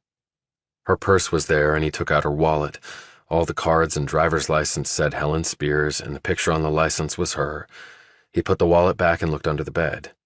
A suitcase was there with no name tag. It was empty. He lifted the mattress and saw it underneath. A Glock 17 in black matte finish with pebbled grips and a big dot tritium night sight. He put the mattress back in place and left. As he was closing the door to leave, a voice said, "What are you doing, Travis?" He turned to see Tapshaw in the doorway of her room, holding a large coffee cup with Hummingbird's logo. He said, "I was looking for Helen. I thought she was in her room. I had given her a book to read that I needed back, but I couldn't find it." "Oh, I think she's downstairs doing her yoga." "Thanks. I didn't hear her." "Why are you home so early? Did you get fired?" He grinned at her remark. "Some days I wish I had." "Want some coffee? I'm gonna make some." "No, I'm good, thanks. I'll ask Helen about the book later. No need to bother her if you were going to." "No problem." She glanced at him. "Are you sure you're okay, Travis? You just seem, I don't know, out of sorts." He decided to tell her the truth. "Another woman from my office was found dead at her home." She just stared at him for a moment. Then she shivered, shook her head, and said in a low voice, "Another woman? Was she—" "She was killed, yes." Tears appeared in Tapshaw's large eyes. Oh, God. I just don't understand how— I got another email from that same source. Can I forward it to you to see if it helps you trace the other one?" She looked at him with determination. "Definitely. I will trace it, Travis." Tapshaw turned, walked back into her room, and closed the door. He heard the lock turn. And who could blame her, he thought. At 11:30 that night, Devine was awoken by movement in the hall. He listened for a moment, then rose and opened his door a crack. Spears was in her nightgown and was peering down the steps leading to the main level. When she turned back around, he eased the door closed. He heard her walk back down the hall, and then a door opened. He looked out again and saw her enter Valentine's room. She closed the door behind her. Devine slipped out into the hall and wondered if Spears was enjoying a sexual encounter with Valentine as she had with him. Why should I be special? But then he heard snores wafting up from the main floor. He edged down the stairs and saw Valentine sleeping on the couch. Now he understood. That was why she had gone there first, to make sure the Russian wasn't in his bedroom. Devine went back to his room. A couple of minutes later, there was a knock at his door. Yeah? It's Helen. Give me a sec. Devine sat up in his bed, laid his pillow next to his right hand, sat back against the headboard, and slipped his hand under the pillow where it gripped something. Come on in. The door opened, and Spears stood there in her nightgown that hit at mid-thigh. It was transparent enough with the backlight from the hall illumination to get his full attention. She had nothing on underneath. What's up? He said evenly. I've missed you. I've been here all evening. You know what I mean. Do I? Thought Devine. With the way you're dressed, I guess I do, yeah. She came in and closed the door behind her, locking it. I'm not sure Jill and Valentine are asleep. I think Jill went out. Will is snoring on the couch. Pizza and beer do it every time. He's gonna have a coronary any day now. She sat on the bed next to him, drawing her legs under her, and studied him. He made no move to draw closer. What? You're no longer interested? I'm just trying to understand why a young, beautiful, newly graduated lawyer needs to knock on my door. You can do a lot better than a 30-something Wall Street wannabe like me. You undersell yourself, Travis. You're good looking. And you're working in a field where you can make a lot of money. That's an attractive package. And you were a soldier too, so you know how to take care of yourself. And me. I don't think you'd have any problem taking care of yourself, thought Devine. She reached out and put a hand on his thigh. It's not complicated, Travis. It's all complicated, Helen. And for that reason, I think you need to go back to your room. She eyed where his hand was under the bed, and he saw something in her expression he didn't care for. She knows. All right. But remember one thing. What's that? I never sleep with my enemies. He heard her feet padding back to her room, where she closed her door. Devine sat up and pulled the SIG P226 out from under the pillow. He looked down at the gun, which looked similar to Spears's Glock, at least to the untrained eye. What the hell was she doing searching Valentine's room? And was the visit tonight just about showing me she's my ally?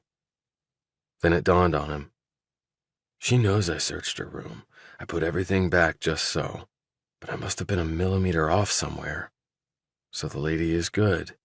Real good. And if she is my ally, that's also really good for me. But if she's lying, and she's my enemy... Chapter 61. The 6:20. Right on time. Devine was really starting to hate this commute. Actually, there's no starting about it. He looked, but there was no Michelle Montgomery at the pool. He didn't imagine she would be told to wear the green bikini for a while, if ever. Later, he walked into the lobby at Cowell and Cumley, waved at Sam the guard, and took the elevator up to his floor. Turning a corner, he nearly tripped over the custodian, Jerry Myers, who was kneeling in front of a door fixing the lock. Sorry, said Devine. The man looked up, and recognition sprang into his features. You were the one asking questions that day. I was. Myers stood and put his tools back in the box on the floor. Now there's another one, they say. Only she wasn't killed here, thank God. Couldn't take finding another body. I'm sure. The police got any leads? Myers asked. Not that I know of, but they're not keeping me in their confidences. Myers hefted his toolbox. You guys slaving away in this place. I mean, you ask me, it's not worth it. No, sir. Maybe it's not. So why do it? When I figure it out, I'll let you know. Got a question. I understand that contractors and other service people come in through the rear entrance. That's right. There's a phone they have to use. Goes to the security desk. Then they go let the person in if they're authorized. Or if they have a security card, they can get in that way. Sure, but contractors don't have security cards. That'd be a problem. Can't just let folks waltz in the back door like that. Right. Thanks. Later, around 2 in the afternoon, Devine was working away in his cubicle when the door opened. Mr. Devine. He looked up and saw the same woman who had previously come to retrieve him motioning to him. He rose, looked around at the burners watching him suspiciously, and made his way out. Detectives Ekman and Shoemaker were waiting for him. "Now what?" he said. "This way," barked Shoemaker. They led him to the same room as before. Sitting across from him, Shoemaker said, "We talked to the guard on duty at night. He said that you and Stamos came into the building late on the day Hughes' body was found, and then left at the same time." "That's not true." "You saying the guard's lying?" Ekman said sharply. "No, he just misinterpreted what he saw. I didn't know Stamos was in the building that night. I came back from my phone and did some work, then I left. Alone. Did the guard say Stamos and I were together?" The detectives exchanged glances. "Did you meet up with her in the building?" asked Shoemaker. "No, and I'll take a polygraph on that if you want." "Did you meet up with her later?" Now they were getting into dangerous territory, but since he had asked the question, Devine suspected the man already knew the answer. "It wasn't a meeting. I went to a bar in Greenwich Village. She was there. We talked." "And you never mentioned this before because—" "I saw her in a bar. So did a lot of other people." "You seem to use that excuse a lot," said Ekman. "Because it's true. "We understand that you two argued in that bar, and then you kicked the shit out of 3 guys in the alley next to the bar, And that she saw the whole thing. I did have a fight with 3 guys, yes. over Stamos? It could be construed that way. And again, you never mentioned that to us because—" What relevance would it have?" "You've got to be kidding, right?" said Ekman. "That all happened before she was killed, in case you forgot. And by the way, I found out that Sarah's pregnancy was from artificial insemination. Thanks for telling me that. You knew I wasn't the father all along." "Just to get this straight, we don't have to tell you jack shit," barked Ekman. "And how did you find out about that?" asked Shoemaker, leaning forward and drilling Devine with a hard stare. "I got the name of the doctor from Mrs. Hughes. I called him. He told me." "And why would he do that?" "Because he thought you guys were trying to pin the murder on me." Shoemaker sat back and said, "And we understand Stamos came to visit you at your place in Mount Kisco. You two had another argument." "Shit. How could they have found that out? Helen Spears?" "She did come out to my place, but we didn't have an argument. We just talked." "What did you talk about?" "Sarah." "What about Hughes?" "Just chit-chat."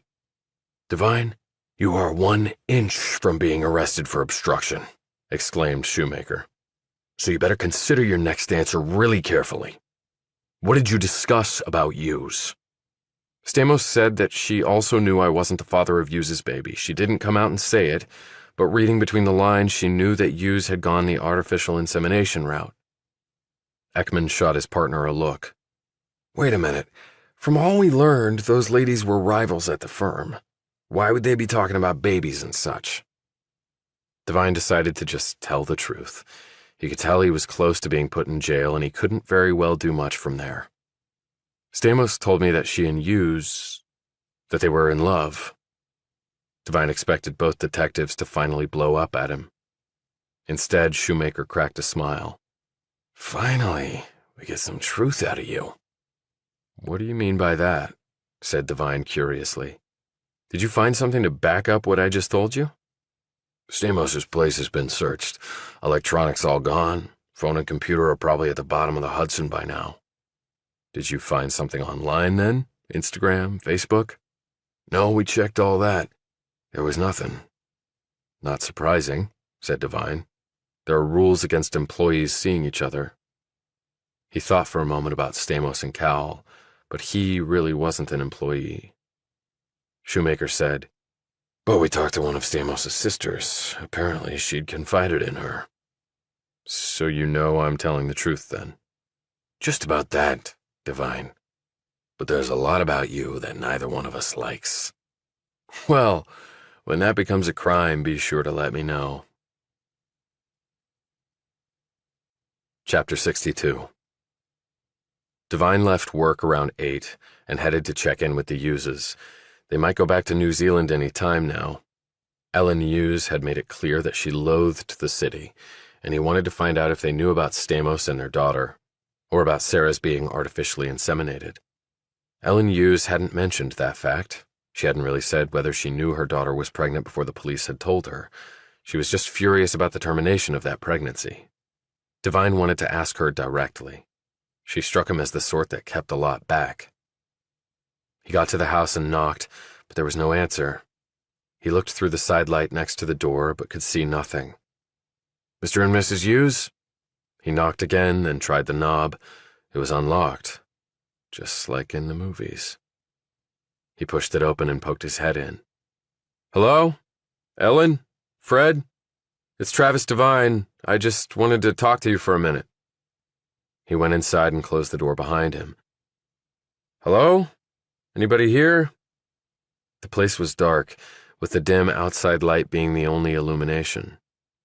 He walked through the front room and peeked into the kitchen. Nothing, although there were some dirty dishes in the sink and an empty coffee cup was on the table. He walked toward the bedroom and looked in there. The bed was made and the bathroom was empty. His gaze lingered on the bed for a moment. It was there that he and Hughes had had sex, once, and then she had broken it off. He thought she had found another guy. But then to find out she and Stamos were in love? He shook his head. He'd had no inkling that Hughes had been gay or maybe bisexual. Yet she had obviously wanted a child. But then why go through all the steps necessary for artificial insemination and then terminate the pregnancy? But now that he thought about it, the timing was off. The pregnancy had occurred before Devine had even met Hughes. If she and Stamos were going to have a baby together, why would Hughes sleep with him? They must have gotten together afterward. Then maybe Sarah had a relationship with someone else along with the pregnancy. Then was that relationship broken off and the pregnancy terminated? Was that how she fell into bed with me? A rebound off another guy or another woman? With Hughes, Devine had thought he might have finally found a woman with whom he could spend the rest of his life. In addition to being beautiful, Hughes had been kind and funny and smart and caring. There had been a spark from their first meeting, which led to other meetings. During firm outings, they had ended up spending time together, talking and secretly planning to see each other. Everything had to be kept on the QT because of company rules. And then they had come here and slept together. It had been immensely satisfying to Devine. He had even thought about quitting Cowell and getting another job so that Hughes and he could come out in the open. But after that night together, she had withdrawn from him, and finally the end had come. Not in an email or a text, just a look from her in the hallway and a mouthed, "I'm sorry, Travis." And that had been it. And if Hughes was attracted to women instead of men, he could understand her decision. One had to be who one was. He turned and walked to what he knew was the guest bedroom. Outside in the hall were 2 large roller suitcases. He looked at the tags. They were the Hughes's. They had flown on United from California to here after the much longer journey from New Zealand to the Golden State. He stepped inside the bedroom and flicked on the light, and Devine stopped right in the doorway. Ellen and Fred were in bed. They would not be waking back up. There was blood all over the bed covers, and they were staring up at the ceiling with lifeless eyes. Ellen Hughes looked surprised. Fred just looked like he was watching TV. Devine slipped over and touched the woman's skin. Ice. He tried to bend her arm. Still pretty stiff. He knew that meant rigor was already well established. They'd been dead a while, he knew. Devine had seen his share of stiff bodies in the Middle East. He looked for what had killed them. There were slashes in the covers around their chests. A knife, probably. It was a savage attack. He retreated, wiping off his prints along the way. He poked his head out the front door and looked all around. The coast right now was reasonably clear, at least he hoped. He stepped out and closed the door with his coat sleeve over his hand. He set off at a rapid pace and called Campbell along the way and told him what he had discovered. "Get as far away from there as you can," said the old general. "Full retreat, Devine." "But what about the bodies? The police have to be notified." "Leave that to us." Devine clicked off and picked up his pace. He reached the subway on Fulton Street and made his way back to Grand Central, covering the 4 miles in about 12 minutes. He retraced his train's morning route and eyed Cowell's place closely when they reached it, looking for any sign of activity, but saw none. He had seen his share of violent death in war. Bodies mangled beyond all recognition, people he knew and fought alongside. He had grieved and moved on because you had to in a war zone. But the two bodies in the bed, it had sickened him, shaken him right to his core. He was no longer in a war zone, but it felt like he was. Devine didn't make eye contact with anyone the whole ride home. He grabbed a cab at the station because his legs were rubbery, took it home, went up to his room and sat on his bed, trying to make sense of what had just happened. Who would want to kill the Hugheses? The same people who killed Sarah? But Sarah was killed because she had found out that Cal and Cumley was a laundering machine. She knew about the Lombard. She probably knew a lot more. Stamos the same. But why the parents? Ellen Hughes said she and her daughter were estranged. Why would Sarah have told her mother and father anything about Cal and Cumley? And if she hadn't, why would someone kill her parents? Because the killer was afraid she might have told her parents something? Or since her mom and dad were staying at Sarah's place, the killer might have feared the Hugheses would find something damaging? Something felt off about that. But what else could it be? He went downstairs and grabbed a Coke from the fridge. There was no one here, which was a good thing because Devine didn't want to deal with any of his roommates right now. He sat at the small kitchen table and looked out the window. Someone might have seen him enter and leave Sarah Hughes' old home, where two butchered bodies lay. Campbell said he would take care of notifying the police, but even with that, Devine expected a visit from Shoemaker and Ekman. And as unpleasant as the first few encounters had been, he assumed the next one would be the worst of all. If they could find any reason to arrest him, they would. He heard the front door open, and a few moments later, Will Valentine poked his head into the kitchen. "Locust Group," he said. "What about it?" asked Devine, perking up. "Did you find stuff?" Valentine sat down next to him and opened his laptop. "They own shitload of stuff. I mean, shitload. I know of 3 different places in the city alone." "3? Dude, give me a fucking break." He hit a key on his laptop and screen after screen of line items associated with properties and other assets flashed across it. "Wait a minute, that's all Locust?" exclaimed Devine. "I have computers stop count at 141,312 different properties, assets, and businesses in 57 countries, but most of it in America. That is tip of iceberg. It is serious shit. In all 50 states, and they are buried deep so nobody will find out. I track Locust Group through shell companies, consortiums, ASPECs, investment funds, tax shelters, CBOs, derivatives, debt funds. They own whole fucking towns in Idaho and Wyoming and Montana and Alabama and Arkansas and other places. And they own whole blocks in New York, Chicago, Los Angeles, Atlanta, Houston, and other big cities. Gold and silver mines, uranium, chemical, and manufacturing plants, oil refineries. They own sports teams and TV and radio stations and newspapers and streaming platforms, social media sites, and a whole shitload of other stuff. Never seen anything like it, dude. I mean, not even Putin is this fucking big. And never in my life did I think I would ever say that." "How much asset value are we talking about?" "Shit, maybe 40 trillion. Devine gaped. "How far back do some of the transactions go?"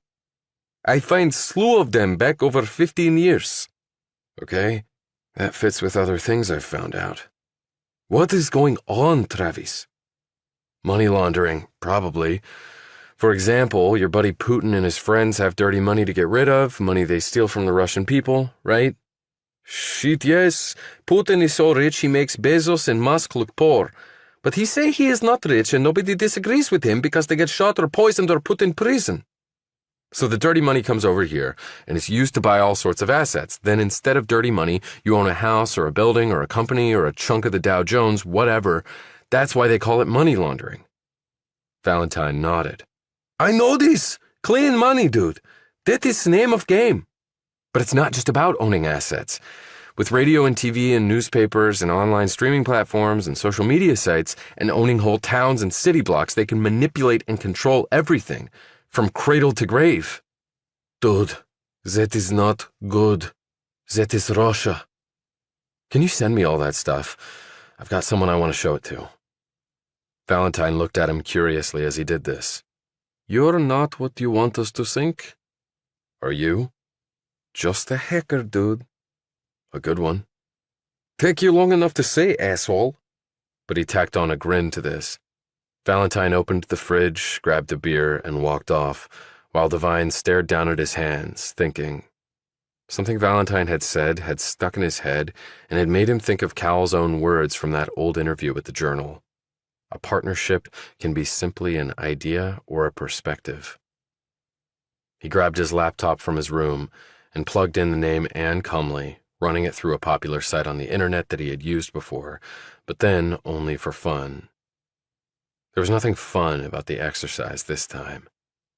It didn't take long for the program to kick out what Devine knew was the exact right answer. An anagram for Anne Comley was clean money. Chapter 63. Devine would not be taking the 6:20 in that morning. He knew that as soon as he saw Detectives Shoemaker and Ekman waiting for him at the Mount Kisco train station. Shoemaker tapped out a smoke, and both men came forward. Pretty early for you guys to be all the way out here? Come on, we'll drive you to work this morning, Devine, courtesy of NYPD, said Ekman. His tone was friendlier, which bothered Devine greatly. Was it just a facade before the hammer came down? They started off, Devine in the rear seat. He was waiting for the question, and it wasn't long in coming. He just needed to pull off the surprised part. Fred and Ellen Hughes are dead. Before Devine could reply in a shocked manner, Ekman turned and looked at him. We know you already know. Devine nearly swallowed his tongue on that one. And we know you got an alibi. We talked to your friend, Helen Spears. You were with her at the townhouse during the time in question. You talked to Helen? When? That's none of your concern, pointed out Shoemaker. I thought she'd be thrilled she'd provided an alibi. So is that when they were killed? He asked. Ekman nodded. Between 11 and 1 that night, yeah. Stabs to the heart. Died pretty quickly. But whoever it was just kept right on stabbing him. It was damn vicious. I've been doing this job a long time. It was one of the worst I've seen. Shoemaker said, You have friends in high places.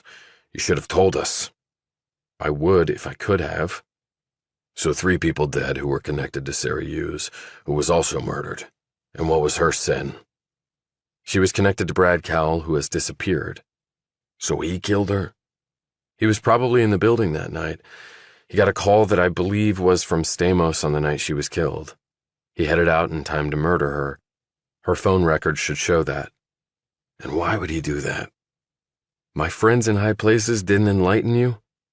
The only message we got was that you were a good guy on a government mission and to have your back. Ekman added, So what's so special about Cowell?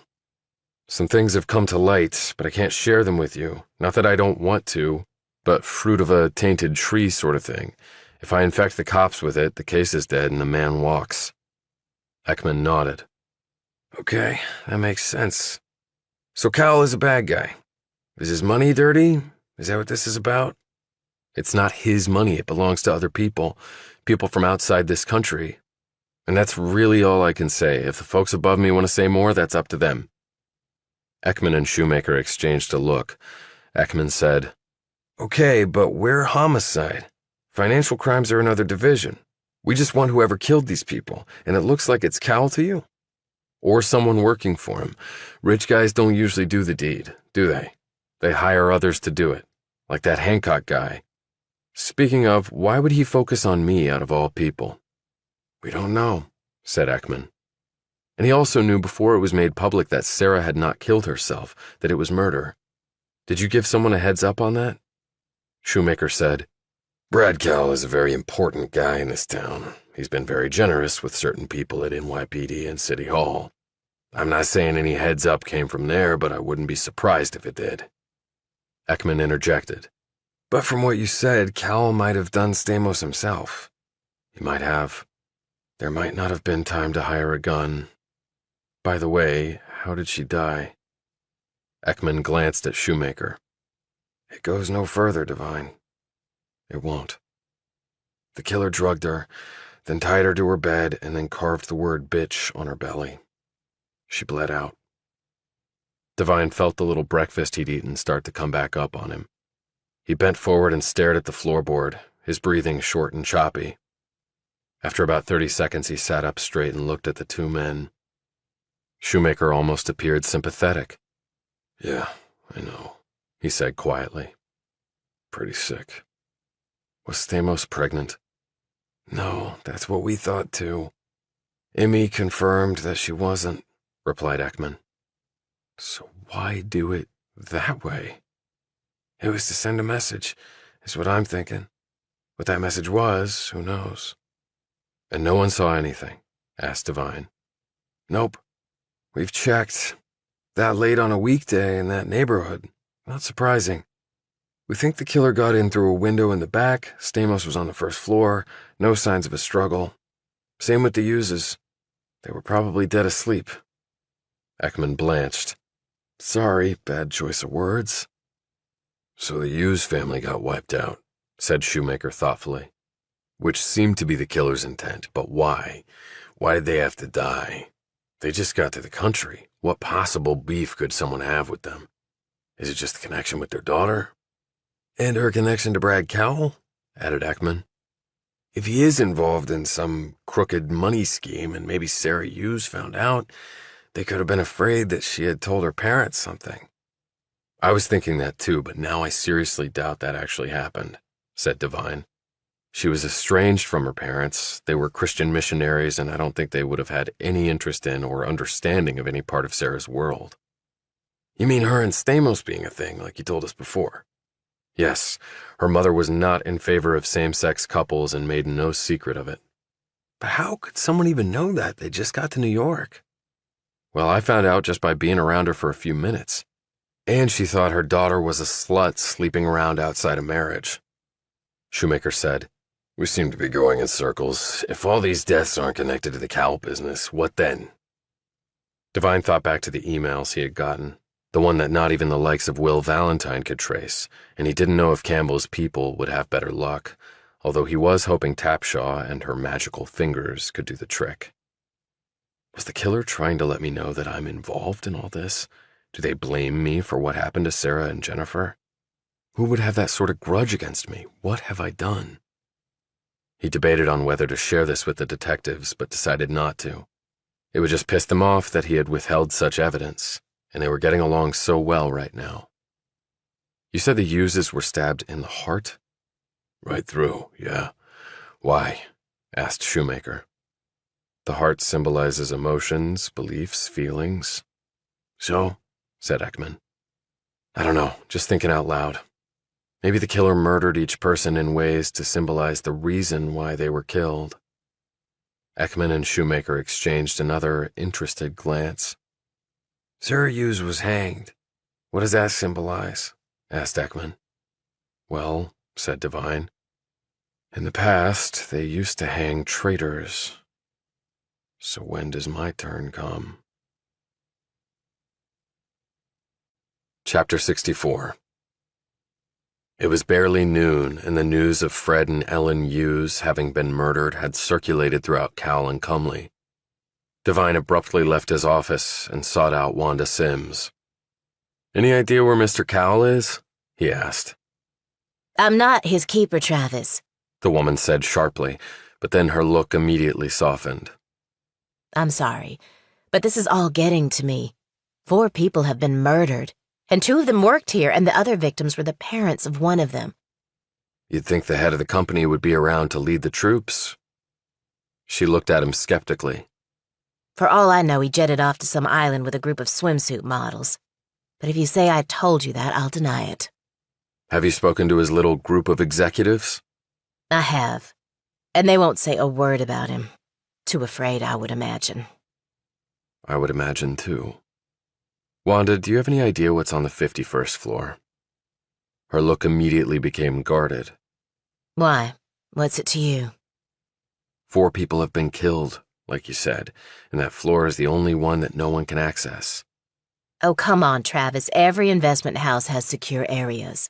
It's probably where the high-frequency trading takes place. Just servers and the like. Did you ever think of that? Yes, I did, thought Devine. One more thing. Did you tell anyone that I had come up to the 52nd floor on the morning Sarah's body was found? She looked warily at him. Why? Just trying to figure something out. I might have mentioned it to Jen Stamos, actually. Now she's dead, too. And she was really broken up about Sarah's death. I didn't think they were that friendly. Well, you just never know. Thanks. So that's why Hancock was sicked on me so fast. Stamos might have learned from Sarah that we had slept together, and then I show up asking questions. She tells Cal, and Cal gives marching orders to Hancock, or Bartlett, rather, to go play detective and find out what he can. And Stamos also told Cal I had come back to the building that night and that the guard saw me. He checked the security log and there was my security card for the 52nd floor, and then he sees my security card login and my face on the video on the night Sarah died and plans to frame me. And he also thought that might be why Rachel Potter from Channel 44 had been on his case too. One of her confidential or probably anonymous sources might have been Hancock/Bartlett, using her to put the squeeze on him. He texted Campbell, asking for a meeting. He got a nearly instant reply and location. He left Cowell and headed for the 50s again. And on the way, he got another email from the untraceable source. I was surprised I could find Mr. and Mrs. Hughes's hearts to stab. The world is better off without them. I hope you agree. Devine slowly put the phone away and kept walking. But with every step, the dread he was feeling grew like a cancer, creeping to every organ he had. The restaurant door opened for Devine, and he slipped inside. Campbell was waiting for him in the same room. Thanks for running interference for me last night. I take it the detectives assigned to the case have made contact? Early this morning. They're playing nice. Good. We have been monitoring Area 51. It's still shut down. I had a buddy of mine dig up some things on the Locust Group. He went on to tell the general about how many companies and assets and countries were involved. My folks are finding the same thing, and it goes far beyond the Locust Group. We saw a great many entities that appeared regularly on the surveillance feed, even in the short time we had access before it was shut down. Devine also told him about his theory on the name Ann Cumley being an anagram. Clean money. I think you must be right. Were you able to trace those emails? Because I just got another one. He showed Campbell the latest message. The general sighed and sat back. The long and short of it is no. The general consensus is that none of my IT people have seen anything like this. Devine said, I received that first email on the day that Sarah's body was found. As you saw, it had intimate details about the murder that only the killer would know. At first I thought someone else had found her body and emailed me because, well, they knew that I liked Sarah. I think it was more than liked, Devine. He looked at the general with a blank expression. I have 3 sons and 2 daughters, soldier. I've seen broken hearts before. Devine looked at the general with a new level of respect. As far as I know, I'm the only one who got those emails. The killer must be someone at the firm. We thought that all along, didn't we? Yes, and there's something else. The way the people were killed. Sarah hanged, Stamos. Yes, I know all about that. Continue. And Sarah's parents stabbed through the heart. I think each was symbolic. What's your take on what each one represents? Sarah, the traitor. Stamos, well, I'm not sure, but her wounds reflected the killer's anger at maybe losing Sarah, and Stamos and Sarah were in love. And Sarah's parents' hearts were destroyed. And from what I learned of their relationship, it might mean the killer knows about Sarah and her mother's estrangement, too. The killer intimated that it was difficult for him to find their hearts, and that the world was better off without such people. You know what all that adds up to, don't you? Sir? That the reasons these people were killed had nothing to do with Brad Cowell and Area 51, and everything to do with Sarah Hughes. Which means the matter is more for the police than it is for me and you. We need to focus on the scheme at Cowell and Cumley, Devine. The police can solve the murders. But it could still be someone at Cal's firm who committed the murders, countered Devine. Sarah was pregnant, and even though she had artificial insemination through a donor, we don't know who that donor was. Campbell looked intrigued by this theory. You think it might have been Cowell? Because that would put it back in our camp. Even though Devine had been told the donor had died, there was no proof of that. It's certainly possible. He said he never slept with her, but he could have donated his sperm, and he had motive, means, and opportunity. So you have two different cases to solve, but maybe with a related core element. Brad Cowell. And then there's the question of who might be next, added Campbell. Devine looked up to see Campbell staring at him, and perhaps reading his thoughts. And that someone might be you, Campbell said. Chapter 65.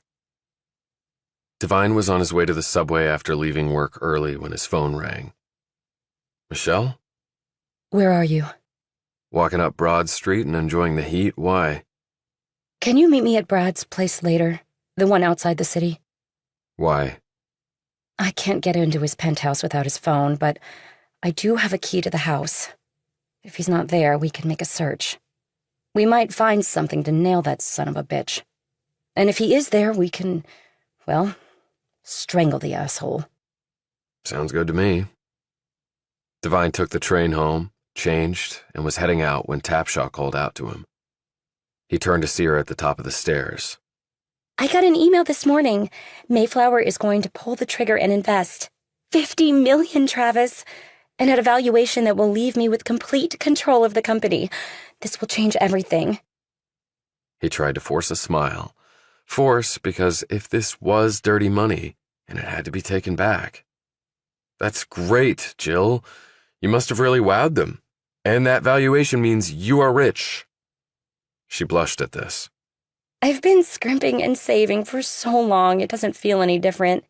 But I believe they definitely think there's a lot of potential in my platform and business plan. If I close the deal, how about another tequila date? You helped me a lot. He again forced a smile. I'm all in, but my turn to buy. She put her hands on her hips. Hell, Travis, with all that money, I think I can afford to splurge a little. And the $1,000 you put in, it's worth a lot more now. He watched her walk off, and then his smile faded. Shit. He hopped on his bike and sped off to meet Montgomery. She was waiting outside the gates for him. She had Ubered out, she told him. What about the hired help? He asked. They're used to me being around. And as I said before, they're no fans of Brad's. They headed into the house, and a maid came around the corner and nearly plowed into them. Oh my goodness, Miss Michelle, I'm sorry. It's okay, Denise. Is Brad here? I've been calling and nothing. No, ma'am. I haven't seen him in a few days, but that's not unusual. He's so busy. He might be in China for all I know. Right. Well, we're going to hang out here for a bit. Travis here works for Brad, and hopefully he'll show up. Look, why don't you and the rest of the crew take the rest of the night off? There's no reason for you to hang around. But if Mr. Cowell... If he shows up, I'll take full responsibility. She smiled impishly. And I can mix the man a drink myself if he so requires, and fry him an egg. Denise grinned. All right, miss, if you're sure. 10 minutes later, the staff had left and gone to their quarters on the other side of the property. Montgomery closed the door behind them and turned to Devine. Let's hit it. She led him into what looked like a home office. What exactly are we looking for? Anything to show the guy is a crook. And maybe a killer, he said. 2 people dead and... It's now 4, actually. She whirled around to stare at him. What? Sarah Hughes's parents. They were murdered in their bed at Sarah's place 2 nights ago. Oh my God. And you think Brad... I don't know. I do know someone sent me, and apparently only me, an email detailing Sarah's crime scene. They also sent me messages about the murders of Stamos and the Hughes's. It has to have been the killer, which means the person has some beef with me, only I don't know why. You had a thing going with Sarah. Maybe the killer knew and was jealous. That would explain some things. And Stamos and Sarah were apparently a couple, but keeping it under wraps. Maybe that's why Stamos was killed. And the parents? The mother was outright hostile to Sarah's lifestyle. The email shows the killer didn't like that, but I'd like to know how the person knew about it. It might have been in a diary or something. Which the cops couldn't find. Why would the killer care what her mother thought of Sarah? I don't know. Hey, maybe she broke up with the guy she was seeing. He was the father, and she ended the pregnancy because she didn't want to carry his baby. I found out that Sarah had artificial insemination. She used a sperm donor. But then why terminate the pregnancy? Devine shook his head. No idea. They began searching the office. They found nothing helpful there and headed upstairs. We have separate bedrooms. Brad's is at the end of the hall. It's about as big as my apartment. They went inside the chamber, which was really a suite with multiple rooms and every rich guy toy one could hope for. 2 fireplaces, enormous TVs, a full bar, a sitting area, a spa with steam room, sauna and whirlpool, a massage room, and a bathtub nearly large enough to do laps in, with a walk-in shower next to it that looked like a Roman grotto, and 5 classic pinball machines along with a pool table. Who could sleep in here? He said. Too many distractions. Devine looked at the bed that was about the size of his room. How do 2 people find each other on that? Brad never had a problem finding me, I can assure you. Don't go there, Michelle. I do not want to hear it. After a fruitless search, they perched on the bed and gazed out the floor-to-ceiling tinted windows. So what now? The penthouse is a no-go. Area 51 the same. So, I'm not sure what now. Devine's phone buzzed. It was Campbell. We need to talk right away. Where are you? Asked Devine. The first place we met. I can be there in 30 minutes. He glanced at Montgomery. Mind if I bring along someone? Who? Devine told him. That is not a good idea, Devine. We have no idea if she's working for Cal and just stringing you along. Devine looked at Montgomery. I've trusted her with my life, and she came through. She's had plenty of opportunities to throw me to the dogs, and she hasn't. I've told her a lot, and if she had ratted me out to Cal, I wouldn't be around. This is highly unusual, Devine. You recruited me, sir. I'm not a trained spy or intel officer. I'm flying by the seat of my pants. But in the Middle East, I spent years reading people, trying to decide if they were trustworthy or would betray me when the opportunity arose. And I got damn good at it. So I'm just asking you to trust me on this. Soldier to soldier. See you in 30. Montgomery stared at him fearfully. You're a spy? I don't know what I am, really. Who the hell was that? You're about to find out. Chapter 66. A retired general? Said Montgomery after Devine finished explaining where they were going as they climbed on the bike and sped off. Yeah. And you work for him? It's complicated. You really weren't at Cal for the money. I knew it. She added in a self-satisfied tone. It's complicated, he repeated. Not from where I'm sitting. She hugged him more tightly. I'm so proud of you. Okay, and thanks, I guess. They reached the strip mall, and Devine knocked on the door. It opened, and they were admitted. A man in a suit led the way and ushered them in to see Campbell. He rose from behind his desk and extended a hand to Montgomery. Pleasure to meet you, Miss Montgomery. Let me get the technicalities out of the way. You breathe one word of this to anyone, you'll be spending the next 20 years in a federal prison. Are we clear? Montgomery gave Devine a dubious look. Pretty damn clear. Sit. What's so important we had to meet this fast? Asked Devine.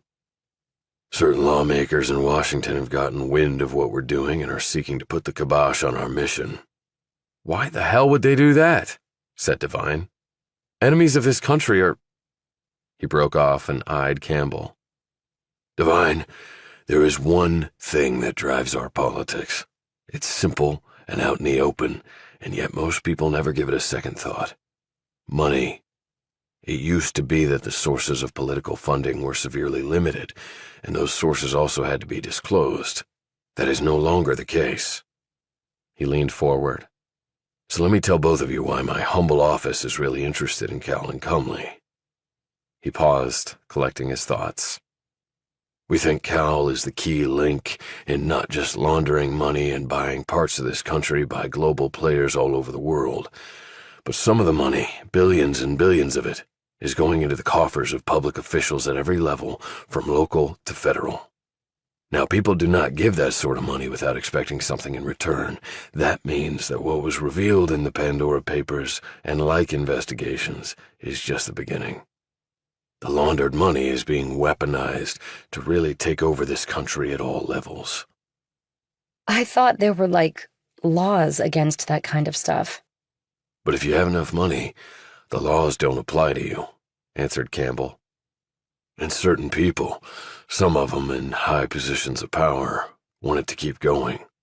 Certain others don't want this to be uncovered and investigated because they would be directly implicated. So what do we do? Asked Devine. Solve this thing before they pull our plug. However, I do have one lead for you. What is it? Asked Devine. The brownstone on the Upper East Side owned by the Locust Group. The one my good buddy Christian Chilton presumably lives in, said Devine, glancing at Montgomery, who looked uncomfortable at this change in the conversation's direction.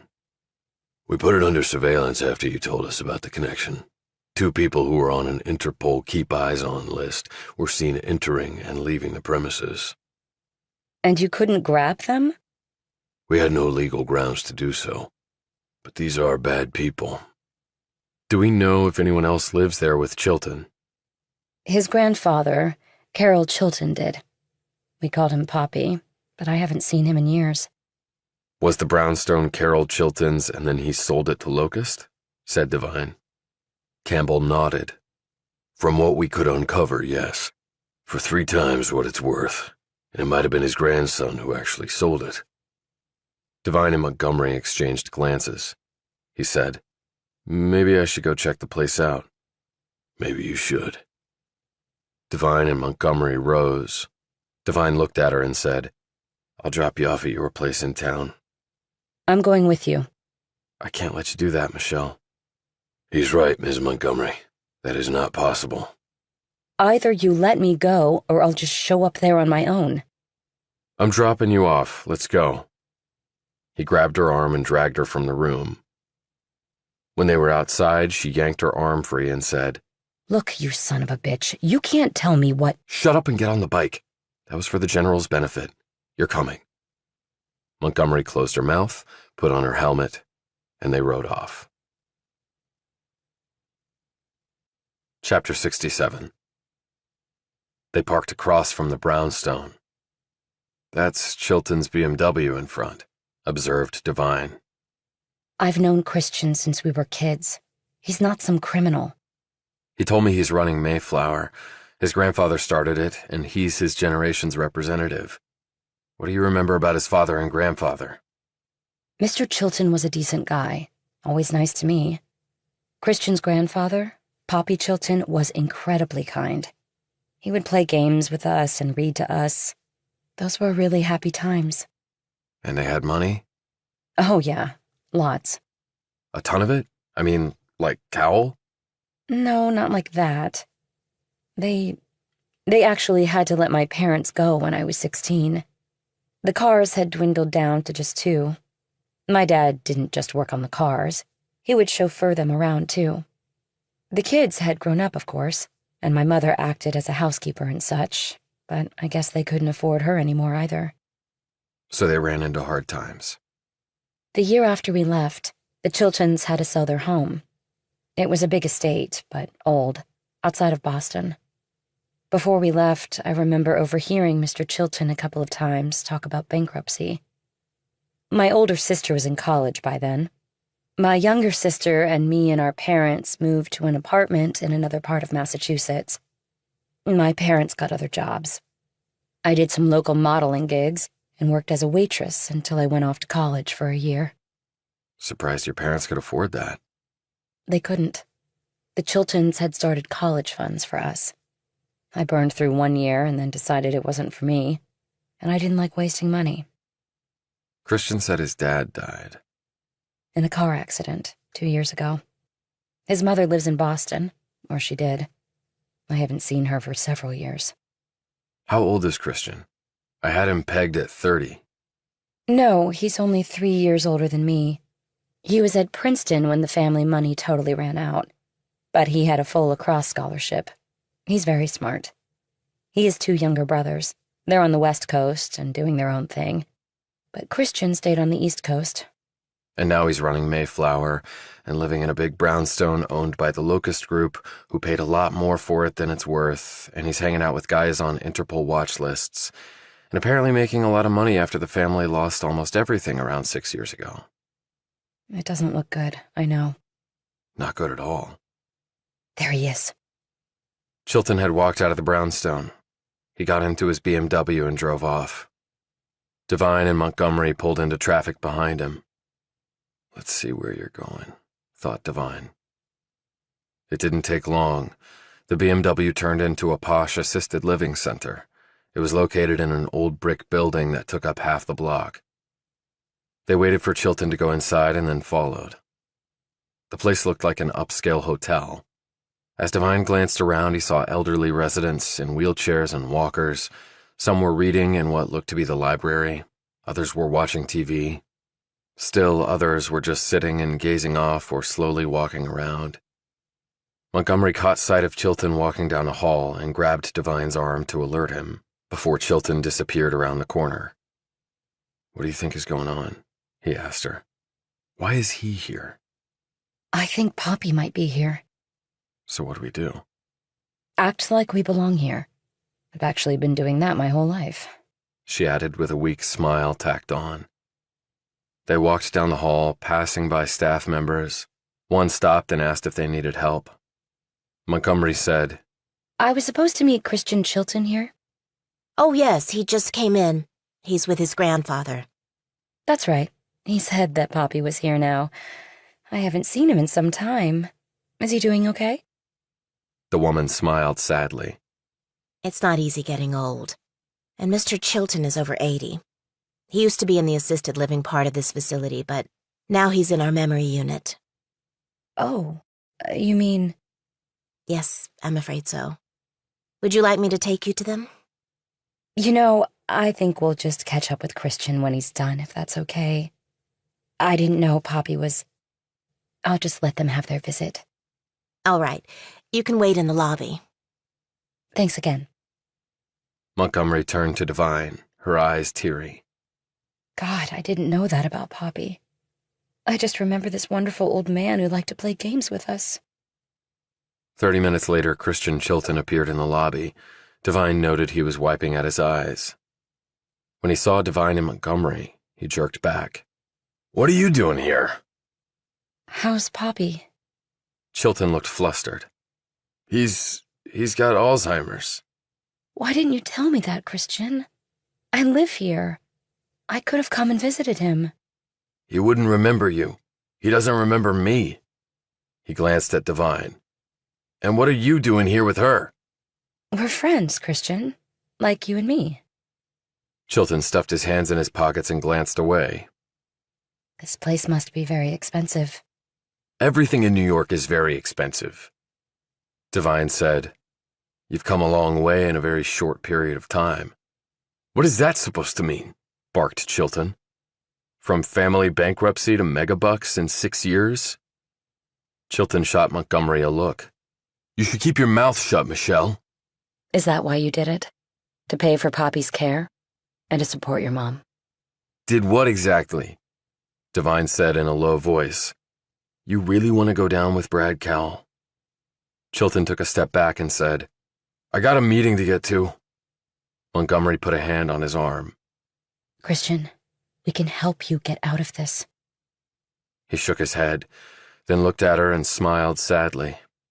No, you can't, Michelle. We're not kids anymore, and this isn't a game. It's never too late. You remember Poppy telling us that when we got into trouble? Poppy, it's just too late, Michelle, but I appreciate you trying. Michelle told me that you set her up with Cal, interjected Devine. Why'd you do that? Chilton eyed Montgomery. I told you why. I knew she could use the money. Brad loves beautiful women, and there's no woman more beautiful than Michelle. Is that the only reason? Yeah, why? He also pays her to wear red and green bikinis at certain times out by the pool. Chilton looked at him funny. A bikini, why would he pay for that? And the last lady he employed for that purpose ended up dead. They said suicide, but I don't think she jumped into the East River all by her lonesome. What last lady? You really don't know, do you? No, I don't. How much funding do you get from Cal? I don't have to tell you anything. But you will have to tell the police. I have no idea what you're talking about, said Chilton heatedly. Your brownstone is owned by the Locust Group, not by you. They're laundering and hiding money, Christian, on a global scale. We're offering you an exit ramp. You just have to work with us. Christian, we're trying to help you. I don't need help. Everything will be fine. 4 people are dead, and Cal has done a runner, said Devine. He's leaving people like you to hold the bag. Chilton walked away. They followed him outside. Devine said, If you work with us, we can help. Chilton whirled around. Who are you? I thought you were working for Brad. I am, and I'm not. That's as clear as mud. If you don't jump to the other side, this will not end well for you. Then who'll look after your grandfather? Fuck off! Christian! He got into his BMW and left tire rubber on the asphalt as he sped off. Devine looked at Montgomery, who was staring after the car. Like he said, you're not little kids anymore, Michelle. You can't save him if he doesn't want to be saved. I doubt I can save anybody. Not even myself. Well, for that, you've got me. Chapter 68. When Devine returned home, it was nearly 11. He was surprised to see Tapshaw sitting on the couch eating a bag of chips, along with a bowl of ice cream. She was almost always in her room, and he had never seen her eating chips and ice cream before. Hey, Jill, what's up? She looked up at him. Her face was puffy, and it looked like she had been crying. What's wrong? Mayflower bagged on me. Oh, shit. What the hell happened? Although he knew very well what had happened. About an hour ago, Christian Chilton sent me a very curt email and said that their investment plans had changed and that they were no longer interested in the dating platform sector. I mean, they go from investing $50 million to nothing? Devine sat down beside her. I'm sorry, but maybe it's for the best. That money would have launched us into the stratosphere, Travis. I don't think I'll be able to find that good a deal anywhere else. The valuation was sky high. But you've overcome every challenge. You'll get past this one, too. But what the hell happened between him emailing me this morning and everything was hunky-dory and an hour ago when he told me to basically eat shit and die? She looked at him. Do you have any inkling? Devine couldn't even look at her. I don't know, Jill. Crap happens in business, I guess. Maybe they ran into some funding problems, he added lamely. She perked up, wiped her eyes, and patted his hand. It's okay. I've got other irons in the fire. Our cash burn is under control. We can make it until new money comes in, and in 2 years I'll look that jerk up and he can eat some crow. He smiled, but still couldn't meet her eye. Now you're talking. He went up to his room and fell asleep in his clothes. The next morning, he took the 6:20 in. He knew Montgomery wouldn't be at Cal's place, so he almost didn't look out. But when he saw others in the train staring out the windows, he did too, and his pulse rate spiked. Oh, God. The police and a forensics team were by the pool, and they were pulling something out of the water. It looked like... The train gave a jolt and picked up speed. Devine craned his neck back, but he couldn't see anything. The man next to him said, "Damn, man, was that a body in the pool? Please don't tell me it was the bikini gal." Devine didn't answer. His heart was racing so fast he thought he might be sick. He took out his phone and punched in Montgomery's number.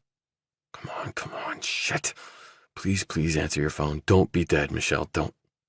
It went to voicemail. He tried again. Same thing. He texted her and awaited a reply. Nothing. He went online and scanned the news about a bodies being found at Brad Cowell's house. There was nothing.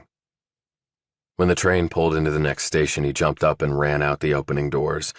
He hoofed it outside the station and grabbed the first cab he saw. He gave the address and tried calling her the whole way. By the time the cab dropped him off, he had no hope left. Why did she come back here? The area was blocked off, so Devine joined a group of other gawkers in front of the house. A black van waited, presumably for the body. Police were everywhere, keeping people away and securing the crime scene. A sedan pulled up, and Ekman and Shoemaker climbed out. Devine ran over to them. "I saw them pulling a body out of the pool when we passed by on the train. Is it... His phone dinged. He looked down as every bit of breath in his body left him. Sorry, I was asleep and didn't hear the phone. Everything okay? It was from Montgomery. She was alive. He looked up at the detectives. "Come with us, Devine," said Shoemaker. They led him through the perimeter by flashing their badges. People were gathered around the pool surround, where a body lay under a sheet. Activity was swirling everywhere as police personnel looked for clues and collected evidence. The NYPD detectives and Devine stopped in front of a plainclothes man from the county. "Figured you guys needed to know because of the connection," the man said. "Let's see it," said Ekman. The sheet was lifted, and Devine found himself looking down at a very drowned and very dead Christian Chilton. Chapter 69. Shoemaker gave Devine a ride to the station while his partner stayed behind. Did Chilton die by drowning? Yes and no. Devine looked at him curiously. You want to try that again? There was water in his lungs, which means he did officially die by drowning, but he had blunt force trauma wounds on his head. Which means someone knocked him out and tossed him into the water where he drowned. Right. Anybody see anything? Staff had been given the evening off last night. He looked at Devine. By the girlfriend, Michelle Montgomery. But you knew that because you were there. Anything you can tell me? Devine told him about their seeing Chilton last night. If I had to speculate, after our encounter, Chilton went to Cowell's to see what the hell was going on, and we saw how Cowell responded. We have no proof Cowell was even there. Then we have to keep digging, replied Devine. Because by my count, the man is now involved in 5 murders. You and your higher-up friends ever going to come clean on this at some point? Devine snapped.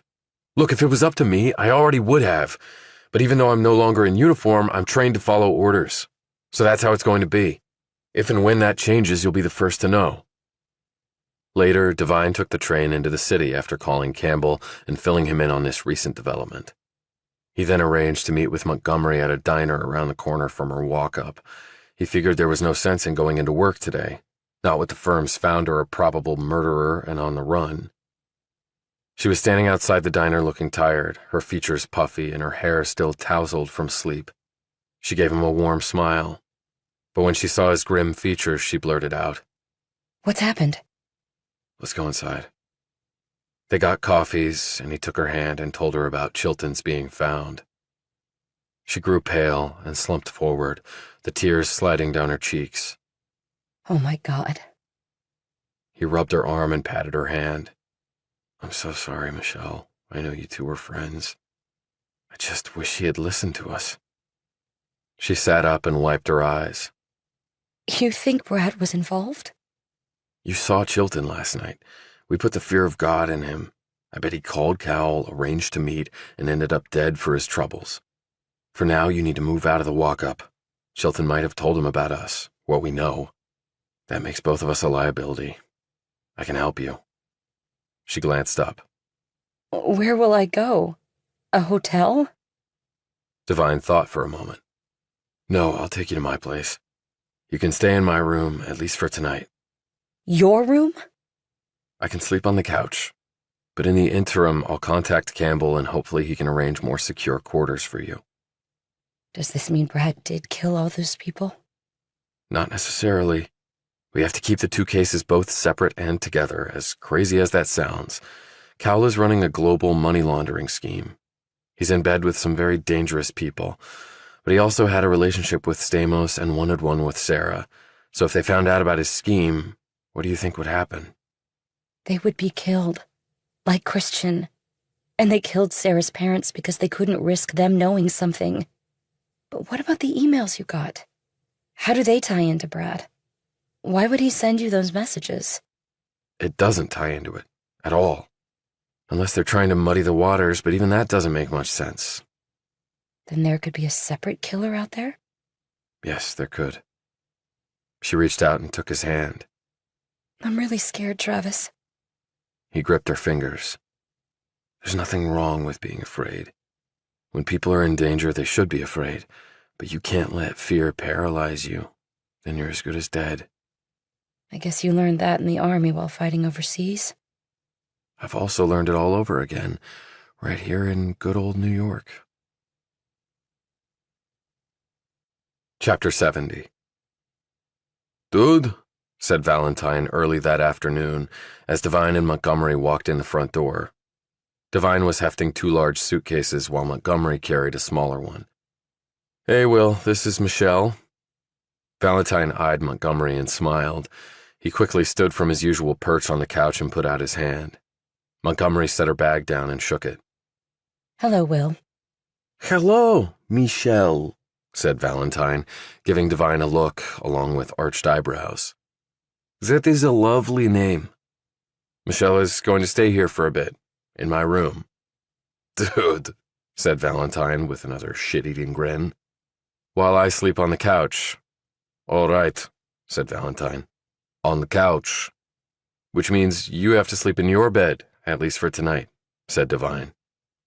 This possibility apparently hadn't occurred to Valentine. Oh, okay, he said, his smile fading. If the Russian was aware that Helen Spears had been in his room, he certainly wasn't showing it.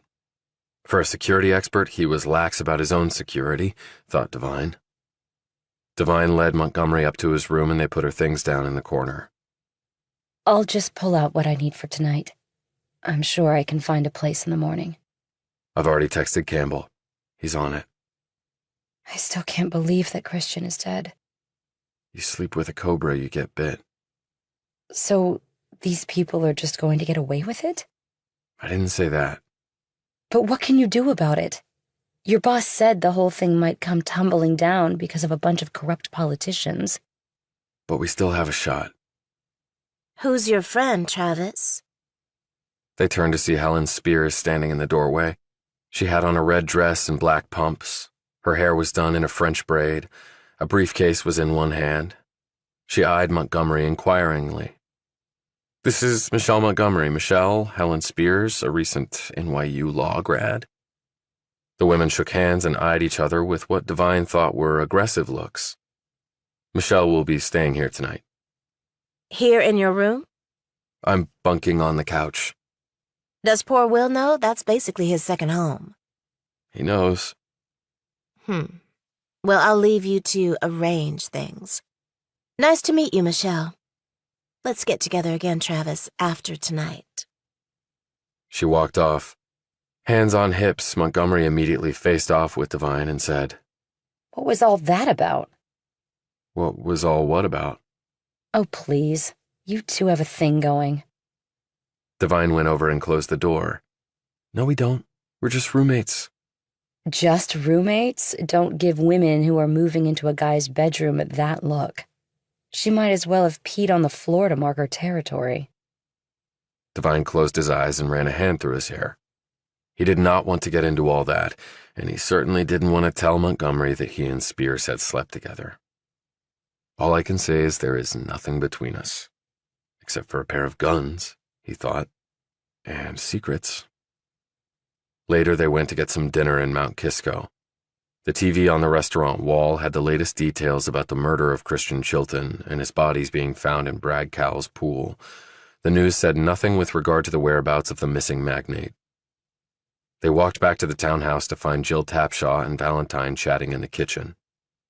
Hello, Said Tapshaw to Montgomery. I'm Jill. Jill, this is Michelle Montgomery. She's a friend from... The city. Nice to meet you. Jill founded Hummingbird. The dating service. I've been on there. It's really cool.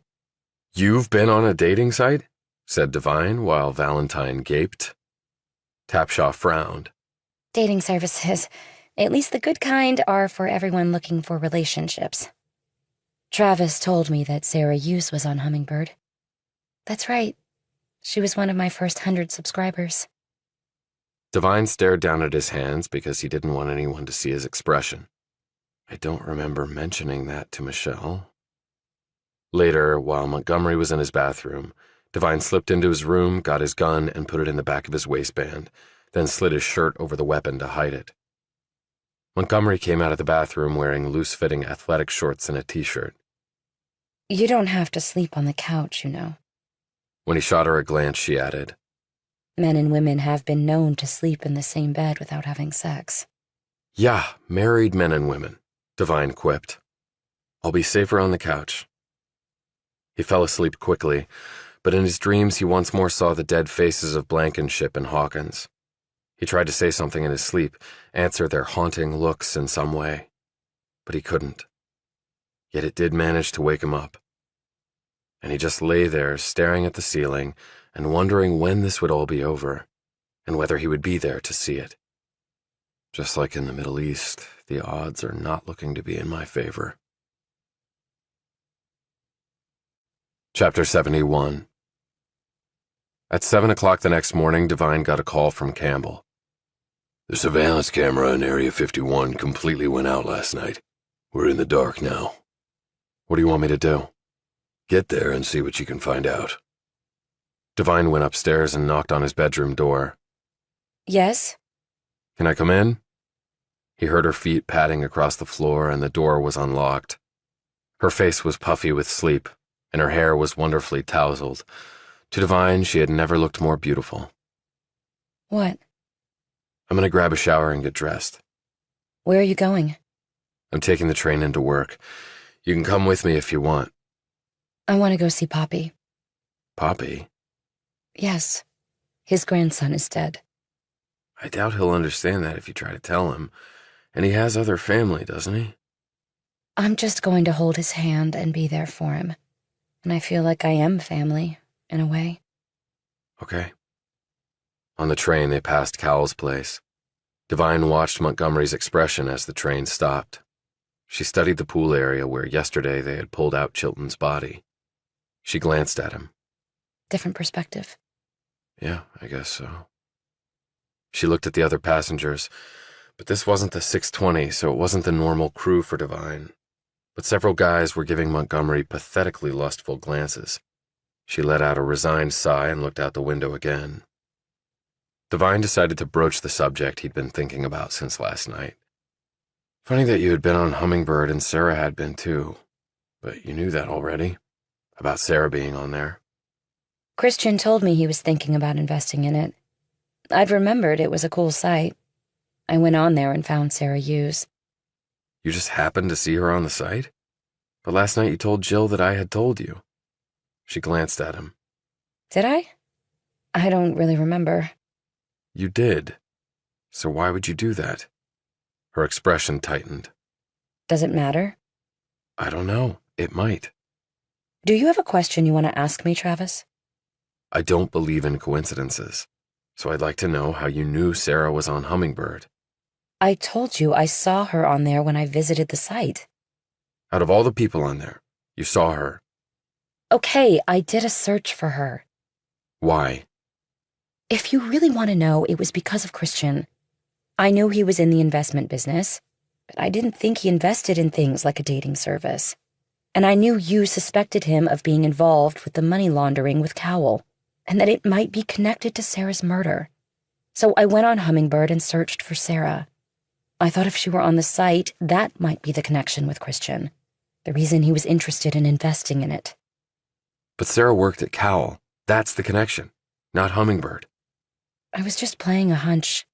She eyed him darkly. But if you don't trust me, you don't trust me. His expression softened. I do trust you, Michelle. You saved my ass with Cowl and his phone. I'm sorry, I guess stress is making me see things that aren't there. Don't apologize for being human. Personally, my stress level is through the roof. What are you going to do when you get to work? Pay a visit to the 51st floor if I can. Chapter 72. Surprisingly, it seemed business as usual at Cowl and Cumley, despite a bodies having been found in the pool of the firm's leader, and that leader still being absent from the scene. Money trumps murder, Devine concluded. On the way up in the elevator, he pressed the button for Area 51. Stunningly, it lighted up. Okay, didn't see that one coming. He got off on that floor and looked around. The door was open. He poked his head inside and gaped. It was empty. Every server, every computer screen was gone. All that was left were the cabinets and the tables. He hurried over to the wall where he had placed the camera. It was gone. He hurried back down to the lobby, texting Campbell on the way to let him know what he had found. Or not found. He walked up to Sam the guard and asked him if he knew of any movers coming into the building to take some things out. He shook his head. Not while I've been here. Can you check with the night guard? Sure, I can try. He's probably asleep by now. What's up? Just wondering about something. Hey, I heard on the news about the guy being found in Mr. Cowell's pool. What the hell is that about? Yeah, I was wondering that too. I haven't seen Mr. Cowell for a while. Everything okay with him? That's way above my pay grade, Sam. Any idea where Jerry Myers is? Yeah, 3rd floor dining hall. Some snafu with an oven. He found Myers in the kitchen working on one of the ovens and asked him if he'd seen any moving trucks at the building. No, but if it happened last night, I wouldn't know about it. What got moved? I'm not sure. He next located Wanda Sims and decided to be more direct with her. I was on the 51st floor this morning, Wanda. What? You couldn't have been. It's off limits. Come take a ride with me. They got on the elevator and he made a theatrical show of hitting the button. When it lighted up, Sims gasped. When they got to the 51st floor and he showed her the vast empty space, she looked at him suspiciously. Why did you come up here in the first place? Do you still think they were running their high-frequency trading platform from here? Because I can tell you for a fact that runs out of a building in Queens. Who are you, Travis? I mean, who are you really? Just a guy who stumbled onto something. Onto what? Do you mean... She looked around. Something criminal? Why else would this room have been cleared out? So you knew what was in here? Did you know of any moving company coming to do it? No, there was nothing in the office memos. What was in here? I can't tell you, but 5 people connected to this firm have died. 5? A guy named Christian Chilton was part of what was going on in this room. I don't know who that is, but the name sounds familiar. He was the man who ended up dead in Cowell's pool. Her hand flew to her mouth. Oh my God, that's right. I heard his name on the news. Should I start looking for another job? My husband and I just bought a vacation property in Connecticut, and the mortgage payment is a real bitch. Well, thought Devine, everyone has their priorities. If I were you, I'd get my resume dusted off. Devine left her and went to his cubicle. By now, the other burners were all there, but he noted that fingers were not flying across the keys. Some of the burners were actually out of their chairs and talking together in small groups. The same woman he had argued with before, Lydia White, came over to him. She looked pale and distraught. What is going on, Travis? Though she had angered him before, he now felt sorry for her. For all of them, really. They had busted their humps all this time for maybe nothing. Nothing good, that's for sure. Area 51? What about it? The other burners were now gathering around the pair. You can go up and see for yourself. It's accessible now. But I thought that was where the firm did high frequency. Devine interjected. That's what they wanted everyone to think. The place is cleared out now. It was full of computers and servers, and now it's all gone. They emptied it out in the middle of the night. So this is all connected with the murders? It's definitely connected to the guy who was found dead in Cowell's pool. White was fighting back tears. My father told me to accept the offer I got from J.P. Morgan, but I thought Cowell would be more exciting. I would take boring old J.P. Morgan over this kind of excitement. What should we do? Keep working, make sure your paycheck's clear, and get your CVs out to as many other places as you can. He watched as the burners scrambled to their computers to do just that. However, White didn't move. She held her gaze on Devine. I was wrong about you. Obviously. I'm sorry. You were naturally suspicious, Lydia. I would have been too. You are clearly here for another reason, correct? Whoever you work for knew something was up and you were placed here to find out? He smiled. You're really smart, and you're going to have a wonderful career wherever you land. Maybe you should steer clear of Wall Street, though, and try something that might have a positive impact on lots of people who actually need the help. My older sister is starting a nonprofit to help the homeless in California, which is a big problem there. That's where I'm from, the Bay Area. Well, you won't make nearly as much money, but at the end of your days, I think you'll have a lot more to smile about. He rode the elevator down to the lobby and decided to do a direct frontal assault on an entrenched foe. He sent a text to Brad Cowell after taking some time to compose it in his head.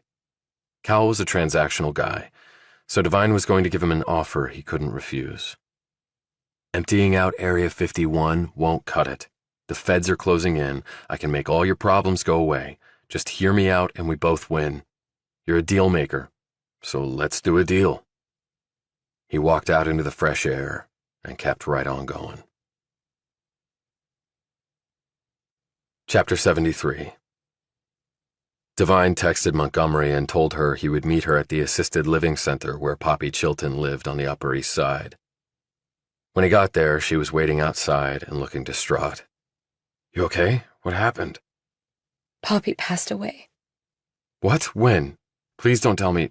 No, it was natural causes. Well, sort of. I'm not following. There was a TV. The news was on. He saw that his grandson was dead, you mean? But I thought he wasn't capable of understanding things like that anymore. The doctor I spoke with said you can never tell. There are moments of lucidity, and seeing Christian's name on the TV screen and the fact that he was dead jolted Poppy into one of those moments. He went into cardiac arrest. They couldn't resuscitate him. And this happened last night? Yes. They told me when I got here. The family is coming in for both funerals. He hugged her tightly while she cried into his shoulder. When she composed herself and stepped back, she said, We really need to nail these bastards. He told her about Area 51 and about the text he had sent Cowell. Do you think he'll get a response? He might think you're trying to trap him or something. It's worth a shot, and I don't have a plan B. Later, they had lunch at a restaurant on the harbor, where Devine took a minute to check in with Campbell. Campbell said, We had operatives posted outside the Cowell building last night. When the moving trucks came, we were naturally suspicious but had no grounds to intervene or get a search warrant. And one of my men checked with the security guard on duty. He said he'd been told they were moving equipment in, not out, so we weren't as concerned as we would have been. They went in through the loading dock, so we couldn't gain access to see what was really going on. Burns my ass, though. Devine put his phone away and looked out at the water. This was where he and Stamos had gone that day. He eyed the Statue of Liberty and looked back to see Montgomery watching him. Does it feel cool that you fought to keep that ideal of freedom going? While you're actually fighting, you don't really dwell on the big picture stuff. It's just surviving day to day that occupies your mind. But I felt proud to be serving my country, even if my father didn't see it that way. Is that also why you're working with Campbell? He eyed her more intently. Why do you ask? Because you talked to me about baggage. And while I can see you as a soldier, I don't necessarily see you as some sort of federal spy in a suit. You're more right about that than you probably know. It must have been bad. It was bad enough. It sort of ruined everything that came before that. It must have been tough to take. Tougher than I am, apparently. They sat in silence for a few moments. Devine finally said, Chilton was killed because of his connection to Cal in Area 51. But if they killed Christian for confronting Brad, why would they dump his body in Brad's pool? That would lead the police to suspect Brad right off. There were plenty of other ways to get rid of his body. Which might mean that Cal and his partners had a falling out. They might have done that to incriminate Cal. Does that mean he's already dead? They clear Area 51, get rid of Christian and Brad, and go somewhere else and set up the money laundering operation?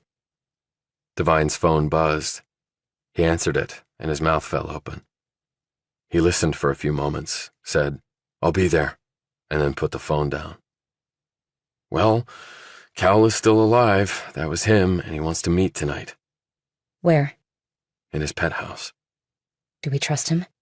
Not with either one of our lives. So what do we do? Not go? Call in the cavalry? Neither one. But we have to have a plan. We just can't waltz in there to get killed. Going into battle is the one thing I do really well, and you're not going. She looked incredulous. What the hell are you talking about?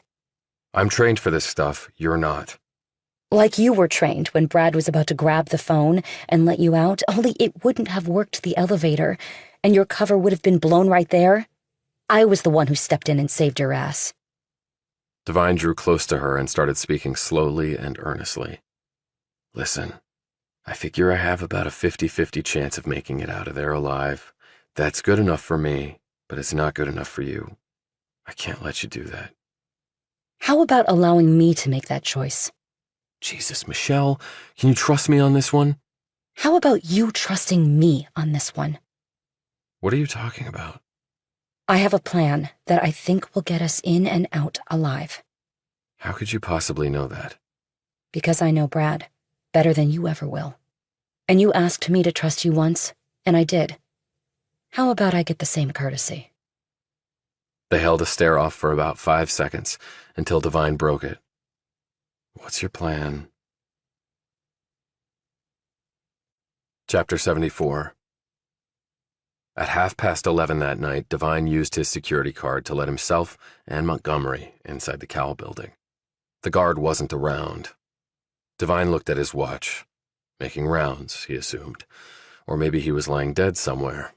There was a lot of that going around here. They took the elevator up as high as they could, and the doors opened. And there was Cal. He was dressed nattily in a dark suit, white shirt, and no tie. He looked fresh despite the hour, and smiled when they climbed off the elevator car. Michelle, didn't expect to see you tonight. Where the hell have you been, Brad? Just taking care of business, said Cal. He turned to Devine. I got your message. I have no idea what it means, but I thought I'd have you up for a chat. Christian was found dead in your pool. The police think you killed him. Well, I didn't. In fact, I've been out of town, and I have lots of people who can verify that. My attorneys have already been in touch with the police, and we are fully cooperating. If Christian got himself killed, it's not my problem. In fact, he and Devine here had a real dust-up. Maybe Devine went back to finish the job at my place to make it look like I had something to do with it. Cal gave Devine a smirk. In fact, we've already let the authorities know all about that. I'm sure they'll be in touch. Is that really how you're going to play it then? Said Devine. With Stamos' death too? Let's head up and discuss this. He led them to his private elevator. When they got to the penthouse, Cal patted Devine down, checking for weapons. When he turned to Montgomery, she gave him a fierce look and said, Don't even think about it, Brad. He grinned and held up his hands in mock surrender. Okay, babe. Okay. He eyed her extremely tight midriff tube top and knee-length flared skirt. Don't think you have any hiding places on you anyway, but let me see inside your purse. She did. Now turn your phones off, because I don't like being recorded. They complied with his order. And just so you know, I've got a signal jammer in here in case you're wearing a wire or shit like that. Drink? Not for me, said Devine. Montgomery simply shook her head. Hate to drink alone, but oh well. He mixed himself a bourbon and Coke and took a sip. Let's sit. Montgomery and Devine sat next to each other on a couch, while Cal sat across from them. Stamos, said Devine. You got a message that night, and you went to meet someone. Okay, I'll give it to you straight. The message was from Jen. She was afraid. Afraid of what? She wouldn't tell me on the phone, so I went over there. His face twisted with the memory. And between the time I got the message and made my way there, someone cut her up really bad. Devine leaned forward. And was that someone you? Why would I do that to her? I liked her. A lot. Because Sarah Hughes knew about the Locust Group owning the Lombard Theater, and she told Stamos to check it out. And maybe she did and realized what was going on, or maybe you let something slip during pillow talk and she had to be taken care of. Jesus, Devine, you're making me out to be some sort of creepy killer, aren't you? I'm a businessman. Were you the one to call the cops? He hesitated. Yeah, I called them. But if you tell anyone, I'll deny it. He added with a disgusted look. What twisted psycho would do that to a woman? They mutilated her. Did you see or hear anyone while you were there? No, I had a key. I let myself in. I called out to her. No answer. I went back into her bedroom and bam, there she was, tied up and cut up.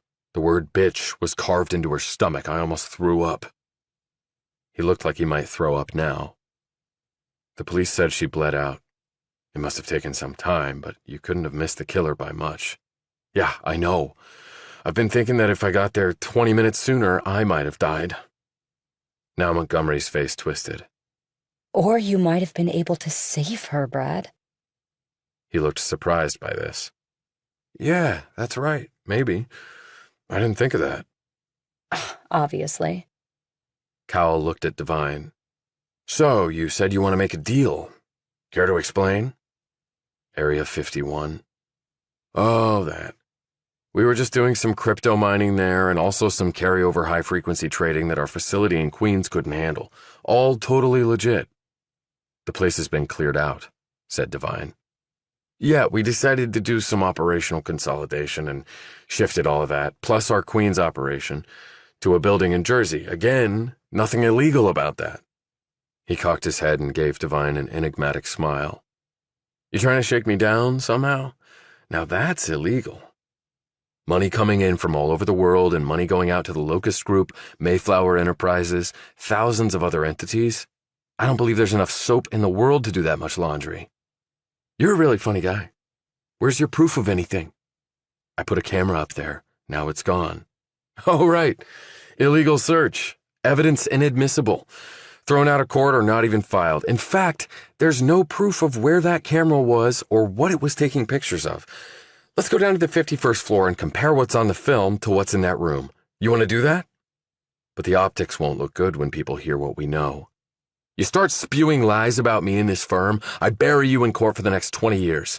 I bury whoever you're working for, too, and at the end, I'll still be rich, and I don't know what you'll be, but it won't be good. And I've been doing some digging on you, Devine. You left the Army under a cloud. Guy in your unit killed himself by hanging, left behind a luscious wife. Then another guy you knew ended up dead. My people tell me he might have been banging the bed springs with the first guy's wife. He might have killed the guy instead of it being a suicide. You knew them both, and they're both dead. And then you dump your career and come into my world. What's that all about? You got some guilty secret hanging out there? This isn't about me. Cowell eyed Montgomery and held up his phone. And you helped him plant the camera, sweetie. After all I've done for you, I mean, shit, a guy can't trust women, can he?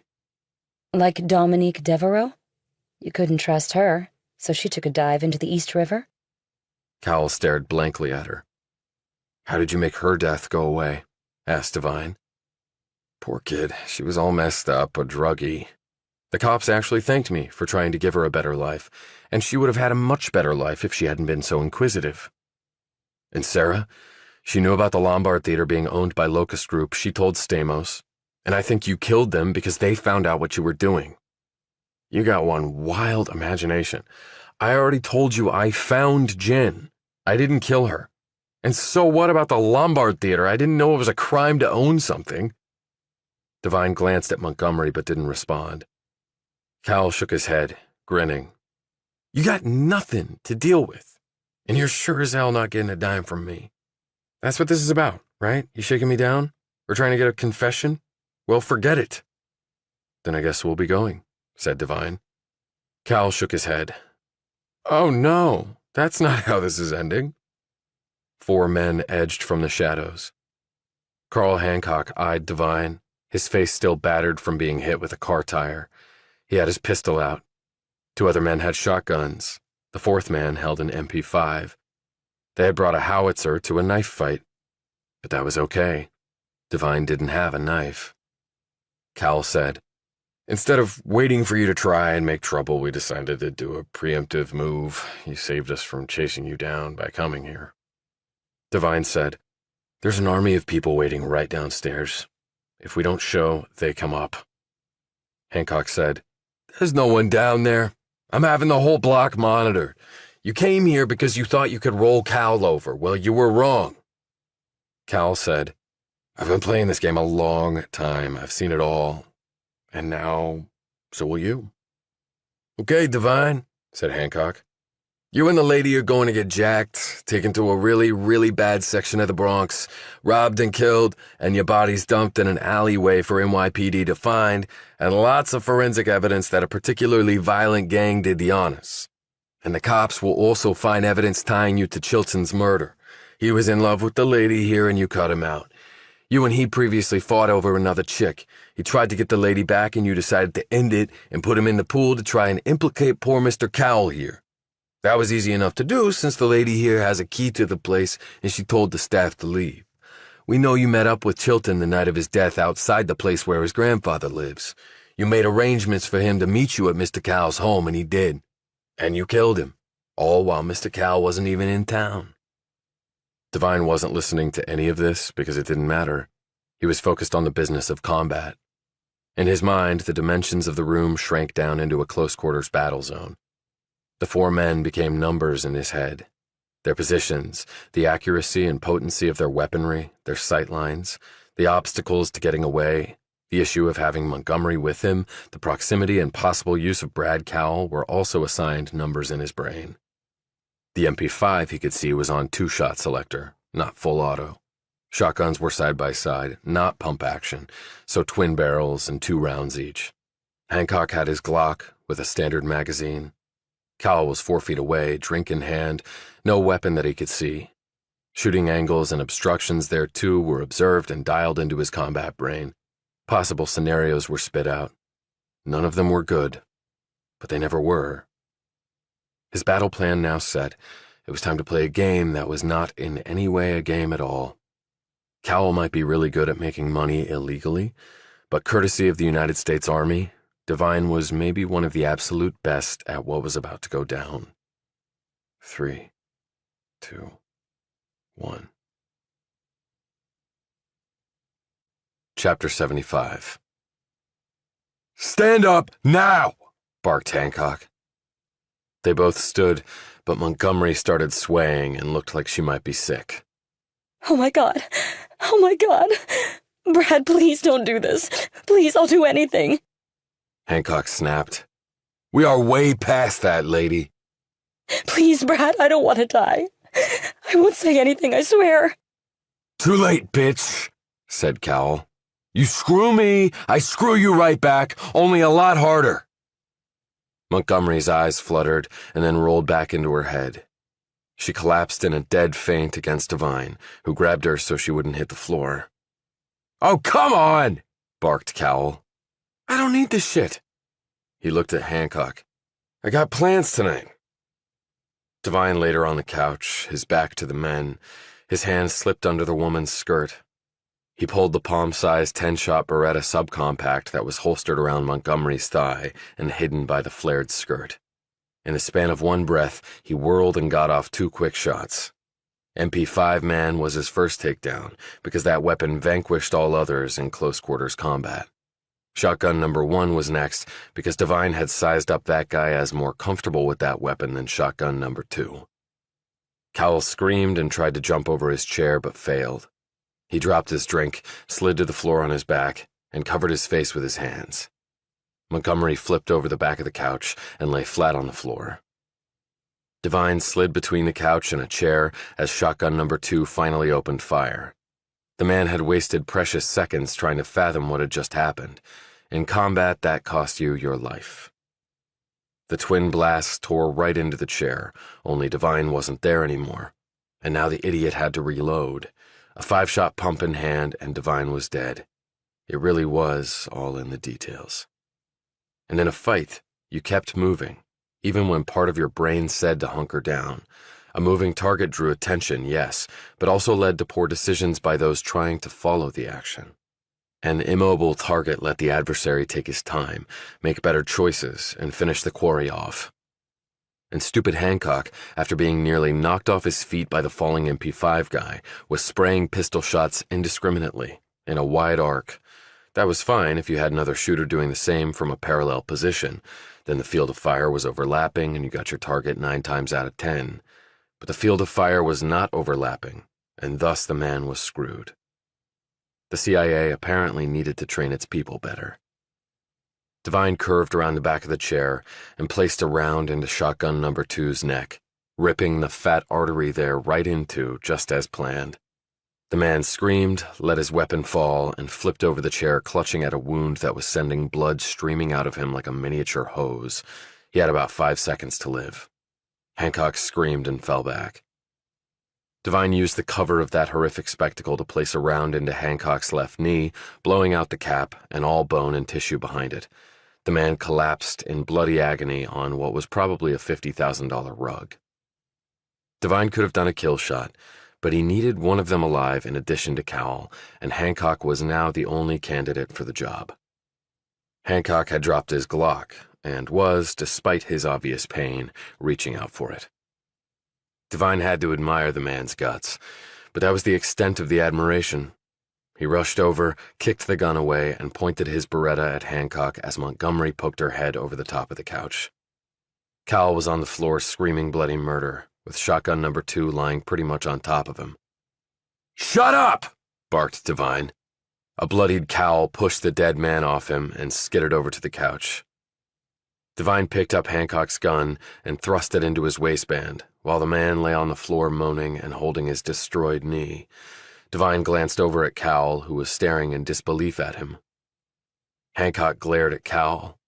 "You pat down everybody for weapons, you idiot!" Devine eyed Montgomery. "Nice plan." Thanks. You were right, Brad. You just can't trust women. At least this one. Devine checked Hancock's blood loss. He had seen enough wounded people to be able to gauge whether someone was going to live or not, and Hancock would make it. He looked at Cowell. "You said you had a signal jammer in here. Where is it?" "Behind that vase," said Cowell in a shaky voice, the other man's blood all over his expensive suit and shirt. Devine nodded at Montgomery, who rushed over and found and turned off the device. "Call an ambulance," said Devine.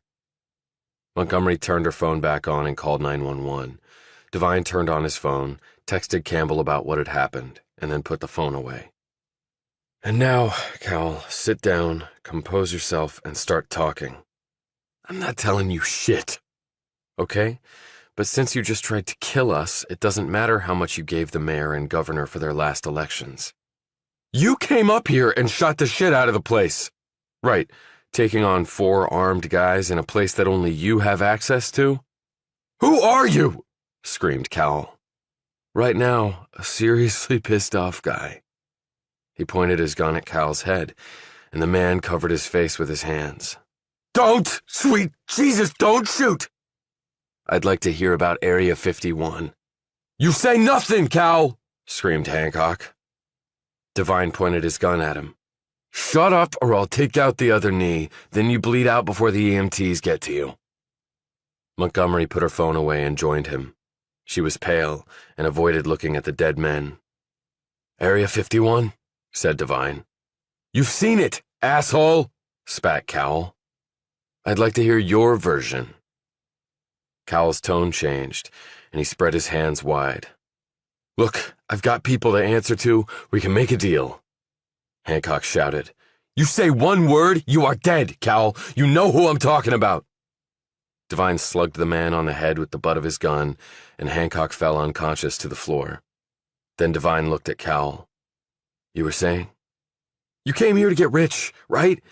Well, I can make you so rich, you'll never be able to spend it all. You can buy your island and have the bitch there in bikinis 24/7 and 10 more like her. I never really liked making money, confessed Devine. Then what the hell were you doing here? Snapped Cowell. Area 51. This is more than me, Devine. It's more than all of us. Well, we have to start somewhere. But let me throw you a bone. Ann Cumley equals clean money. How's that? Cowell looked at him and snorted. Maybe you could have done well here. I don't think there's a here left, Cowell. Montgomery used Cowell's phone to let the EMTs in when they arrived minutes later. They confirmed the deaths of the other men, then stabilized the still unconscious Hancock and took him away. A contingent of federal agents appeared a few minutes later, with Campbell leading them. He sat down across from Cowell and studied him. Who the hell are you? Said Cowell. I'm either your worst nightmare or your savior. It all depends on how you want to play this. I don't know what you're talking about. Campbell rose. Then I'm your worst nightmare. Hope you enjoy prison food. Wait a minute. I'm listening. Any deal I do, my lawyers sign off on it. He looked at his men.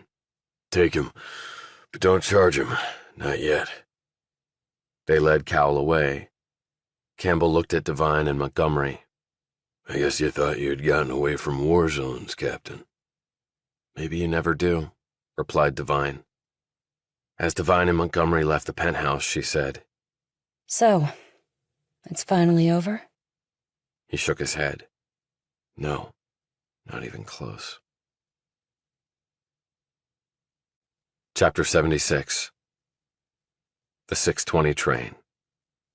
It was rainy and foggy and chilly, the opposite of what summer should be, thought Devine, but then so was everything else. He was in his normal seat. He was looking out the window. The train slowed and then stopped. There was Cowell's mansion, empty. He was heading to Cowell and Clean Money, as he thought of it now.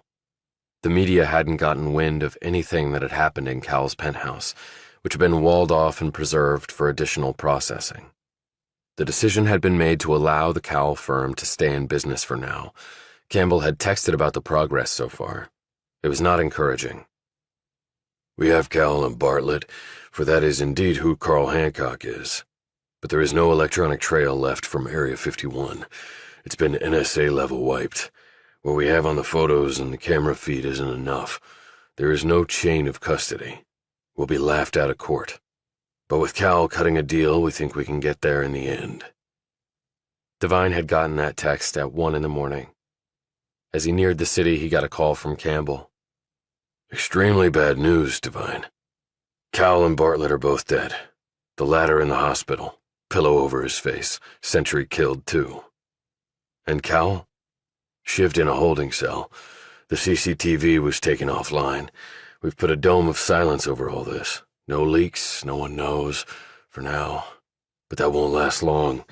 Back to square one, unfortunately. But I think we have them on the run. And DOJ and the other agencies are going after him with all they've got, even with the stonewalling going on with some of the politicos. Devine was not nearly as optimistic as the retired general. He was sure that Area 51 would be set up somewhere else, or consolidated with another ongoing operation. He wondered how much of America others truly owned. The world is upside down. Good is bad, and bad is deified. And his instincts were telling him that a killer was still out there, 4 people dead, and it had everything to do with Sarah Hughes, and not Brad Cowell in Area 51. And it somehow has everything to do with me. I got the emails. They were sent to me for a reason. The killer is speaking directly to me. This is as personal as it gets. He didn't get much done at work. His brain was in too much of a fog.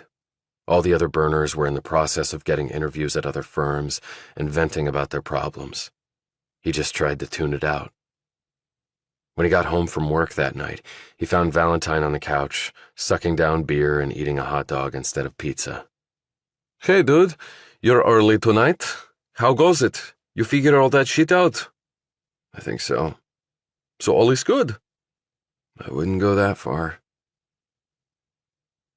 The news finally broke about the murder of Brad Cowell while in police custody. The financial press, already reeling from the string of murders connected to the firm, was covering all of this with astonishment mixed with a bit of glee, even as a few rumors started to circulate about possible financial improprieties at Cowell & Comley. As Devine read through these news accounts on his phone in his room after coming home from work one night, he shook his head.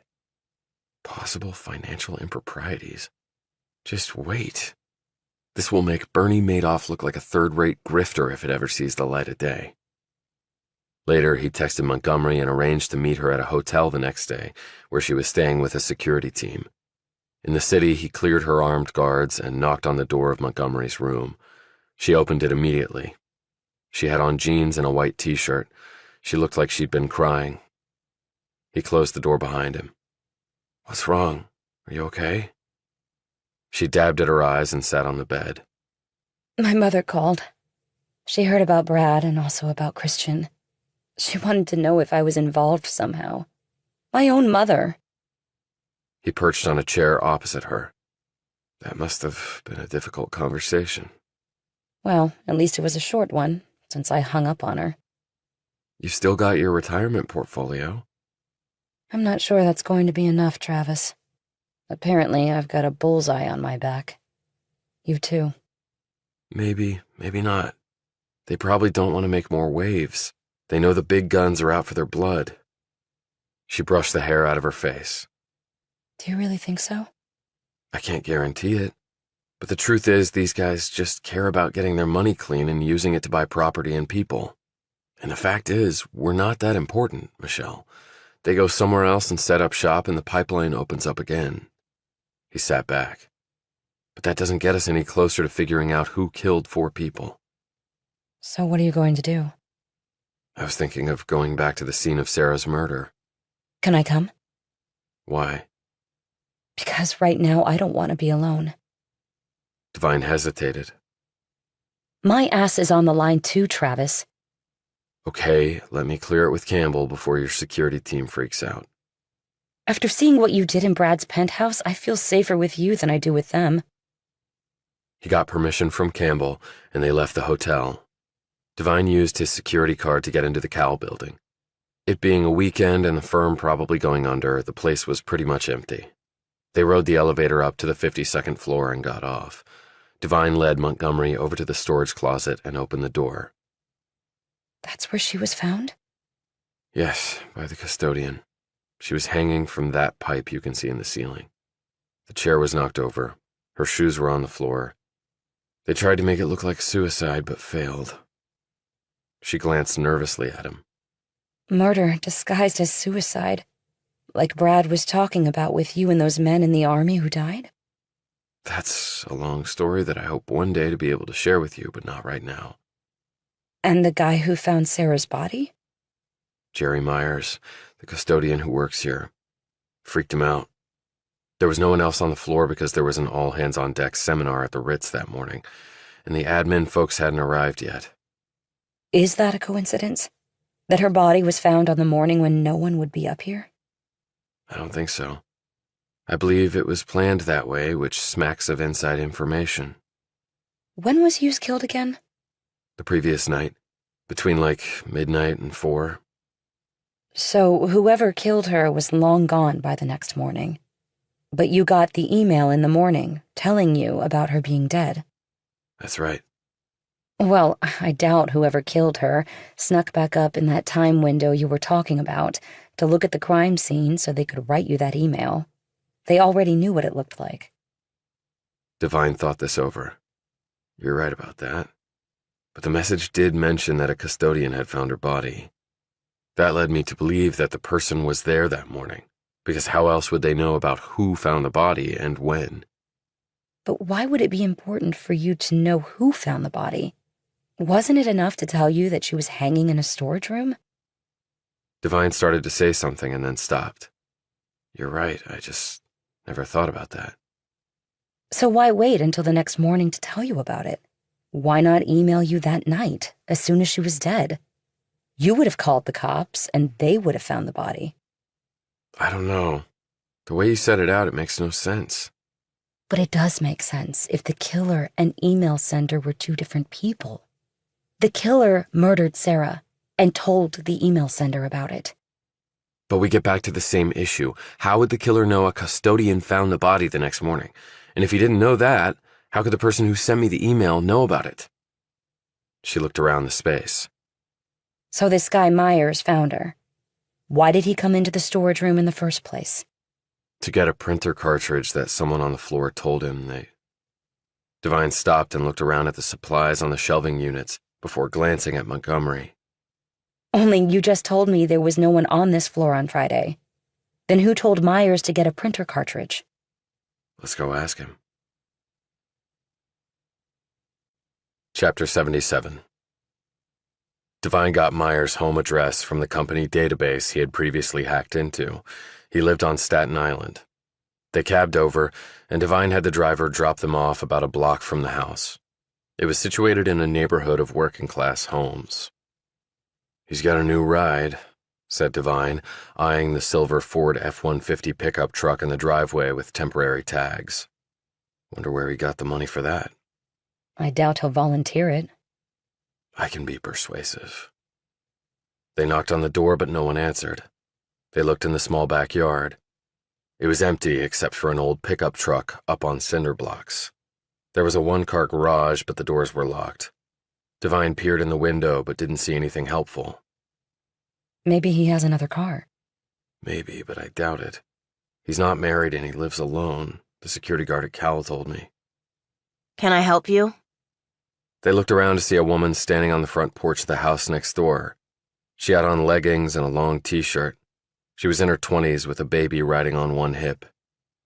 We were looking for Jerry, said Devine. We were supposed to meet for a beer, but he didn't show. She gazed over at the house. It's funny. He was supposed to help my husband with a project we are doing in the backyard. When he didn't show up this morning, we called and went over there, but it's all locked up. And Jerry didn't answer his phone. Does he have another car? No, we bought that new Ford. It's a beauty. A King Ranch model with lots of bells and whistles. My husband Barry says it must have cost around $60,000. Wow. Yeah. He works at some big muckety-muck company in the city. Jerry said they gave out big bonuses to everybody. But if this is his only ride, he must be inside. Do you think he's sick or something? A large, beefy man came out onto the front porch. The woman said, Barry, these people were supposed to meet Jerry for a beer, but no one answered. Now I'm getting worried. Barry looked over at Myers' house and the truck. He eyed Devine. Should we call the cops? Maybe we should check first. If he's in there sleeping off a bender, the cops will not be happy with us. Good point. Jerry likes his beer for sure.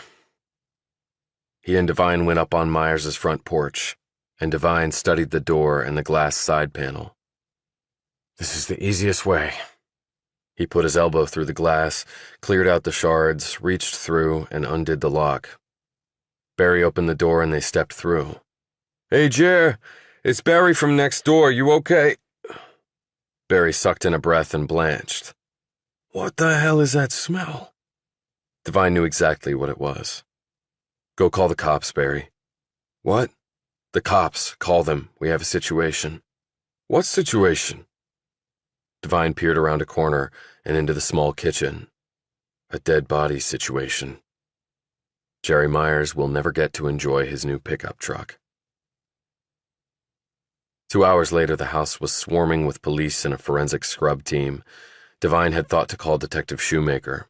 He was off today, but he and Ekman showed up anyway. They met up outside the house.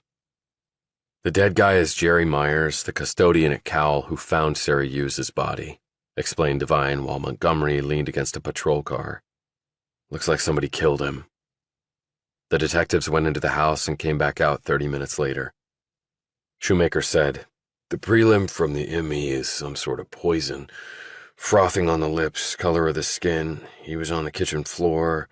There was an open bottle of whiskey on the counter and some in a glass. We're having it all analyzed. What's the TOD? Asked Devine. Prelim is about 6:30 last night. Did anybody see anything? Asked Montgomery. Not so far. But why kill the janitor? Asked Ekman. Devine said, because I think Myers killed Sarah Hughes late on Thursday night. Then on Friday morning, he finds the body, which makes him pretty much above suspicion. Jesus, exclaimed Shoemaker. We never thought about that angle. I wouldn't have either except for her, said Devine, motioning to Montgomery. Ekman eyed Montgomery suspiciously. And how do you figure into this? I was Brad Cowell's girlfriend. Oh, you were you? Devine said, she's working with us on this, and we came out here because something Myers told me didn't add up. Like what? Asked Shoemaker.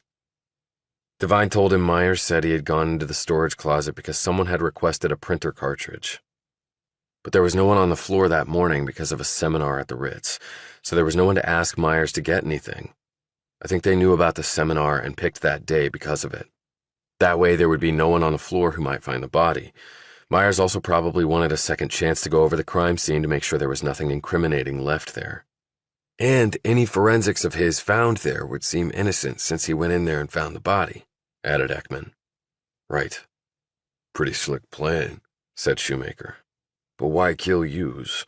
Were they having an affair? Was he a jealous stalker who wanted to be with Hughes and she rebuffed him? Is it just the old story of a rejected guy? I might think so, except for that. Devine pointed at the brand new F-150. That was his payoff. And the fact that he was poisoned shows he was working with someone and that someone decided to get rid of that loose end, opined Ekman. That the guy ran out and bought a new truck was probably not a good thing. The person who hired him might have been afraid the cops would take a second look at Myers, and he'd fall apart and start pointing fingers, said Devine. Shoemaker nodded. We did check on the guy. Always do when it's the person who finds the body. You don't need a security card to get in during regular business hours if you come through the front doors. Now, you need your security card at all times if you come in the rear. He said he came in the front doors at 8 and left at 5 the same way and took the ferry to Staten Island. The guard doesn't remember specifically seeing him that day, but he did confirm that Myers always came and went by the front entrance. We had no reason to suspect him. Myers had no motive or opportunity, at least that's what we thought. What about the building's security cameras showing people coming and leaving? Inconclusive. We checked the footage for that time, but there was a large group of people leaving around 5, and we couldn't ID everybody, including him. I can tell you from experience, Detective, that footage isn't worth the pixels it's built on. Chapter 78. Devine and Montgomery took their leave from the detectives and Staten Island. As they cabbed it back to Manhattan, Montgomery said, So, Myers killed 4 people in exchange for a new pickup truck? He glanced at her. I've seen people do it for a lot less than that, Michelle. They rode the rest of the way in silence. Devine took the train back out to his house after dropping off Montgomery at her hotel and walked home from there. Valentine wasn't on the couch or in the kitchen filling his belly. Overhead, Devine could hear Tapshaw tap-tapping away on her computer, happy as a clam. Helen Spears stood in her doorway and stared at him as he came up the stairs. Busy day? Another dead body found. Who was it this time? You're not surprised? What's one more? He stood in front of her and shook his head. I really don't get you. You don't have to. Just like I don't have to get you. Where's your friend Michelle? In a safe place? So you like the Glock over the Sig? And you like the Sig Sauer over the Glock, good army man that you are.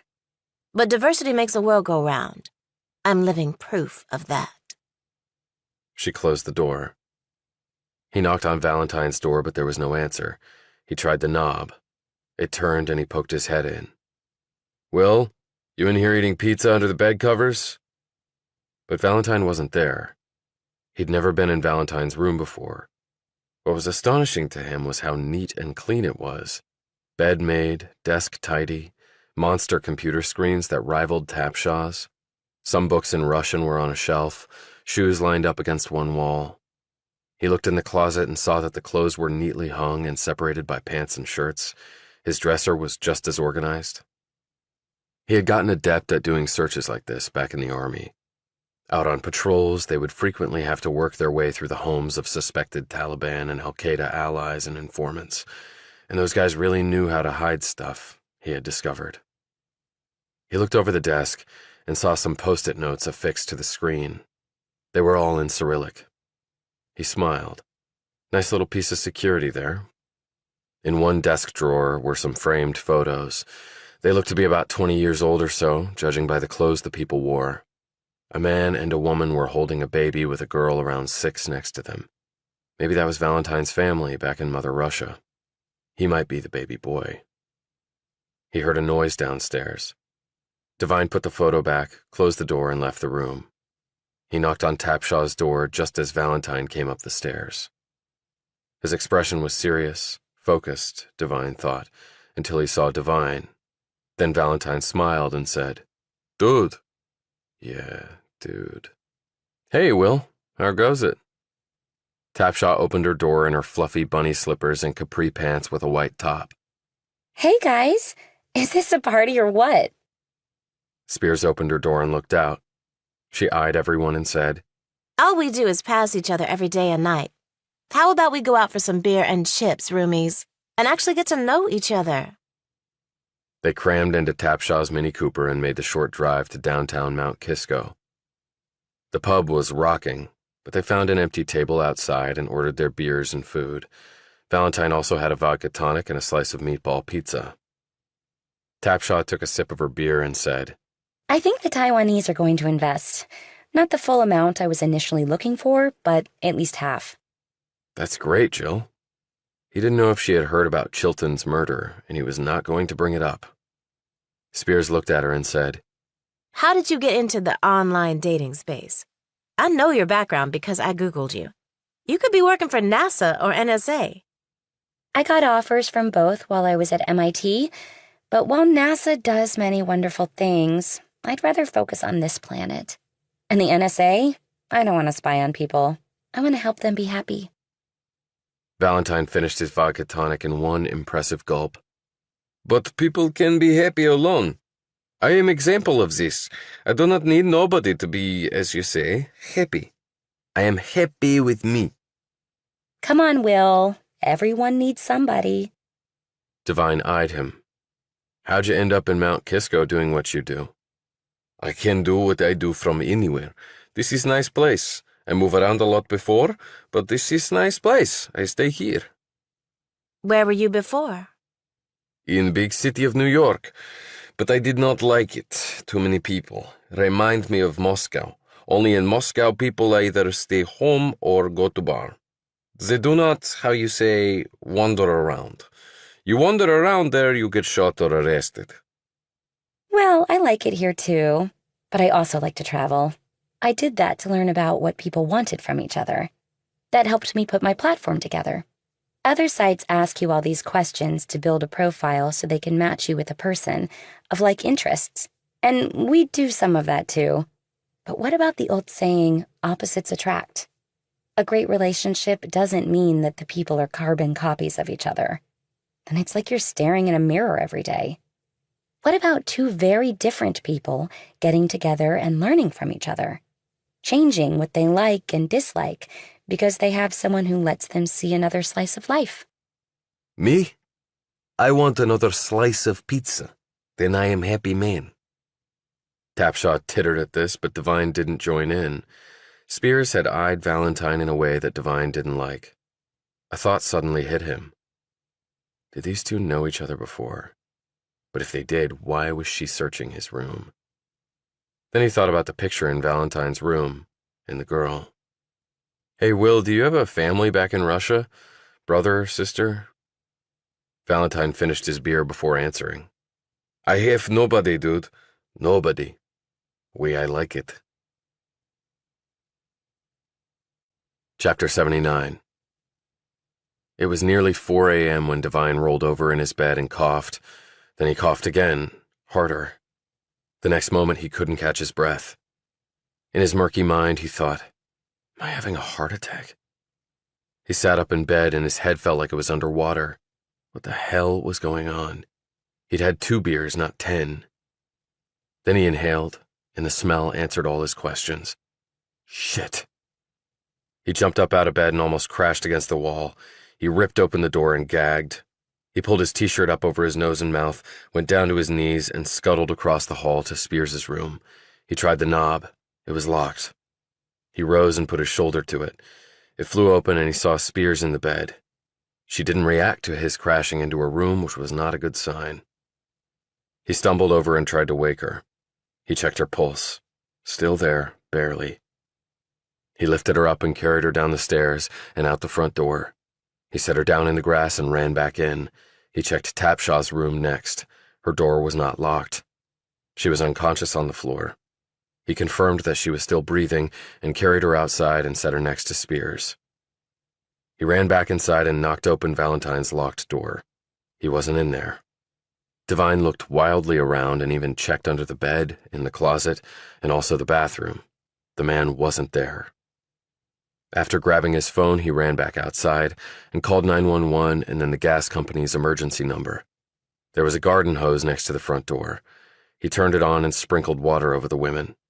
Then he patted their faces, turned them on their sides, and applied pressure to their backs to help their lungs expand. Their breaths started getting deeper, and their color finally started returning. Spears even managed to sit up. She looked at Devine. What is... Gas in the house. You're okay now. I called the ambulance, but I can't find Will. She plopped back down in the grass and threw up. Tapshaw briefly came to, and Devine told her the same thing.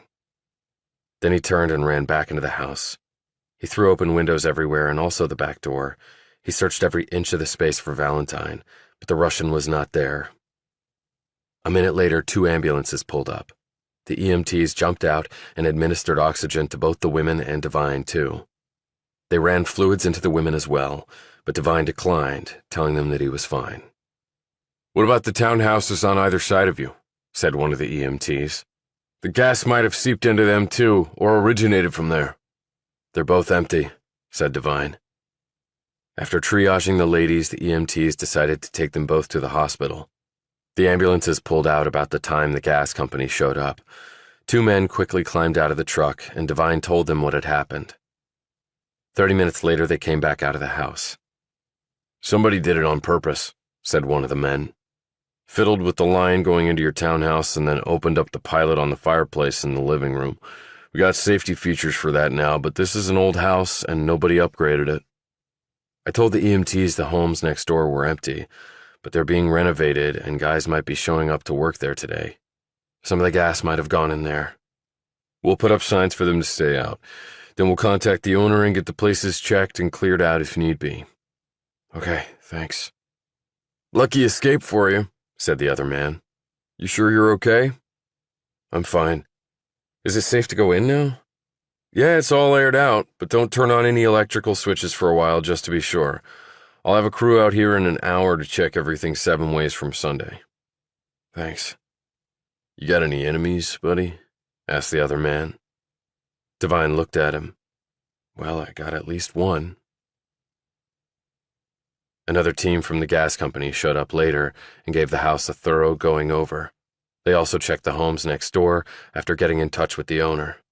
There was no evidence of gas in either of them. Devine went back into the house after calling the hospital and checking on Spears and Tapshaw. They were both in the ER and being monitored. Their oxygen levels were still low, and the doctors had decided to keep them in the hospital until they were completely out of danger. Devine looked around the house once more and found no sign of Valentine. Devine had called and texted him but gotten no reply. He went up to the man's room and found that his bed had not been slept in. They had gotten home around 11 last night, and Devine had fallen asleep pretty much right away. Obviously, Spears and Tapshaw had too. Nor was Valentine's laptop or phone anywhere to be found. but a suitcase he had spotted in the closet when he had previously searched Valentine's room was gone, along with what looked to be some clothes. He went into Tapshaw's room and looked around. Then his gaze froze on her computer screen. Taped to it was a diagram on a piece of paper. He sat down and read quickly through it. It started off with the oddly numbered email sender addresses that he had given Tapshaw to track down. In a flowsheet structure, it went from that line of numbers to a dozen different configurations, which he supposed were the electronic subterfuges the sender had used to disguise their identity and also to send an email without the requisite internet protocols. When he got to the end of the flow, he gaped. There was an email address that he seemed to recognize, and under it, in parenthesis, was written a name. Will Valentine. And next to that, holy shit. Devine went back down to the living room and stared at the gas fireplace. There were no signs of forced entry. Whoever had manipulated the gas here had been inside the house last night. Clearly, suspicion fell on the man who had not almost died from carbon monoxide poisoning, and who was now AWOL. Now things started to fall into place for Devine. Valentine was Russian. He had come to the townhouse about the same time Devine had. A good portion of the money pouring through Cowell and Cumley had been identified by Campbell's people as coming from Russia and countries friendly to it. Valentine was a genius with computers, so it would have been easy for him to put together a very difficult email to trace. Ironic that I asked him to track an email he'd sent. The guy must have laughed his ass off about that one. I was filling him in on an investigation in which he was already a part, only on the opposite side, and he would tell me nothing about Area 51. Of course he wouldn't. How could he have been so blind? Valentine also knew about Devine and Sarah Hughes dating, the only roommate of Devine's who had before Hughes had been killed. That means that the motive for killing them had nothing to do with me. That was just misdirection. It had everything to do with what Sarah found out about the Locust Group, and then she told Jennifer Stamos, and Stamos had come here. Valentine had let her in. He might have eavesdropped on their conversation on the front porch, and so Stamos had to die too. And the Hugheses were in their daughter's house. Valentine and company couldn't take the chance that they might find additional evidence their daughter had left behind. Just like I thought before. Always go with your gut. The symbolic murders that Devine had theorized about were all bullshit distractions. This was all about two things, money and power. But in reality, they were one and the same. Devine left the house and went to the hospital. Chapter 80. Tapshaw looked weak and shaky. Her eyes fluttered open and then closed. Devine studied her vitals on the monitor and noted that her oxygen levels were improved, but not nearly back to normal. She was very thin and probably didn't have a lot of robust reserve to overcome this easily. He sat next to her bed and held her hand and watched her slight chest rise and fall. "I'm so sorry this happened, Jill," he said. First she had lost the investment from Chilton and Mayflower Enterprises, and now she'd almost died. And it was probably all connected to what Devine was looking into, with Will Valentine as the unknown factor. Is okay, Travis. I saw your information on the email, Jill. I saw that you traced it to Will. Will, email. It now occurred to Devine that that was the reason Valentine had made a run for it and tried to kill them all. He had somehow discovered that Tapshaw had found him out. I'll follow up on that, Jill. Don't worry about that. We'll find him, I promise. But I think I should contact your family. I know your mom lives in California, but what about your dad and your brother Dennis? Do you have contact info for them on your phone or in your room? He knew he couldn't get on her phone or laptop without her passwords. She mumbled something incoherent and then fell back asleep. He glanced at her monitor, where everything seemed to be holding its own but didn't seem to be improving. He wished her color looked better. He left her there and ventured to Helen Spears's room. Only she wasn't there. "She checked herself out AMA about 2 hours ago," the nurse told Devine when he made inquiries. "Against medical advice?" "Yes, but I think she'll be fine. She was already recovering nicely when she was brought in. She's a very fit young woman. The other woman is a lot frailer, and she's also anemic. We're watching her closely." "Did Spears say where she might be going? We roomed together." "She didn't. He wondered if Spears and Valentine had met up, and if they had, why? I might have enemies on both flanks right in my own camp. He went to work the next day and sat beside burners who were openly weeping in front of their computer screens. Word had obviously gotten around that the firm was going under. He had contacted Caltech because he remembered that was where Tapshaw's mother taught, and left a message for her explaining a little of what had happened. He had heard nothing from Spears. He then received a text from Montgomery, and they arranged to meet later in the city. When he got to the cafe in Tribeca, she was already waiting. He filled her in on what had happened at his townhouse. Oh my God. So 2 of my roomies are now missing, and Valentine wasn't there when the gas got turned on. Was he working with the laundering operation? With Cowell? I think so. He went on to explain that Valentine had been the one to send him the emails. Well, then he must be working with them. And he tried to get rid of me, and my other roommates were collateral damage. But Jill tracked him down online, and Campbell's men have an APB out on him. And Spears? Devine shook his head. She checked herself out of the hospital. She hasn't answered my texts or emails or phone calls. That is so odd. She reached out and took his hand. Look, the stuff Brad was talking about. With you and the other soldiers in the Army? What about it? Is that why you left the military? Yes. It ended with both of them dead, and I have a level of guilt from all of it that will haunt me until my dying day. She sat back and studied him. Whatever happened there, I believe that you did what you thought was the right thing. The honorable thing. Why do you believe that? Because, despite your best efforts to make yourself out to be a shit, you're actually a really good guy. A really nice guy, Travis. I can tell. Trust me. I've seen the whole spectrum of men, and you're definitely one of the good ones. He took her hand and squeezed it, and she leaned over and kissed him. Now what will you do? The mission's not finished yet. I mean, after that. Not sure. Keep working for Campbell. I don't think I have a choice, really. Do you want company? I'm not sure Campbell would go for that. No, I am sure he wouldn't. I meant on the personal side. You can do a hell of a lot better than me, Michelle. While I hope I am a nice, honorable guy, I'm also a washed-up soldier with daddy problems. She gazed at him. You're a West Point grad, Army officer. You defended this country in combat. You have an MBA. I have a high school diploma and look great in a bikini, and I have serious mommy problems. I think you can do a hell of a lot better than me. But we could make it, if we worked at it. What I need to work at is finding out who killed all those people. She sighed and sat forward. But I thought Jerry Myers did it. I think he killed Sarah, but I'm not sure about the others. Do you really think it could be your missing roommate? Which one, Valentine or Spears? Could they be working together? Devine thought back to the night at the bar where Spears and Valentine just seemed to have an odd connection. But then she had searched his room, and he had left Spears for dead. I don't know. I really don't. Have the police found out anything more on Jerry Myers? Detective Shoemaker contacted me. The killer spiked the bottle of whiskey with enough cyanide to kill an elephant. Wow, taking no chances. But if you think Myers was paid to kill Sarah Hughes, why wouldn't the person who killed him have gotten him to kill all the others, too?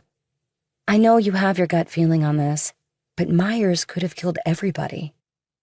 Sarah, I think, had to be hanged, at least in the killer's deranged mind. Sarah was about 5'9" and athletically built. Not so easy to hoist someone like that up on a rope. And then the person had to strangle her first. Myers was my size, big and strong, and he had access to the building. The others? Stamos was drugged and then killed. A knife was used on the Hughes's, too. Anyone could have done that, including a woman. A woman? But now I thought you said Valentine was behind this. Although I guess it could be Helen Spears who killed Jennifer Stamos and the Hughes's. He looked at her inscrutably, certain thoughts, uncomfortable thoughts, running through his mind. I don't think Will would know which end of a knife to stab someone with. And with his big gut, he's not crawling through windows. He can barely walk up the stairs.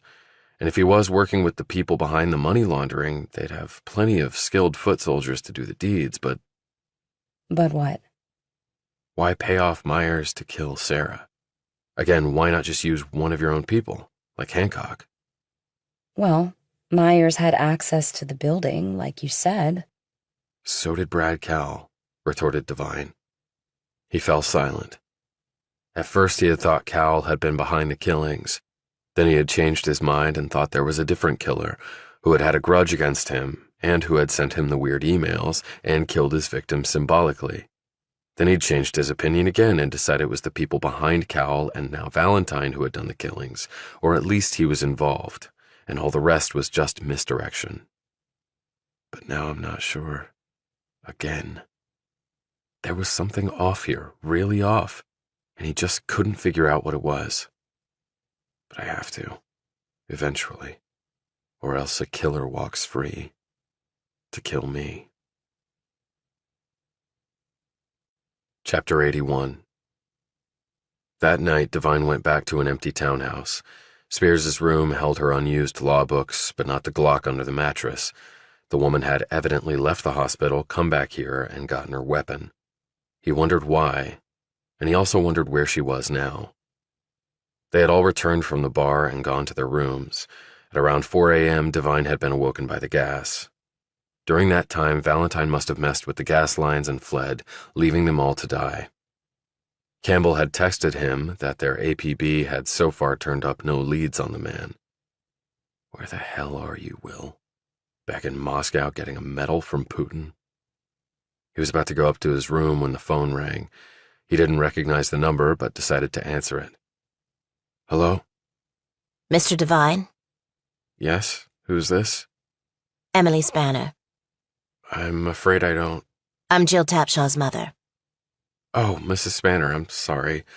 I looked up the faculty at Caltech, but didn't see a Tapshaw listed, so I just left a message on the department receptionist's voicemail for Professor Tapshaw.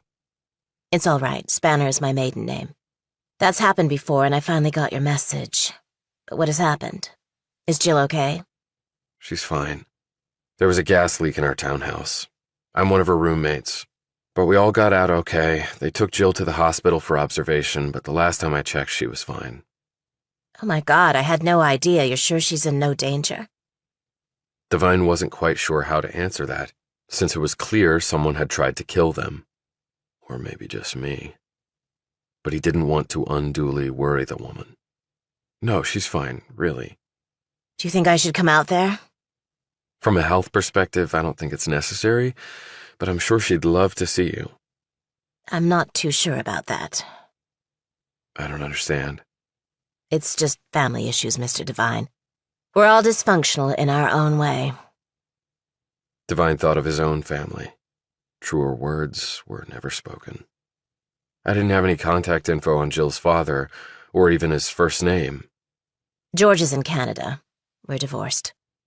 And I couldn't find any contact information for your son. Dennis. Yes, I thought Jill's twin might want to know about what happened to her, too.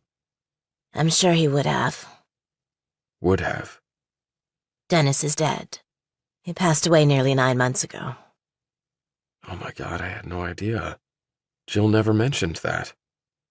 Does Jill have her phone with her in the hospital? Can I call her? No, but I can get it and take it to her. That would be very nice, thank you. And thank you for contacting me. Jill is a really wonderful person. She works really hard. Yes, Hummingbird has been her dream for a while now. It's been very successful. She could be working anywhere, you know, with her skills and mind. She could be teaching at UPenn or Stanford. But this makes her happy, bringing people together. Yes, I suppose it does. Well, thank you again for letting me know. Sure, thanks for the call back. And I'll get Jill's phone to her. I appreciate that. Goodbye. Devine put his phone back in his pocket. Why hadn't Tapshaw mentioned that her twin was dead? But then again, he hadn't really talked to his roommates about his family. Still, he wondered how Dennis Tapshaw had died. He climbed the stairs to Tapshaw's room and went inside. A search of her things revealed no phone. He wondered if she had left it at work. He'd noticed that she hadn't had it with her at the bar. He looked around and saw a set of keys on a brown file folder. He picked them up and saw her car key on there. There was another key on there too, but he knew it wasn't to the office. She used an electronic security card to get into her space like they did at Cowell and Cumley. He knew that because she had taken him for a tour once and had used her security card to get in. He had a sudden thought and went down to the garage and unlocked her Mini Cooper. He searched through it and found the RFID card in the console. This should get him into the office okay. He decided he might as well drive her car the short distance to the office rather than firing up his motorcycle. He also searched the car to make sure she hadn't left the phone in there, but he didn't find it. He called the phone to see if it had perhaps slipped down between the seat and the console, but he heard no ringing or vibrating.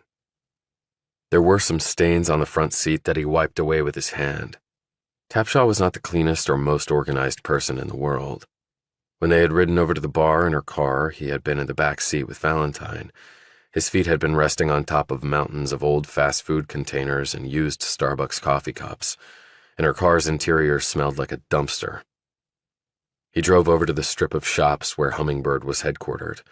The RFID card did its magic, and the door unlocked. He went inside and flicked on the lights. Since Tapshaw had given him a tour through the office, he knew the layout.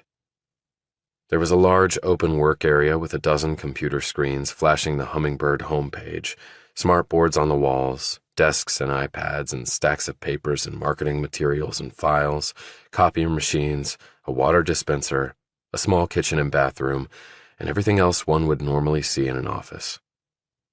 He knew the cloud that ran the Hummingbird platform was housed elsewhere because Tapshaw had told him. Tapshaw's office was in the back corner. He tried the door, but it was locked. Then he saw the reader port and waved the RFID card in front of it, and the door clicked open. He turned on the light and looked around at the messy space. He again had the idea of calling her phone to see if it would ring somewhere in the mounds of all the stuff in here, but it didn't. She might have it on silent, but he didn't hear vibrating anywhere either. The battery might have died for all he knew. He started to slowly search the space. The woman's workload was immense, if all the docs he was looking at were an indicator. It was no wonder she looked tired all the time. He looked through all the file cabinets until he came to one that was locked. He hesitated, and then decided to see if the other key on the ring would open it. He didn't know why she would lock her phone up in there, but he had seen her rushing around enough times trying to find stuff at the townhouse. Her car keys had once ended up in the refrigerator for some odd reason. The key worked, and he slid the drawer open. There was a mass of papers in here and some colored files. He moved them out of the way to see if perhaps the phone had slipped down to the bottom when he saw the red file. He slowly pulled it out.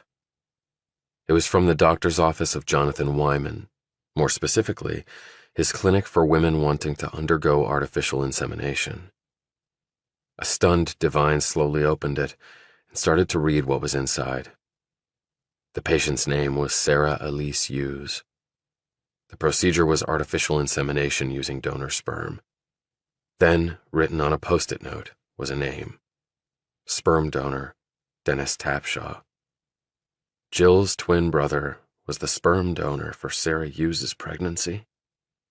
Devine was so overwhelmed by these revelations that he could barely think. He turned when he heard the noise behind him. Jill Tapshaw was standing in the doorway, pointing Devine's cig at its owner. Chapter 82. What are you doing here, Travis? He let the file drop to the desk. Looking for your phone, your mother called.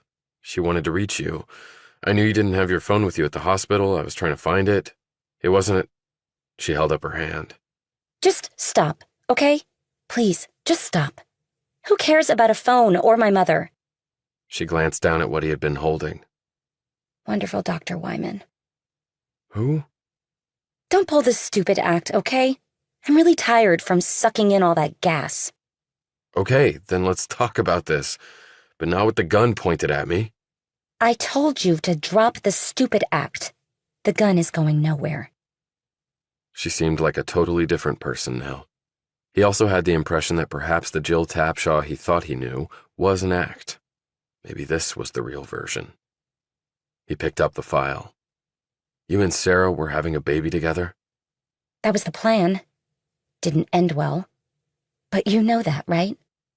And your brother was the sperm donor? Why not? He was perfect. I also understand that he's dead. By the look on her face, Devine wished he hadn't mentioned that. Who told you he was dead? Your mother. I mentioned that I wanted to let him know about your being in the hospital, and that's when she told me he died. He paused. Only she didn't tell me how he died. Tapshaw held up the gun. He put one of these in his mouth and pulled the fucking trigger. Why would he do that? You said he had everything going for him. Because Dennis desperately wanted to transition to being a woman, and my brilliant father couldn't accept that. That's why my parents finally divorced. He was awful to Dennis. Never 1 minute's peace, never any support. He drove him to suicide. I wanted to kill him, but he ran away to Canada and nobody knows where he is. Wyman said he didn't know who the sperm donor was. He didn't. Neither did Sarah at first. So you and Sarah were in love and were having a baby? Why didn't anyone know about that? You met her parents. So do you really have to ask the question? Sarah wasn't about to tell them about me. It's not like my father would have been thrilled with 2, as he would see it, alien children. But no one even knew you and Sarah were dating? That's hard to believe. Sarah wanted it that way. She wanted to move up in her field. There are lots of gay people in the world of finance. Not that many gay women. She bit her lip and looked unsure for a moment. And Sarah was confused, it seemed to me, about her sexuality. Tapshaw's face twisted angrily. She needed to make up her mind. So we kept things quiet. Very quiet. So you two broke up, and she terminated the pregnancy. Why?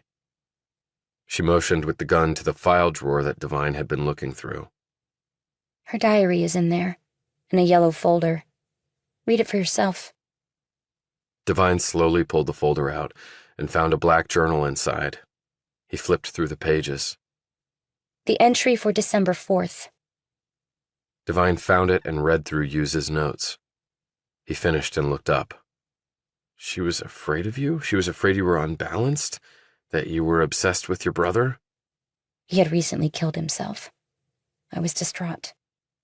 She wrote that you had a shrine to him in your room, that you were too emotional, too over the top, too controlling, and that this was before he killed himself. In her diary, she wrote that after that, you really lost it.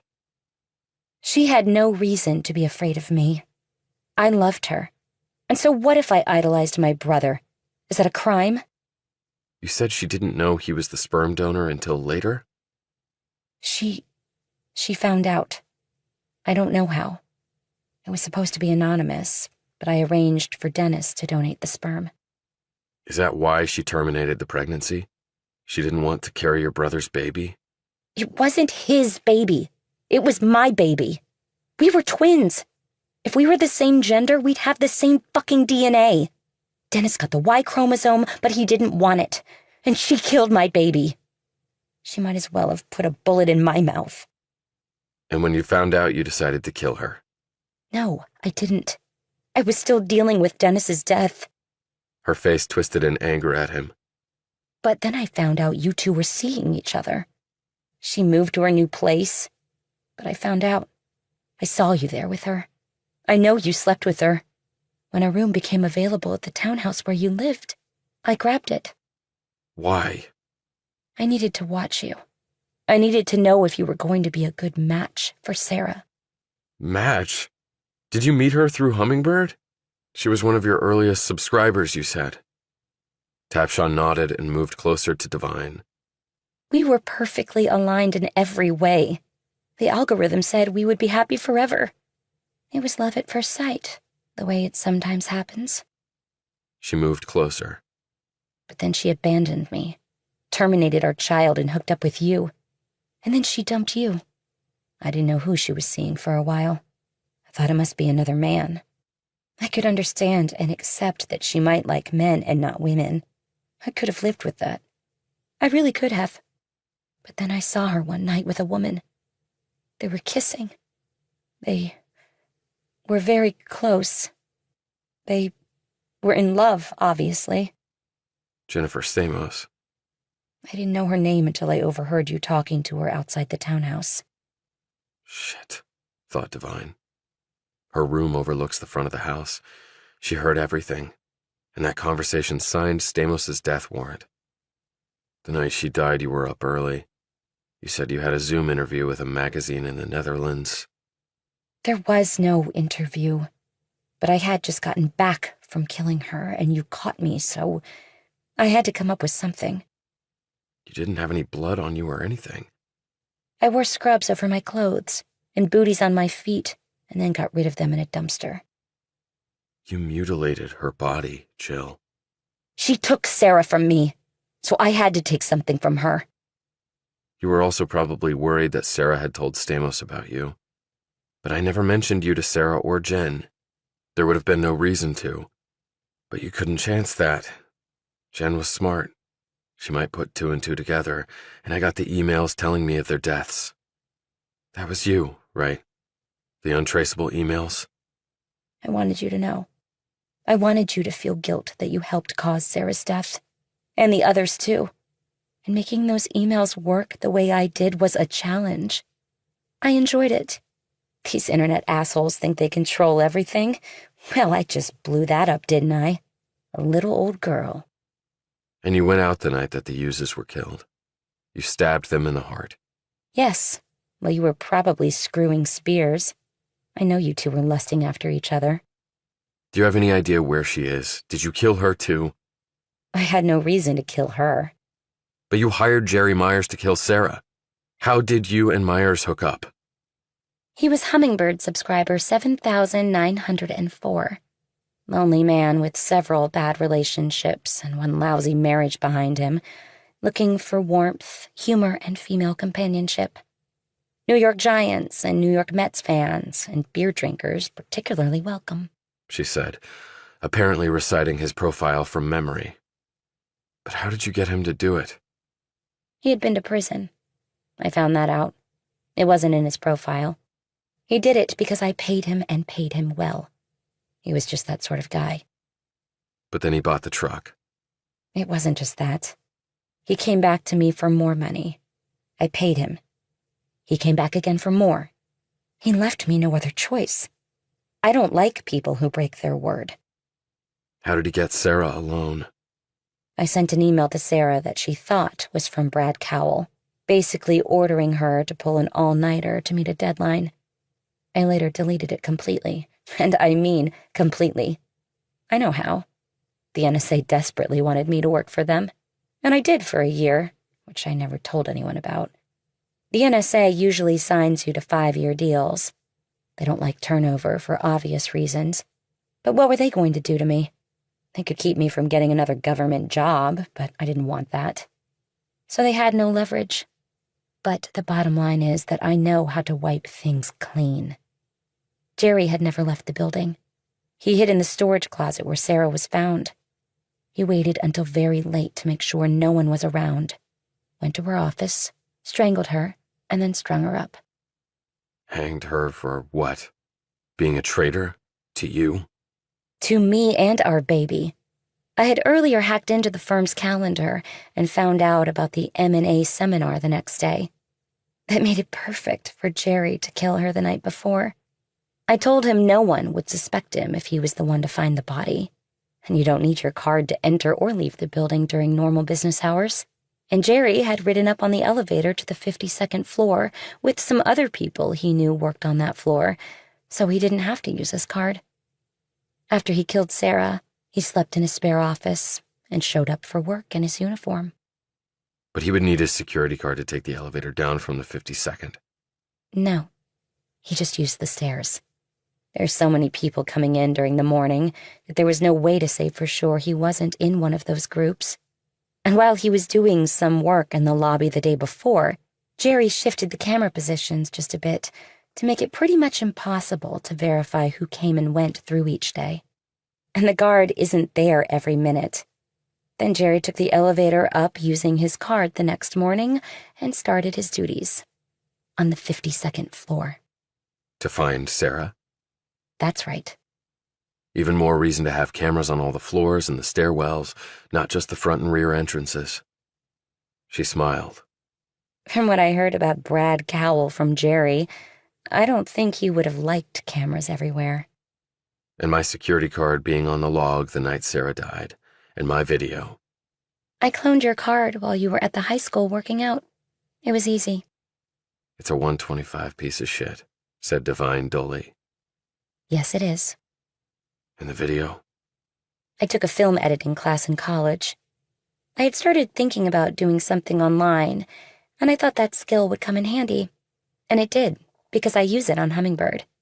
I took photos and video of you coming and going from the townhouse, Travis. And Jerry was your height and build. I took video of him going in and out of your building. Then I just digitally sliced and diced and put the appropriate clothes on you. Your head on his body. From a distance, it was close enough for the cops to nail you on it. And Stamos? After I found out who she was, I got her address, broke into her place, drugged her, and did what I went there to do. Like carve bitch into her skin? That was exactly what she was. No, she was the woman that Sarah loved, and you couldn't live with that. And I was the one who told you about Fred and Ellen Hughes and her attitude towards Sarah. So in a way, I'm the reason they were killed. Stabbed through the heart because they, at least in your mind, had no hearts. Or at least you implied that in your email to me. And then you manipulated the entry logs to show my card going in at the requisite time to kill Sarah, and then you added a video image of me too, like you just said. Only that didn't jibe with what the night security guard saw. I guess you didn't know when the guard made his rounds. And Jerry isn't there at night, so he wouldn't know either. That one little oversight blew up your plan. Her face crinkled, and she gave him a weak smile that showed a bit of the innocent, kind-hearted woman he thought he knew. You're a smart person, Travis. And I do like you. I really do. You've always been so nice to me. You remind me a little of Dennis, actually. She stared off for a moment, and her look hardened once more. But when I found out that witch had killed our baby and was now with another woman, well, I had to do something. But why send me the emails? Why set me up to take the fall, Jill? You were the perfect choice, Travis. I did all the analysis. You're an Army Ranger, so you know how to kill people. You slept with Sarah. You wanted a relationship with her, and she rejected you. No one could really be certain you weren't the father. Those are motives to kill. I tried to be very logical in choosing you. But the main thing was you loved the woman I loved. In a way, you took her away from me. I didn't even know you two were seeing each other. It doesn't matter, okay? She aimed the gun more rigidly at him. She glanced over at the large computer where the Hummingbird logo was prominently displayed. Now, Hummingbird is my baby. Yeah, I remember you saying that to me. The only baby left to you. I liked Will, too. It was a shame. What do you mean? He said sharply. In the face of all this, he had forgotten all about Valentine. When we got back from the bar, he came to my room later. He was really good at hacking. Better than I thought he was. Understanding filtered through Devine's expression. He finally traced the emails I got, and he traced them back to you. I found the information taped to your computer screen where you showed it was Will who sent them, but that was obviously all a lie. He was good, despite being a pig. And I hated the way he always used the word dude. I mean, it was like a bad 1980s movie or something. And when Will found out it was you? He wanted an explanation. I told him I would give him one.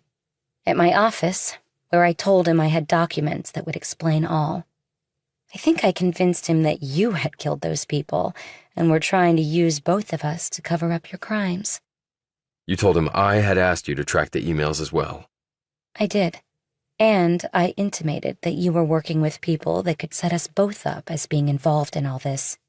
He wasn't a U.S. citizen yet, so he was terrified of being deported. Before we left, I did as much as I could on the computer to turn the tables on him and show he was the source of the emails and not me. I taped up that piece of paper on my computer for people to find. And then what happened? On the drive over, I asked him to get something out of the glove box. While he was doing that, I injected him in the neck with the same sedative I used on Stamos. I drove him to the lake near the townhouse. I stabbed him in the chest and tied a heavy rock to him. Then I threw his laptop and phone in the lake too, after I rolled him into the water.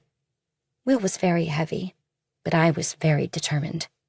When I was throwing his stuff in, my phone fell out of my pocket and went into the water. I had some blood on me from stabbing him. I cleaned it up as best I could, but I probably missed some. Devine glanced down at his hand where he had rubbed off the stains from her car seat. Will's blood? And the gas in the house, that was you? I had to come up with a reason for Will's disappearance, namely that he tried to kill all of us and then disappeared. I went back to the townhouse, packed some clothes in his suitcase, and tossed it in a dumpster in the downtown area. Then I came back and fiddled with the gas. But weren't you afraid of dying from the gas? I mean, you were really close to it, Jill, when I carried you out of the house. She looked at him calmly, with an utterly uninterested expression which, under the tense standoff, was terrifying. You should have just let me die, Travis. It would have been much better for me, and certainly much better for you.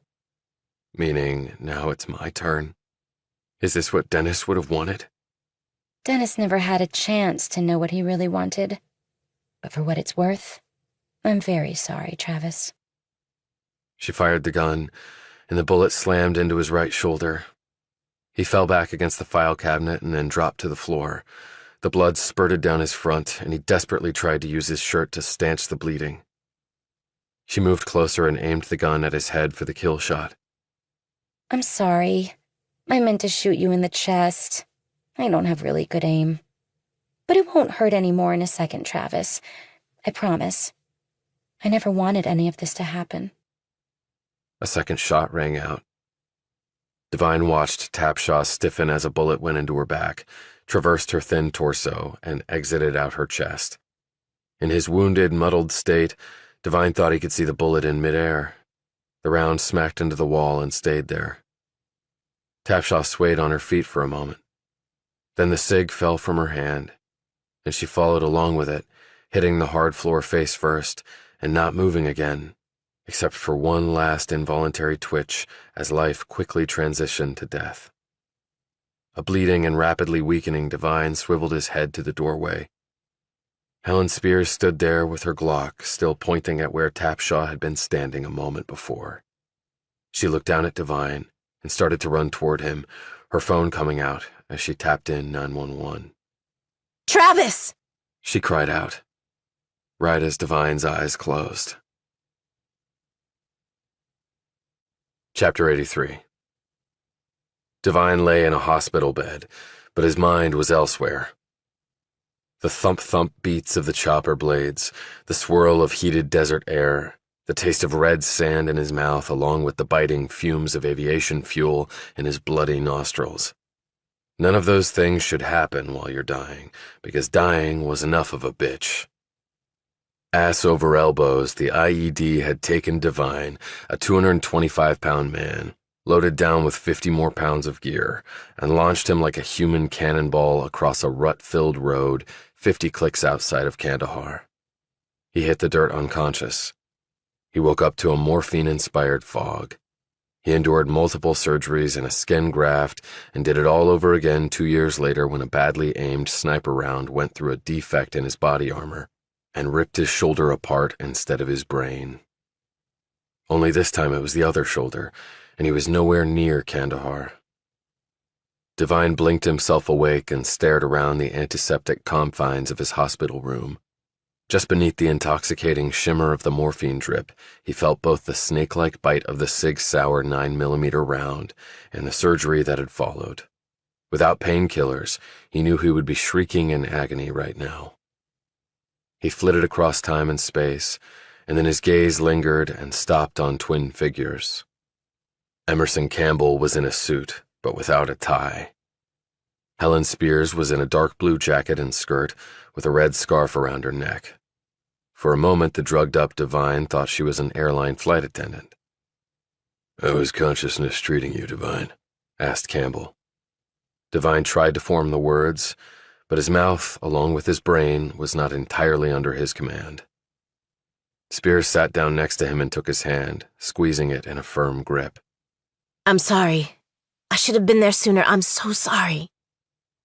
And she did look sorry, Devine had to admit. Very sorry indeed. He thought he saw tears bubbling at the edges of those beautiful eyes, but perhaps that was the morphine talking. Who are... That was all he could accomplish. Campbell stepped forward. "She's with us, Devine. Special Agent Helen Spears. She fired the shot on the football field that allowed you to escape from Eric Bartlett and company that morning.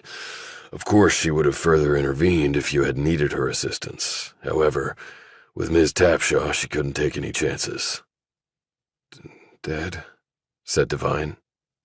Spears slowly nodded. Yes, it was either her or you. She glanced at Campbell. Can you give us a minute, sir? Campbell nodded and stepped from the room. Spears pulled her chair even closer and looked deeply at Devine. "So, you were my guardian angel?" he said. I was supposed to be. When Campbell was thinking of recruiting you, he had me get a room at the townhouse. "Do you sleep with all your..." No, I don't. I made an exception with you. Her face crinkled into a smile even as her eyes filled with tears. I made some mistakes in my earlier career, Travis. I guess you did too. I don't know if you know this, but Campbell collects people like you and me. We're sort of like the misfit toys on that island in Rudolph the Red-Nosed Reindeer. Damaged, but capable of... Redemption, he finished for her. Yes. Redemption. "So you slept with me to show you were my ally," he mumbled. She stared at him for a long moment, something building in her expression that Devine's drug-induced thoughts could not readily interpret. I slept with you, Travis, because I wanted to sleep with you. "Why did you search Will's room?" I was suspicious, and there seemed to be things hidden too close to that townhouse. I wanted to find out if we had enemies in our own camp. She reached down and stroked his cheek, and it felt so good. Devine nodded and closed his eyes as the morphine flowed into him, engaging in a pitched battle with the pain ebbing just below the surface of his punctured shoulder. When he awoke again, he was feeling better, and time apparently had marched on. It had been dark when Campbell and Spears had been there. It was daylight now, and he sensed that multiple days had passed. Nurses walked in and walked out after checking on him. Doctors and specialists examined him constantly. He eyed his vitals on the monitor. They looked closer to normal than he probably deserved. Campbell visited him regularly and then walked in one morning and sat down next to him. "You look much better today," he said. Devine managed to inch up a bit on his pillow before hitting the bed control to raise himself up more. "I think I've rounded the corner." "Good." "Jill Tapshaw?" "Her mother came to claim her body. We gave her a full briefing. Well, as full as we could." "How did you know what to tell her about Jill? I haven't been able to tell you anything." "She left a full written confession in her room," said Campbell. "I think when she went to her office that night, she intended to kill herself using your gun. But she found you there instead. Worse luck for you. If she had killed you, she probably would have turned the gun on herself. Her poor mother was devastated. She's lost both her children." "Jill was a brilliant person. She did a lot to help people, and she could have done a lot more." "She did a lot to hurt people, too," countered Campbell. "What about Cal and Cumley?" "Shut down. The people behind Area 51 are still out there, but you disrupted their operations to a considerable extent." "But how much damage have they already done?" "We reviewed the report your friend Valentine cobbled together. That was hardly all of it, and we're working on finding out more. From what we can make out, foreign interests who are no friend of the United States own more of this country than most people, myself included, can even comprehend. And a lot of politicians across the country have received dark money from these same groups. What will happen to them? Probably nothing. They'll shout to the heavens that they didn't know, or it's all fake, or entrapment, or a political hit job. And they'll keep their positions and go on doing exactly what they were doing and sucking on the same dark money teat. That is some sick shit, Devine said wearily. But we have to keep this on the QT, Devine. What? Why? International relations, key alliances, not wanting to rock the boat too much, disrupt political arenas and financial markets, that sort of thing. That is total bullshit. I agree. It is, Campbell conceded. Devine looked out the window at the sunny day. So I didn't really complete my mission then. And you don't give out participation trophies. Am I headed to USDB? I think you're well on your way to a second chance, Devine, if you want it. The two former soldiers stared at each other. I want it, Devine finally said. And that's a good reason to get out of bed every day. Devine looked around the room. Have you heard from Michelle Montgomery? She's left the country. Devine nodded, looking and feeling disappointed. Okay. She didn't really have a choice. Devine glanced back at him. What? She wanted to visit you here many times, but that would not have been a good thing, so I put the kibosh on that. We arranged for a safe place for her to live abroad. Campbell pulled an envelope from his pocket. But she asked me to give you this. Devine took the envelope. Without another word, Campbell left. Devine slowly opened the envelope and slipped a single page and 2 photos out. He glanced down the paper and began to read. Dear Travis, what a ride. I've never been more scared and more excited in my life. Not sure what that says about me, but just being honest. I guess the general has told you what happened. I didn't want to leave you, but he didn't give me a choice. I can say I will miss you, and I will. But I'm convinced we will see each other again. And while the general won't like it, you can reach me at this phone number. Devine eyed the international phone number with the country code for Italy. He read the rest of the letter. I won't call you because I don't want to put pressure on you, but you can call me. I'm so sorry about what happened to you. I never would have guessed that that sweet-looking girl who founded a dating service to help people find love would have been so screwed up. I hope you recover quickly. Even though I couldn't visit you in the hospital, I was thinking about you. All the time. And remember, while we both have baggage, it can't last forever. And even if it does, life must go on. And I don't think you or I need a dating service to find the person just right for us. I'll always love you. Michelle. P.S. The man in that photo is a keeper. The one of me is so you won't forget. Devine next looked at the photos. The one of him was the same photo she'd taken on the rooftop of her building, the troubled man with baggage. The one of her did not have her in a bikini, but rather jeans and a t-shirt, with the loveliest smile he had ever seen. He reluctantly set her picture aside and stared at the ceiling. He had never suspected Jill Tapshaw. He had trusted her, and then nearly been killed by her. He had not trusted Helen Spears, and she had been the one to save his life. He had suspected Will Valentine of wrongdoing, and the man had done nothing but be his friend and help him, and his payment for that had been the loss of his life. During an earlier visit, Campbell had told him that Valentine's family back in Russia had been taken away by the state. The infant Valentine had been left alone and then whisked out of the country by family friends. But with Michelle Montgomery, in the end, he had trusted her, and that trust had been amply rewarded. So maybe my instincts aren't all bad, but 1 out of 4 isn't going to cut it while working for Campbell. He turned to the window and lay there, staring at the rising sun of a new day. Chapter 84. It was 3 weeks later, at precisely 6:20 in the morning. Devine, his arm in a sling, stepped onto the train. He was leaving the area the next day, but he wanted to take one more trip on the 6:20. He wasn't sure why, but then again, maybe he was. The train started to fill station after station, with the young gladiators in their suits and skirts, their laptops and clouds fired up and gestating future wealth for those with already too much of it.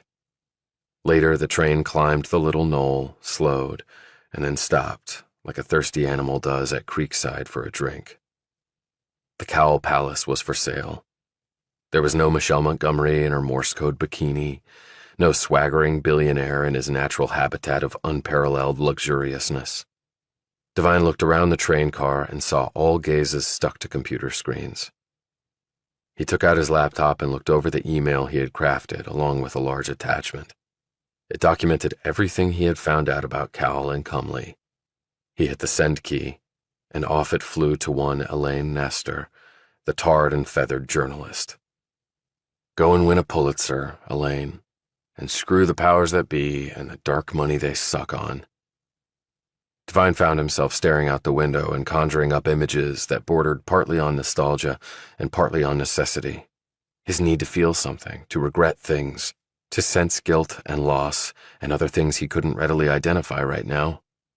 Figuring out the inexplicable was never easy. Sarah Hughes and Jen Stamos dead. Jill Tapshaw, too. 3 remarkable women who could have done a lot of good in the world, given the chance.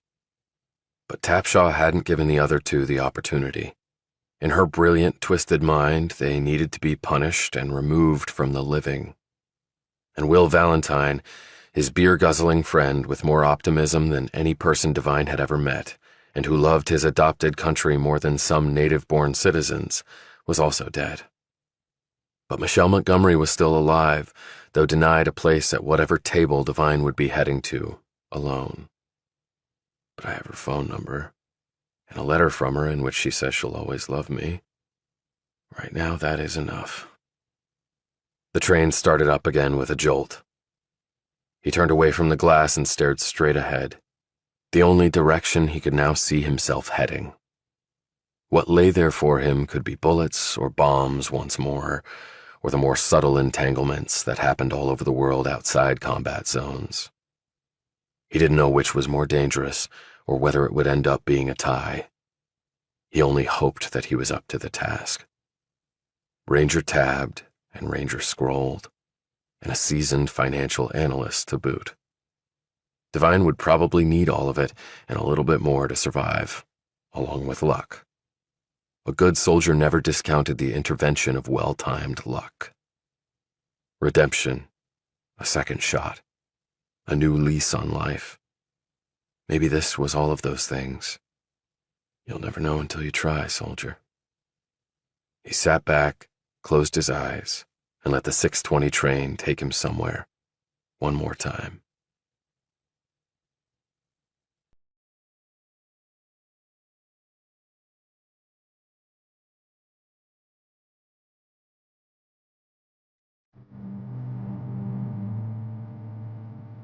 This has been a Hachette audio production of The 6:20 Man, written by David Baldacci, read by Zachary Weber, Mela Lee, and Christine Lakin. Produced and directed by Dennis Kael. Sound editing by Ian Lehman and Sean Bolter. Mixing and mastering by Jeremy Wesley. Production supervised by Lisa Kahn. Recorded at Literati Audio Studios. The 6:20 Man is also available in print and digital formats from Grand Central Publishing, a division of Hachette Book Group. For more Hachette audio productions, visit us at hachetteaudio.com. Thank you for listening. Text copyright 2022 by Columbus Rose Limited. Audio production copyright 2022 Hachette Audio. All rights reserved. Hachette Book Group supports the right to free expression and the value of copyright. The purpose of copyright is to encourage writers and artists to produce the creative works that enrich our culture.